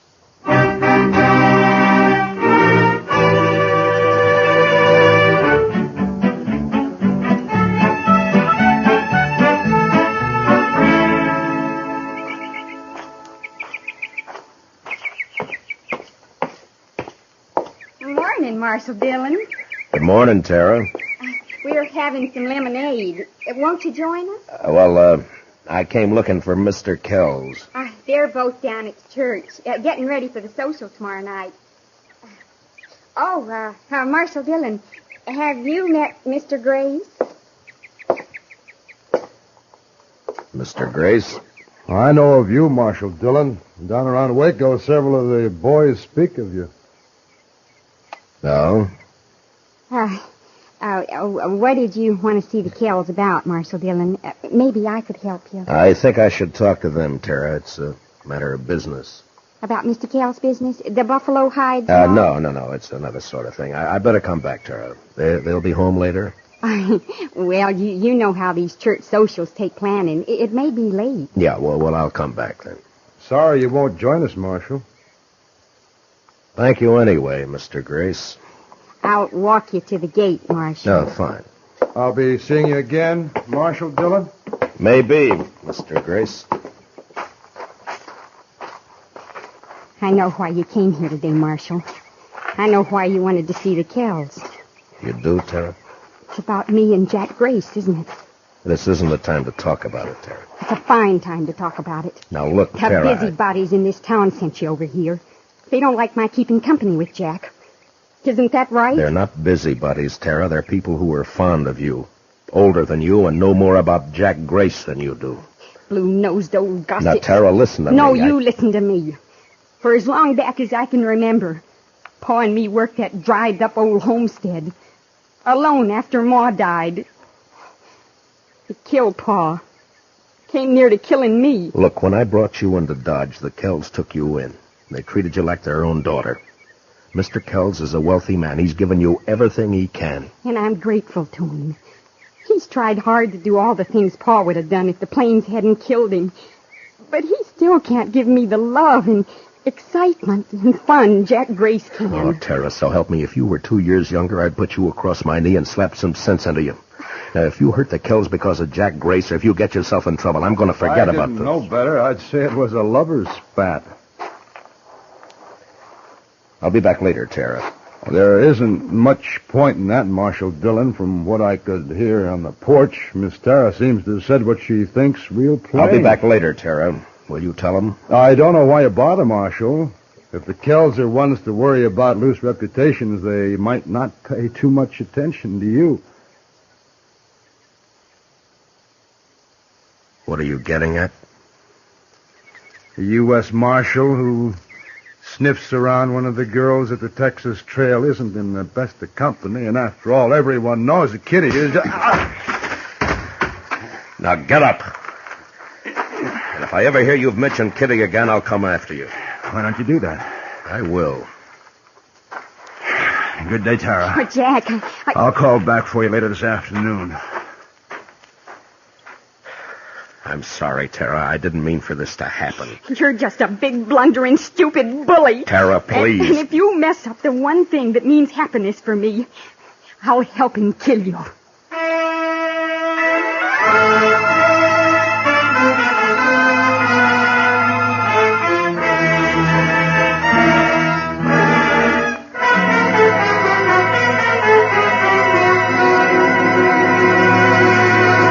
We will return for the second act of Gunsmoke in just a moment. But first, mystery minded? Then mind you don't miss CBS Radio's Mr. Chameleon on the first of his new Friday night broadcasts tonight on most of these same CBS radio stations. Now, the second act of Gunsmoke.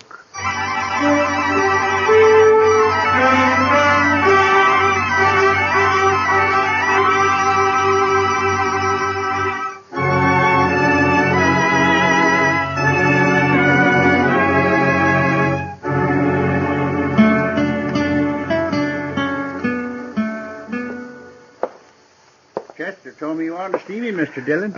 Yes, Mr. Kells. Won't you sit down, please? Yeah, sure. Hope it won't take too long. Gretchen and I are in charge of the box store tonight, you know.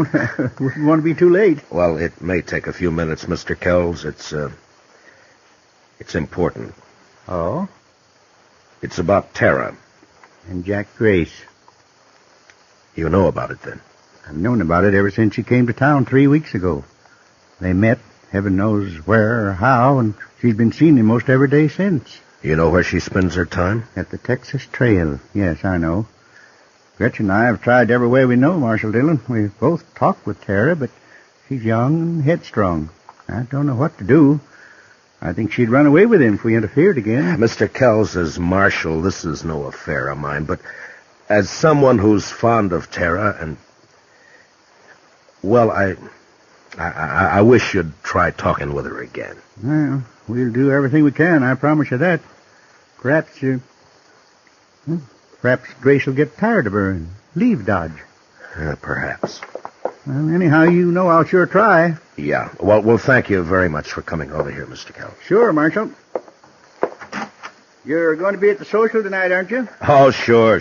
Chester and I'll be there. Chester'd be real upset to miss it. Good. We'll see you there. Okay, fine.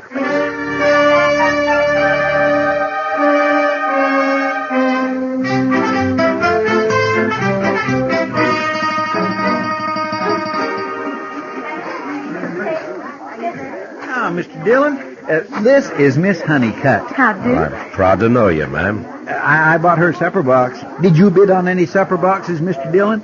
No, Chester. I was late getting here. Oh, so. That's a pity. Now, what do you do for supper? Oh, I'll make out all right. Well, there's really enough for the three of us, Marshal, if you'd care to join us. Well, thank you, Miss Honeycutt, but I'm looking for Mr. and Ms. Kells. Oh, they're not here yet. The parson was asking for them a few minutes ago. Mr. Kells was to have auctioned off the suppers, but they didn't come, so we went ahead without them. Oh? You sure you won't join us, Marshal? No, thank you, ma'am. I'll just wait for the Kells. Perhaps I'll walk back toward their place and meet them on the way. Well, all right, Mr. Dillon. Miss Honeycutt, and I'll be right over there if you need me. I don't think I will, Chester. You just go ahead and enjoy yourself. Real pleased to meet you. Nice to have met you, Miss Honeycutt. Mind that bench, Miss Honeycutt. Yes, thank you.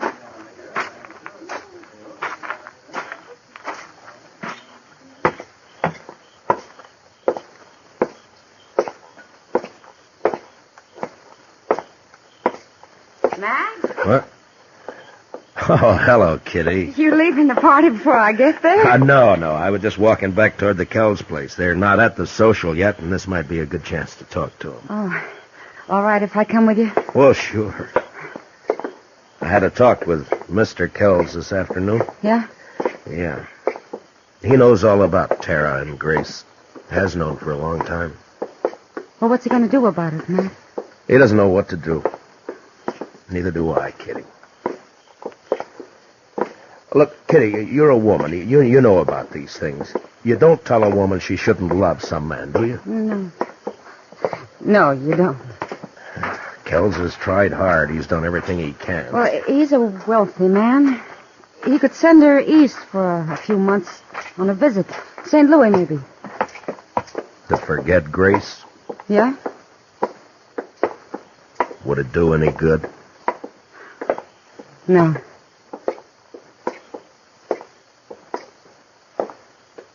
Oh, there's the house. It's dark. Maybe we passed them. No, I don't think so. Here. Oh, thanks. Thanks, Matt.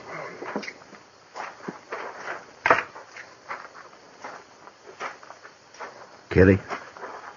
Yeah? Maybe you better wait here, huh? Matt, what is it? The house shouldn't be dark. We didn't pass them. What are you going to do? I'm going inside. I'll come with you. All right, come on.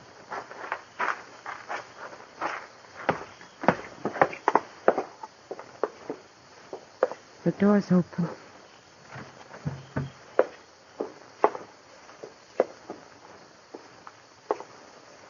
Oh, Matt. Matt, look. Stay here, Kitty.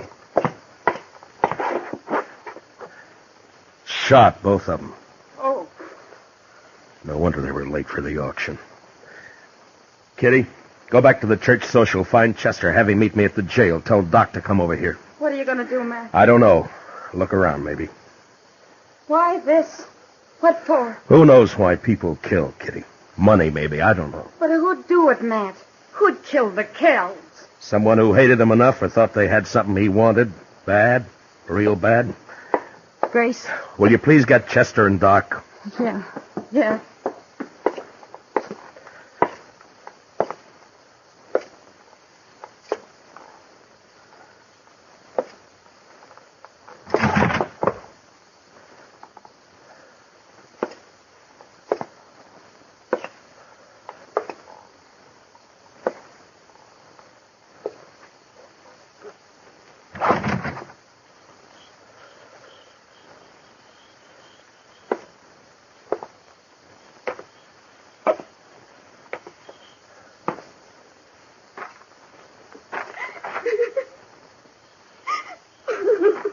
Tara?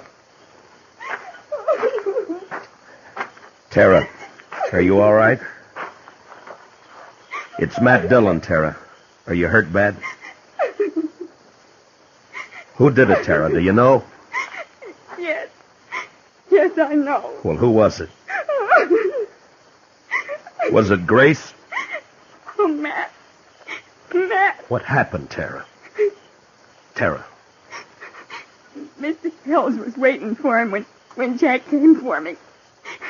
Mr. Kells wanted to talk with Jack, he said, and oh, Well, go on.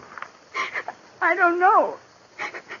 I don't know. I can't help if you don't tell me what happened. But when Jack came, there was an argument. Mr. Kells told Jack to go away, leave me alone. Told him not to come back.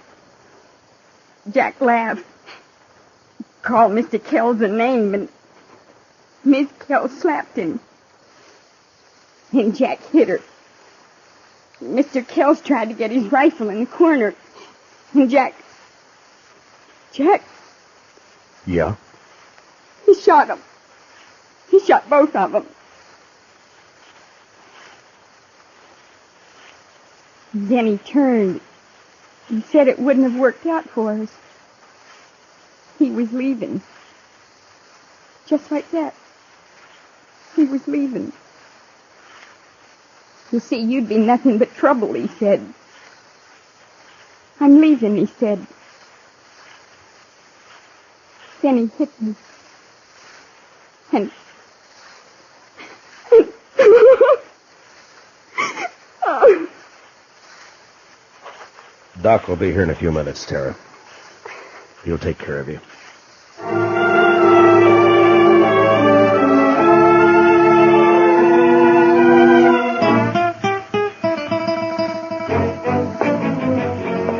You want me to go with you, Mr. Dillon? No, you stay here. Get me that Winchester, will you? Yes, sir. Here you are. Thank you. How do you figure to trail him at night, Mr. Dillon? I don't. I'm taking a guess, that's all. Do you know where he's going? Like I say, it's a guess. I won't be back to Texas. He's wanted there. Might be Abilene. Ben Thompson would cover for him there. He'll have an hour or more start on you, Mr. Dillon. Yeah, I know, but I figure to take the back country and ride hard. Maybe he'll cut his sign by morning. You'll be riding 3 miles to his 1. I'll take the buckskin. He can last. Yes, sir. Don't you want me to follow you? I should be back by tomorrow night. You stay here and help Kitty and Doc with everything. And take good care of the girl. She needs help. Yes, sir. Good luck, Mr. Dillon.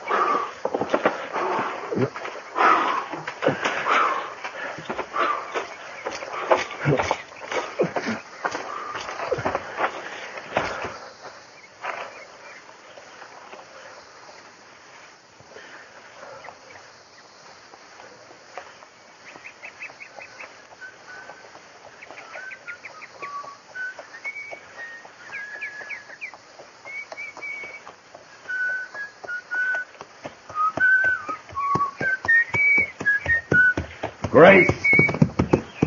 You can't see me. Don't bother to try. Just drop your gun belt. Easy. And your rifle. Throw it down. Now keep your hands high, just like they are.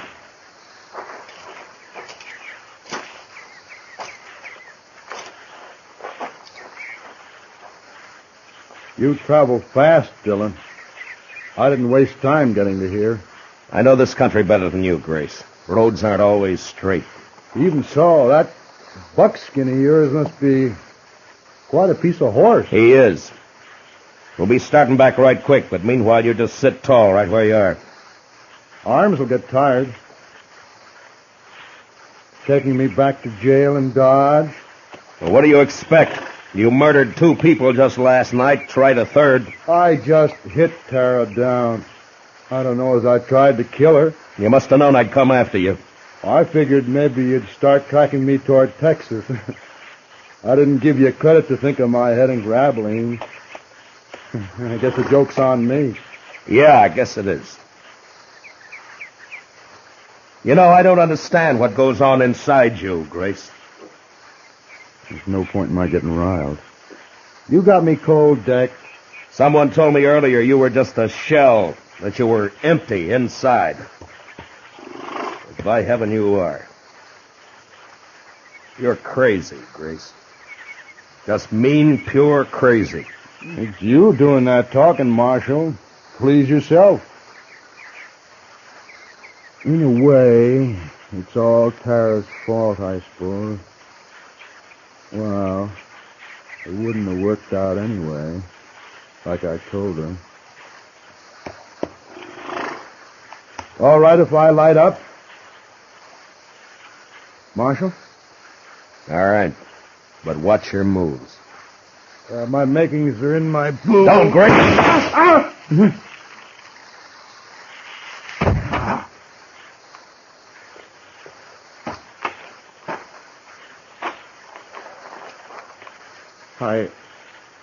I didn't know Kansas marshals were so fast. A derringer up the sleeve's an old story, Grace. Yeah, but they sure are... guess I won't go to trial after all. No, maybe not. But you're going back to Dodge. Like they say on the posters. Dead.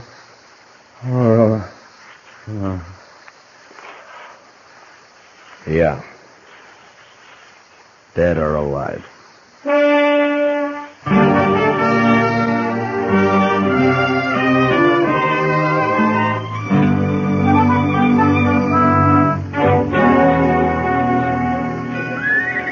Marshal Dillon, I want to thank you and Miss Kitty for everything you've done for me since...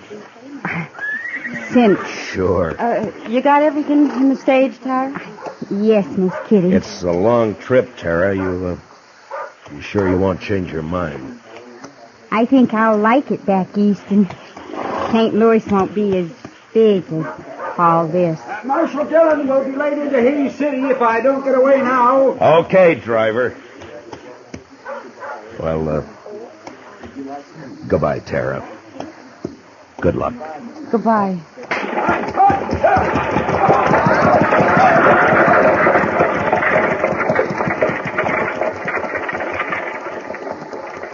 Well, Matt, she's gone. Yeah. I don't blame her for wanting to leave, Kitty. The West took nearly everything she loved. Her ma and pa, and the Kells. And her true love? What, Jack Grace? Jack Grace is no good, but Tara gave him her heart. And she never got it all back. Perhaps you're right, Kitty, but Tara's young. She'll mend. Will she, Matt? I hope so, Kitty. I truly do.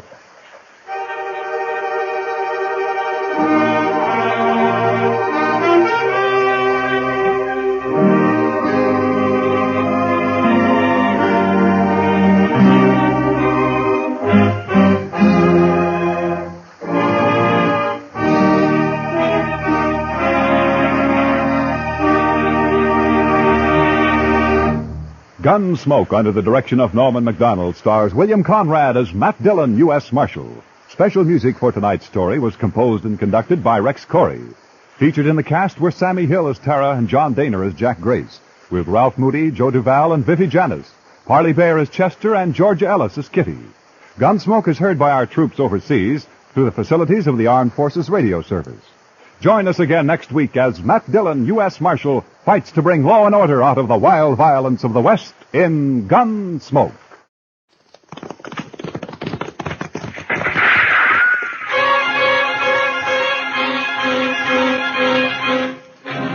Around Dodge City and in the territory on West, there's just one way to handle the killers and the spoilers, and that's with a U.S. Marshal and the smell of Gunsmoke.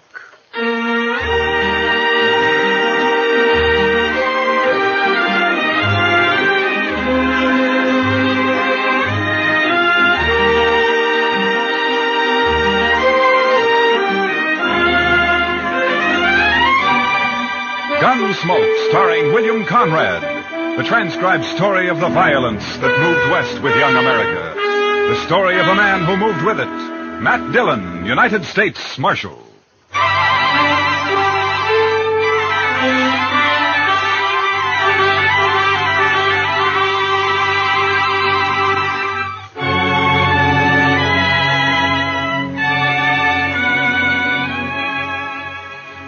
A stranger named Joe Beaudry killed a man in Dodge and then got on his horse and rode 90 miles northwest. He made it across the Smoky Hill River before his horse played out and fell behind a small knoll. Beaudry put a knife in him and settled on to wait. Half hour later, he shot my horse out from under me and crippled Chester's with a slug in the shoulder. And then he gave up. He just threw down his guns and walked toward us across the prairie, his hands in the air. You think it's a trick, Mr. Dillon? I don't know, Chester, but if he makes a move, I'll kill him. Yes, sir.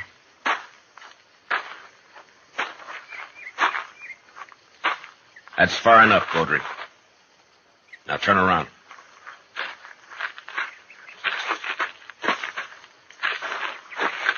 I ain't armed, Marshal. No. You know, I'm curious, Beaudry. Why didn't you shoot it out? I don't want to kill anybody, Marshal. You killed a man in Dodge. He went for his gun. I had to. Some of the witnesses say he didn't. Oh, sure. Friends of his. I heard him. That's why I lit out. Man looks guilty when he runs. You should have stayed and faced it. Now, what there. kind of shake could I get in a strange town, Marshal? Everybody be against me. The law will protect you if you're innocent. You'll have to stand trial now anyway. Well, maybe I made a mistake, but I'm still alive. Yeah, and a long way from Dodge. Say, by gracious, that's right. How are we going to get back, Mr. Dillon?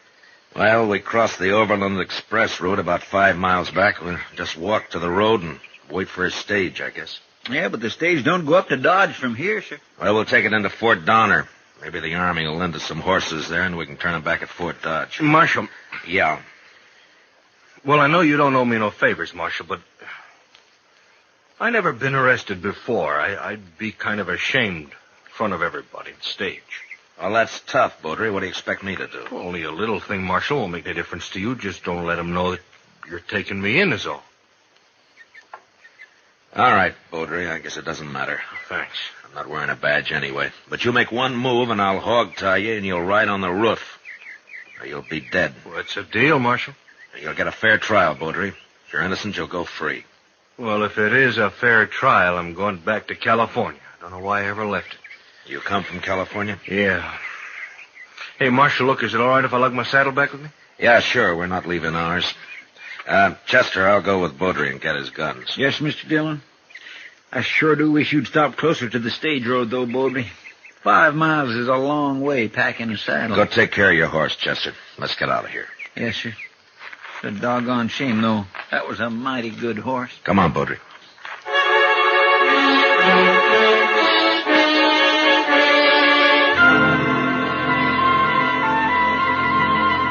I sure hope the stage hasn't gone by already, Mr. Dillon.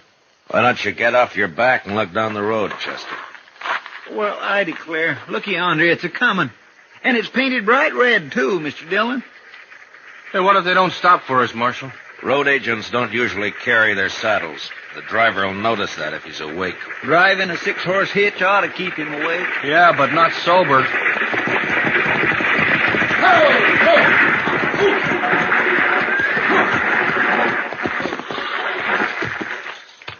That's a shotgun the messenger's holding. He doesn't need it. We want to ride, that's all. Where's your horses? Marshal, please, you remember what you said. We lost them. You don't look like greenhorns to me. It can happen to anyone. That's good. The one in the middle ain't even armed. Pick 'em up, Hank. All right, Berryman, it's your treasure box. How far are you going? Fort Downer. It's about 60 miles to Fort Downer. You're crowding us. That'll be 15 cents a mile. 15 cents. How much is that, Mr. Dillon? About $9, Chester. $9 apiece, that is, and payable right here. All right. It's high, but I can't argue with you now. Here you are. 20, 5, 6, 7. All right, mister. Get in. I don't know how the passengers are going to like this, though. You got room for a couple more in here? Anybody can't keep his horse ought to walk home. There's room for 2, maybe, but not 3. Oh? Take a look for yourself, mister. Yeah, I guess you're right. Chester? Oh, now, sir, I can't. I don't want Beaudry on top. You'll have to get up there, Chester. Well, I guess you're right, sir. But I think you fellas ought to charge us less if I can't ride inside. The Overland stage guarantees a ride, mister. Comforts the passengers' problem. Get in, Beaudry. Yeah. Now get fixed somehow. You've held us up long enough. Give me a hand.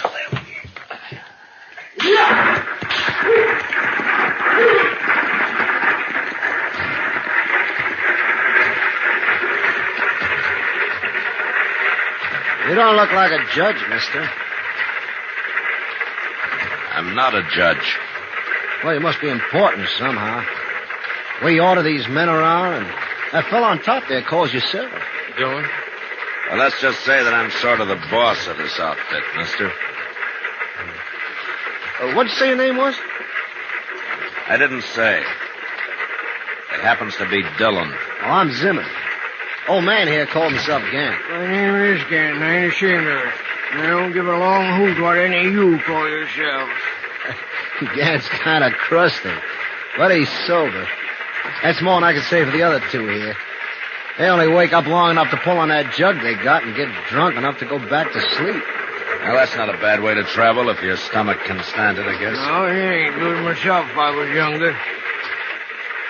What business you in, Dillon? You ask too many questions, Zimmer. You ain't got no manners. Nobody's asking you, old man. Good. Then I don't have to listen to your gobbling. Now, listen here, Gant. Any more out of you, and I'll tear you apart. You can't spook me. I'm too old.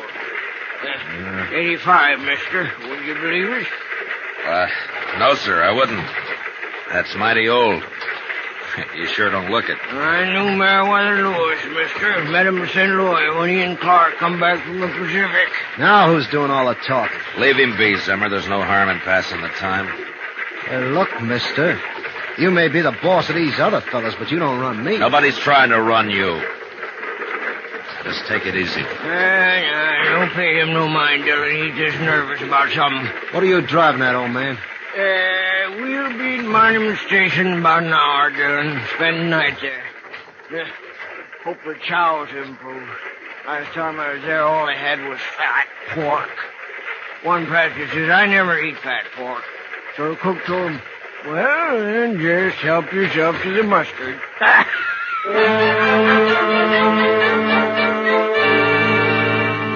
Monument Station was a long, low hut made of sun-dried, mud-colored bricks, with a flat roof thatched and then sodded. The one building served as an eating room in the daytime and a bunkhouse at night. There wasn't much air inside, and after dinner, fat pork and mustard, Chester, Beaudry, and I went out to the corral for a smoke. My gracious alive, I hate to think of sleeping in there. All those men, why, a fella could suffocate. And I'll bet that stock tender hasn't washed himself since he left home. He said he washed his blankets anyways, just this morning. Yeah, sure. You know how? He spreads it on an anthill for a couple of hours. Oh, well, that settles it. I'm sleeping outside. All right, Chester. We just don't get too cozy. Half the night you're standing guard over Beaudry here. I'll watch him the other half. Well, I'm not going to run away, Marshal. You ran once, Beaudry. All right, I'll tell you something, and maybe you'll trust me a little then. Tell me what? Would you like to know who Zimmer is?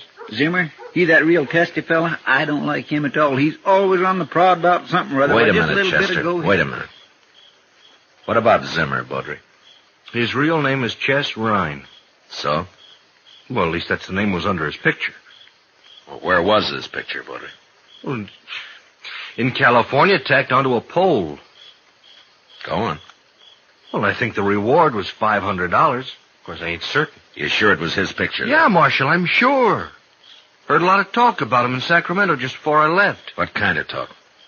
Well, like one time he rode in a stagecoach as a passenger, and he was peaceful enough until some fellows on horses, they stopped that stage in a canyon somewheres, and then this here Chess Rhine, he pulled a gun on the other passengers, and he disarmed them, whilst the boys outside unloaded the treasure box. They had an extra saddle horse along, and Rhine, he rode off with them. That's the way I heard it. Seems to me he went to a lot of trouble. Sometimes the passengers give road agents as much fight as the driver and messenger, Chester. They feel safe because they're inside. Yeah, and that's what Chess Rhine figured. What, are you going to arrest him, Marshal? I can't arrest a man without cause, Baudry. You may be telling the truth, but I don't know that for sure. I can check on Zimmer when we get to Fort Donner, but all I can do to Lynn's keep an eye on him. Well, this stage will be robbed long before it gets to Fort Donner, Marshal. Yeah, maybe, but not without a fight. Thanks for telling me, Baudry, and for your sake, I hope it's the truth. If it isn't, you're going to be in more trouble than you are now. All right, keep an eye on him, Chester. I'll be back in a few minutes. Yes, sir.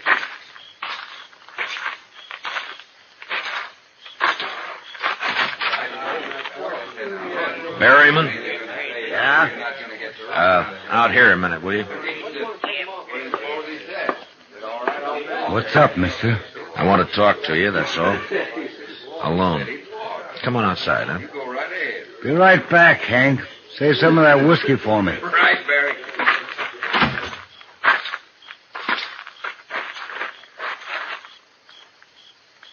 What's on your mind, mister? How long you been an express messenger, Berryman? 2 years? Not that it's any business of yours. You run into any trouble in that time? Some. Why? I just want to know if you can handle yourself, that's all. You want to find out? Look, Berryman, you know my name. It's Dillon. I'm Matt Dillon. I'm the U.S. Marshal out of Dodge. Dillon. Yeah, I think I remember seeing you there. Good. Now tell me this. You carrying much in that treasure box of yours? The messenger who brought it as far as Pond Creek said it was $50,000, unsigned currency, mostly. Mm-hmm. Something up, Marshal? Well, maybe. Tell me, what's the best place for a holdup between here and Fort Donner? Well, Willow Bend, I expect. Man on a horse could keep hidden there till we were right on top of him. All right, tell the driver to whip those horses through Willow Bend as fast as they'll go. Chester will be on the roof to help you, and I'll sort of organize the passengers inside. Well, now if there's going to be a holdup, Marshal, you Well, should... I don't know, but we'll play it safe. And, by the way, Berryman, don't let on inside there about this, huh? Or, who I am. All right? Okay, Marshal. Thank you. Good night, Berryman. Night, Marshal. Oh, Marshal. Yeah? We got a jug of station whiskey inside if you want a drink. I don't think it'd do much good. I've heard of that stuff freezing solid on a cold night.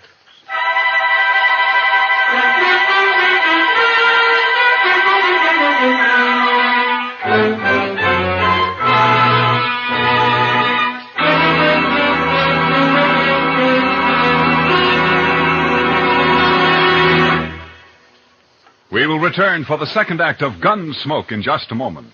But first, backing up the great CBS Radio News Team election night will be Univac, the new electric brain operating for the first time to bring you faster, more accurate, more complete election night totals. November 4th, starting at 8 p.m. New York time, CBS Radio reports the election returns from coast to coast. Make CBS Radio your election headquarters to hear the trends, the color, and the mounting tide of results reported by Edward R. Murrow, Lowell Thomas, and the rest of the same great CBS radio team that made convention reporting history earlier this year. Now, the second act of Gunsmoke.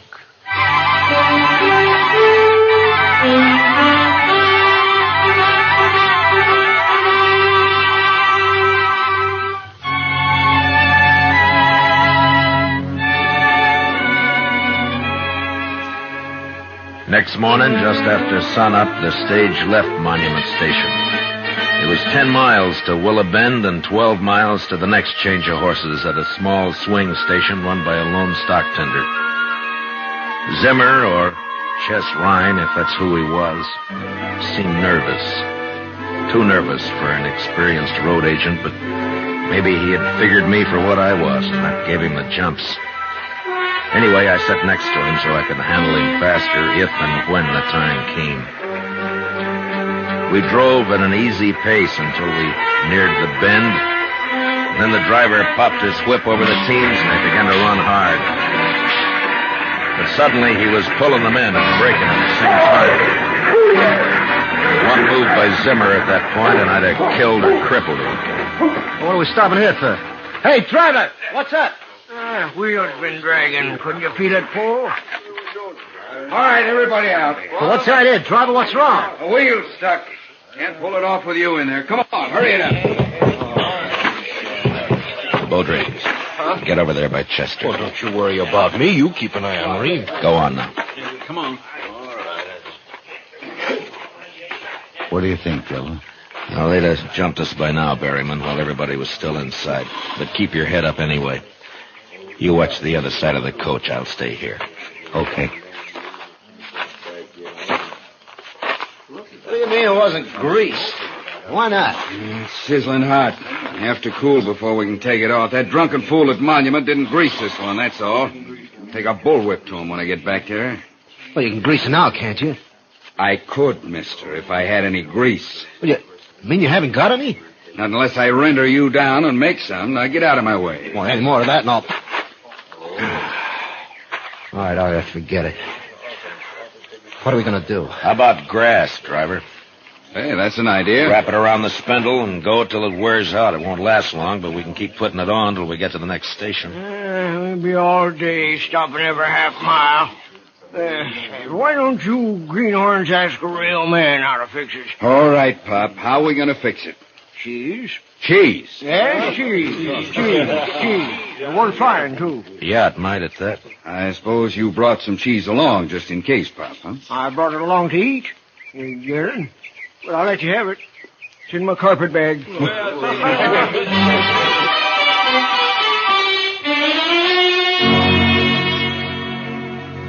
Old Gant's cheese worked fine, and we left Willow Bend without more trouble. I began to figure Baudry for a liar, but he just sat there, staring out at the prairie, and said nothing. A few miles further on, as we approached the swing station, I heard a shout from the messenger, and then Baudry pointed ahead. I leaned out to take a look. The station was a small one-room adobe hut with the usual corral at the rear, but there wasn't a horse in sight. And out of the two windows facing us poured thin streams of white smoke. As the stage pulled to a stop, I saw two arrows embedded in the half-open door. Comanches! Look at them there! Wait a minute. Let me take a look in there. Let's all take a look, Zimmer. Where's the stock tender? They kill him? They tried to fire the place, but it just smoldered. Who are those two men? I don't know. But this one's still alive. Well, that's the stock tender. But who are those two? Never mind them. They're dead. Scalp. Indian sure must have surprised him. Sneaked right up. All right, Berryman, let's get the stock tender out of this smoke. Take his head there. Yeah. They scalped him, too. And he ain't even dead. Never mind that. Just pick him up easy.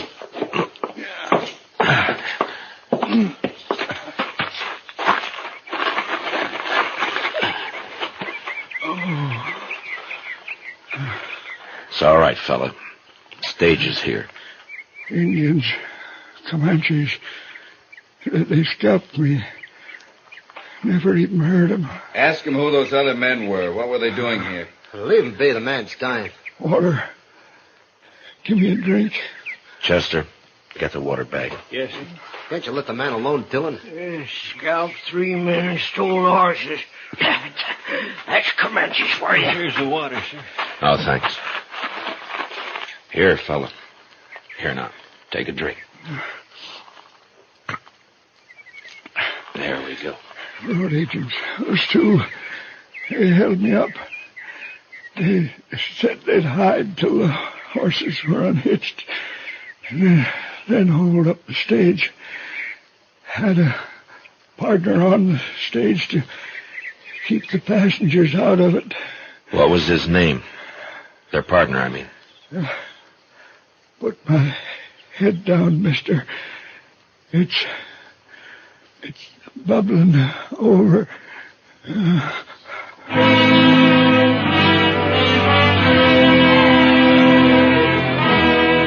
stock tender's eyes clouded up and went blank as I lay his head back.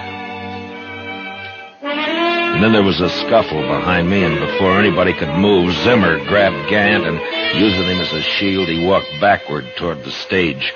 The old man stopped struggling when he felt Zimmer's gun in his back, and the rest of us just stood there watching, helpless. First man draws a gun, Gant'll die. You gave yourself away, Chess Rhine. Take it easy, man. Take it easy. This fool's nervous. Shut up. You, driver. Lead those teams down the road a piece, and then come back here. Jan and I'll take the stage alone. Come on! You better do what he says, driver. He's scared enough to shoot. Yes, I better. Come on. Come on. What are you stopping for? Take him 50 yards down there. Can't do it. That wheel's froze up again. He ain't going anywhere at that stage. Might as well give up right now, you young fool. I never did like you, Gant. Ryan, listen to me. You've made your play and you've lost. If you give up now, the charges will be attempted robbery. If you don't, they'll probably turn into murder. Who are you anyway, mister? I'm a U.S. Marshal. Well, you're not arresting nobody. Not unless you want Gant dead. You make a move and his blood will be on your hands, Marshal. You can't hold him there forever, Ryan. The stage going west passes through sometime today. What'll you do then? He's right. That stage passes this station about noon. I drive it myself half the time. I'll think of something. First, I want all you men to unload your weapons. Line up and throw them in a pile there. One at a time. Would you even start to try anything, and I'll blow a hole in the old man. You think you would, Mr. Dillon? He's so nervous now, it's a wonder he doesn't do it by accident, Chester. I get going, don't stand there. One at a time now. And use 2 fingers to do it. All right, man, you better do as he says. Now? Go ahead. Easy. All right, next man. Beaudry. Yeah? You're the only man who might There's stop mine. this. What? How? Pretend to join him. You trust me that much? I have to. Okay, Mark. All right, easy now. 2 fingers. All right, next man. Ryan. Hold it right there, Beaudry. Well, I'm not armed, Ryan. Look. But you know why? Too yellow, maybe. Oh, the marshal's got my gun. I'm under arrest. He's taking you in, is that it? He was, till I woke up just now. I killed a man in Dodge, Ryan. They want to hang me for it. Now, Beaudry, we told you you'd get a fair trial. Chester, And what's more... shut up. Yes, sir. Well, look, you haven't got much chance alone, Ryan. But you and me, we can disarm these men, throw away their guns, and ride off on those horses without the coach. You do that, Beaudry, and I'll quit my job and run you down if I have to chase you all the way to Oregon. I couldn't show up in Dodge after this anyway. Well, I'll be watching for you, Marshal. It beats hanging. Well, how about it, Ryan? Make a fool out of Dillon, huh? I like that. I pick up a gun, Beaudry, and get over here. I'm warning you, Beaudry. Sorry. I figure I'll live longer this way, Marshal. Yeah, you hold the old man, Beaudry. I want a free hand. Yeah. I'll kill Gant quicker than Ryan would. If any of you men try anything. You heard him? Now, let's get this over with. Fast. Ryan, I want to tell you something. That's far enough, Marshal. All that... That gun in your hand, Ryan, you better keep it on me. You even glance at Beaudry, and I'll draw and kill you. What are you talking about? You shoot me and Baudry will kill you from behind. What? That's right, Ryan. Yeah, you walk back over towards the hut so he can see I'll let you go.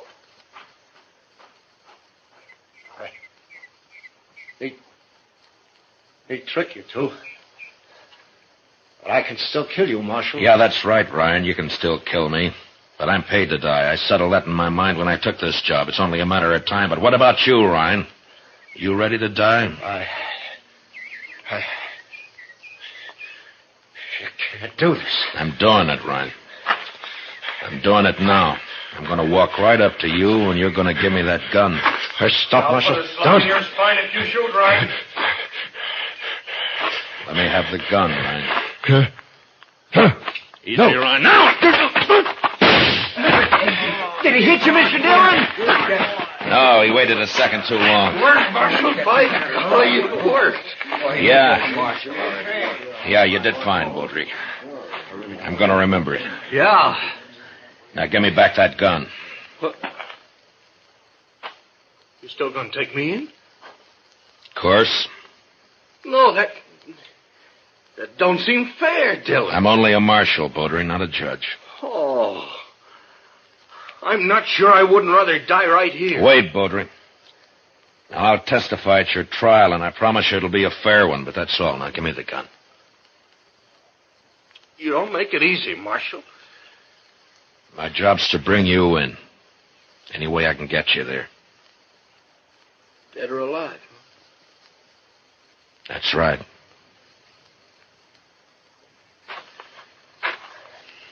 Here's the gun.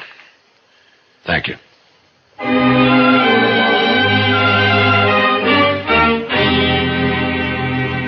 The next day, I turned Chess Ryan over to the Army at Fort Donner. The colonel wanted credit for sending him back to California, and I wanted to be rid of him. Took us 3 days to ride back to Dodge. And on the way, we got to be real good friends with Joe Baudry. I wouldn't let him have his gun back. But even so, he managed to supply us with antelope steaks every morning. I made him borrow Chester's gun.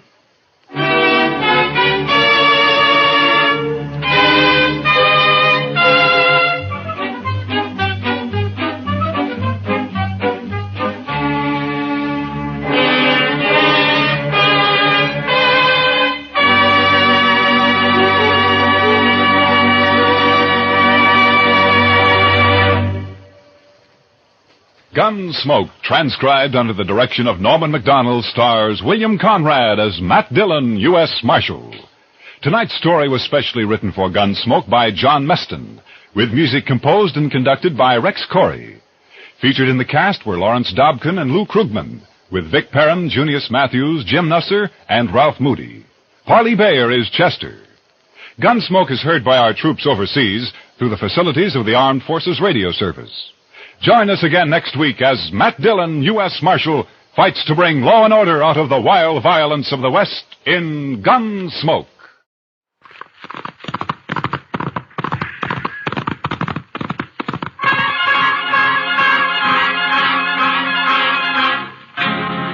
Around Dodge City and in the territory on West, there's just one way to handle the killers and the spoilers. And that's with a U.S. Marshal and the smell of Gunsmoke.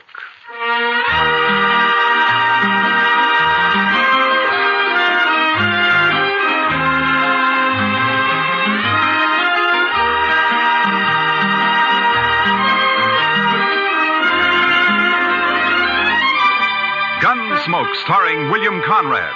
The story of the violence that moved west with young America. The story of a man who moved with it.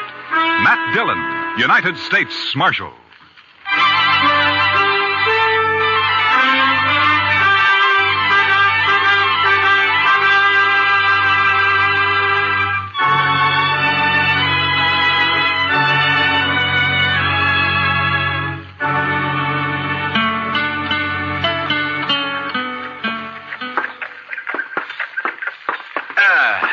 You know, Chester, a morning like this makes a man glad to be alive. Oh, it's a fine one, all right, Mr. Dillon. Yeah. A little nippy, maybe, but just fine. Indian summer hanging on and winter holding off. You know, Chester, this time of year, I wouldn't trade western Kansas for everything east of the Mississippi. Oh, good. Pedro's got a fire going. I built the fire, Marshal Dillon. Oh, good morning, Caleb. I've been waiting in his jail office for a full 2 hours. What time do you start work, Marshal? You know Caleb Andrews, don't you, Chester? Oh, yes, indeed. How are you, Mr. Andrews? Marshal, I have an order here from the U.S. District Court. I believe it's your job to serve such orders. Yeah, it is. I don't get them often, though. Order of foreclosure and eviction on Ed Blake. Why are you doing this to Ed, Caleb? The man borrowed money from me. Gave me a mortgage on his farm and household effects. He can't pay it. Why do you think I'm doing it? It only came due 3 days ago. You sure didn't waste any time. I'm not interested in your opinions, Marshal Dillon. Yeah, amount of the mortgage. $420. What do you need with $420? You own half of Ford County now. Marshal, it's not your place. You know as well as I do why Ed Blake can't pay this off. His horse rolled on him last spring and broke his leg. And his wife and kid nearly broke their backs trying to get a crop out. I didn't come here to listen if to you let this ride on through the winter, you'll get your money out of it. If you go ahead and foreclose now, you'll wipe him out. Marshal, I already have foreclosed. You would break a man for $420 you don't even need, huh? As I said, your opinions don't interest me. All I expect from you is to serve these papers. All right, I'll serve them. You'll notice they're to be served today. I said I'd serve them. Now get out. What? This office belongs to the United States government, and as far as I know, that's one thing you got no mortgage on, so get out. You may find I have some influence in Washington, Marshal Dillon. Then see if you can get me a decent salary for this rotten job of mine. It sure was a fine morning, Mr. Dillon. Yeah, it was. All right, Chester, let's saddle up.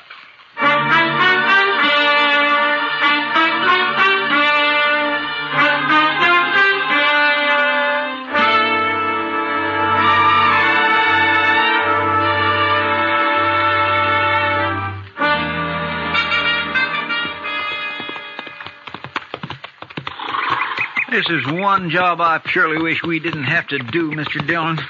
Yeah.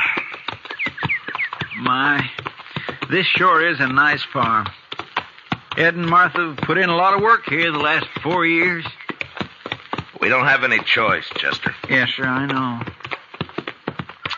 It's a downright shame, though. Hey, Marshal! Oh, boy. Wow. Hi, Jimmy. Looky here what I got, Marshal. Well, looks to me like a mighty dead coyote. Sure, that's what it is. He's been killing my chickens, so last night I hid out behind the barn. Yeah? I got him with one shot, Mr. Dillon, and there wasn't even a full moon. Well, that's fine, Jimmy. Matt Dillon, how are you? Oh, good morning, Martha. And Chester, too. Miss Blake? Well, I'm glad to see you. Get down, come on in. Thank you. Jimmy, now that you showed that thing to Mr. Dillon, take it away somewhere. All right, Mom. He sure is a big one, ain't he, Mr. Dillon? Yeah, about the biggest I ever saw, Jimmy. He's real proud of those chickens of his. He's done fine with them. Well, here I am, though, keeping you standing out here in the yard. Come on, let's go inside. Well, we really can't stay, Martha. Oh, nonsense. You don't get out here once in a coon's age. Yeah, I know, but you And see... you're just in time. Your favorite dish, Matt. I was about to take it out of the oven when you rode up. Cornbread. Buttermilk cornbread, huh? That's right. Ed's not here, but you will say, won't you? Well, Martha, I'd like to, but, well, we just can't, that's all. The thing is that, you say Ed's away? Yes, he's in town. Matt, you're not yourself. What is it? Well, I suppose I ought to talk to Ed about this, but maybe it'll be better if he hears it from you. Here's what? Martha, I got a court order here. It has to do with that mortgage of Caleb Andrews. It's a order of foreclosure and eviction and sale. No. Oh, no. Here it is. We were so sure he'd extend it. He knows what happened, why we couldn't pay it. We were sure he'd extend it. Well, he won't. I talked to him. Matt, how long before we have to get out? 5 days. So soon. You were right, Matt. It is better that Ed hears it from me. Coming on top of everything else, Well, I can't let it break him. I just can't let it break him. Martha, if there's anything I can do, you let me know, huh? Matt, I don't blame you for this. I understand. Well, come on in now and have some cornbread with us. Well, I couldn't. I'm sorry. Thank you anyway, Martha, but I just couldn't.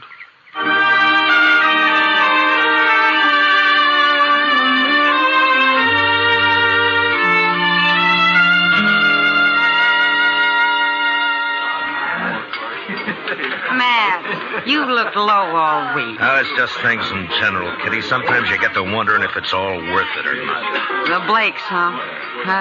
Chester was telling me. Chester talks too much. It's not your fault, Matt. Somebody had to serve the order. Somebody has to be hangman, too. Life's never all good, Matt. There's always a little bad in it. Well, in my job, it's more than a little. Try making your living sometime as a dance hall girl. Yeah, I guess.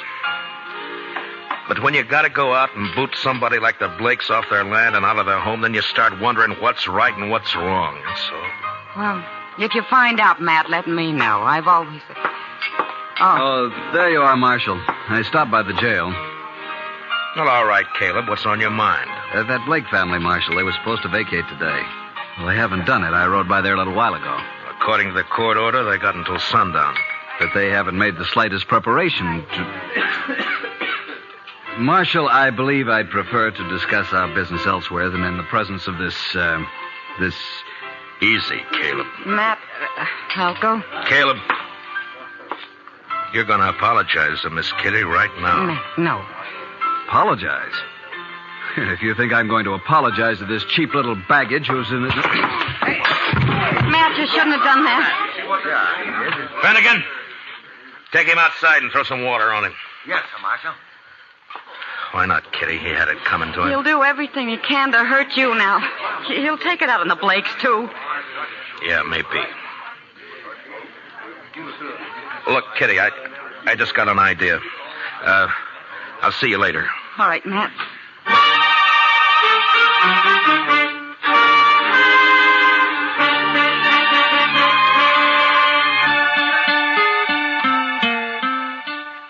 But, Matt, the mere fact a man runs a bank doesn't always mean he's got a free hand in everything he does. A bank has stockholders, a board of directors. I've got to listen to them. I think they'd approve the loan, Clem. Another thing, Caleb Andrews is the biggest account I've got. If I crossed him by taking this loan you suggest, Matt, he'd break me. I see.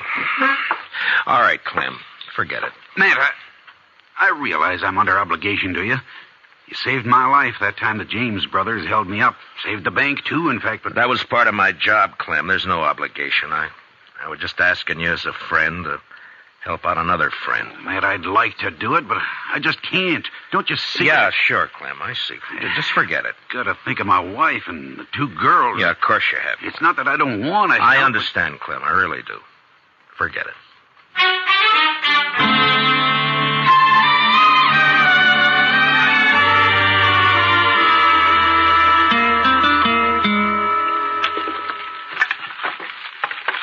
There. That'll hold it a while. That fire feels kind of good, Mr. Dillon. It's getting chillish out tonight. Yeah, I guess we better have Pedro lay in some more wood. Yes, sir. When winter sets in, it always makes you feel good to know you got a warm place to hole up. Be mighty rough not to have a... Yeah, I was thinking of the same thing, Chester. You suppose they vacated this afternoon? I don't know. We'll ride out there in the morning and find out. Sure is a shame. It's just too bad that... Come in. Can we bother you, Matt? Ed! Oh, come in, Martha. Well, hiya, Jimmy. Come on up to the stove, folks. Come on. Matt, the fact is that we kind of like to impose on you for tonight. We haven't got any place to go, no money. Wondered if we could sleep in the jail tonight. Oh, sure, Ed. Chester, would you get a fire going back there? All right, Mr. Dillon. And dig up some blankets out of the storeroom, huh? Yes, sir. Hey, want to come help me, Jimmy? Jimmy?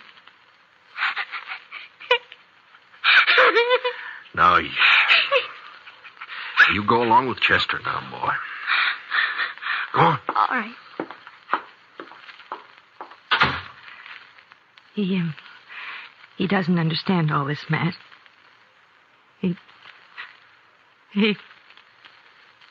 Ed, we may as well get your stuff out of the wagon, I guess.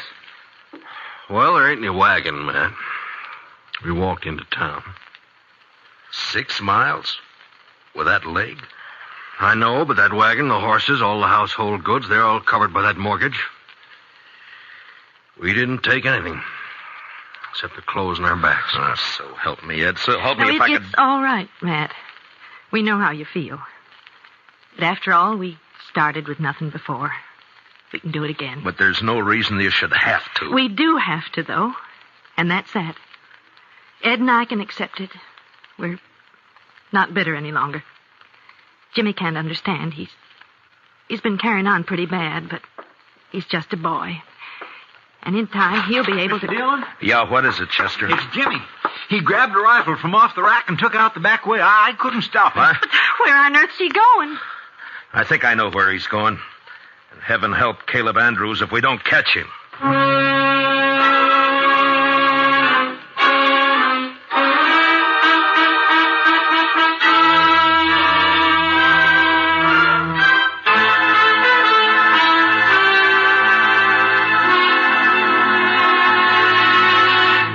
We will return for the second act of Gunsmoke in just a moment. But first, that widely traveled man of music, Mr. Vaughn Monroe, will land in Pottstown, Pennsylvania this Saturday night. The Moon Maids, the Moon Men, and the Monroe Ensemble will be on hand to enliven the session. Remember, tomorrow night and every Saturday evening, it's Vaughn Monroe and his musical caravan on most of these same CBS radio stations.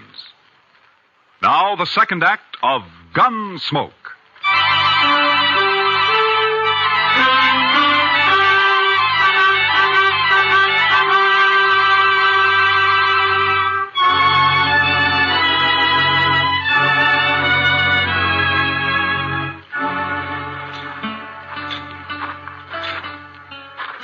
That's Mr. Andrews' house there on the corner.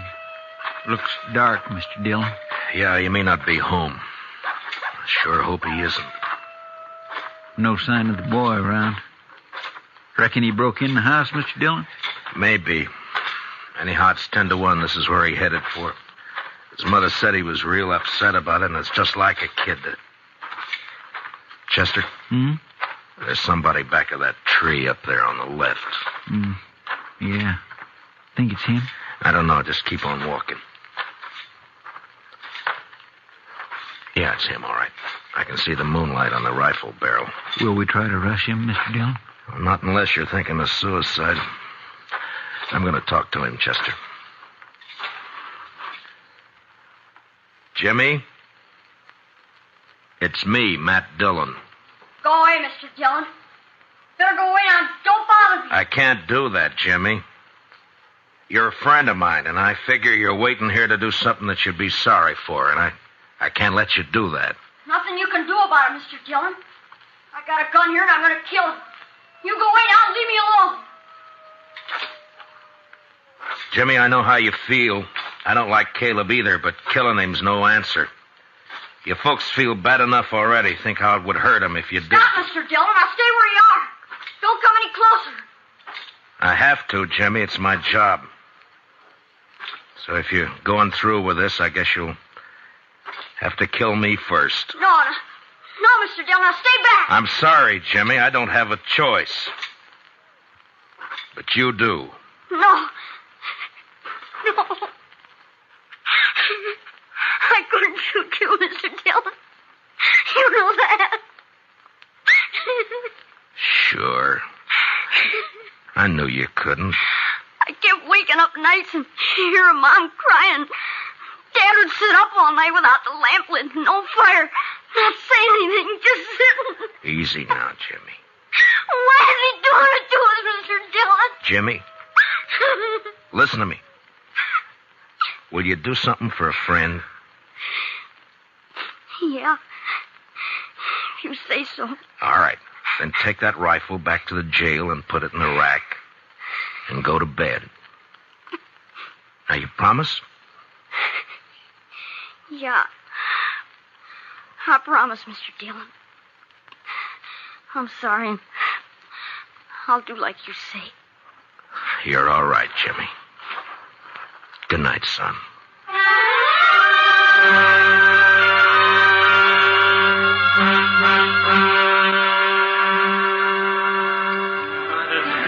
I could have told you Clem Bates wouldn't do anything, Matt. He wouldn't dare.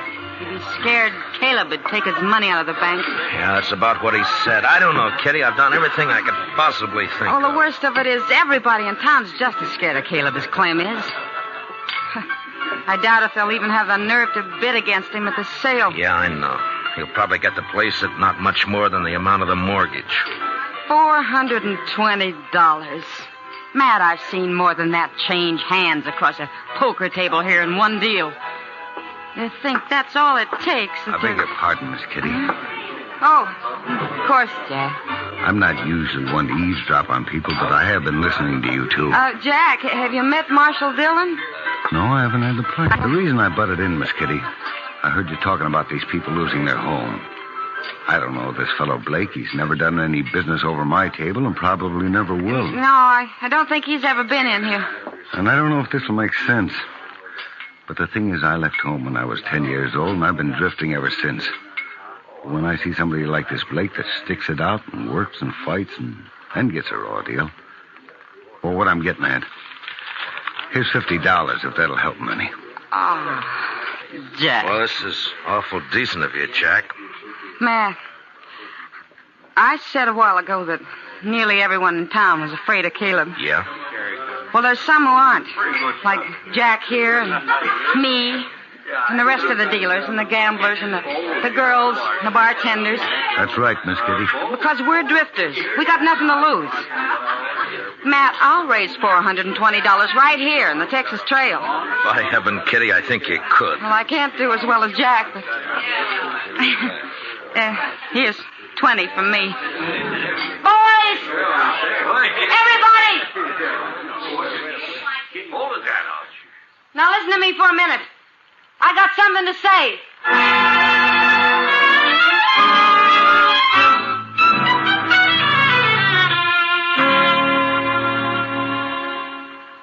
He's sure taking his time getting here, Chester. Well, I told him what you said, Mr. Dillon. Well, that ought to bring him on the run, if anything will. Anytime Caleb figures he's about to lose $1 or $2, it's hitting him where it hurts. The Blakes turned in for the night? Yeah, I guess so. It's been quiet back there for the last few. Marshal, what's this all about? Well, shut the door, Caleb. We're trying to keep it warm in here. Would you mind telling me why I've been called over here at this time of night? Yeah, sure. Here's $420. The Blakes want to pay off the mortgage. They do they? The court costs up to now probably run about $10. I'll pay that myself. That's mighty generous of you. Well, good night, Marshal. Is it a deal, then? I am not the least bit interested in having that mortgage paid off, Marshal Dillon. The Blake farm is worth about $2,000 now, and in 5 years it'll be worth 3 times that much. Land's going up in Ford County. That's why I'm grabbing every piece I can get. So I don't want the money. I want the farm. And when it's put up for sale, I'll get it at my own price. The foreclosure still goes. I see. Good night, gentlemen. Well, I guess that's that, Mr. Dillon. I don't know why I even thought he'd take the money. The Blakes won't get a cent out of the sale. He'll scare everybody off and bid it in a few dollars over the amount of the mortgage, and nobody in town will even try to...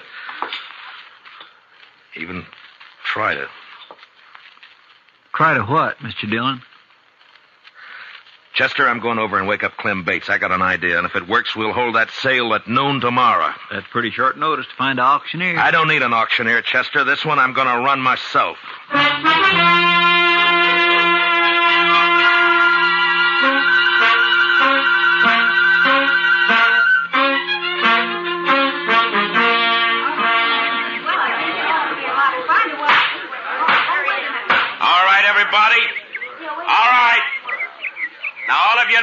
we're here for.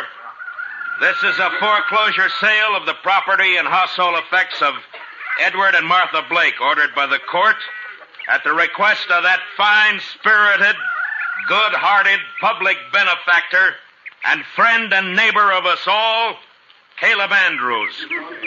Marshal Dillon, I refuse to tolerate this. Caleb, I think we better get one thing straight right now. The law tells me I gotta conduct this sale, but the law doesn't tell me what I gotta say while I'm conducting it. Get on with it. Get on with the sale. All right.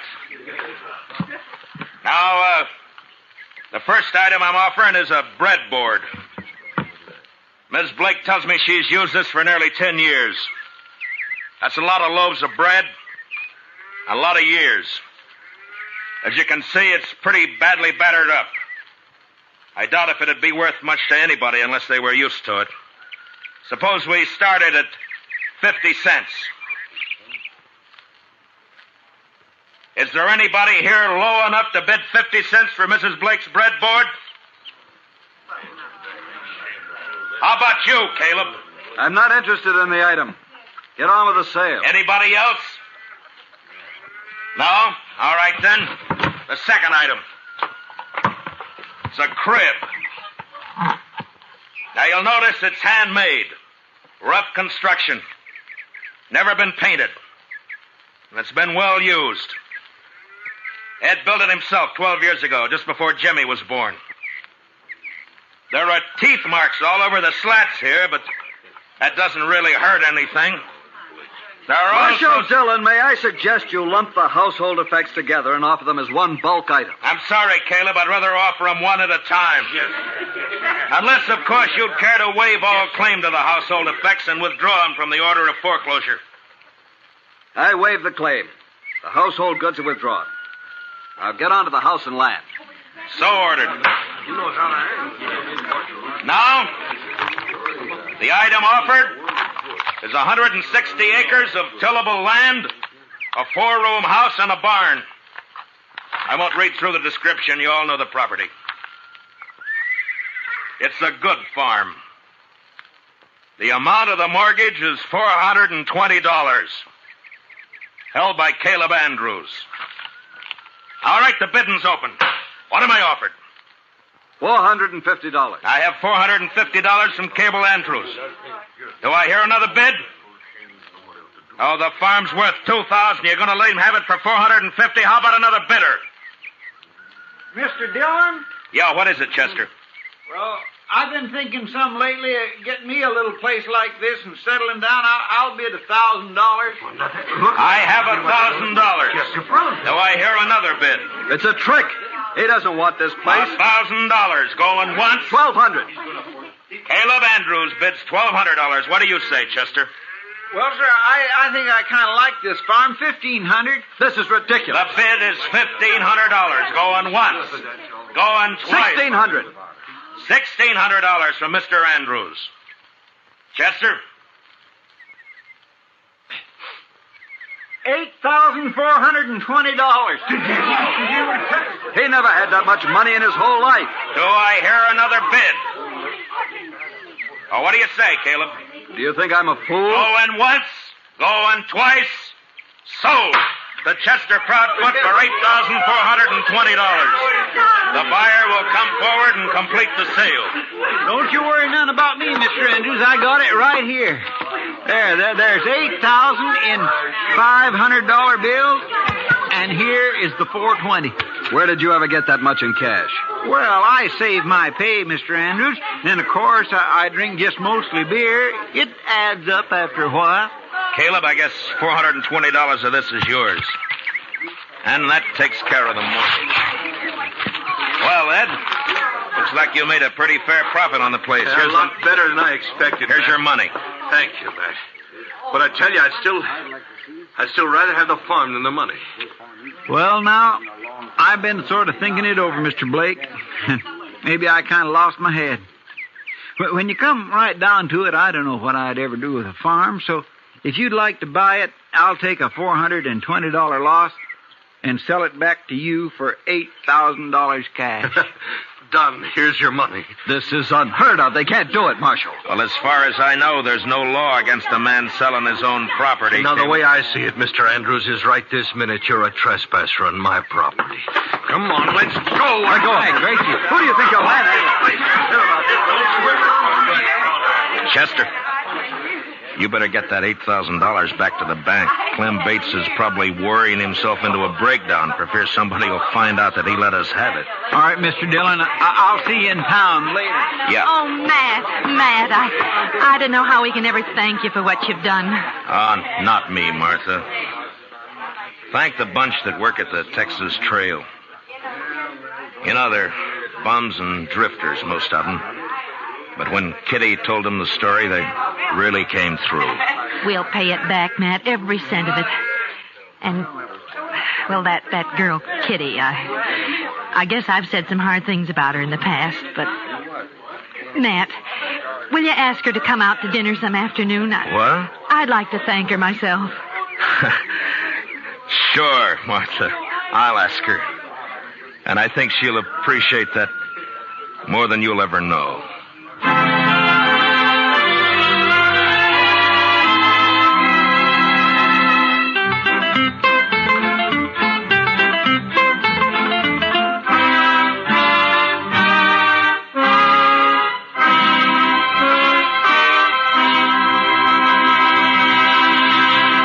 Gunsmoke, under the direction of Norman Macdonald, stars William Conrad as Matt Dillon, U.S. Marshal. Tonight's story was specially written for Gunsmoke by Les Crutchfield, with music composed and conducted by Rex Corey. Featured in the cast were Harry Bartell, Paula Winslow, and Richard Beals, with Joe Duvall, Lawrence Dobkin, and Jim Nusser. Parley Bear is Chester, and Georgia Ellis is Kitty. Gunsmoke is heard by our troops overseas through the facilities of the Armed Forces Radio Service. Join us again next week as Matt Dillon, U.S. Marshal, fights to bring law and order out of the wild violence of the West in Gunsmoke.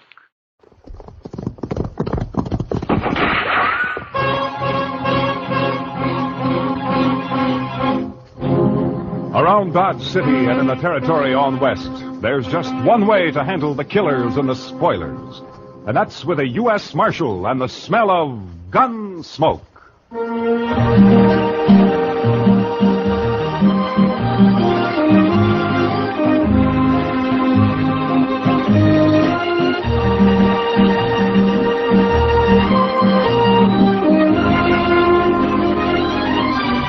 Gunsmoke, starring William Conrad. The story of the violence that moved west with young America. The story of a man who moved with it. Matt Dillon, United States Marshal.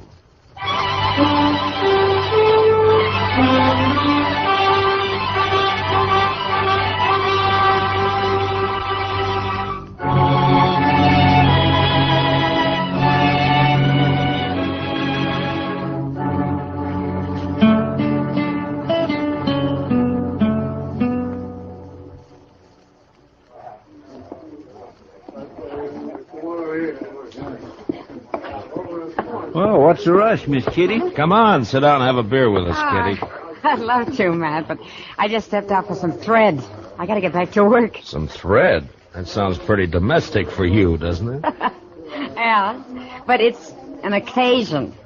I'm making a wedding dress. What? Oh, no, Miss Kitty, not you. Oh, my, no. Well, it isn't for me, Chester. Worse luck. It's for artist Nash. It's gonna be beautiful. If I say so myself. Well, if I ever need a wedding dress made, I'll sure come to you for it. Well, I'll be here, Matt. Let me know. See you later, boys. So long, Kitty. She's a fine girl, Mr. Dillon. Kitty? Oh, yeah, she's great. She's... Well, look who's back in town, Mr. Dillon. Yeah, Frank Craig.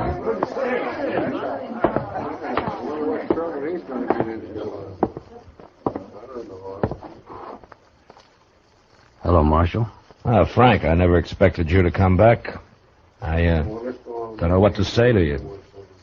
You might say welcome home. Yeah, I might. At least you're honest, Marshal. Sure. Where have you been for the last year? Out west. Wyoming, to be exact. And my sympathy for the peace officers of Wyoming. Man can change, Marshal. to grow up and get over his wildness and start to think about settling down. Some men can. Well, I'm one of them. I don't aim to cause any trouble, Marshal. Came back here to marry Artis and take her with me, that's all. You heard from her since you left? She's pretty as ever. She'll pass. Every man in Dodge was crazy about her. She was my girl from start to finish. Things can change, Frank. She's still my girl, Marshal. Ben Martin might differ with you. Ben Martin? Mm-hmm. That bull-necked plowboy? He never had a chance in...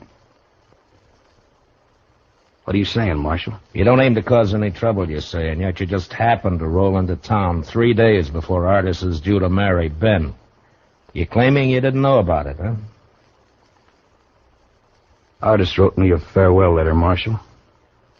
It doesn't make any difference. Like I said, she's still my girl. She's not marrying Ben or anybody else. Not while I'm alive. Like I said, Frank, Ben may differ with you.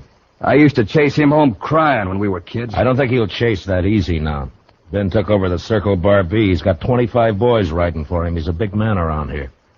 Swings a lot of weight.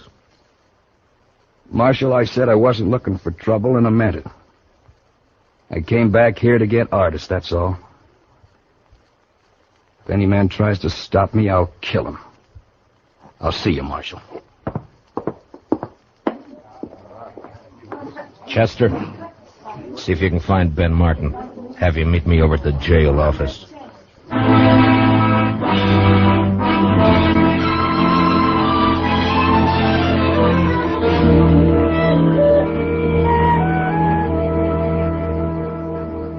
I thought he was 1,000 miles away, Marshal. I didn't think he'd ever have the nerve to come back. Well, Ben, the two of you are bound to run into each other, so I figured you'd better know about it. What's he expect, Marshal? Artis forgot him a week after he left town. Does he expect to force himself on her? Maybe, you know, Frank. For my money, he's a crazy, half-wild saddle bum who should have been hung 5 years ago. He says he's settled down, though, Ben. He's not going to settle down here. Look, Ben, I don't like killings. Now, hang on to that temper of yours. Sure. I'll hang on to it, Marshal, just as long as Frank Craig stays clear of me and stays away from my girl. Otherwise, I tell you right now, Marshal, Is that you? Artis. We're in here, honey. Come on in. Someone said you were here at the jail. Evening, Mr. Dillon. Miss Nash? I'm sorry if I interrupted anything, but... Ben, you know who's in town? Yeah, Frank Craig. That's what we were talking about, honey. He says he's come back for me. Take me away with him. What do you mean he says, Miss Nash? He came to the house a while ago. He knew about Ben and me, that we were going to be married. But he came anyway. I sent him away. That does it, All right, Marshal. hold it, Ben.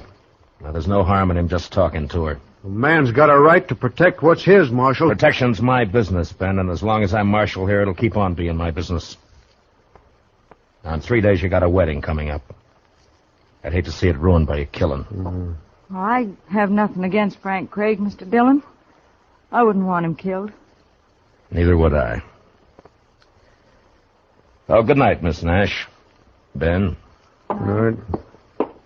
Think it over, Ben. Don't lose your head. Yeah, sure, Marshal. I'll think it over.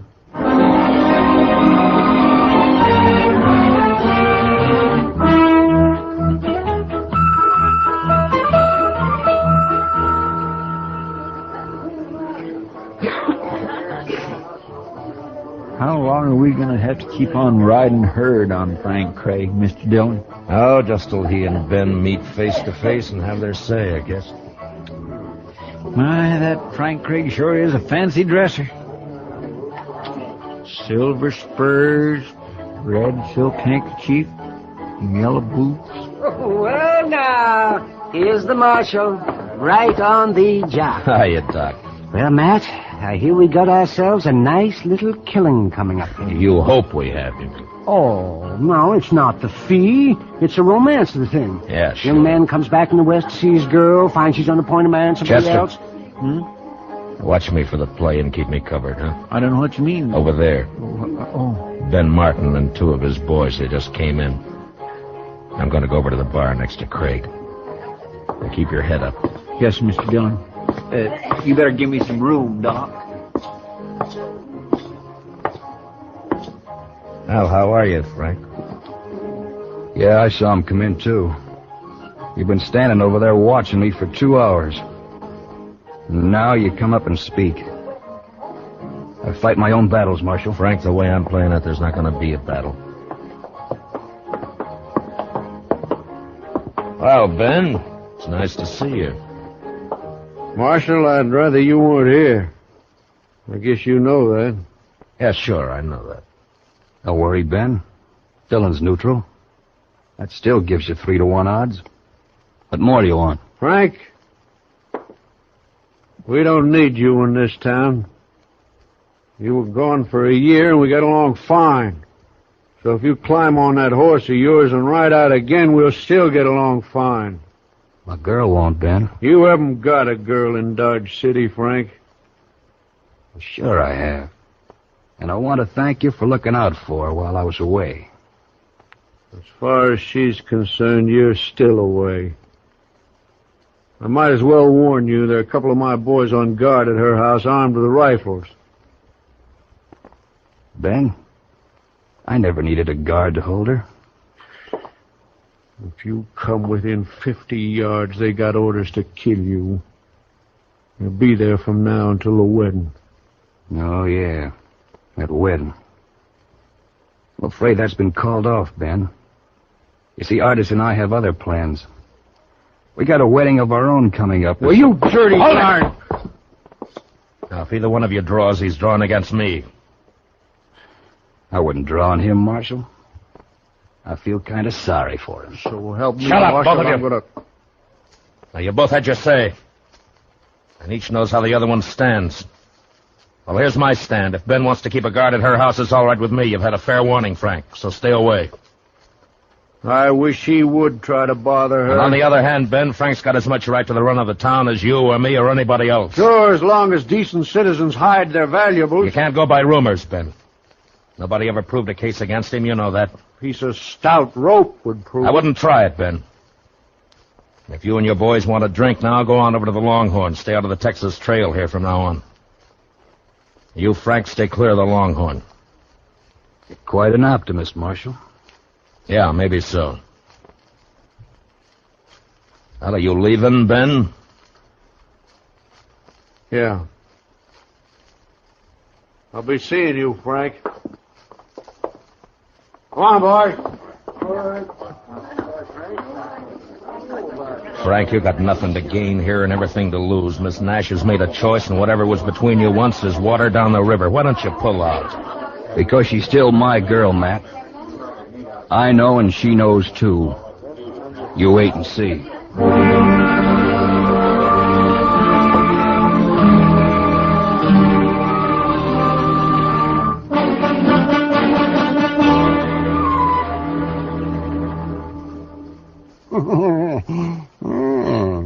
Your move, Matt. Yeah, let's see now. So I move there. You'll move there. Jump with my king, block the whole corner. No. But if I move here... Oh, no. Mr. Dillon, you can move. No, you don't, Chester. No, you don't. I'm playing Matt. Not the both of you. Well, Chester and I kind of run together, Doc. Enforcing the law, that's fine. Playing checkers, no. Matt, it's still your move. Yeah, I know.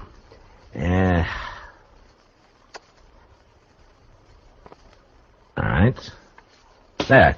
Oh, well, I'll be... That's the move I was going to tell you to make, Mr. Dillon. Thanks, Chester. Uh-huh. Doc, your beat. Let's call a game. Yeah, you sneaked up on me. That's what you did. You snuck up on me. Oh, well, that's all right, then. Sure is a quiet night. I figured one of them two would make a play before this. Yeah.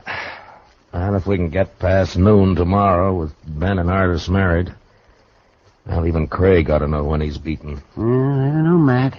He never did when he was here before. Well, then he better learn. Trying to get a girl to change her mind is one thing. Bothering a married woman's another.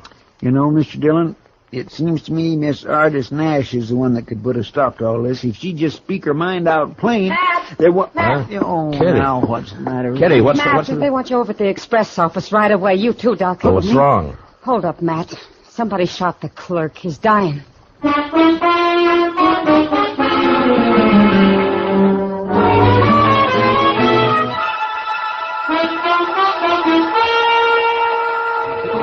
Will you let me through here, please? I'm sorry, mister. One side, please. Yes, one side, please. All right, stand back now. Give us some room here. Can you get through, Doc? Yeah, Matt, I can... Yeah, stand back. Chester, will you move them back? Make them stand back. Yes, sir, Mr. Dillon. Yes, let me have a look now. Just let me have a look. How does it look, Doc? Well, there's a lot of bleeding, Matt. I don't know. I'll do what I can. Mr. Dillon. Easy now, fella. You're going to be all right. It was one man, Mr. Dillon, wearing a mask over his face. Red silk handkerchief. A red silk handkerchief. Oh, Frank Craig's the only man in town. Yeah. I know.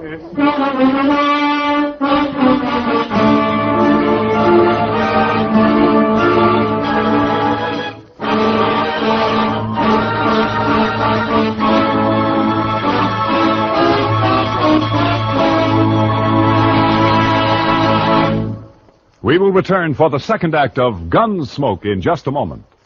But first, tomorrow night, Vaughn Monroe and his musical company settle down for an evening's melody making at Duke University. Eileen Woods is Vaughn's guest songbird. Bandleader Vaughn, the Moon Maids, and the Moon Men join in playing and singing the top tunes of the week. Enjoy every bit of it tomorrow night on CBS Radio. Now, the second act of Gunsmoke.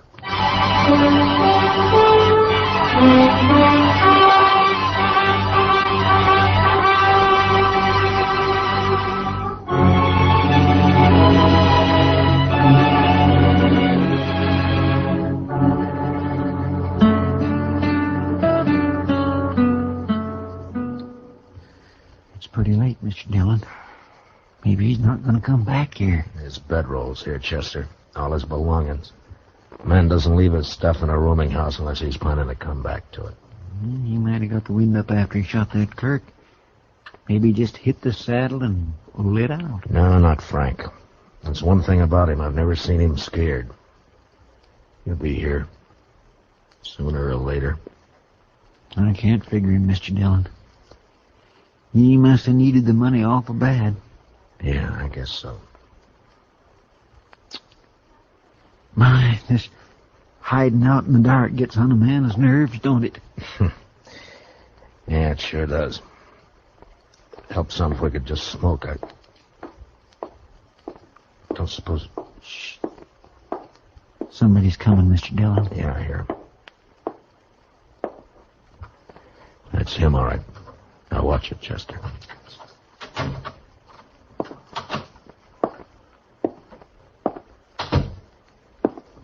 All right, hold it, Frank, and don't move.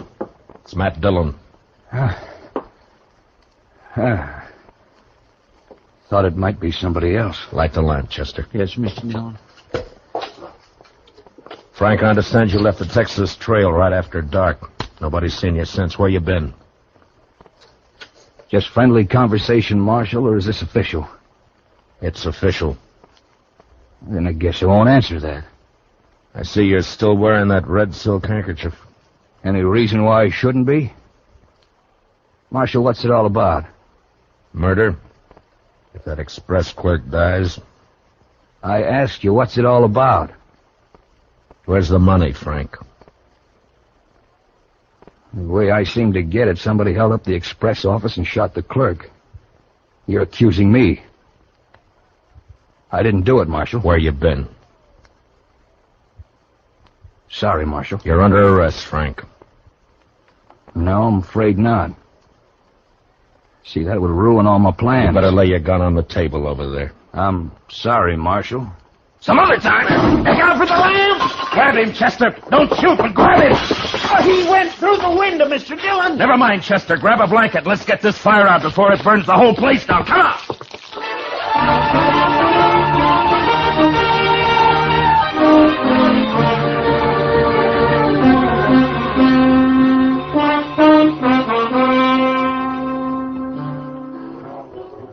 Matt, don't look so sour.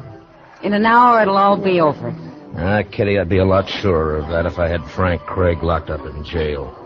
No trace of him, huh? Not a sign. Then forget about him, Matt. He could be halfway to Wyoming by now. And I wish I could think so. I wonder what artist Nash is thinking about him. What business has she got thinking about him when she's going to marry Ben in an hour? I'm afraid you'll just never understand women. Well, who does? Frank Craig's a born drifter. He'll never settle down. He's wild as a range colt. Never been broken, never will be. And sooner or later, he'll come home tight across his saddle. How any girl can get herself interested in a man like that beats me. Not me, Matt. I know exactly how a girl can get herself interested in a man like that. What? I'll see you at the wedding. I gotta help artist finish dressing. Morning, Miss Kitty. Morning, Doc. Hey, good morning, Matt. You working up your courage? What for, Doc? I'm not getting married. How's the express clerk? Oh, he's bad. He's getting worse. I don't think he's going to make it. What about Frank Craig? Nothing, not a sign. I think he's still around town somewhere, but we Morning, can't Mr. find Dillon. him. Well, Doc? Doc, look at that.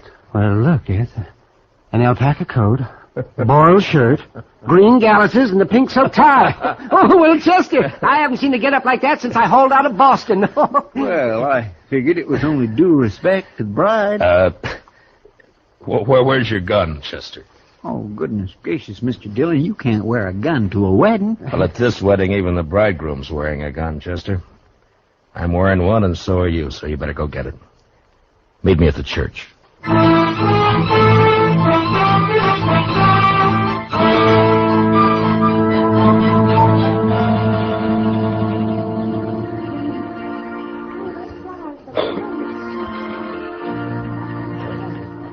Mr. Dillon, she is so pretty I wish I was marrying her myself. You better forget it, Chester. Ben's got enough worries as it is. He sure does look fidgety, all right. Yeah, he's got reason to. Room for me here, Matt? Oh, yeah, sure, Kitty. Here, slide right in here. Yeah. Here we are.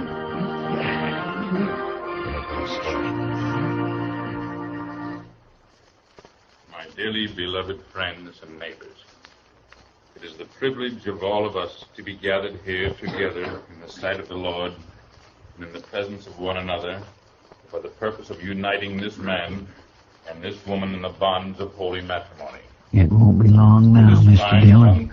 Yeah, the sooner the better. Barbara Artis Nash and Benjamin Martin. There is, I am sure, no need to emphasize the solemn and sacred nature of the great institution into which they are about to enter. I never heard all of this before. You still want to marry her, Chester? Beyond and above the decay and corruption of the flesh and the devil. Your manifest presence as you come here together and forsaking all others, stand hand in hand. Look at the back of the church. To have, and hold Frank Craig. He's just standing there, Mr. Dillon, just standing there and looking. Slide out to the side aisle, Chester. Maybe we can get to him quietly without breaking up the meeting. I think it's already broken up, Matt. I defended Mr. Dillon. She fell right on the floor. Yeah. Come on, Chester. Pardon me. Would you let me through, please? I'm sorry, lady. Would you... One side, please. He was right here by the door. Outside, Chester.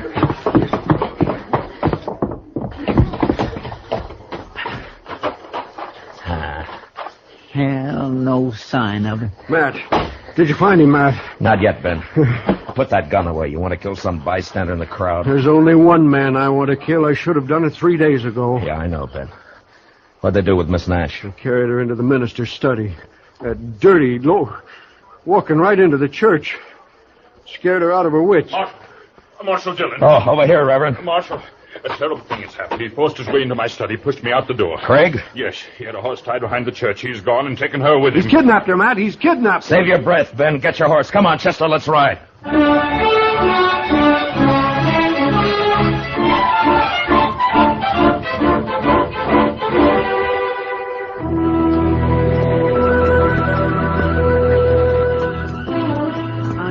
did think we'd get back to town, Mr. Dillon. I'm saddle sore and beat. Yeah, Chester. 100 men hunting him, and he slipped past all of them. I swear I just can't figure it. Any trace of him, Matt? Not a sign, Kitty. Some of the boys are still beating the riverbed south, but I don't know. Guess he kind of made fools of us, Mr. Dillon. Yeah, I guess so, Chester. Matt? What? Any luck? Yeah, sure, Doc. Oh, bad. Yeah, mine too, Matt. That clerk died a half hour ago. So now it's murder, Mr. Dillon. Yeah. Now it's murder. Come on, boy. Well, let's go into the office and get out a bulletin. A bulletin. What a good that'll do.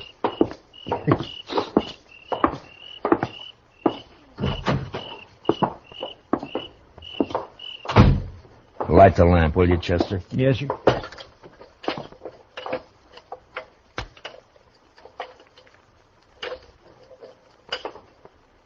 There we are. Hold it, Matt. You too, Chester, don't move. The only place nobody'd ever think of looking. Right here in the jail. Yeah, that's what we figured. Well, Miss Nash, you seem to be in pretty fair shape for a kidnapped victim. I'm not a victim of anything, Mr. Dillon. Unless it's my own foolishness. That's what most people would say, I guess. Maybe they're right. I only know this. When Frank came back to town, I knew then that it wasn't over and never would be. I'm Frank's girl, Mr. Dillon. For better or worse, right or wrong. I'm going with him to Wyoming. He's wanted on suspicion of murder, Miss Nash. He didn't do it. He couldn't have. He was with me when it happened. What did you say? He slipped past Ben's guards and came to see me. That's why he wouldn't tell you where he'd been. He didn't want to get me in trouble. He's telling the truth, Marshal. Yeah, maybe. Mr. Dillon, you might ask Ben Martin what happened to my red silk scarf. I missed it right after he came to see me that afternoon. Go on. He didn't do it for the money. But to ruin me once and for all. If we were lying, we wouldn't have come here, Mr. Dillon. Yeah, it makes sense, all right, but Chester, who rode up out there? It's Ben Martin, Mr. Dillon. Think he's coming in here. Where's your horse, Frank? In the corral back at the jail. All right, go out the back way. Get it and head for Wyoming. Take one of my extra horses and leave it at Bison Flats. You can buy another horse from the Indians there. Matt, I don't know how we can ever thank you for... Never mind that. Just get going before I change my mind. And, good luck to both of you. Thanks, Mr. Dillon.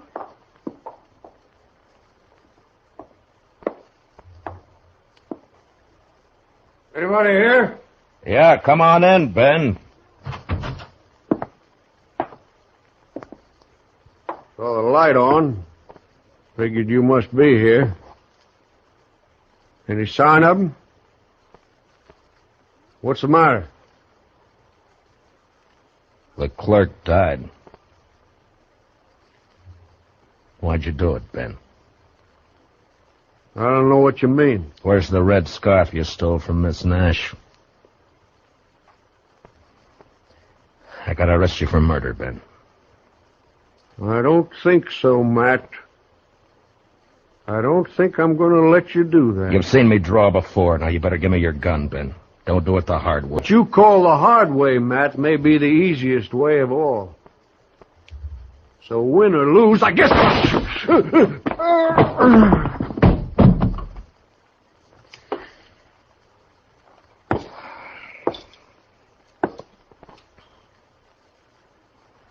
Something fell out of his pocket there. Yeah.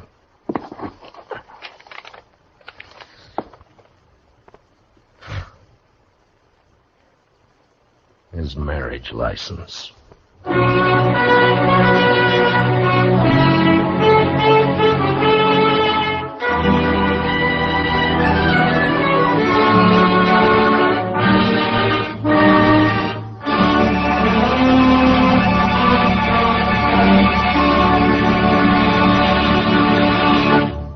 Gunsmoke, under the direction of Norman MacDonald, stars William Conrad as Matt Dillon, U.S. Marshal.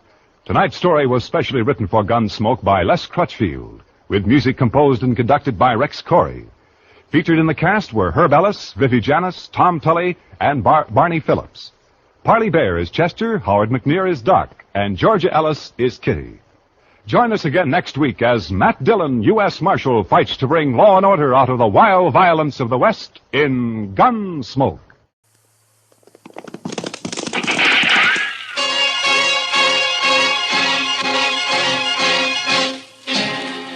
Around Dodge City and in the territory on west, there's just one way to handle the killers and the spoilers. And that's with a U.S. Marshal and the smell of Gunsmoke.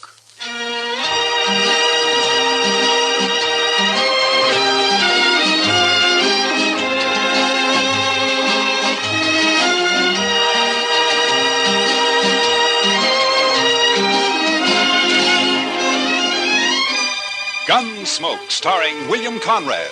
The story of the violence that moved west with young America. The story of a man who moved with it. Matt Dillon, United States Marshal.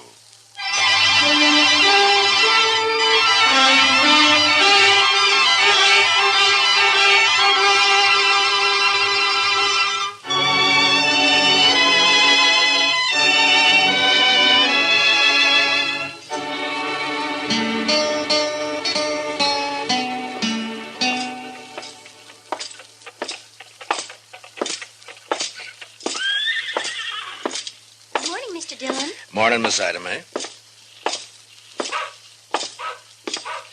Hiya, Marshal. Good morning, John. Hey, Matt. Wait a second. Huh? Oh, hiya, Doc. Oh, on my way over to jail. After you. Oh? You heard about the Longhorn? No, what about it? You haven't heard, or you wouldn't ask. Well, heard what, Doc? Well, I'll walk along with you if you're heading that way. Well, as a matter of fact, I was heading that way. Hey, what's all that crowd out in front there for? In due time, Matt. In due time. You know, Doc, there's only one thing that makes you happier than having a secret, and that's to collect your coroner's fee. Yeah, might get a fee out of this, too, for it's over. No wonder you're all worked up. Hey, have you heard about the Longhorn? It's the What? thing. It's the Longhorn, the doggonest thing I ever come across. Morning, Mr. Dillon. Hiya, Chester. Say, you heard about the Longhorn? No, Chester, I have not heard about the Longhorn. What? He's upset, Chester. He's the only man in Dodge who hasn't heard. Look, so help me, Doc, if this is one of your practical jokes. No. I had nothing to do with it. You'll see. Will you pardon me, ma'am? Let him through. Pardon me, please. Let me through. Excuse me.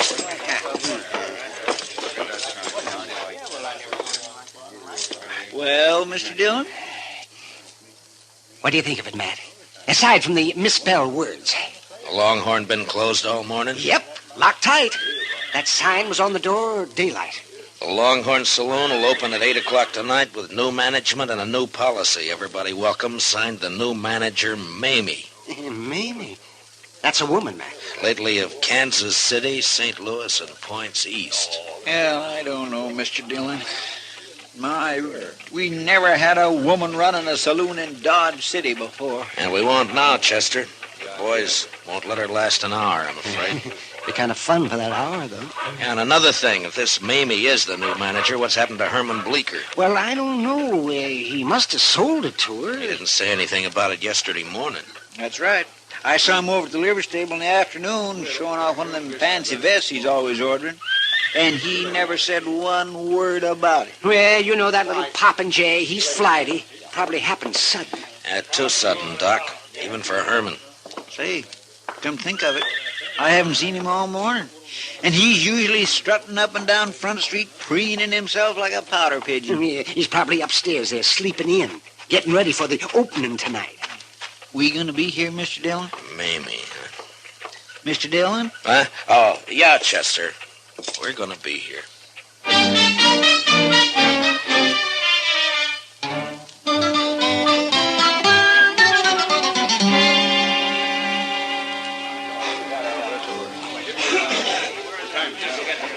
I'm sorry, boys, but she's upstairs. Said she'd be down about 8 o'clock, and that's all I know about it. Now, if you want to order anything, let's hear it. And if you don't, just shut up.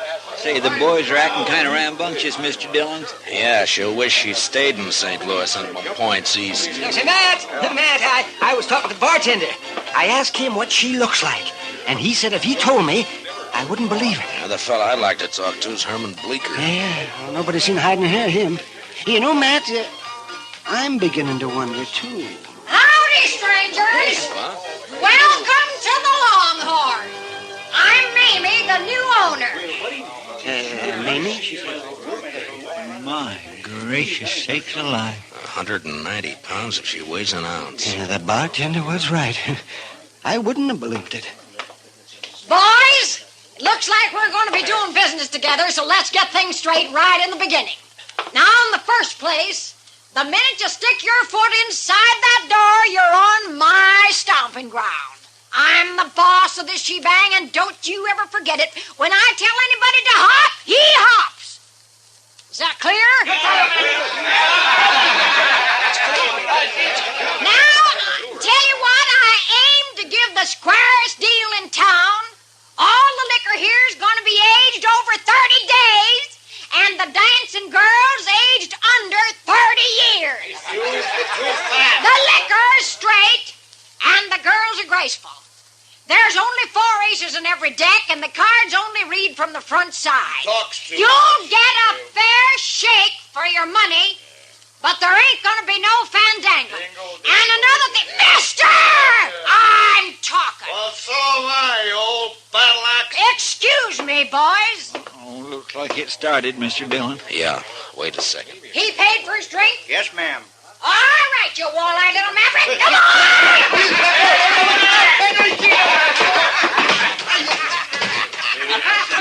Throw his head out after him. Now, as I was saying, boys, I just won't stand for no fandangling. Now, maybe some of you figured I was wearing this six-shooter for a decoration. When I just cast your eyes on that ace of spades I got tacked up on the back wall. Now! Did you see? For the land's sakes, did you see that draw, Mr. Dillon? Yeah, and she got the card, too. Oh, the boys won't give her no trouble, man. All right, boys, the first one's on the house. And it's the last free one you'll get. And the only credit I give is for funeral expenses. Belly up, boys! Well, sir, Mr. Dillon? Chester, I want to talk to Herman Bleecker more than ever. Say, you know, she's big enough to... well, I'll bet she forced Herman to sell. Yeah, maybe. Doc, I'll be right back. I want to talk to her. Oh, that shooting was nothing, boys. Oh, you're the marshal, huh? Yeah, that's right, ma'am. My name's Dillon. Proud to shake your hand, Mr. Dillon. Well, thank you, Miss Mamie. Welcome to Dodge City. Mighty decent of you to express the sentiment, Marshal. I reckon you won't get much business around the Longhorn. I'll take care of any trouble that's around here. It'd be quite a change. The boys used to push Bleecker around every now and then. Oh, that runty little prairie dog. I didn't know he was planning to sell, Miss Mamie. He must have made up his mind in a hurry. Yeah? I made him an offer, and he took it. Just like that. He found himself some new living quarters, I suppose. Oh, yeah, he moved right out last night. Oh. I wonder where he's holed up. Huh? There are a couple of things I'd like to see him about. Well, now, I'll tell you, I'm afraid he left town, Mr. Dillon. I think he said something about taking the Santa Fe to St. Louis, now that I remember. Oh, I see. Well, that's too bad. I'd sure like to have seen him. Well, I'll probably drop in now and then, Miss Mamie. Sure! Anytime, Marshal. For you, it's on the house! Thank you. What'd you find out, Mr. Dillon? Let's get out of here, Chester. Coming, Doc. Sure. Oh, yes, with both ears a-flapping.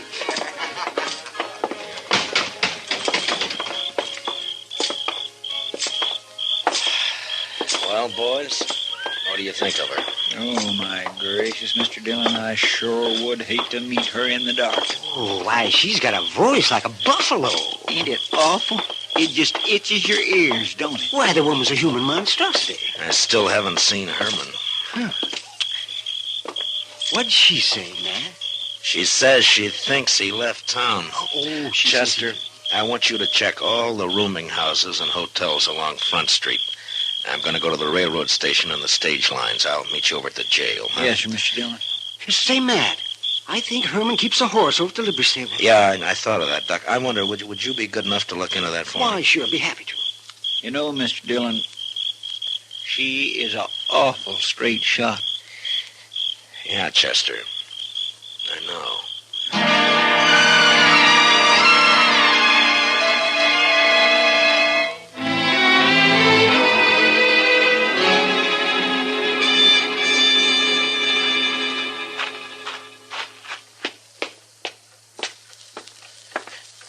You here, Matt? Oh, yeah, come on in, Doc. Well, his horse is still over at the stable. He didn't tell them anything about leaving. He didn't leave, Doc. Mamie came in on the 9 o'clock train last night. Only one train out after that, around midnight. He wasn't on it.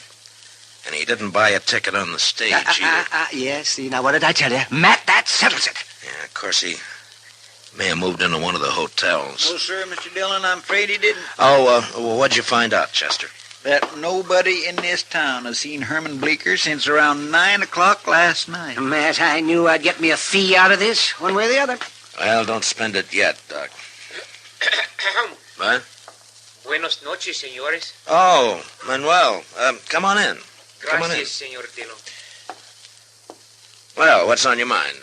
Pues, señor, I was at the railroad depot when I hear you ask about the little one, el señor Bleecker. No? And the other, the señora. Oh, there is much woman on that one. Well, there's no argument there, Manuel. Señor, last night I have seen something which is strange. No? I am come home very late, 1 hour, 2 hours before dawn. I was visit a friend, you understand? Yeah, I understand. You see, I am walk home in much hurry, and it is very dark, señor, when at once I see this lantern in the arroyo behind the Longhorn Cantina. Oh, a lantern, you say? I am think, what is this? So I wait, and this lantern is come toward me. And when it is close, oh, this woman who I have no see one like her. Oh, what a scare. Well, what was she doing in the arroyo? I do not know, but is one thing I forget.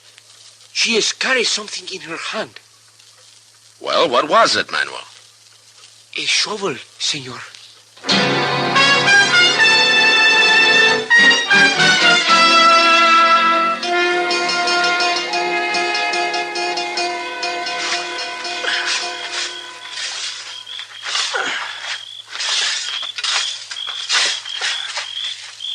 Find anything, Matt? Well, there's something here, Doc, but I can't quite...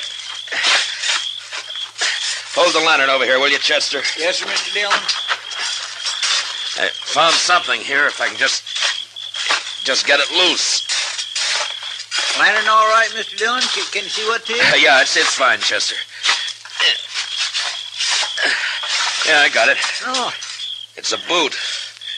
Yeah, here's the other one. Yeah. All that fancy stitching. Matt, those are his. I've seen them on him. Yeah, so have I, Doc. Yesterday, in fact. Here, take him, Chester. Yes, sir. There's a bundle of some kind here. Oh, you found the body, huh? No, it's clothes, I think, Doc. Let's have a look. Yeah. That's all there is, too. The hole doesn't go any deeper. It's hard pan on the bottom there. Hold the lantern down, Chester. Let me get this unwrapped. I'm not so sure about that coat, Mr. Dillon. A lot of them like that around town. Yeah, I know, but take a look at this fancy vest. Oh, that's Herman's. Nobody else in Dodge City'd ever wear a thing like that. Well, from the looks of it, he won't be wearing it again.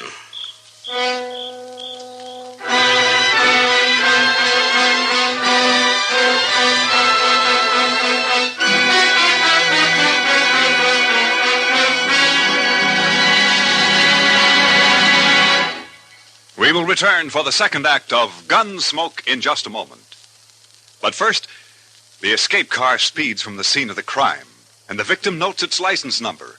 Police investigating the case discover the car has an ironclad alibi. That just begins the excitement on tomorrow night's Gangbusters program. It's the case of the twice-parked car, an authentic crime story taken from actual police records. Don't miss Gangbusters, presented by CBS Radio tomorrow night over most of these same stations. Now, the second act of Gunsmoke.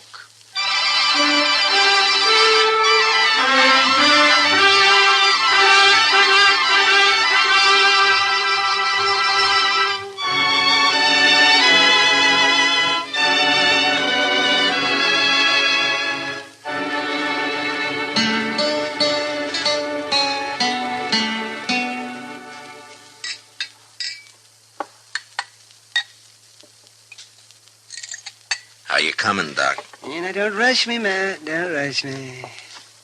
I haven't made one of these blood tests in years. If you ask me, I don't see any use in making one now. Well, let me see. Pour the precipitate into here. What other kind of blood could it be except human? Doc, I only want to be sure, that's all. All right. Let me see. 5 drops of the sulfate. You sure look uncomfortable, Matt. Well, how would you like to try arresting that lady, Doc? Not my job to arrest her. All I'm doing is stopping up these loopholes Matt's trying to wiggle out of. Well, that's real decent of you, Doc. Real decent. No, sir, Matt, I don't recall you ever being in such a predicament. Oh, of course, I remember the night you shot it out with the Barkley boys over in the Alafraganza. There were 3 of them, and you did not turn a hair. And then that other time when you got dry gulched by the Platte River gang. All right, Doc, all right. But this is different. If I go to arrest that woman, she's just crazy enough to start a gunfight. Oh, it's a problem. It's a problem, all right. Now, let's see. We'll just shake this up and warm it a bit.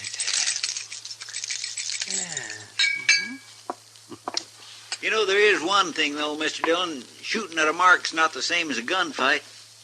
Maybe she wouldn't even resist. You really believe that, Chester? No, sir. Oh, she ain't a woman. She's a human catastrophe. She sure is for Matt. Well, there's still a chance we may be going off half-cocked here. That blood could have got on Herman's vest a dozen different ways. We'll soon see. Let's see now. A couple of drops of reagent. 1, 2, 3, 4, 5. Yeah. And we'll look for the color change. So, turn up the lamp a little bit, will you, Chester, please? All right. Oh. Wow. Yes. Well, Doc? Well, it's tough luck, Matt. It's human blood.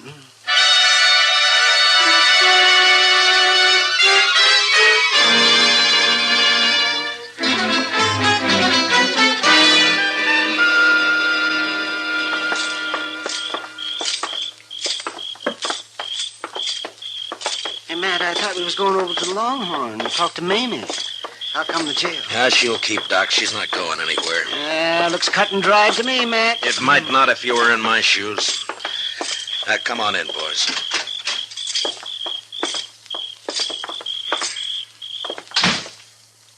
You know, Mr. Dillon, when I talked to the barkeep, Finnegan, he said that when he showed up this morning to open the saloon, that woman was already inside waiting for him.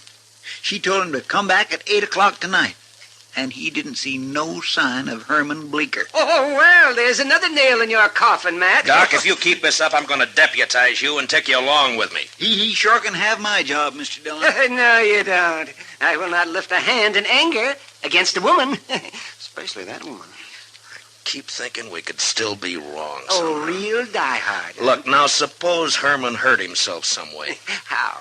And he wanted to get away by himself and recuperate. Where? And suppose he didn't want anybody to know about it. Why? So he decided to stay with some friend. Who? And, well, maybe...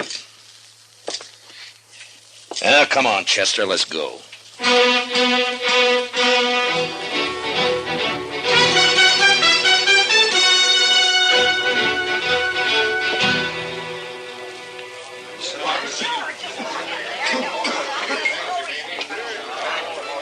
There she is at the end of the bar. What are you going to do, Mr. Dillon? Take her in, Chester. Maybe she'll talk when she's arrested. I gotta get that gun away from her some way. It's not going to be easy. And it's gotta be done. I've never drawn a gun on a woman yet, and I'm not starting now. If I could just manage to... I don't know. There might be a chance. Stick close to me, Chester. Yes, Mr. Dillon. Well, Marshal, mighty glad you dropped back in. I was just wondering how you were getting along, Miss Like a kid with two tongues and an all-day sucker. Say, now tell me, did you find that little weasel Herman Bleecker? I thought you told me he'd left town. Oh, well, I was just guessing, Mr. Dillon. He said something about planning to. Here, step up and have a shot of poison. No, thank you. As a matter of fact, I came back here for a particular purpose. Chester and I have a little bet on. Mr. Dillon, What kind of a bet is it, Marshal? Well, it was about that shooting trick of yours, hitting the center of that playing card, you know. Chester figures that it was a fluke of luck. He's betting me that you can't do it 5 times in a row. Well, we'll soon settle that. The card's still up there. Stand aside, boys! Mamie's gonna limber up her shooting irons and get out of the way. Get down there, Curly. All right. There's one. Couple of them. You're doing fine so far. How you doing down there, boys? All dead center so far. Say, you there, whatever your name is, what do you think of your bet now? Well, I guess I just kind of lost my head, Miss Mamie. Well, 3 down, 2 to go. There's 4. And 1 more. Oh, yeah. Well, what are you stopping now for, maybe? Well, I got some rules I go by, Marshal. One of them's never to fire my last shot and leave my gun empty. Yeah, I see. Well, that's a pretty good idea, I guess. Sorry to lose your bet for you, Marshal. I'm convinced. Well, I guess that didn't quite... Chester. Miss Mamie, I guess you're not a gambler yourself, huh? Who says so? I'll take a fair bet at even odds any day of the week and twice in Philadelphia. Well, in that case, I'll make you one. I got a pretty fair gun here. Or at least I thought so till I saw yours in action. Well, I'd say yours every bit as good as mine. Well, then how about a bet? Your gun against mine on the 1-cut high card, huh? Well, now, how? I didn't... Of course, it's all right with me if you'd rather back out on it. Who's backing out? You got yourself a bet, Mr. Dillon. Finnegan, shuffle us a deck. Okay, Miss Mamie. It's a better a fight. Mamie never backs out. There you are, Miss Mamie. Now, who goes first, Mr. Dillon? What? Ladies, always. All right. If you're a friend, Lester'll cut him for us once. It's Chester. Never Miss mind. Chester, Cut the cards. Yes, sir. Ma'am. Now, let's see what we've got. Jack of spades. That's not bad. Plenty good, Marshal. Plenty good enough to beat anything you can... King of diamonds. All right. I'm beat. Fair and square. You won yourself a gun. Thank you. Here, Chester, will you take it? Yes, sir. And now the handcuffs. Here, now! Maybe you're under arrest. Why, you, of all the sidewinds and double-crossing backhanded... Mamie! Now, you're going to stay fastened to me until I get you in a cell, so you might as well make the best of it. Why, you... And as far as that's concerned, you'll be safer in jail than out of it once word gets around. People here in Dodge City thought a lot of Herman Bleecker. That little sawed-off groundhog... That's no excuse for killing him in cold blood. What? You heard him, Mamie. You killed me. Bleecker! This is a biggest night of my whole life. To hear somebody finally shut Mamie up and make her like it. The marshal's a gentleman, you little weasel. He knows how to talk to a lady. And to hear you say how much the town thinks of me, Mr. Dillon. What's this all about, Herman? Well, I'll tell you what it's all about. Yes. This little grub worm ran out on me in Cincinnati 3 years ago. Like to broke my heart. I've been hunting him ever since, and last night I found him. I wailed the living daylights out of him. Yeah, he looks like it. But why did you bury his clothes? Mr. Dillon, would you want to be married to a man that dressed like that? She pretty near murdered me, though, Mr. Dillon. I've been up there in bed all day, just too bruised and embarrassed to hobble downstairs. Oh, we had our ups and downs, Marshal, me and Herman. You know how it is. Yeah. Chester, give me the keys to the handcuffs, will you? Yes, sir. I got them right here, and... Well, I guess they're over in the... What's the matter, Chester? Oh, Mr. Dillon, when we were digging out there, guess I must have lost him.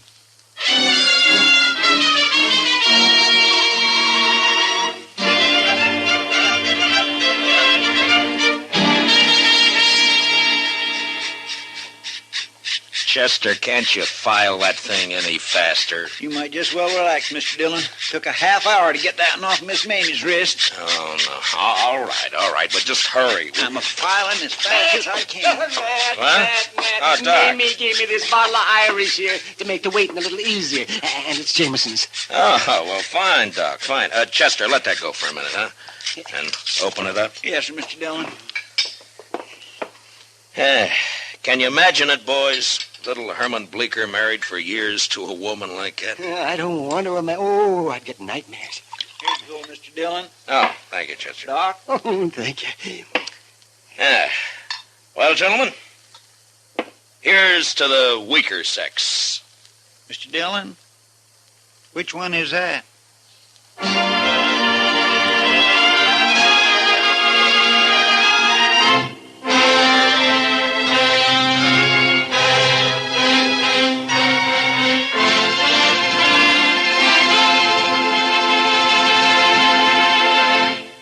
Gunsmoke, under the direction of Norman MacDonald, stars William Conrad as Matt Dillon, U.S. Marshal. Tonight's story was specially written for Gunsmoke by Les Crutchfield, with music composed and conducted by Rex Corey. Featured in the cast were Jeanette Nolan as Mamie, with John Daner, Ralph Moody, and Byron Kane.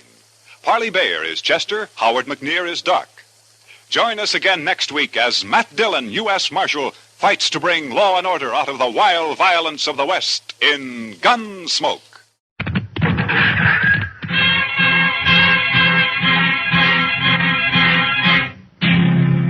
Around Dodge City and in the territory on west, there's just one way to handle the killers and the spoilers, and that's with the U.S. Marshal and the smell of Gunsmoke.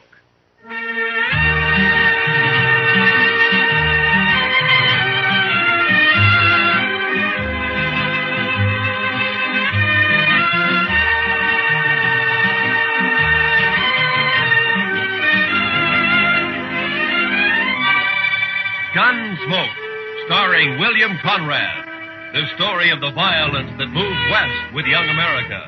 The story of a man who moved with it. Matt Dillon, United States Marshal.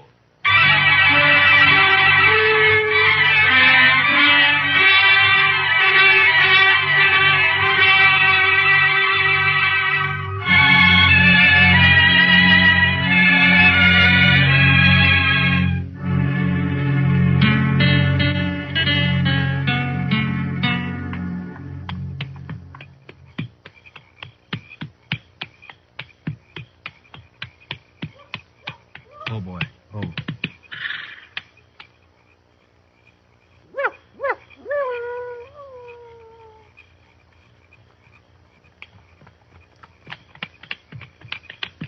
Wild Hog?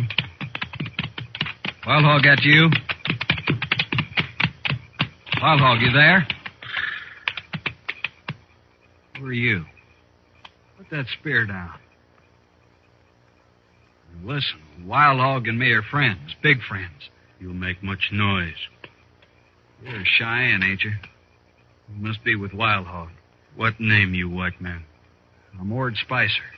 Ord Spicer, you hear? You bother me and you'll be in big trouble with Wild Hog. No trouble. Tell these other redskins to put their spears down. I need more room. Come, white man. Are you with Wild Hog or ain't you? Much talk, come. All right. Any tricks, I'll shoot you first.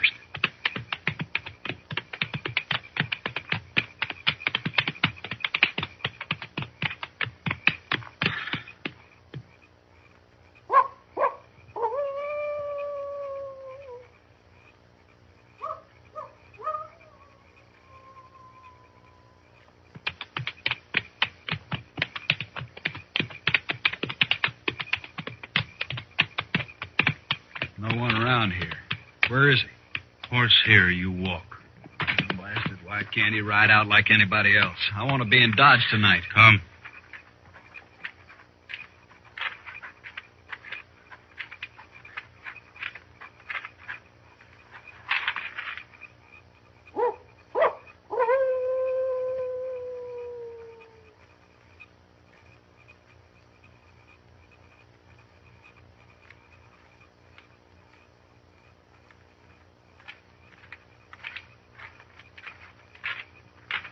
Wild Hog? It's me. It's Ord Spicer, all right. Yes. These braves of yours sure keep you covered. Can't tell one from another, except you, of course. Hayden thought maybe I'd run into the wrong Indians. No moon tonight. Oh, I recognized them as Cheyennes, all right, but you never know with... With what, Spicer? Nothing, Wild Hog. Forget it. You never know with Indians. Now, Wild Hog, you and me are friends. Don't get so touchy. I didn't mean nothing. We are not friends. I pay you. That is all. Sure, we're friends. You're about the most educated Indian I ever met, that's why. I learn only English from the white man. Nothing else. Well, you sure had a good teacher, fella. General Custer, many bitter moons ago. I was a scout. Don't matter. I never heard of him. He was killed. Well, that's nothing to do with me. You got the money, Wild Hog? Yes. Here. $500. 500? Our deal was for 1,000. You will get the rest later. But I'm running a big risk for you Cheyennes. This is mighty dangerous work, Wild Hog. It will be even more dangerous if we do not meet again, Spicer. Oh, Wild Hog, you can trust me. I'll be back, you know that. Yes. When? Ooh, 2-3 days. Where'll I find you? Make camp near here. We'll find you. Okay. I'll get on into Dodge now. Goodbye, Wild Hog. Don't get drunk, Spicer. Never touch it.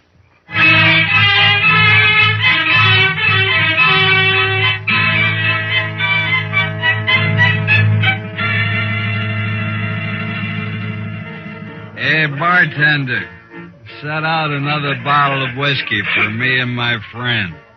What'd you say you're called, stranger? Ord Spicer, friend. Mm-hmm. Here, let me fill your glass. Some town you got here, Dodge. You're sure easy with your money, Spicer. Nothing's too good for my friend. Say, what name you go by anyway? You got a lot of money, Spicer. Sure, I got money. I'll have more soon. You must have hit it rich, huh? Sure, I hit it rich. Easy money, friend. Easy money. How'd you do it, Spicer, anyway? Friend, I live like a gambler. My life's chicken one day and feathers the next. Right now, it's all chicken. Yeah, but how'd you do it? You made out real good, Spicer. Brains and guts, friend. Brains and guts. That's all it takes. I know, but how? You don't get money like that robbing old Indians. What's that? Huh? What'd you say about Indians? Oh, it's just a way of saying it back home. Don't get on the prod about it. Maybe you talk too much. Maybe you ask too many questions. Hey, what's the matter with you anyway? Maybe you know too much. Look, Spicer, if you're hiding something, don't trouble yourself. I ain't interested in you or your money or your liquor. I don't like that. You don't have to. You bet I don't. Keep your eyes right on mine, Spicer. I want to watch you die.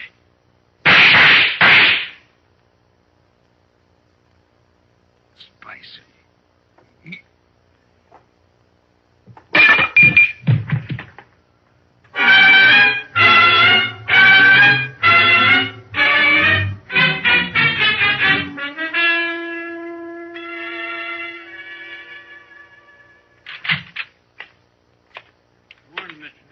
How's our prisoner, Chester? I got 2, Mr. Dillon. You got 2? Yes, sir. There's that Ord Spicer fella you locked up, and then there's a drunk who tried to buffalo me after you went to bed. No? Did you have any trouble with him? A little, Mr. Dillon. He tried to hit me on the head with his 6 gun. Well, you look all right. Oh, he didn't do it, sir. I bit his thumb and kneed him at the same time. Well, that's quite a trick, Chester. You must have been practicing. No, sir, I haven't been practicing. But I had it all thought out. I see. All right, let's turn Spicer loose. I'll go get him, Mr. Dillon.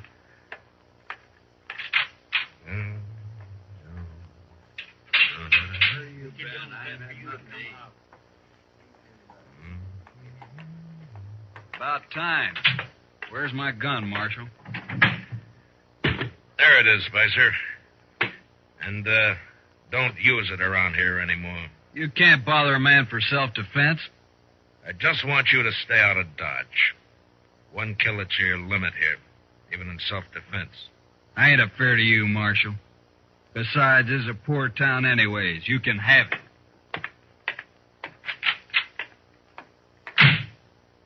My, that man'd kick a hog barefooted. He sure would, Chester.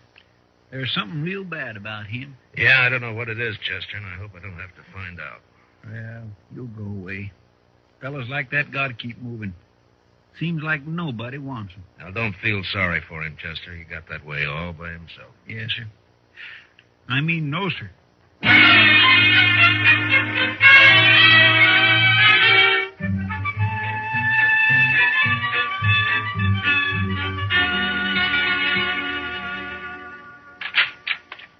Morning, Marshal. Those Greeners get here yet, Jack? Yep. Come in on the Santa Fe yesterday, Marshal. 4 of them. Right back here. Oh, good. Beautiful guns, ain't they? Just beautiful. You're a good storekeeper, Jack, but I only need 2 of them. Well, I can make you a good price on all 4, Marshal.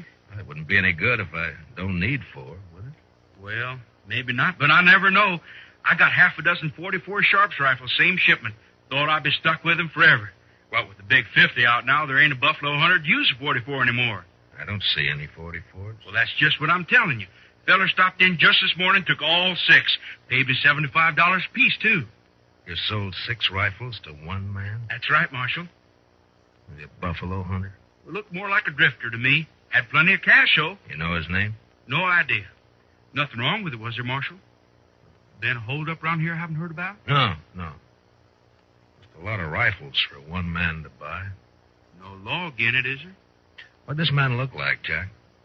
Tall, skinny, kind of mean face. Mm-hmm. You wear 1.6 gun, black grips? Yeah. Come to think of it, he did. You know him? Yeah. Ord Spicer. He killed a man last night. Well, now I heard about that shooting. What do you suppose he's up to now? Where'd he go? I wouldn't know it. Packed the rifles on a mule and rode out of town. You going after him, Marshal? No. It's like you say, Jack, there's no law against a man buying all the rifles he wants. Seems strange, that's all. Well, let's settle on the price for those Greeners, huh?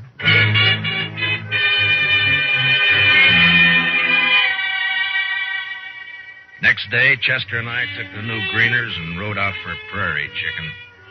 We had a sackful within an hour, and we headed back to town, arguing on the way as to whether we'd bake the birds whole or just cut the breasts off and broil them. We still hadn't settled the matter when we reached Dodge. And we never did. The stage from Hayes City had arrived half-hour before, bringing with it the bodies of 2 men found alongside the road. They were just laying there, Marshal, about 5 miles back. Both shot dead, but I thought I'd better bring them in anyway. You recognize them, Pete? No, Marshal, I didn't. The doc says they're a couple of riders from the T-Bar outfit. Yeah. He got them up in his office now. You bring in their horses? No sign of a horse, but there was an awful lot of tracks around. All right. I'll go see if Doc's found anything. Hang around, Pete, will you? I may want some more information from you. Okay if I do my waiting at the Alfraganza, Marshal? Yeah, sure. I'll put our horses up, Mr. Dillon. Yours, Chester. I may want mine. Yes, sir.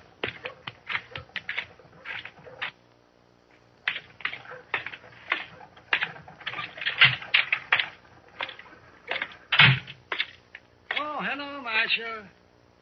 Just finishing up here. Be right with you. How'd they die, Doc? Well, they got half shot and then shot dead, Marshal. Yeah, I know, but is there any way of telling if maybe they killed each other? There. That does it. No, there is, Marshal, but I'd be mighty surprised if they did. What do you mean, Doc? Well, they were cowboys, Marshal. Cowboys just don't generally carry buffalo guns. Here, take a look. What? I dug some of these out of each of them. Those are slugs from a Sharp's rifle, Marshal. Yeah, sure are. Mm-hmm. That one's the best I found right there. Mm-hmm. What caliber did you say this is, Doc? Oh, I'd guess 44.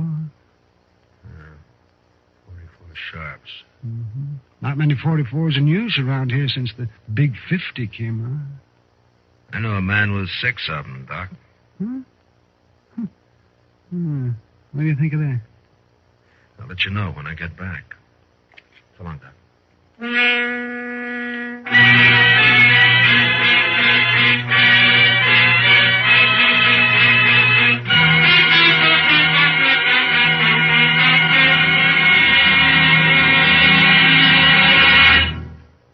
We will return for the second act of Gunsmoke in just a moment. But first, behind the famous creaking door to Inner Sanctum tomorrow evening, there lies one of the most hair-raising tales to date. Meet Raymond, your host on Inner Sanctum tomorrow night on most of these same CBS radio stations. Now, the second act of Gunsmoke.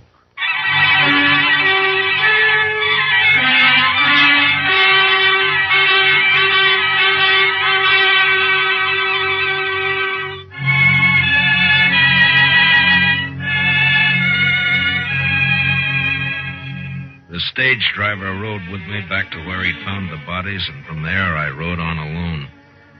It was an easy trail at first. There must have been more than a dozen horses running together. Long toward dusk, however, they suddenly split up, and I was faced with 2 different trails to follow. I made a gambler's choice and rode harder than ever. There was only an hour of light left to track by when my horse stepped into a prairie dog hole, snapped his leg, and went over hard. My head glanced off a rock. There was a shower of light, and nothing.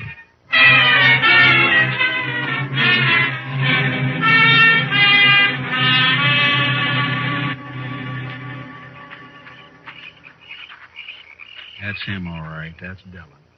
He's the marshal at Dodge I told you about. I think he is not dead. Stop. Put away your gun. But you can't let him live. He'd kill us, all right. I'm going to kill him anyway. You die for it if you do. Okay.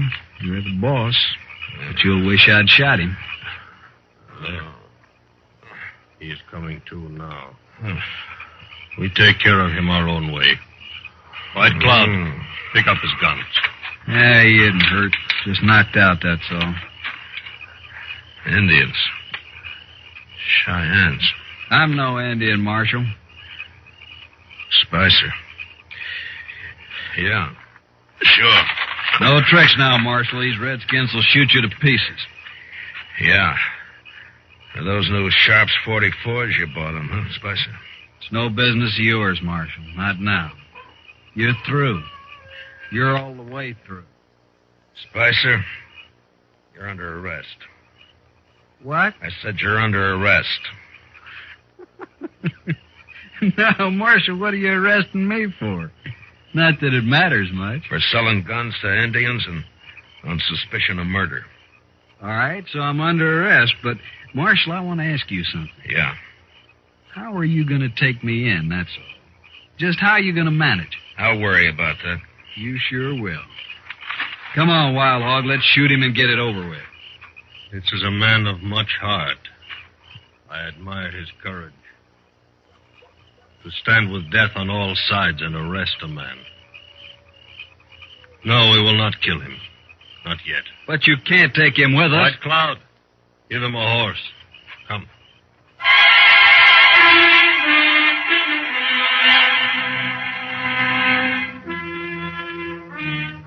They gave me a horse, all right, with the T-Bar brand on it. But I was surrounded by 6 armed Indians and a no-good white who'd shoot me any time he thought he could get by with it. Wild Hog rode up ahead, leading the party northwest, apparently to rendezvous with a bunch that had split off from this one. Spicer stayed right alongside of me. Well, am I still under arrest, Marshal? You're still guilty, aren't you? Sure. I'll admit it. Don't matter, being as how you'll never see Dodge again or any other place. What are you doing with these Cheyennes here anyway, Spicer?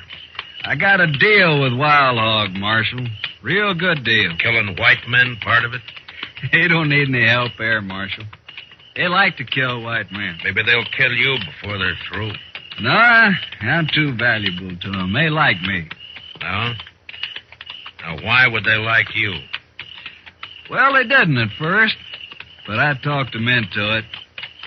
Talked Wild Hog into it. He's a smart fella, that Indian. Saw right away what I could do for him.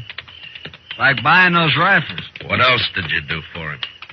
Well, I stopped those 2 riders with the horses. Told them I was sick. Got them off guard. Those Cheyennes were on before they could move. It was real easy. You're kind of like a Judas sheep in a slaughter pen, huh? Yeah, that's it, Marshal. Pays better, though. I got $500 coming since we find a ranch or 2 to raid. I see. Pretty good deal, huh? You know, I think a lot more of these Indians than I do of you, Spicer. I don't like that, Marshal. At least they got an argument on their side. But you're just a renegade white. I'll kill you for that, Marshal. Now, shut up. All right, you've asked for it. Shoot me and Wild Hog will split you wide open, Spicer. Besides, he's spotted the rest of his party up there. Huh? Oh, yeah. All right for now, Marshal. But I'll see you dead. I promise I'll see you dead.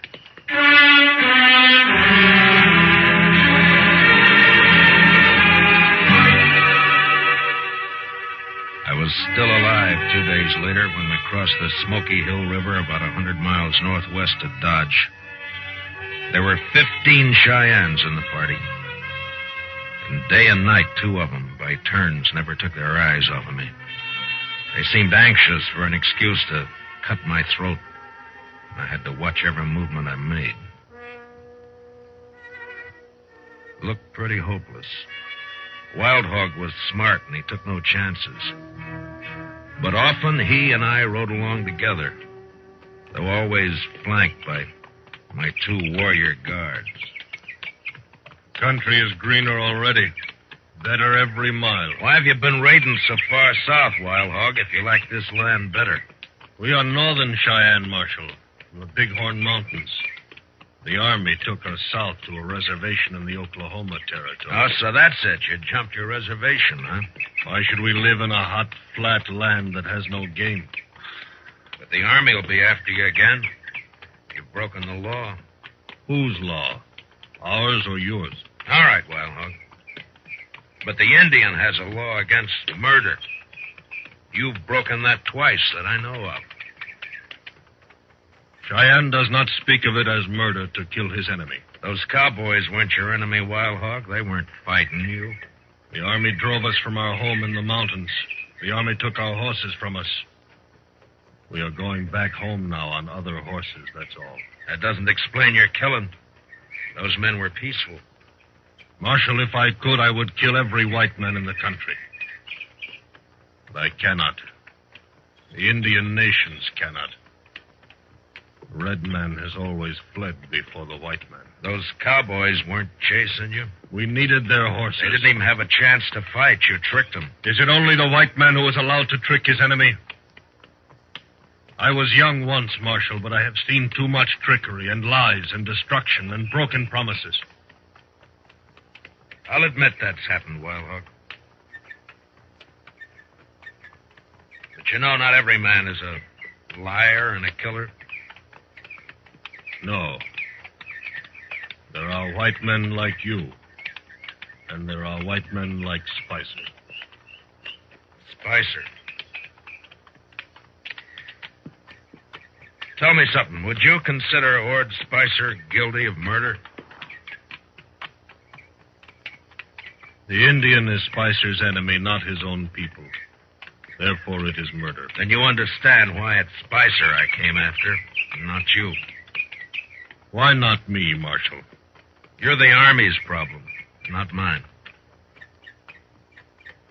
I expect to fight the Army many times before we reach the mountains. Yeah.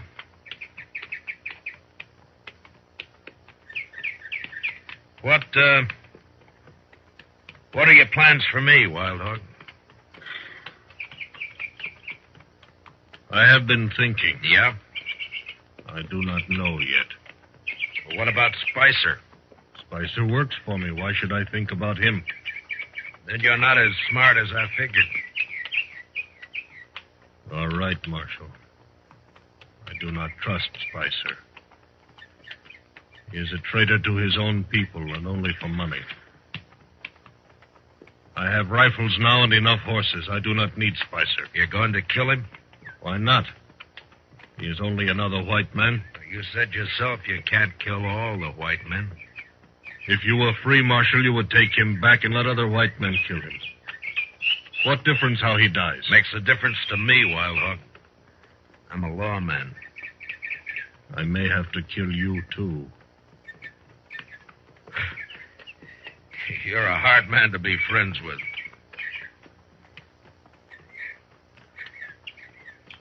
I will explain to you, Marshal. It matters little about any Indian. Few more winters and not many of my people will be alive. I do not complain of our fate. Tribe follows tribe, nation follows nation. It is the law of nature. The white man's turn to be defeated and to disappear will come. It is just a matter of time. And so we may be brothers after all, Marshal. I'm not sure I believe all of that, Wild Hog. Of course not. Still, I recognize you as a warrior among your people, as I am a warrior among mine.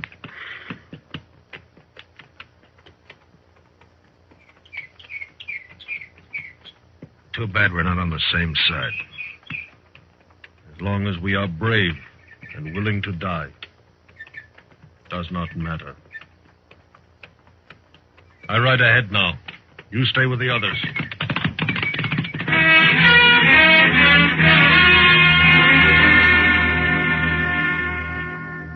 That night we reached the North Fork of the Solomon River and camped with the shadow of low hills not many miles ahead. Wild Hog ordered my guards to keep me some distance from the rest of the party.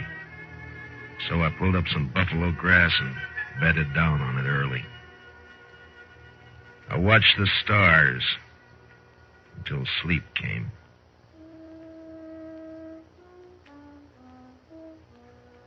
Next thing I heard was the sound of horses fading off in the distance. The two braves guarding me had disappeared, so I got up and walked carefully back to where the Cheyennes were camped. There, a couple of horses stood tied to a bush, but they were alone. The Indians had left. I stopped for a moment to listen. And then, suddenly, I saw the figure of a man lying in the moonlight about 20 feet off.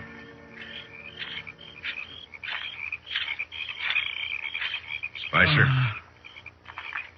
Spicer? Yeah, there's no blood on you. You're all right. Come out of it, man. Come on. Yeah. My hair. You've been knocked out, that's all. Now, come on, sit up.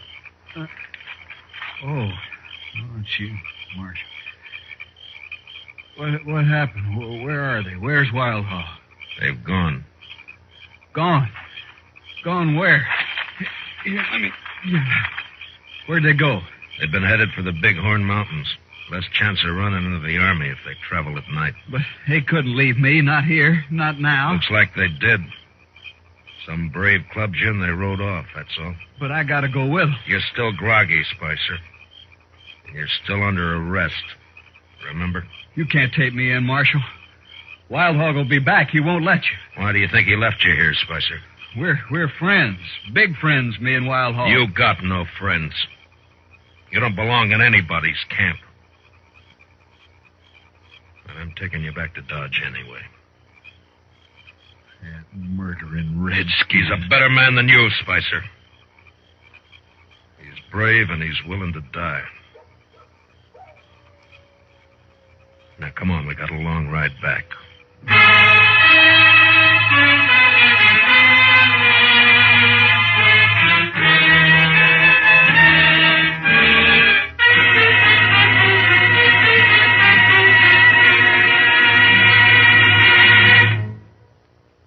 Gunsmoke, under the direction of Norman Macdonald, stars William Conrad as Matt Dillon, U.S. Marshal.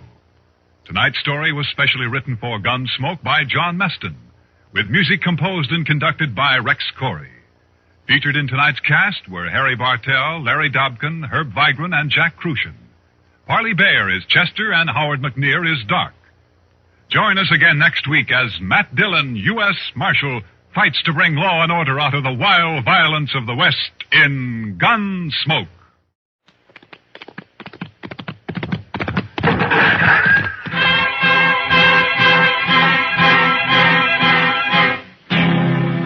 Around Dodge City and in the territory on west, there's just one way to handle the killers and the spoilers, and that's with the U.S. Marshal and the smell of Gunsmoke.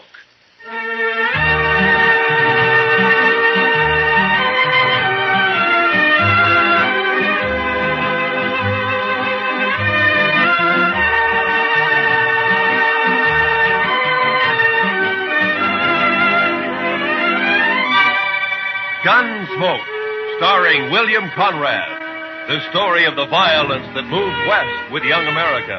The story of a man who moved with it. Matt Dillon, United States Marshal.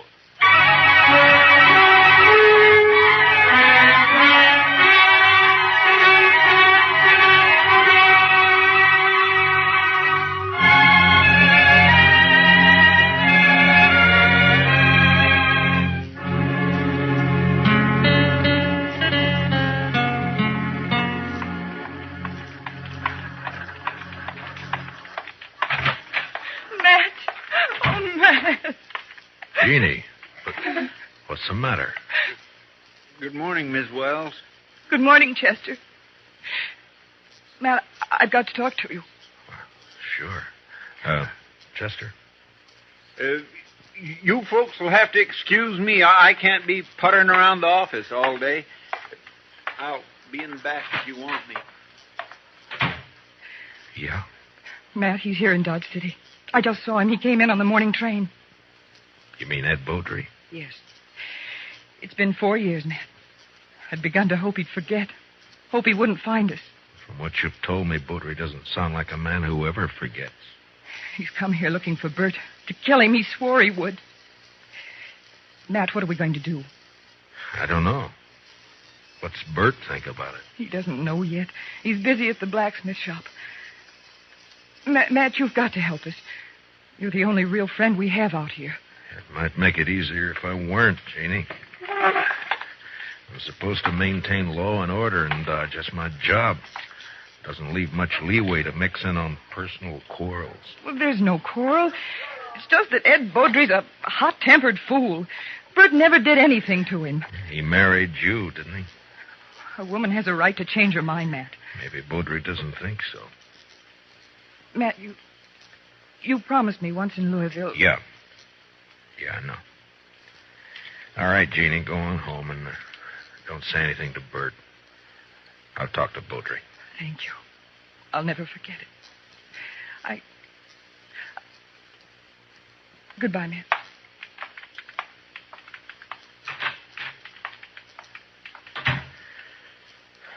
Chester.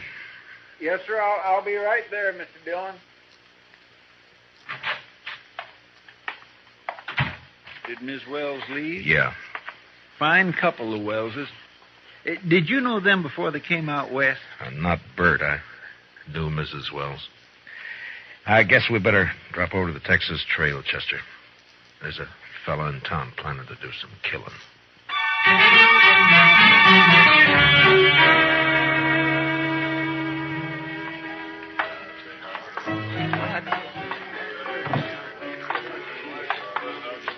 Matt, it's been a long time. Hiya, Kitty. Hello, Chester. Miss Kitty? Come sit down, Matt. Tell me about things. I can't right now, Kitty. We're looking for a fella. Thought he might have come in here. Sooner or later, they all do. Stranger, Matt? Yeah. He came in on the morning train. His name's Ed Beaudry. Oh, him. There, the bar, Matt. Third from the end, next to Tulsa Jim Nixon. He's buying Irish whiskey for everybody. Thank you, Kitty. Come on, Chester. Yes, sir. Watch yourself, Matt. Yeah, sure, Kitty. I'll see you later. All right, bartender, set up another round of Jamesons for the house. Your name, Beaudry? Well, that's right, mister. Matt Dillon. I'm a U.S. Marshal here. I'd like to talk to you. Fine. Go ahead and talk. Tulsa, suppose you'll move on down the bar for a couple of minutes, huh? Oh, what's the idea, Marshal? This man's a friend of mine. You're not very particular about your friends. Now go on, Tulsa. Drift. Mr. Beaudry, you came here to kill Bert Wells, didn't you? Did I? Well, here's some advice. Don't do it. Take the next train and get out of town. Is that official? Just what's the charge, Marshal? None. Yet. Murder if you go through it. Well, not the way I understand it. Murder's one thing. Calling a man in a fair fight, that's another thing. Beaudry, I'm the law here in Dodge, and I don't see it as a fair fight. Bert's a blacksmith, and he's not used to handling a gun. You are. Or so I'm told. Who told you, Marshal? I don't know anybody here. Wait a minute. Dillon? Yeah. I heard Jeannie mention you. You knew her back in Louisville before she ran off. We'll leave her out of this, Beaudry. So that's it. This isn't official. You're just doing a personal favor for an old friend. Probably a very close friend. Jeannie always did have a weakness. I warned you once. All right, hold it. Now get up, Beaudry.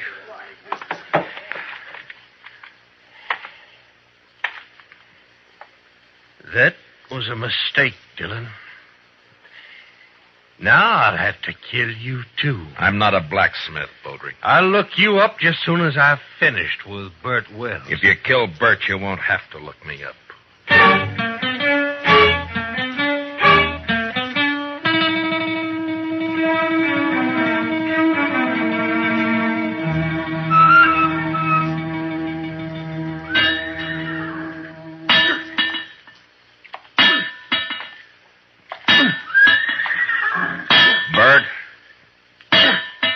Bert.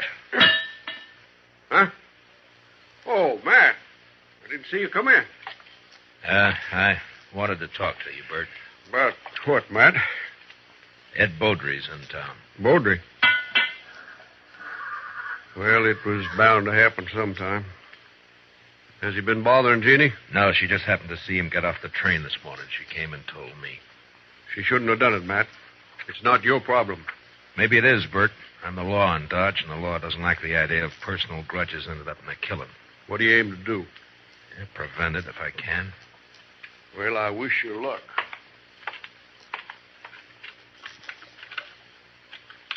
You haven't worn that gun for 2 years, Bert. Why start now? I've got no choice, Matt. You know that. You mean you got no chance? If you let Beaudry call a showdown, he'll kill you. Maybe. Look, Bert, why don't you take to the prairie, hole up for a week or so while I figure some way of running Baudry out of town, huh? Would you do it, Matt? Hide out and let somebody else do your fighting for you? Well, what I'd That's do is... beside the point, Bert. Jeannie. There's a law against killing. And it's Matt's job to enforce it. If you went away, there wouldn't be any fight. Wouldn't be much honor either, Jeannie. Man can't run and still call himself a man. He can run from a mad dog. And that's what Ed Baudry is. He never had any claim on me. It appears he thought he did. Matt, you know where Baudry stand? I talked to him in the Texas Trail. He probably took one of the rooms upstairs. Like to walk over there with me? Well, if that's the way you want it. No, Bert, you... I'll get my hat. Be right with you. Matt, you've got to stop it. Yeah? How? I don't know. But there must be something you can do. Yeah, there is. The way it's shaping up, I can probably arrest the survivor.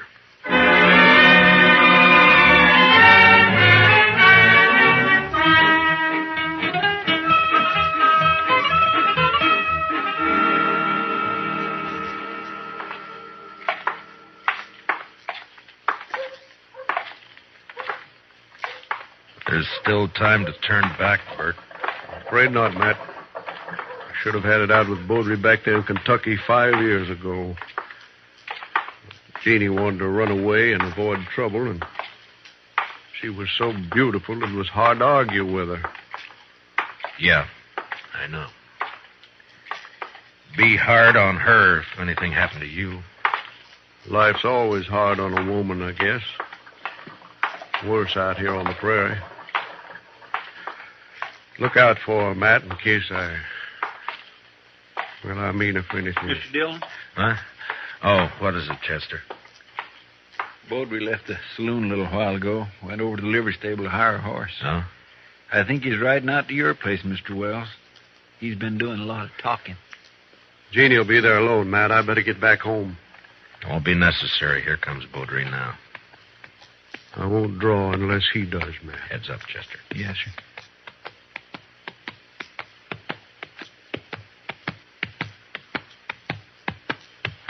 Oh, boy.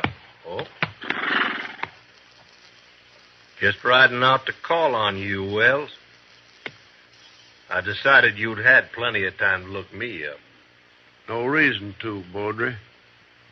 Most men would figure they had reason. Somebody been in a local saloon, telling their wife's history. What? Baudry, you... All right, hold it. Don't draw, Bert. Chester, cover Baudry. Just keep your hands still, Mr. Baudry. You're fast with that gun, Dillon. Fast enough, Mr. You make Baudry. a good bodyguard. Too bad you can't ride her 24 hours a day. I told you what to expect if you keep pushing this thing, Mr. Baudry. Now use some sense and get out of town while you're still alive. I've been in lots of towns, Dillon. I left them all alive. Wells, I've been planning to kill you for 5 years. Plans don't always work out. Listen, Will. You got till sundown. After that, I'm going to shoot you on sight. All right, Mr. Baudry. If you've finished speaking your piece, move along. Why, surely, Mr. Dillon. See you later.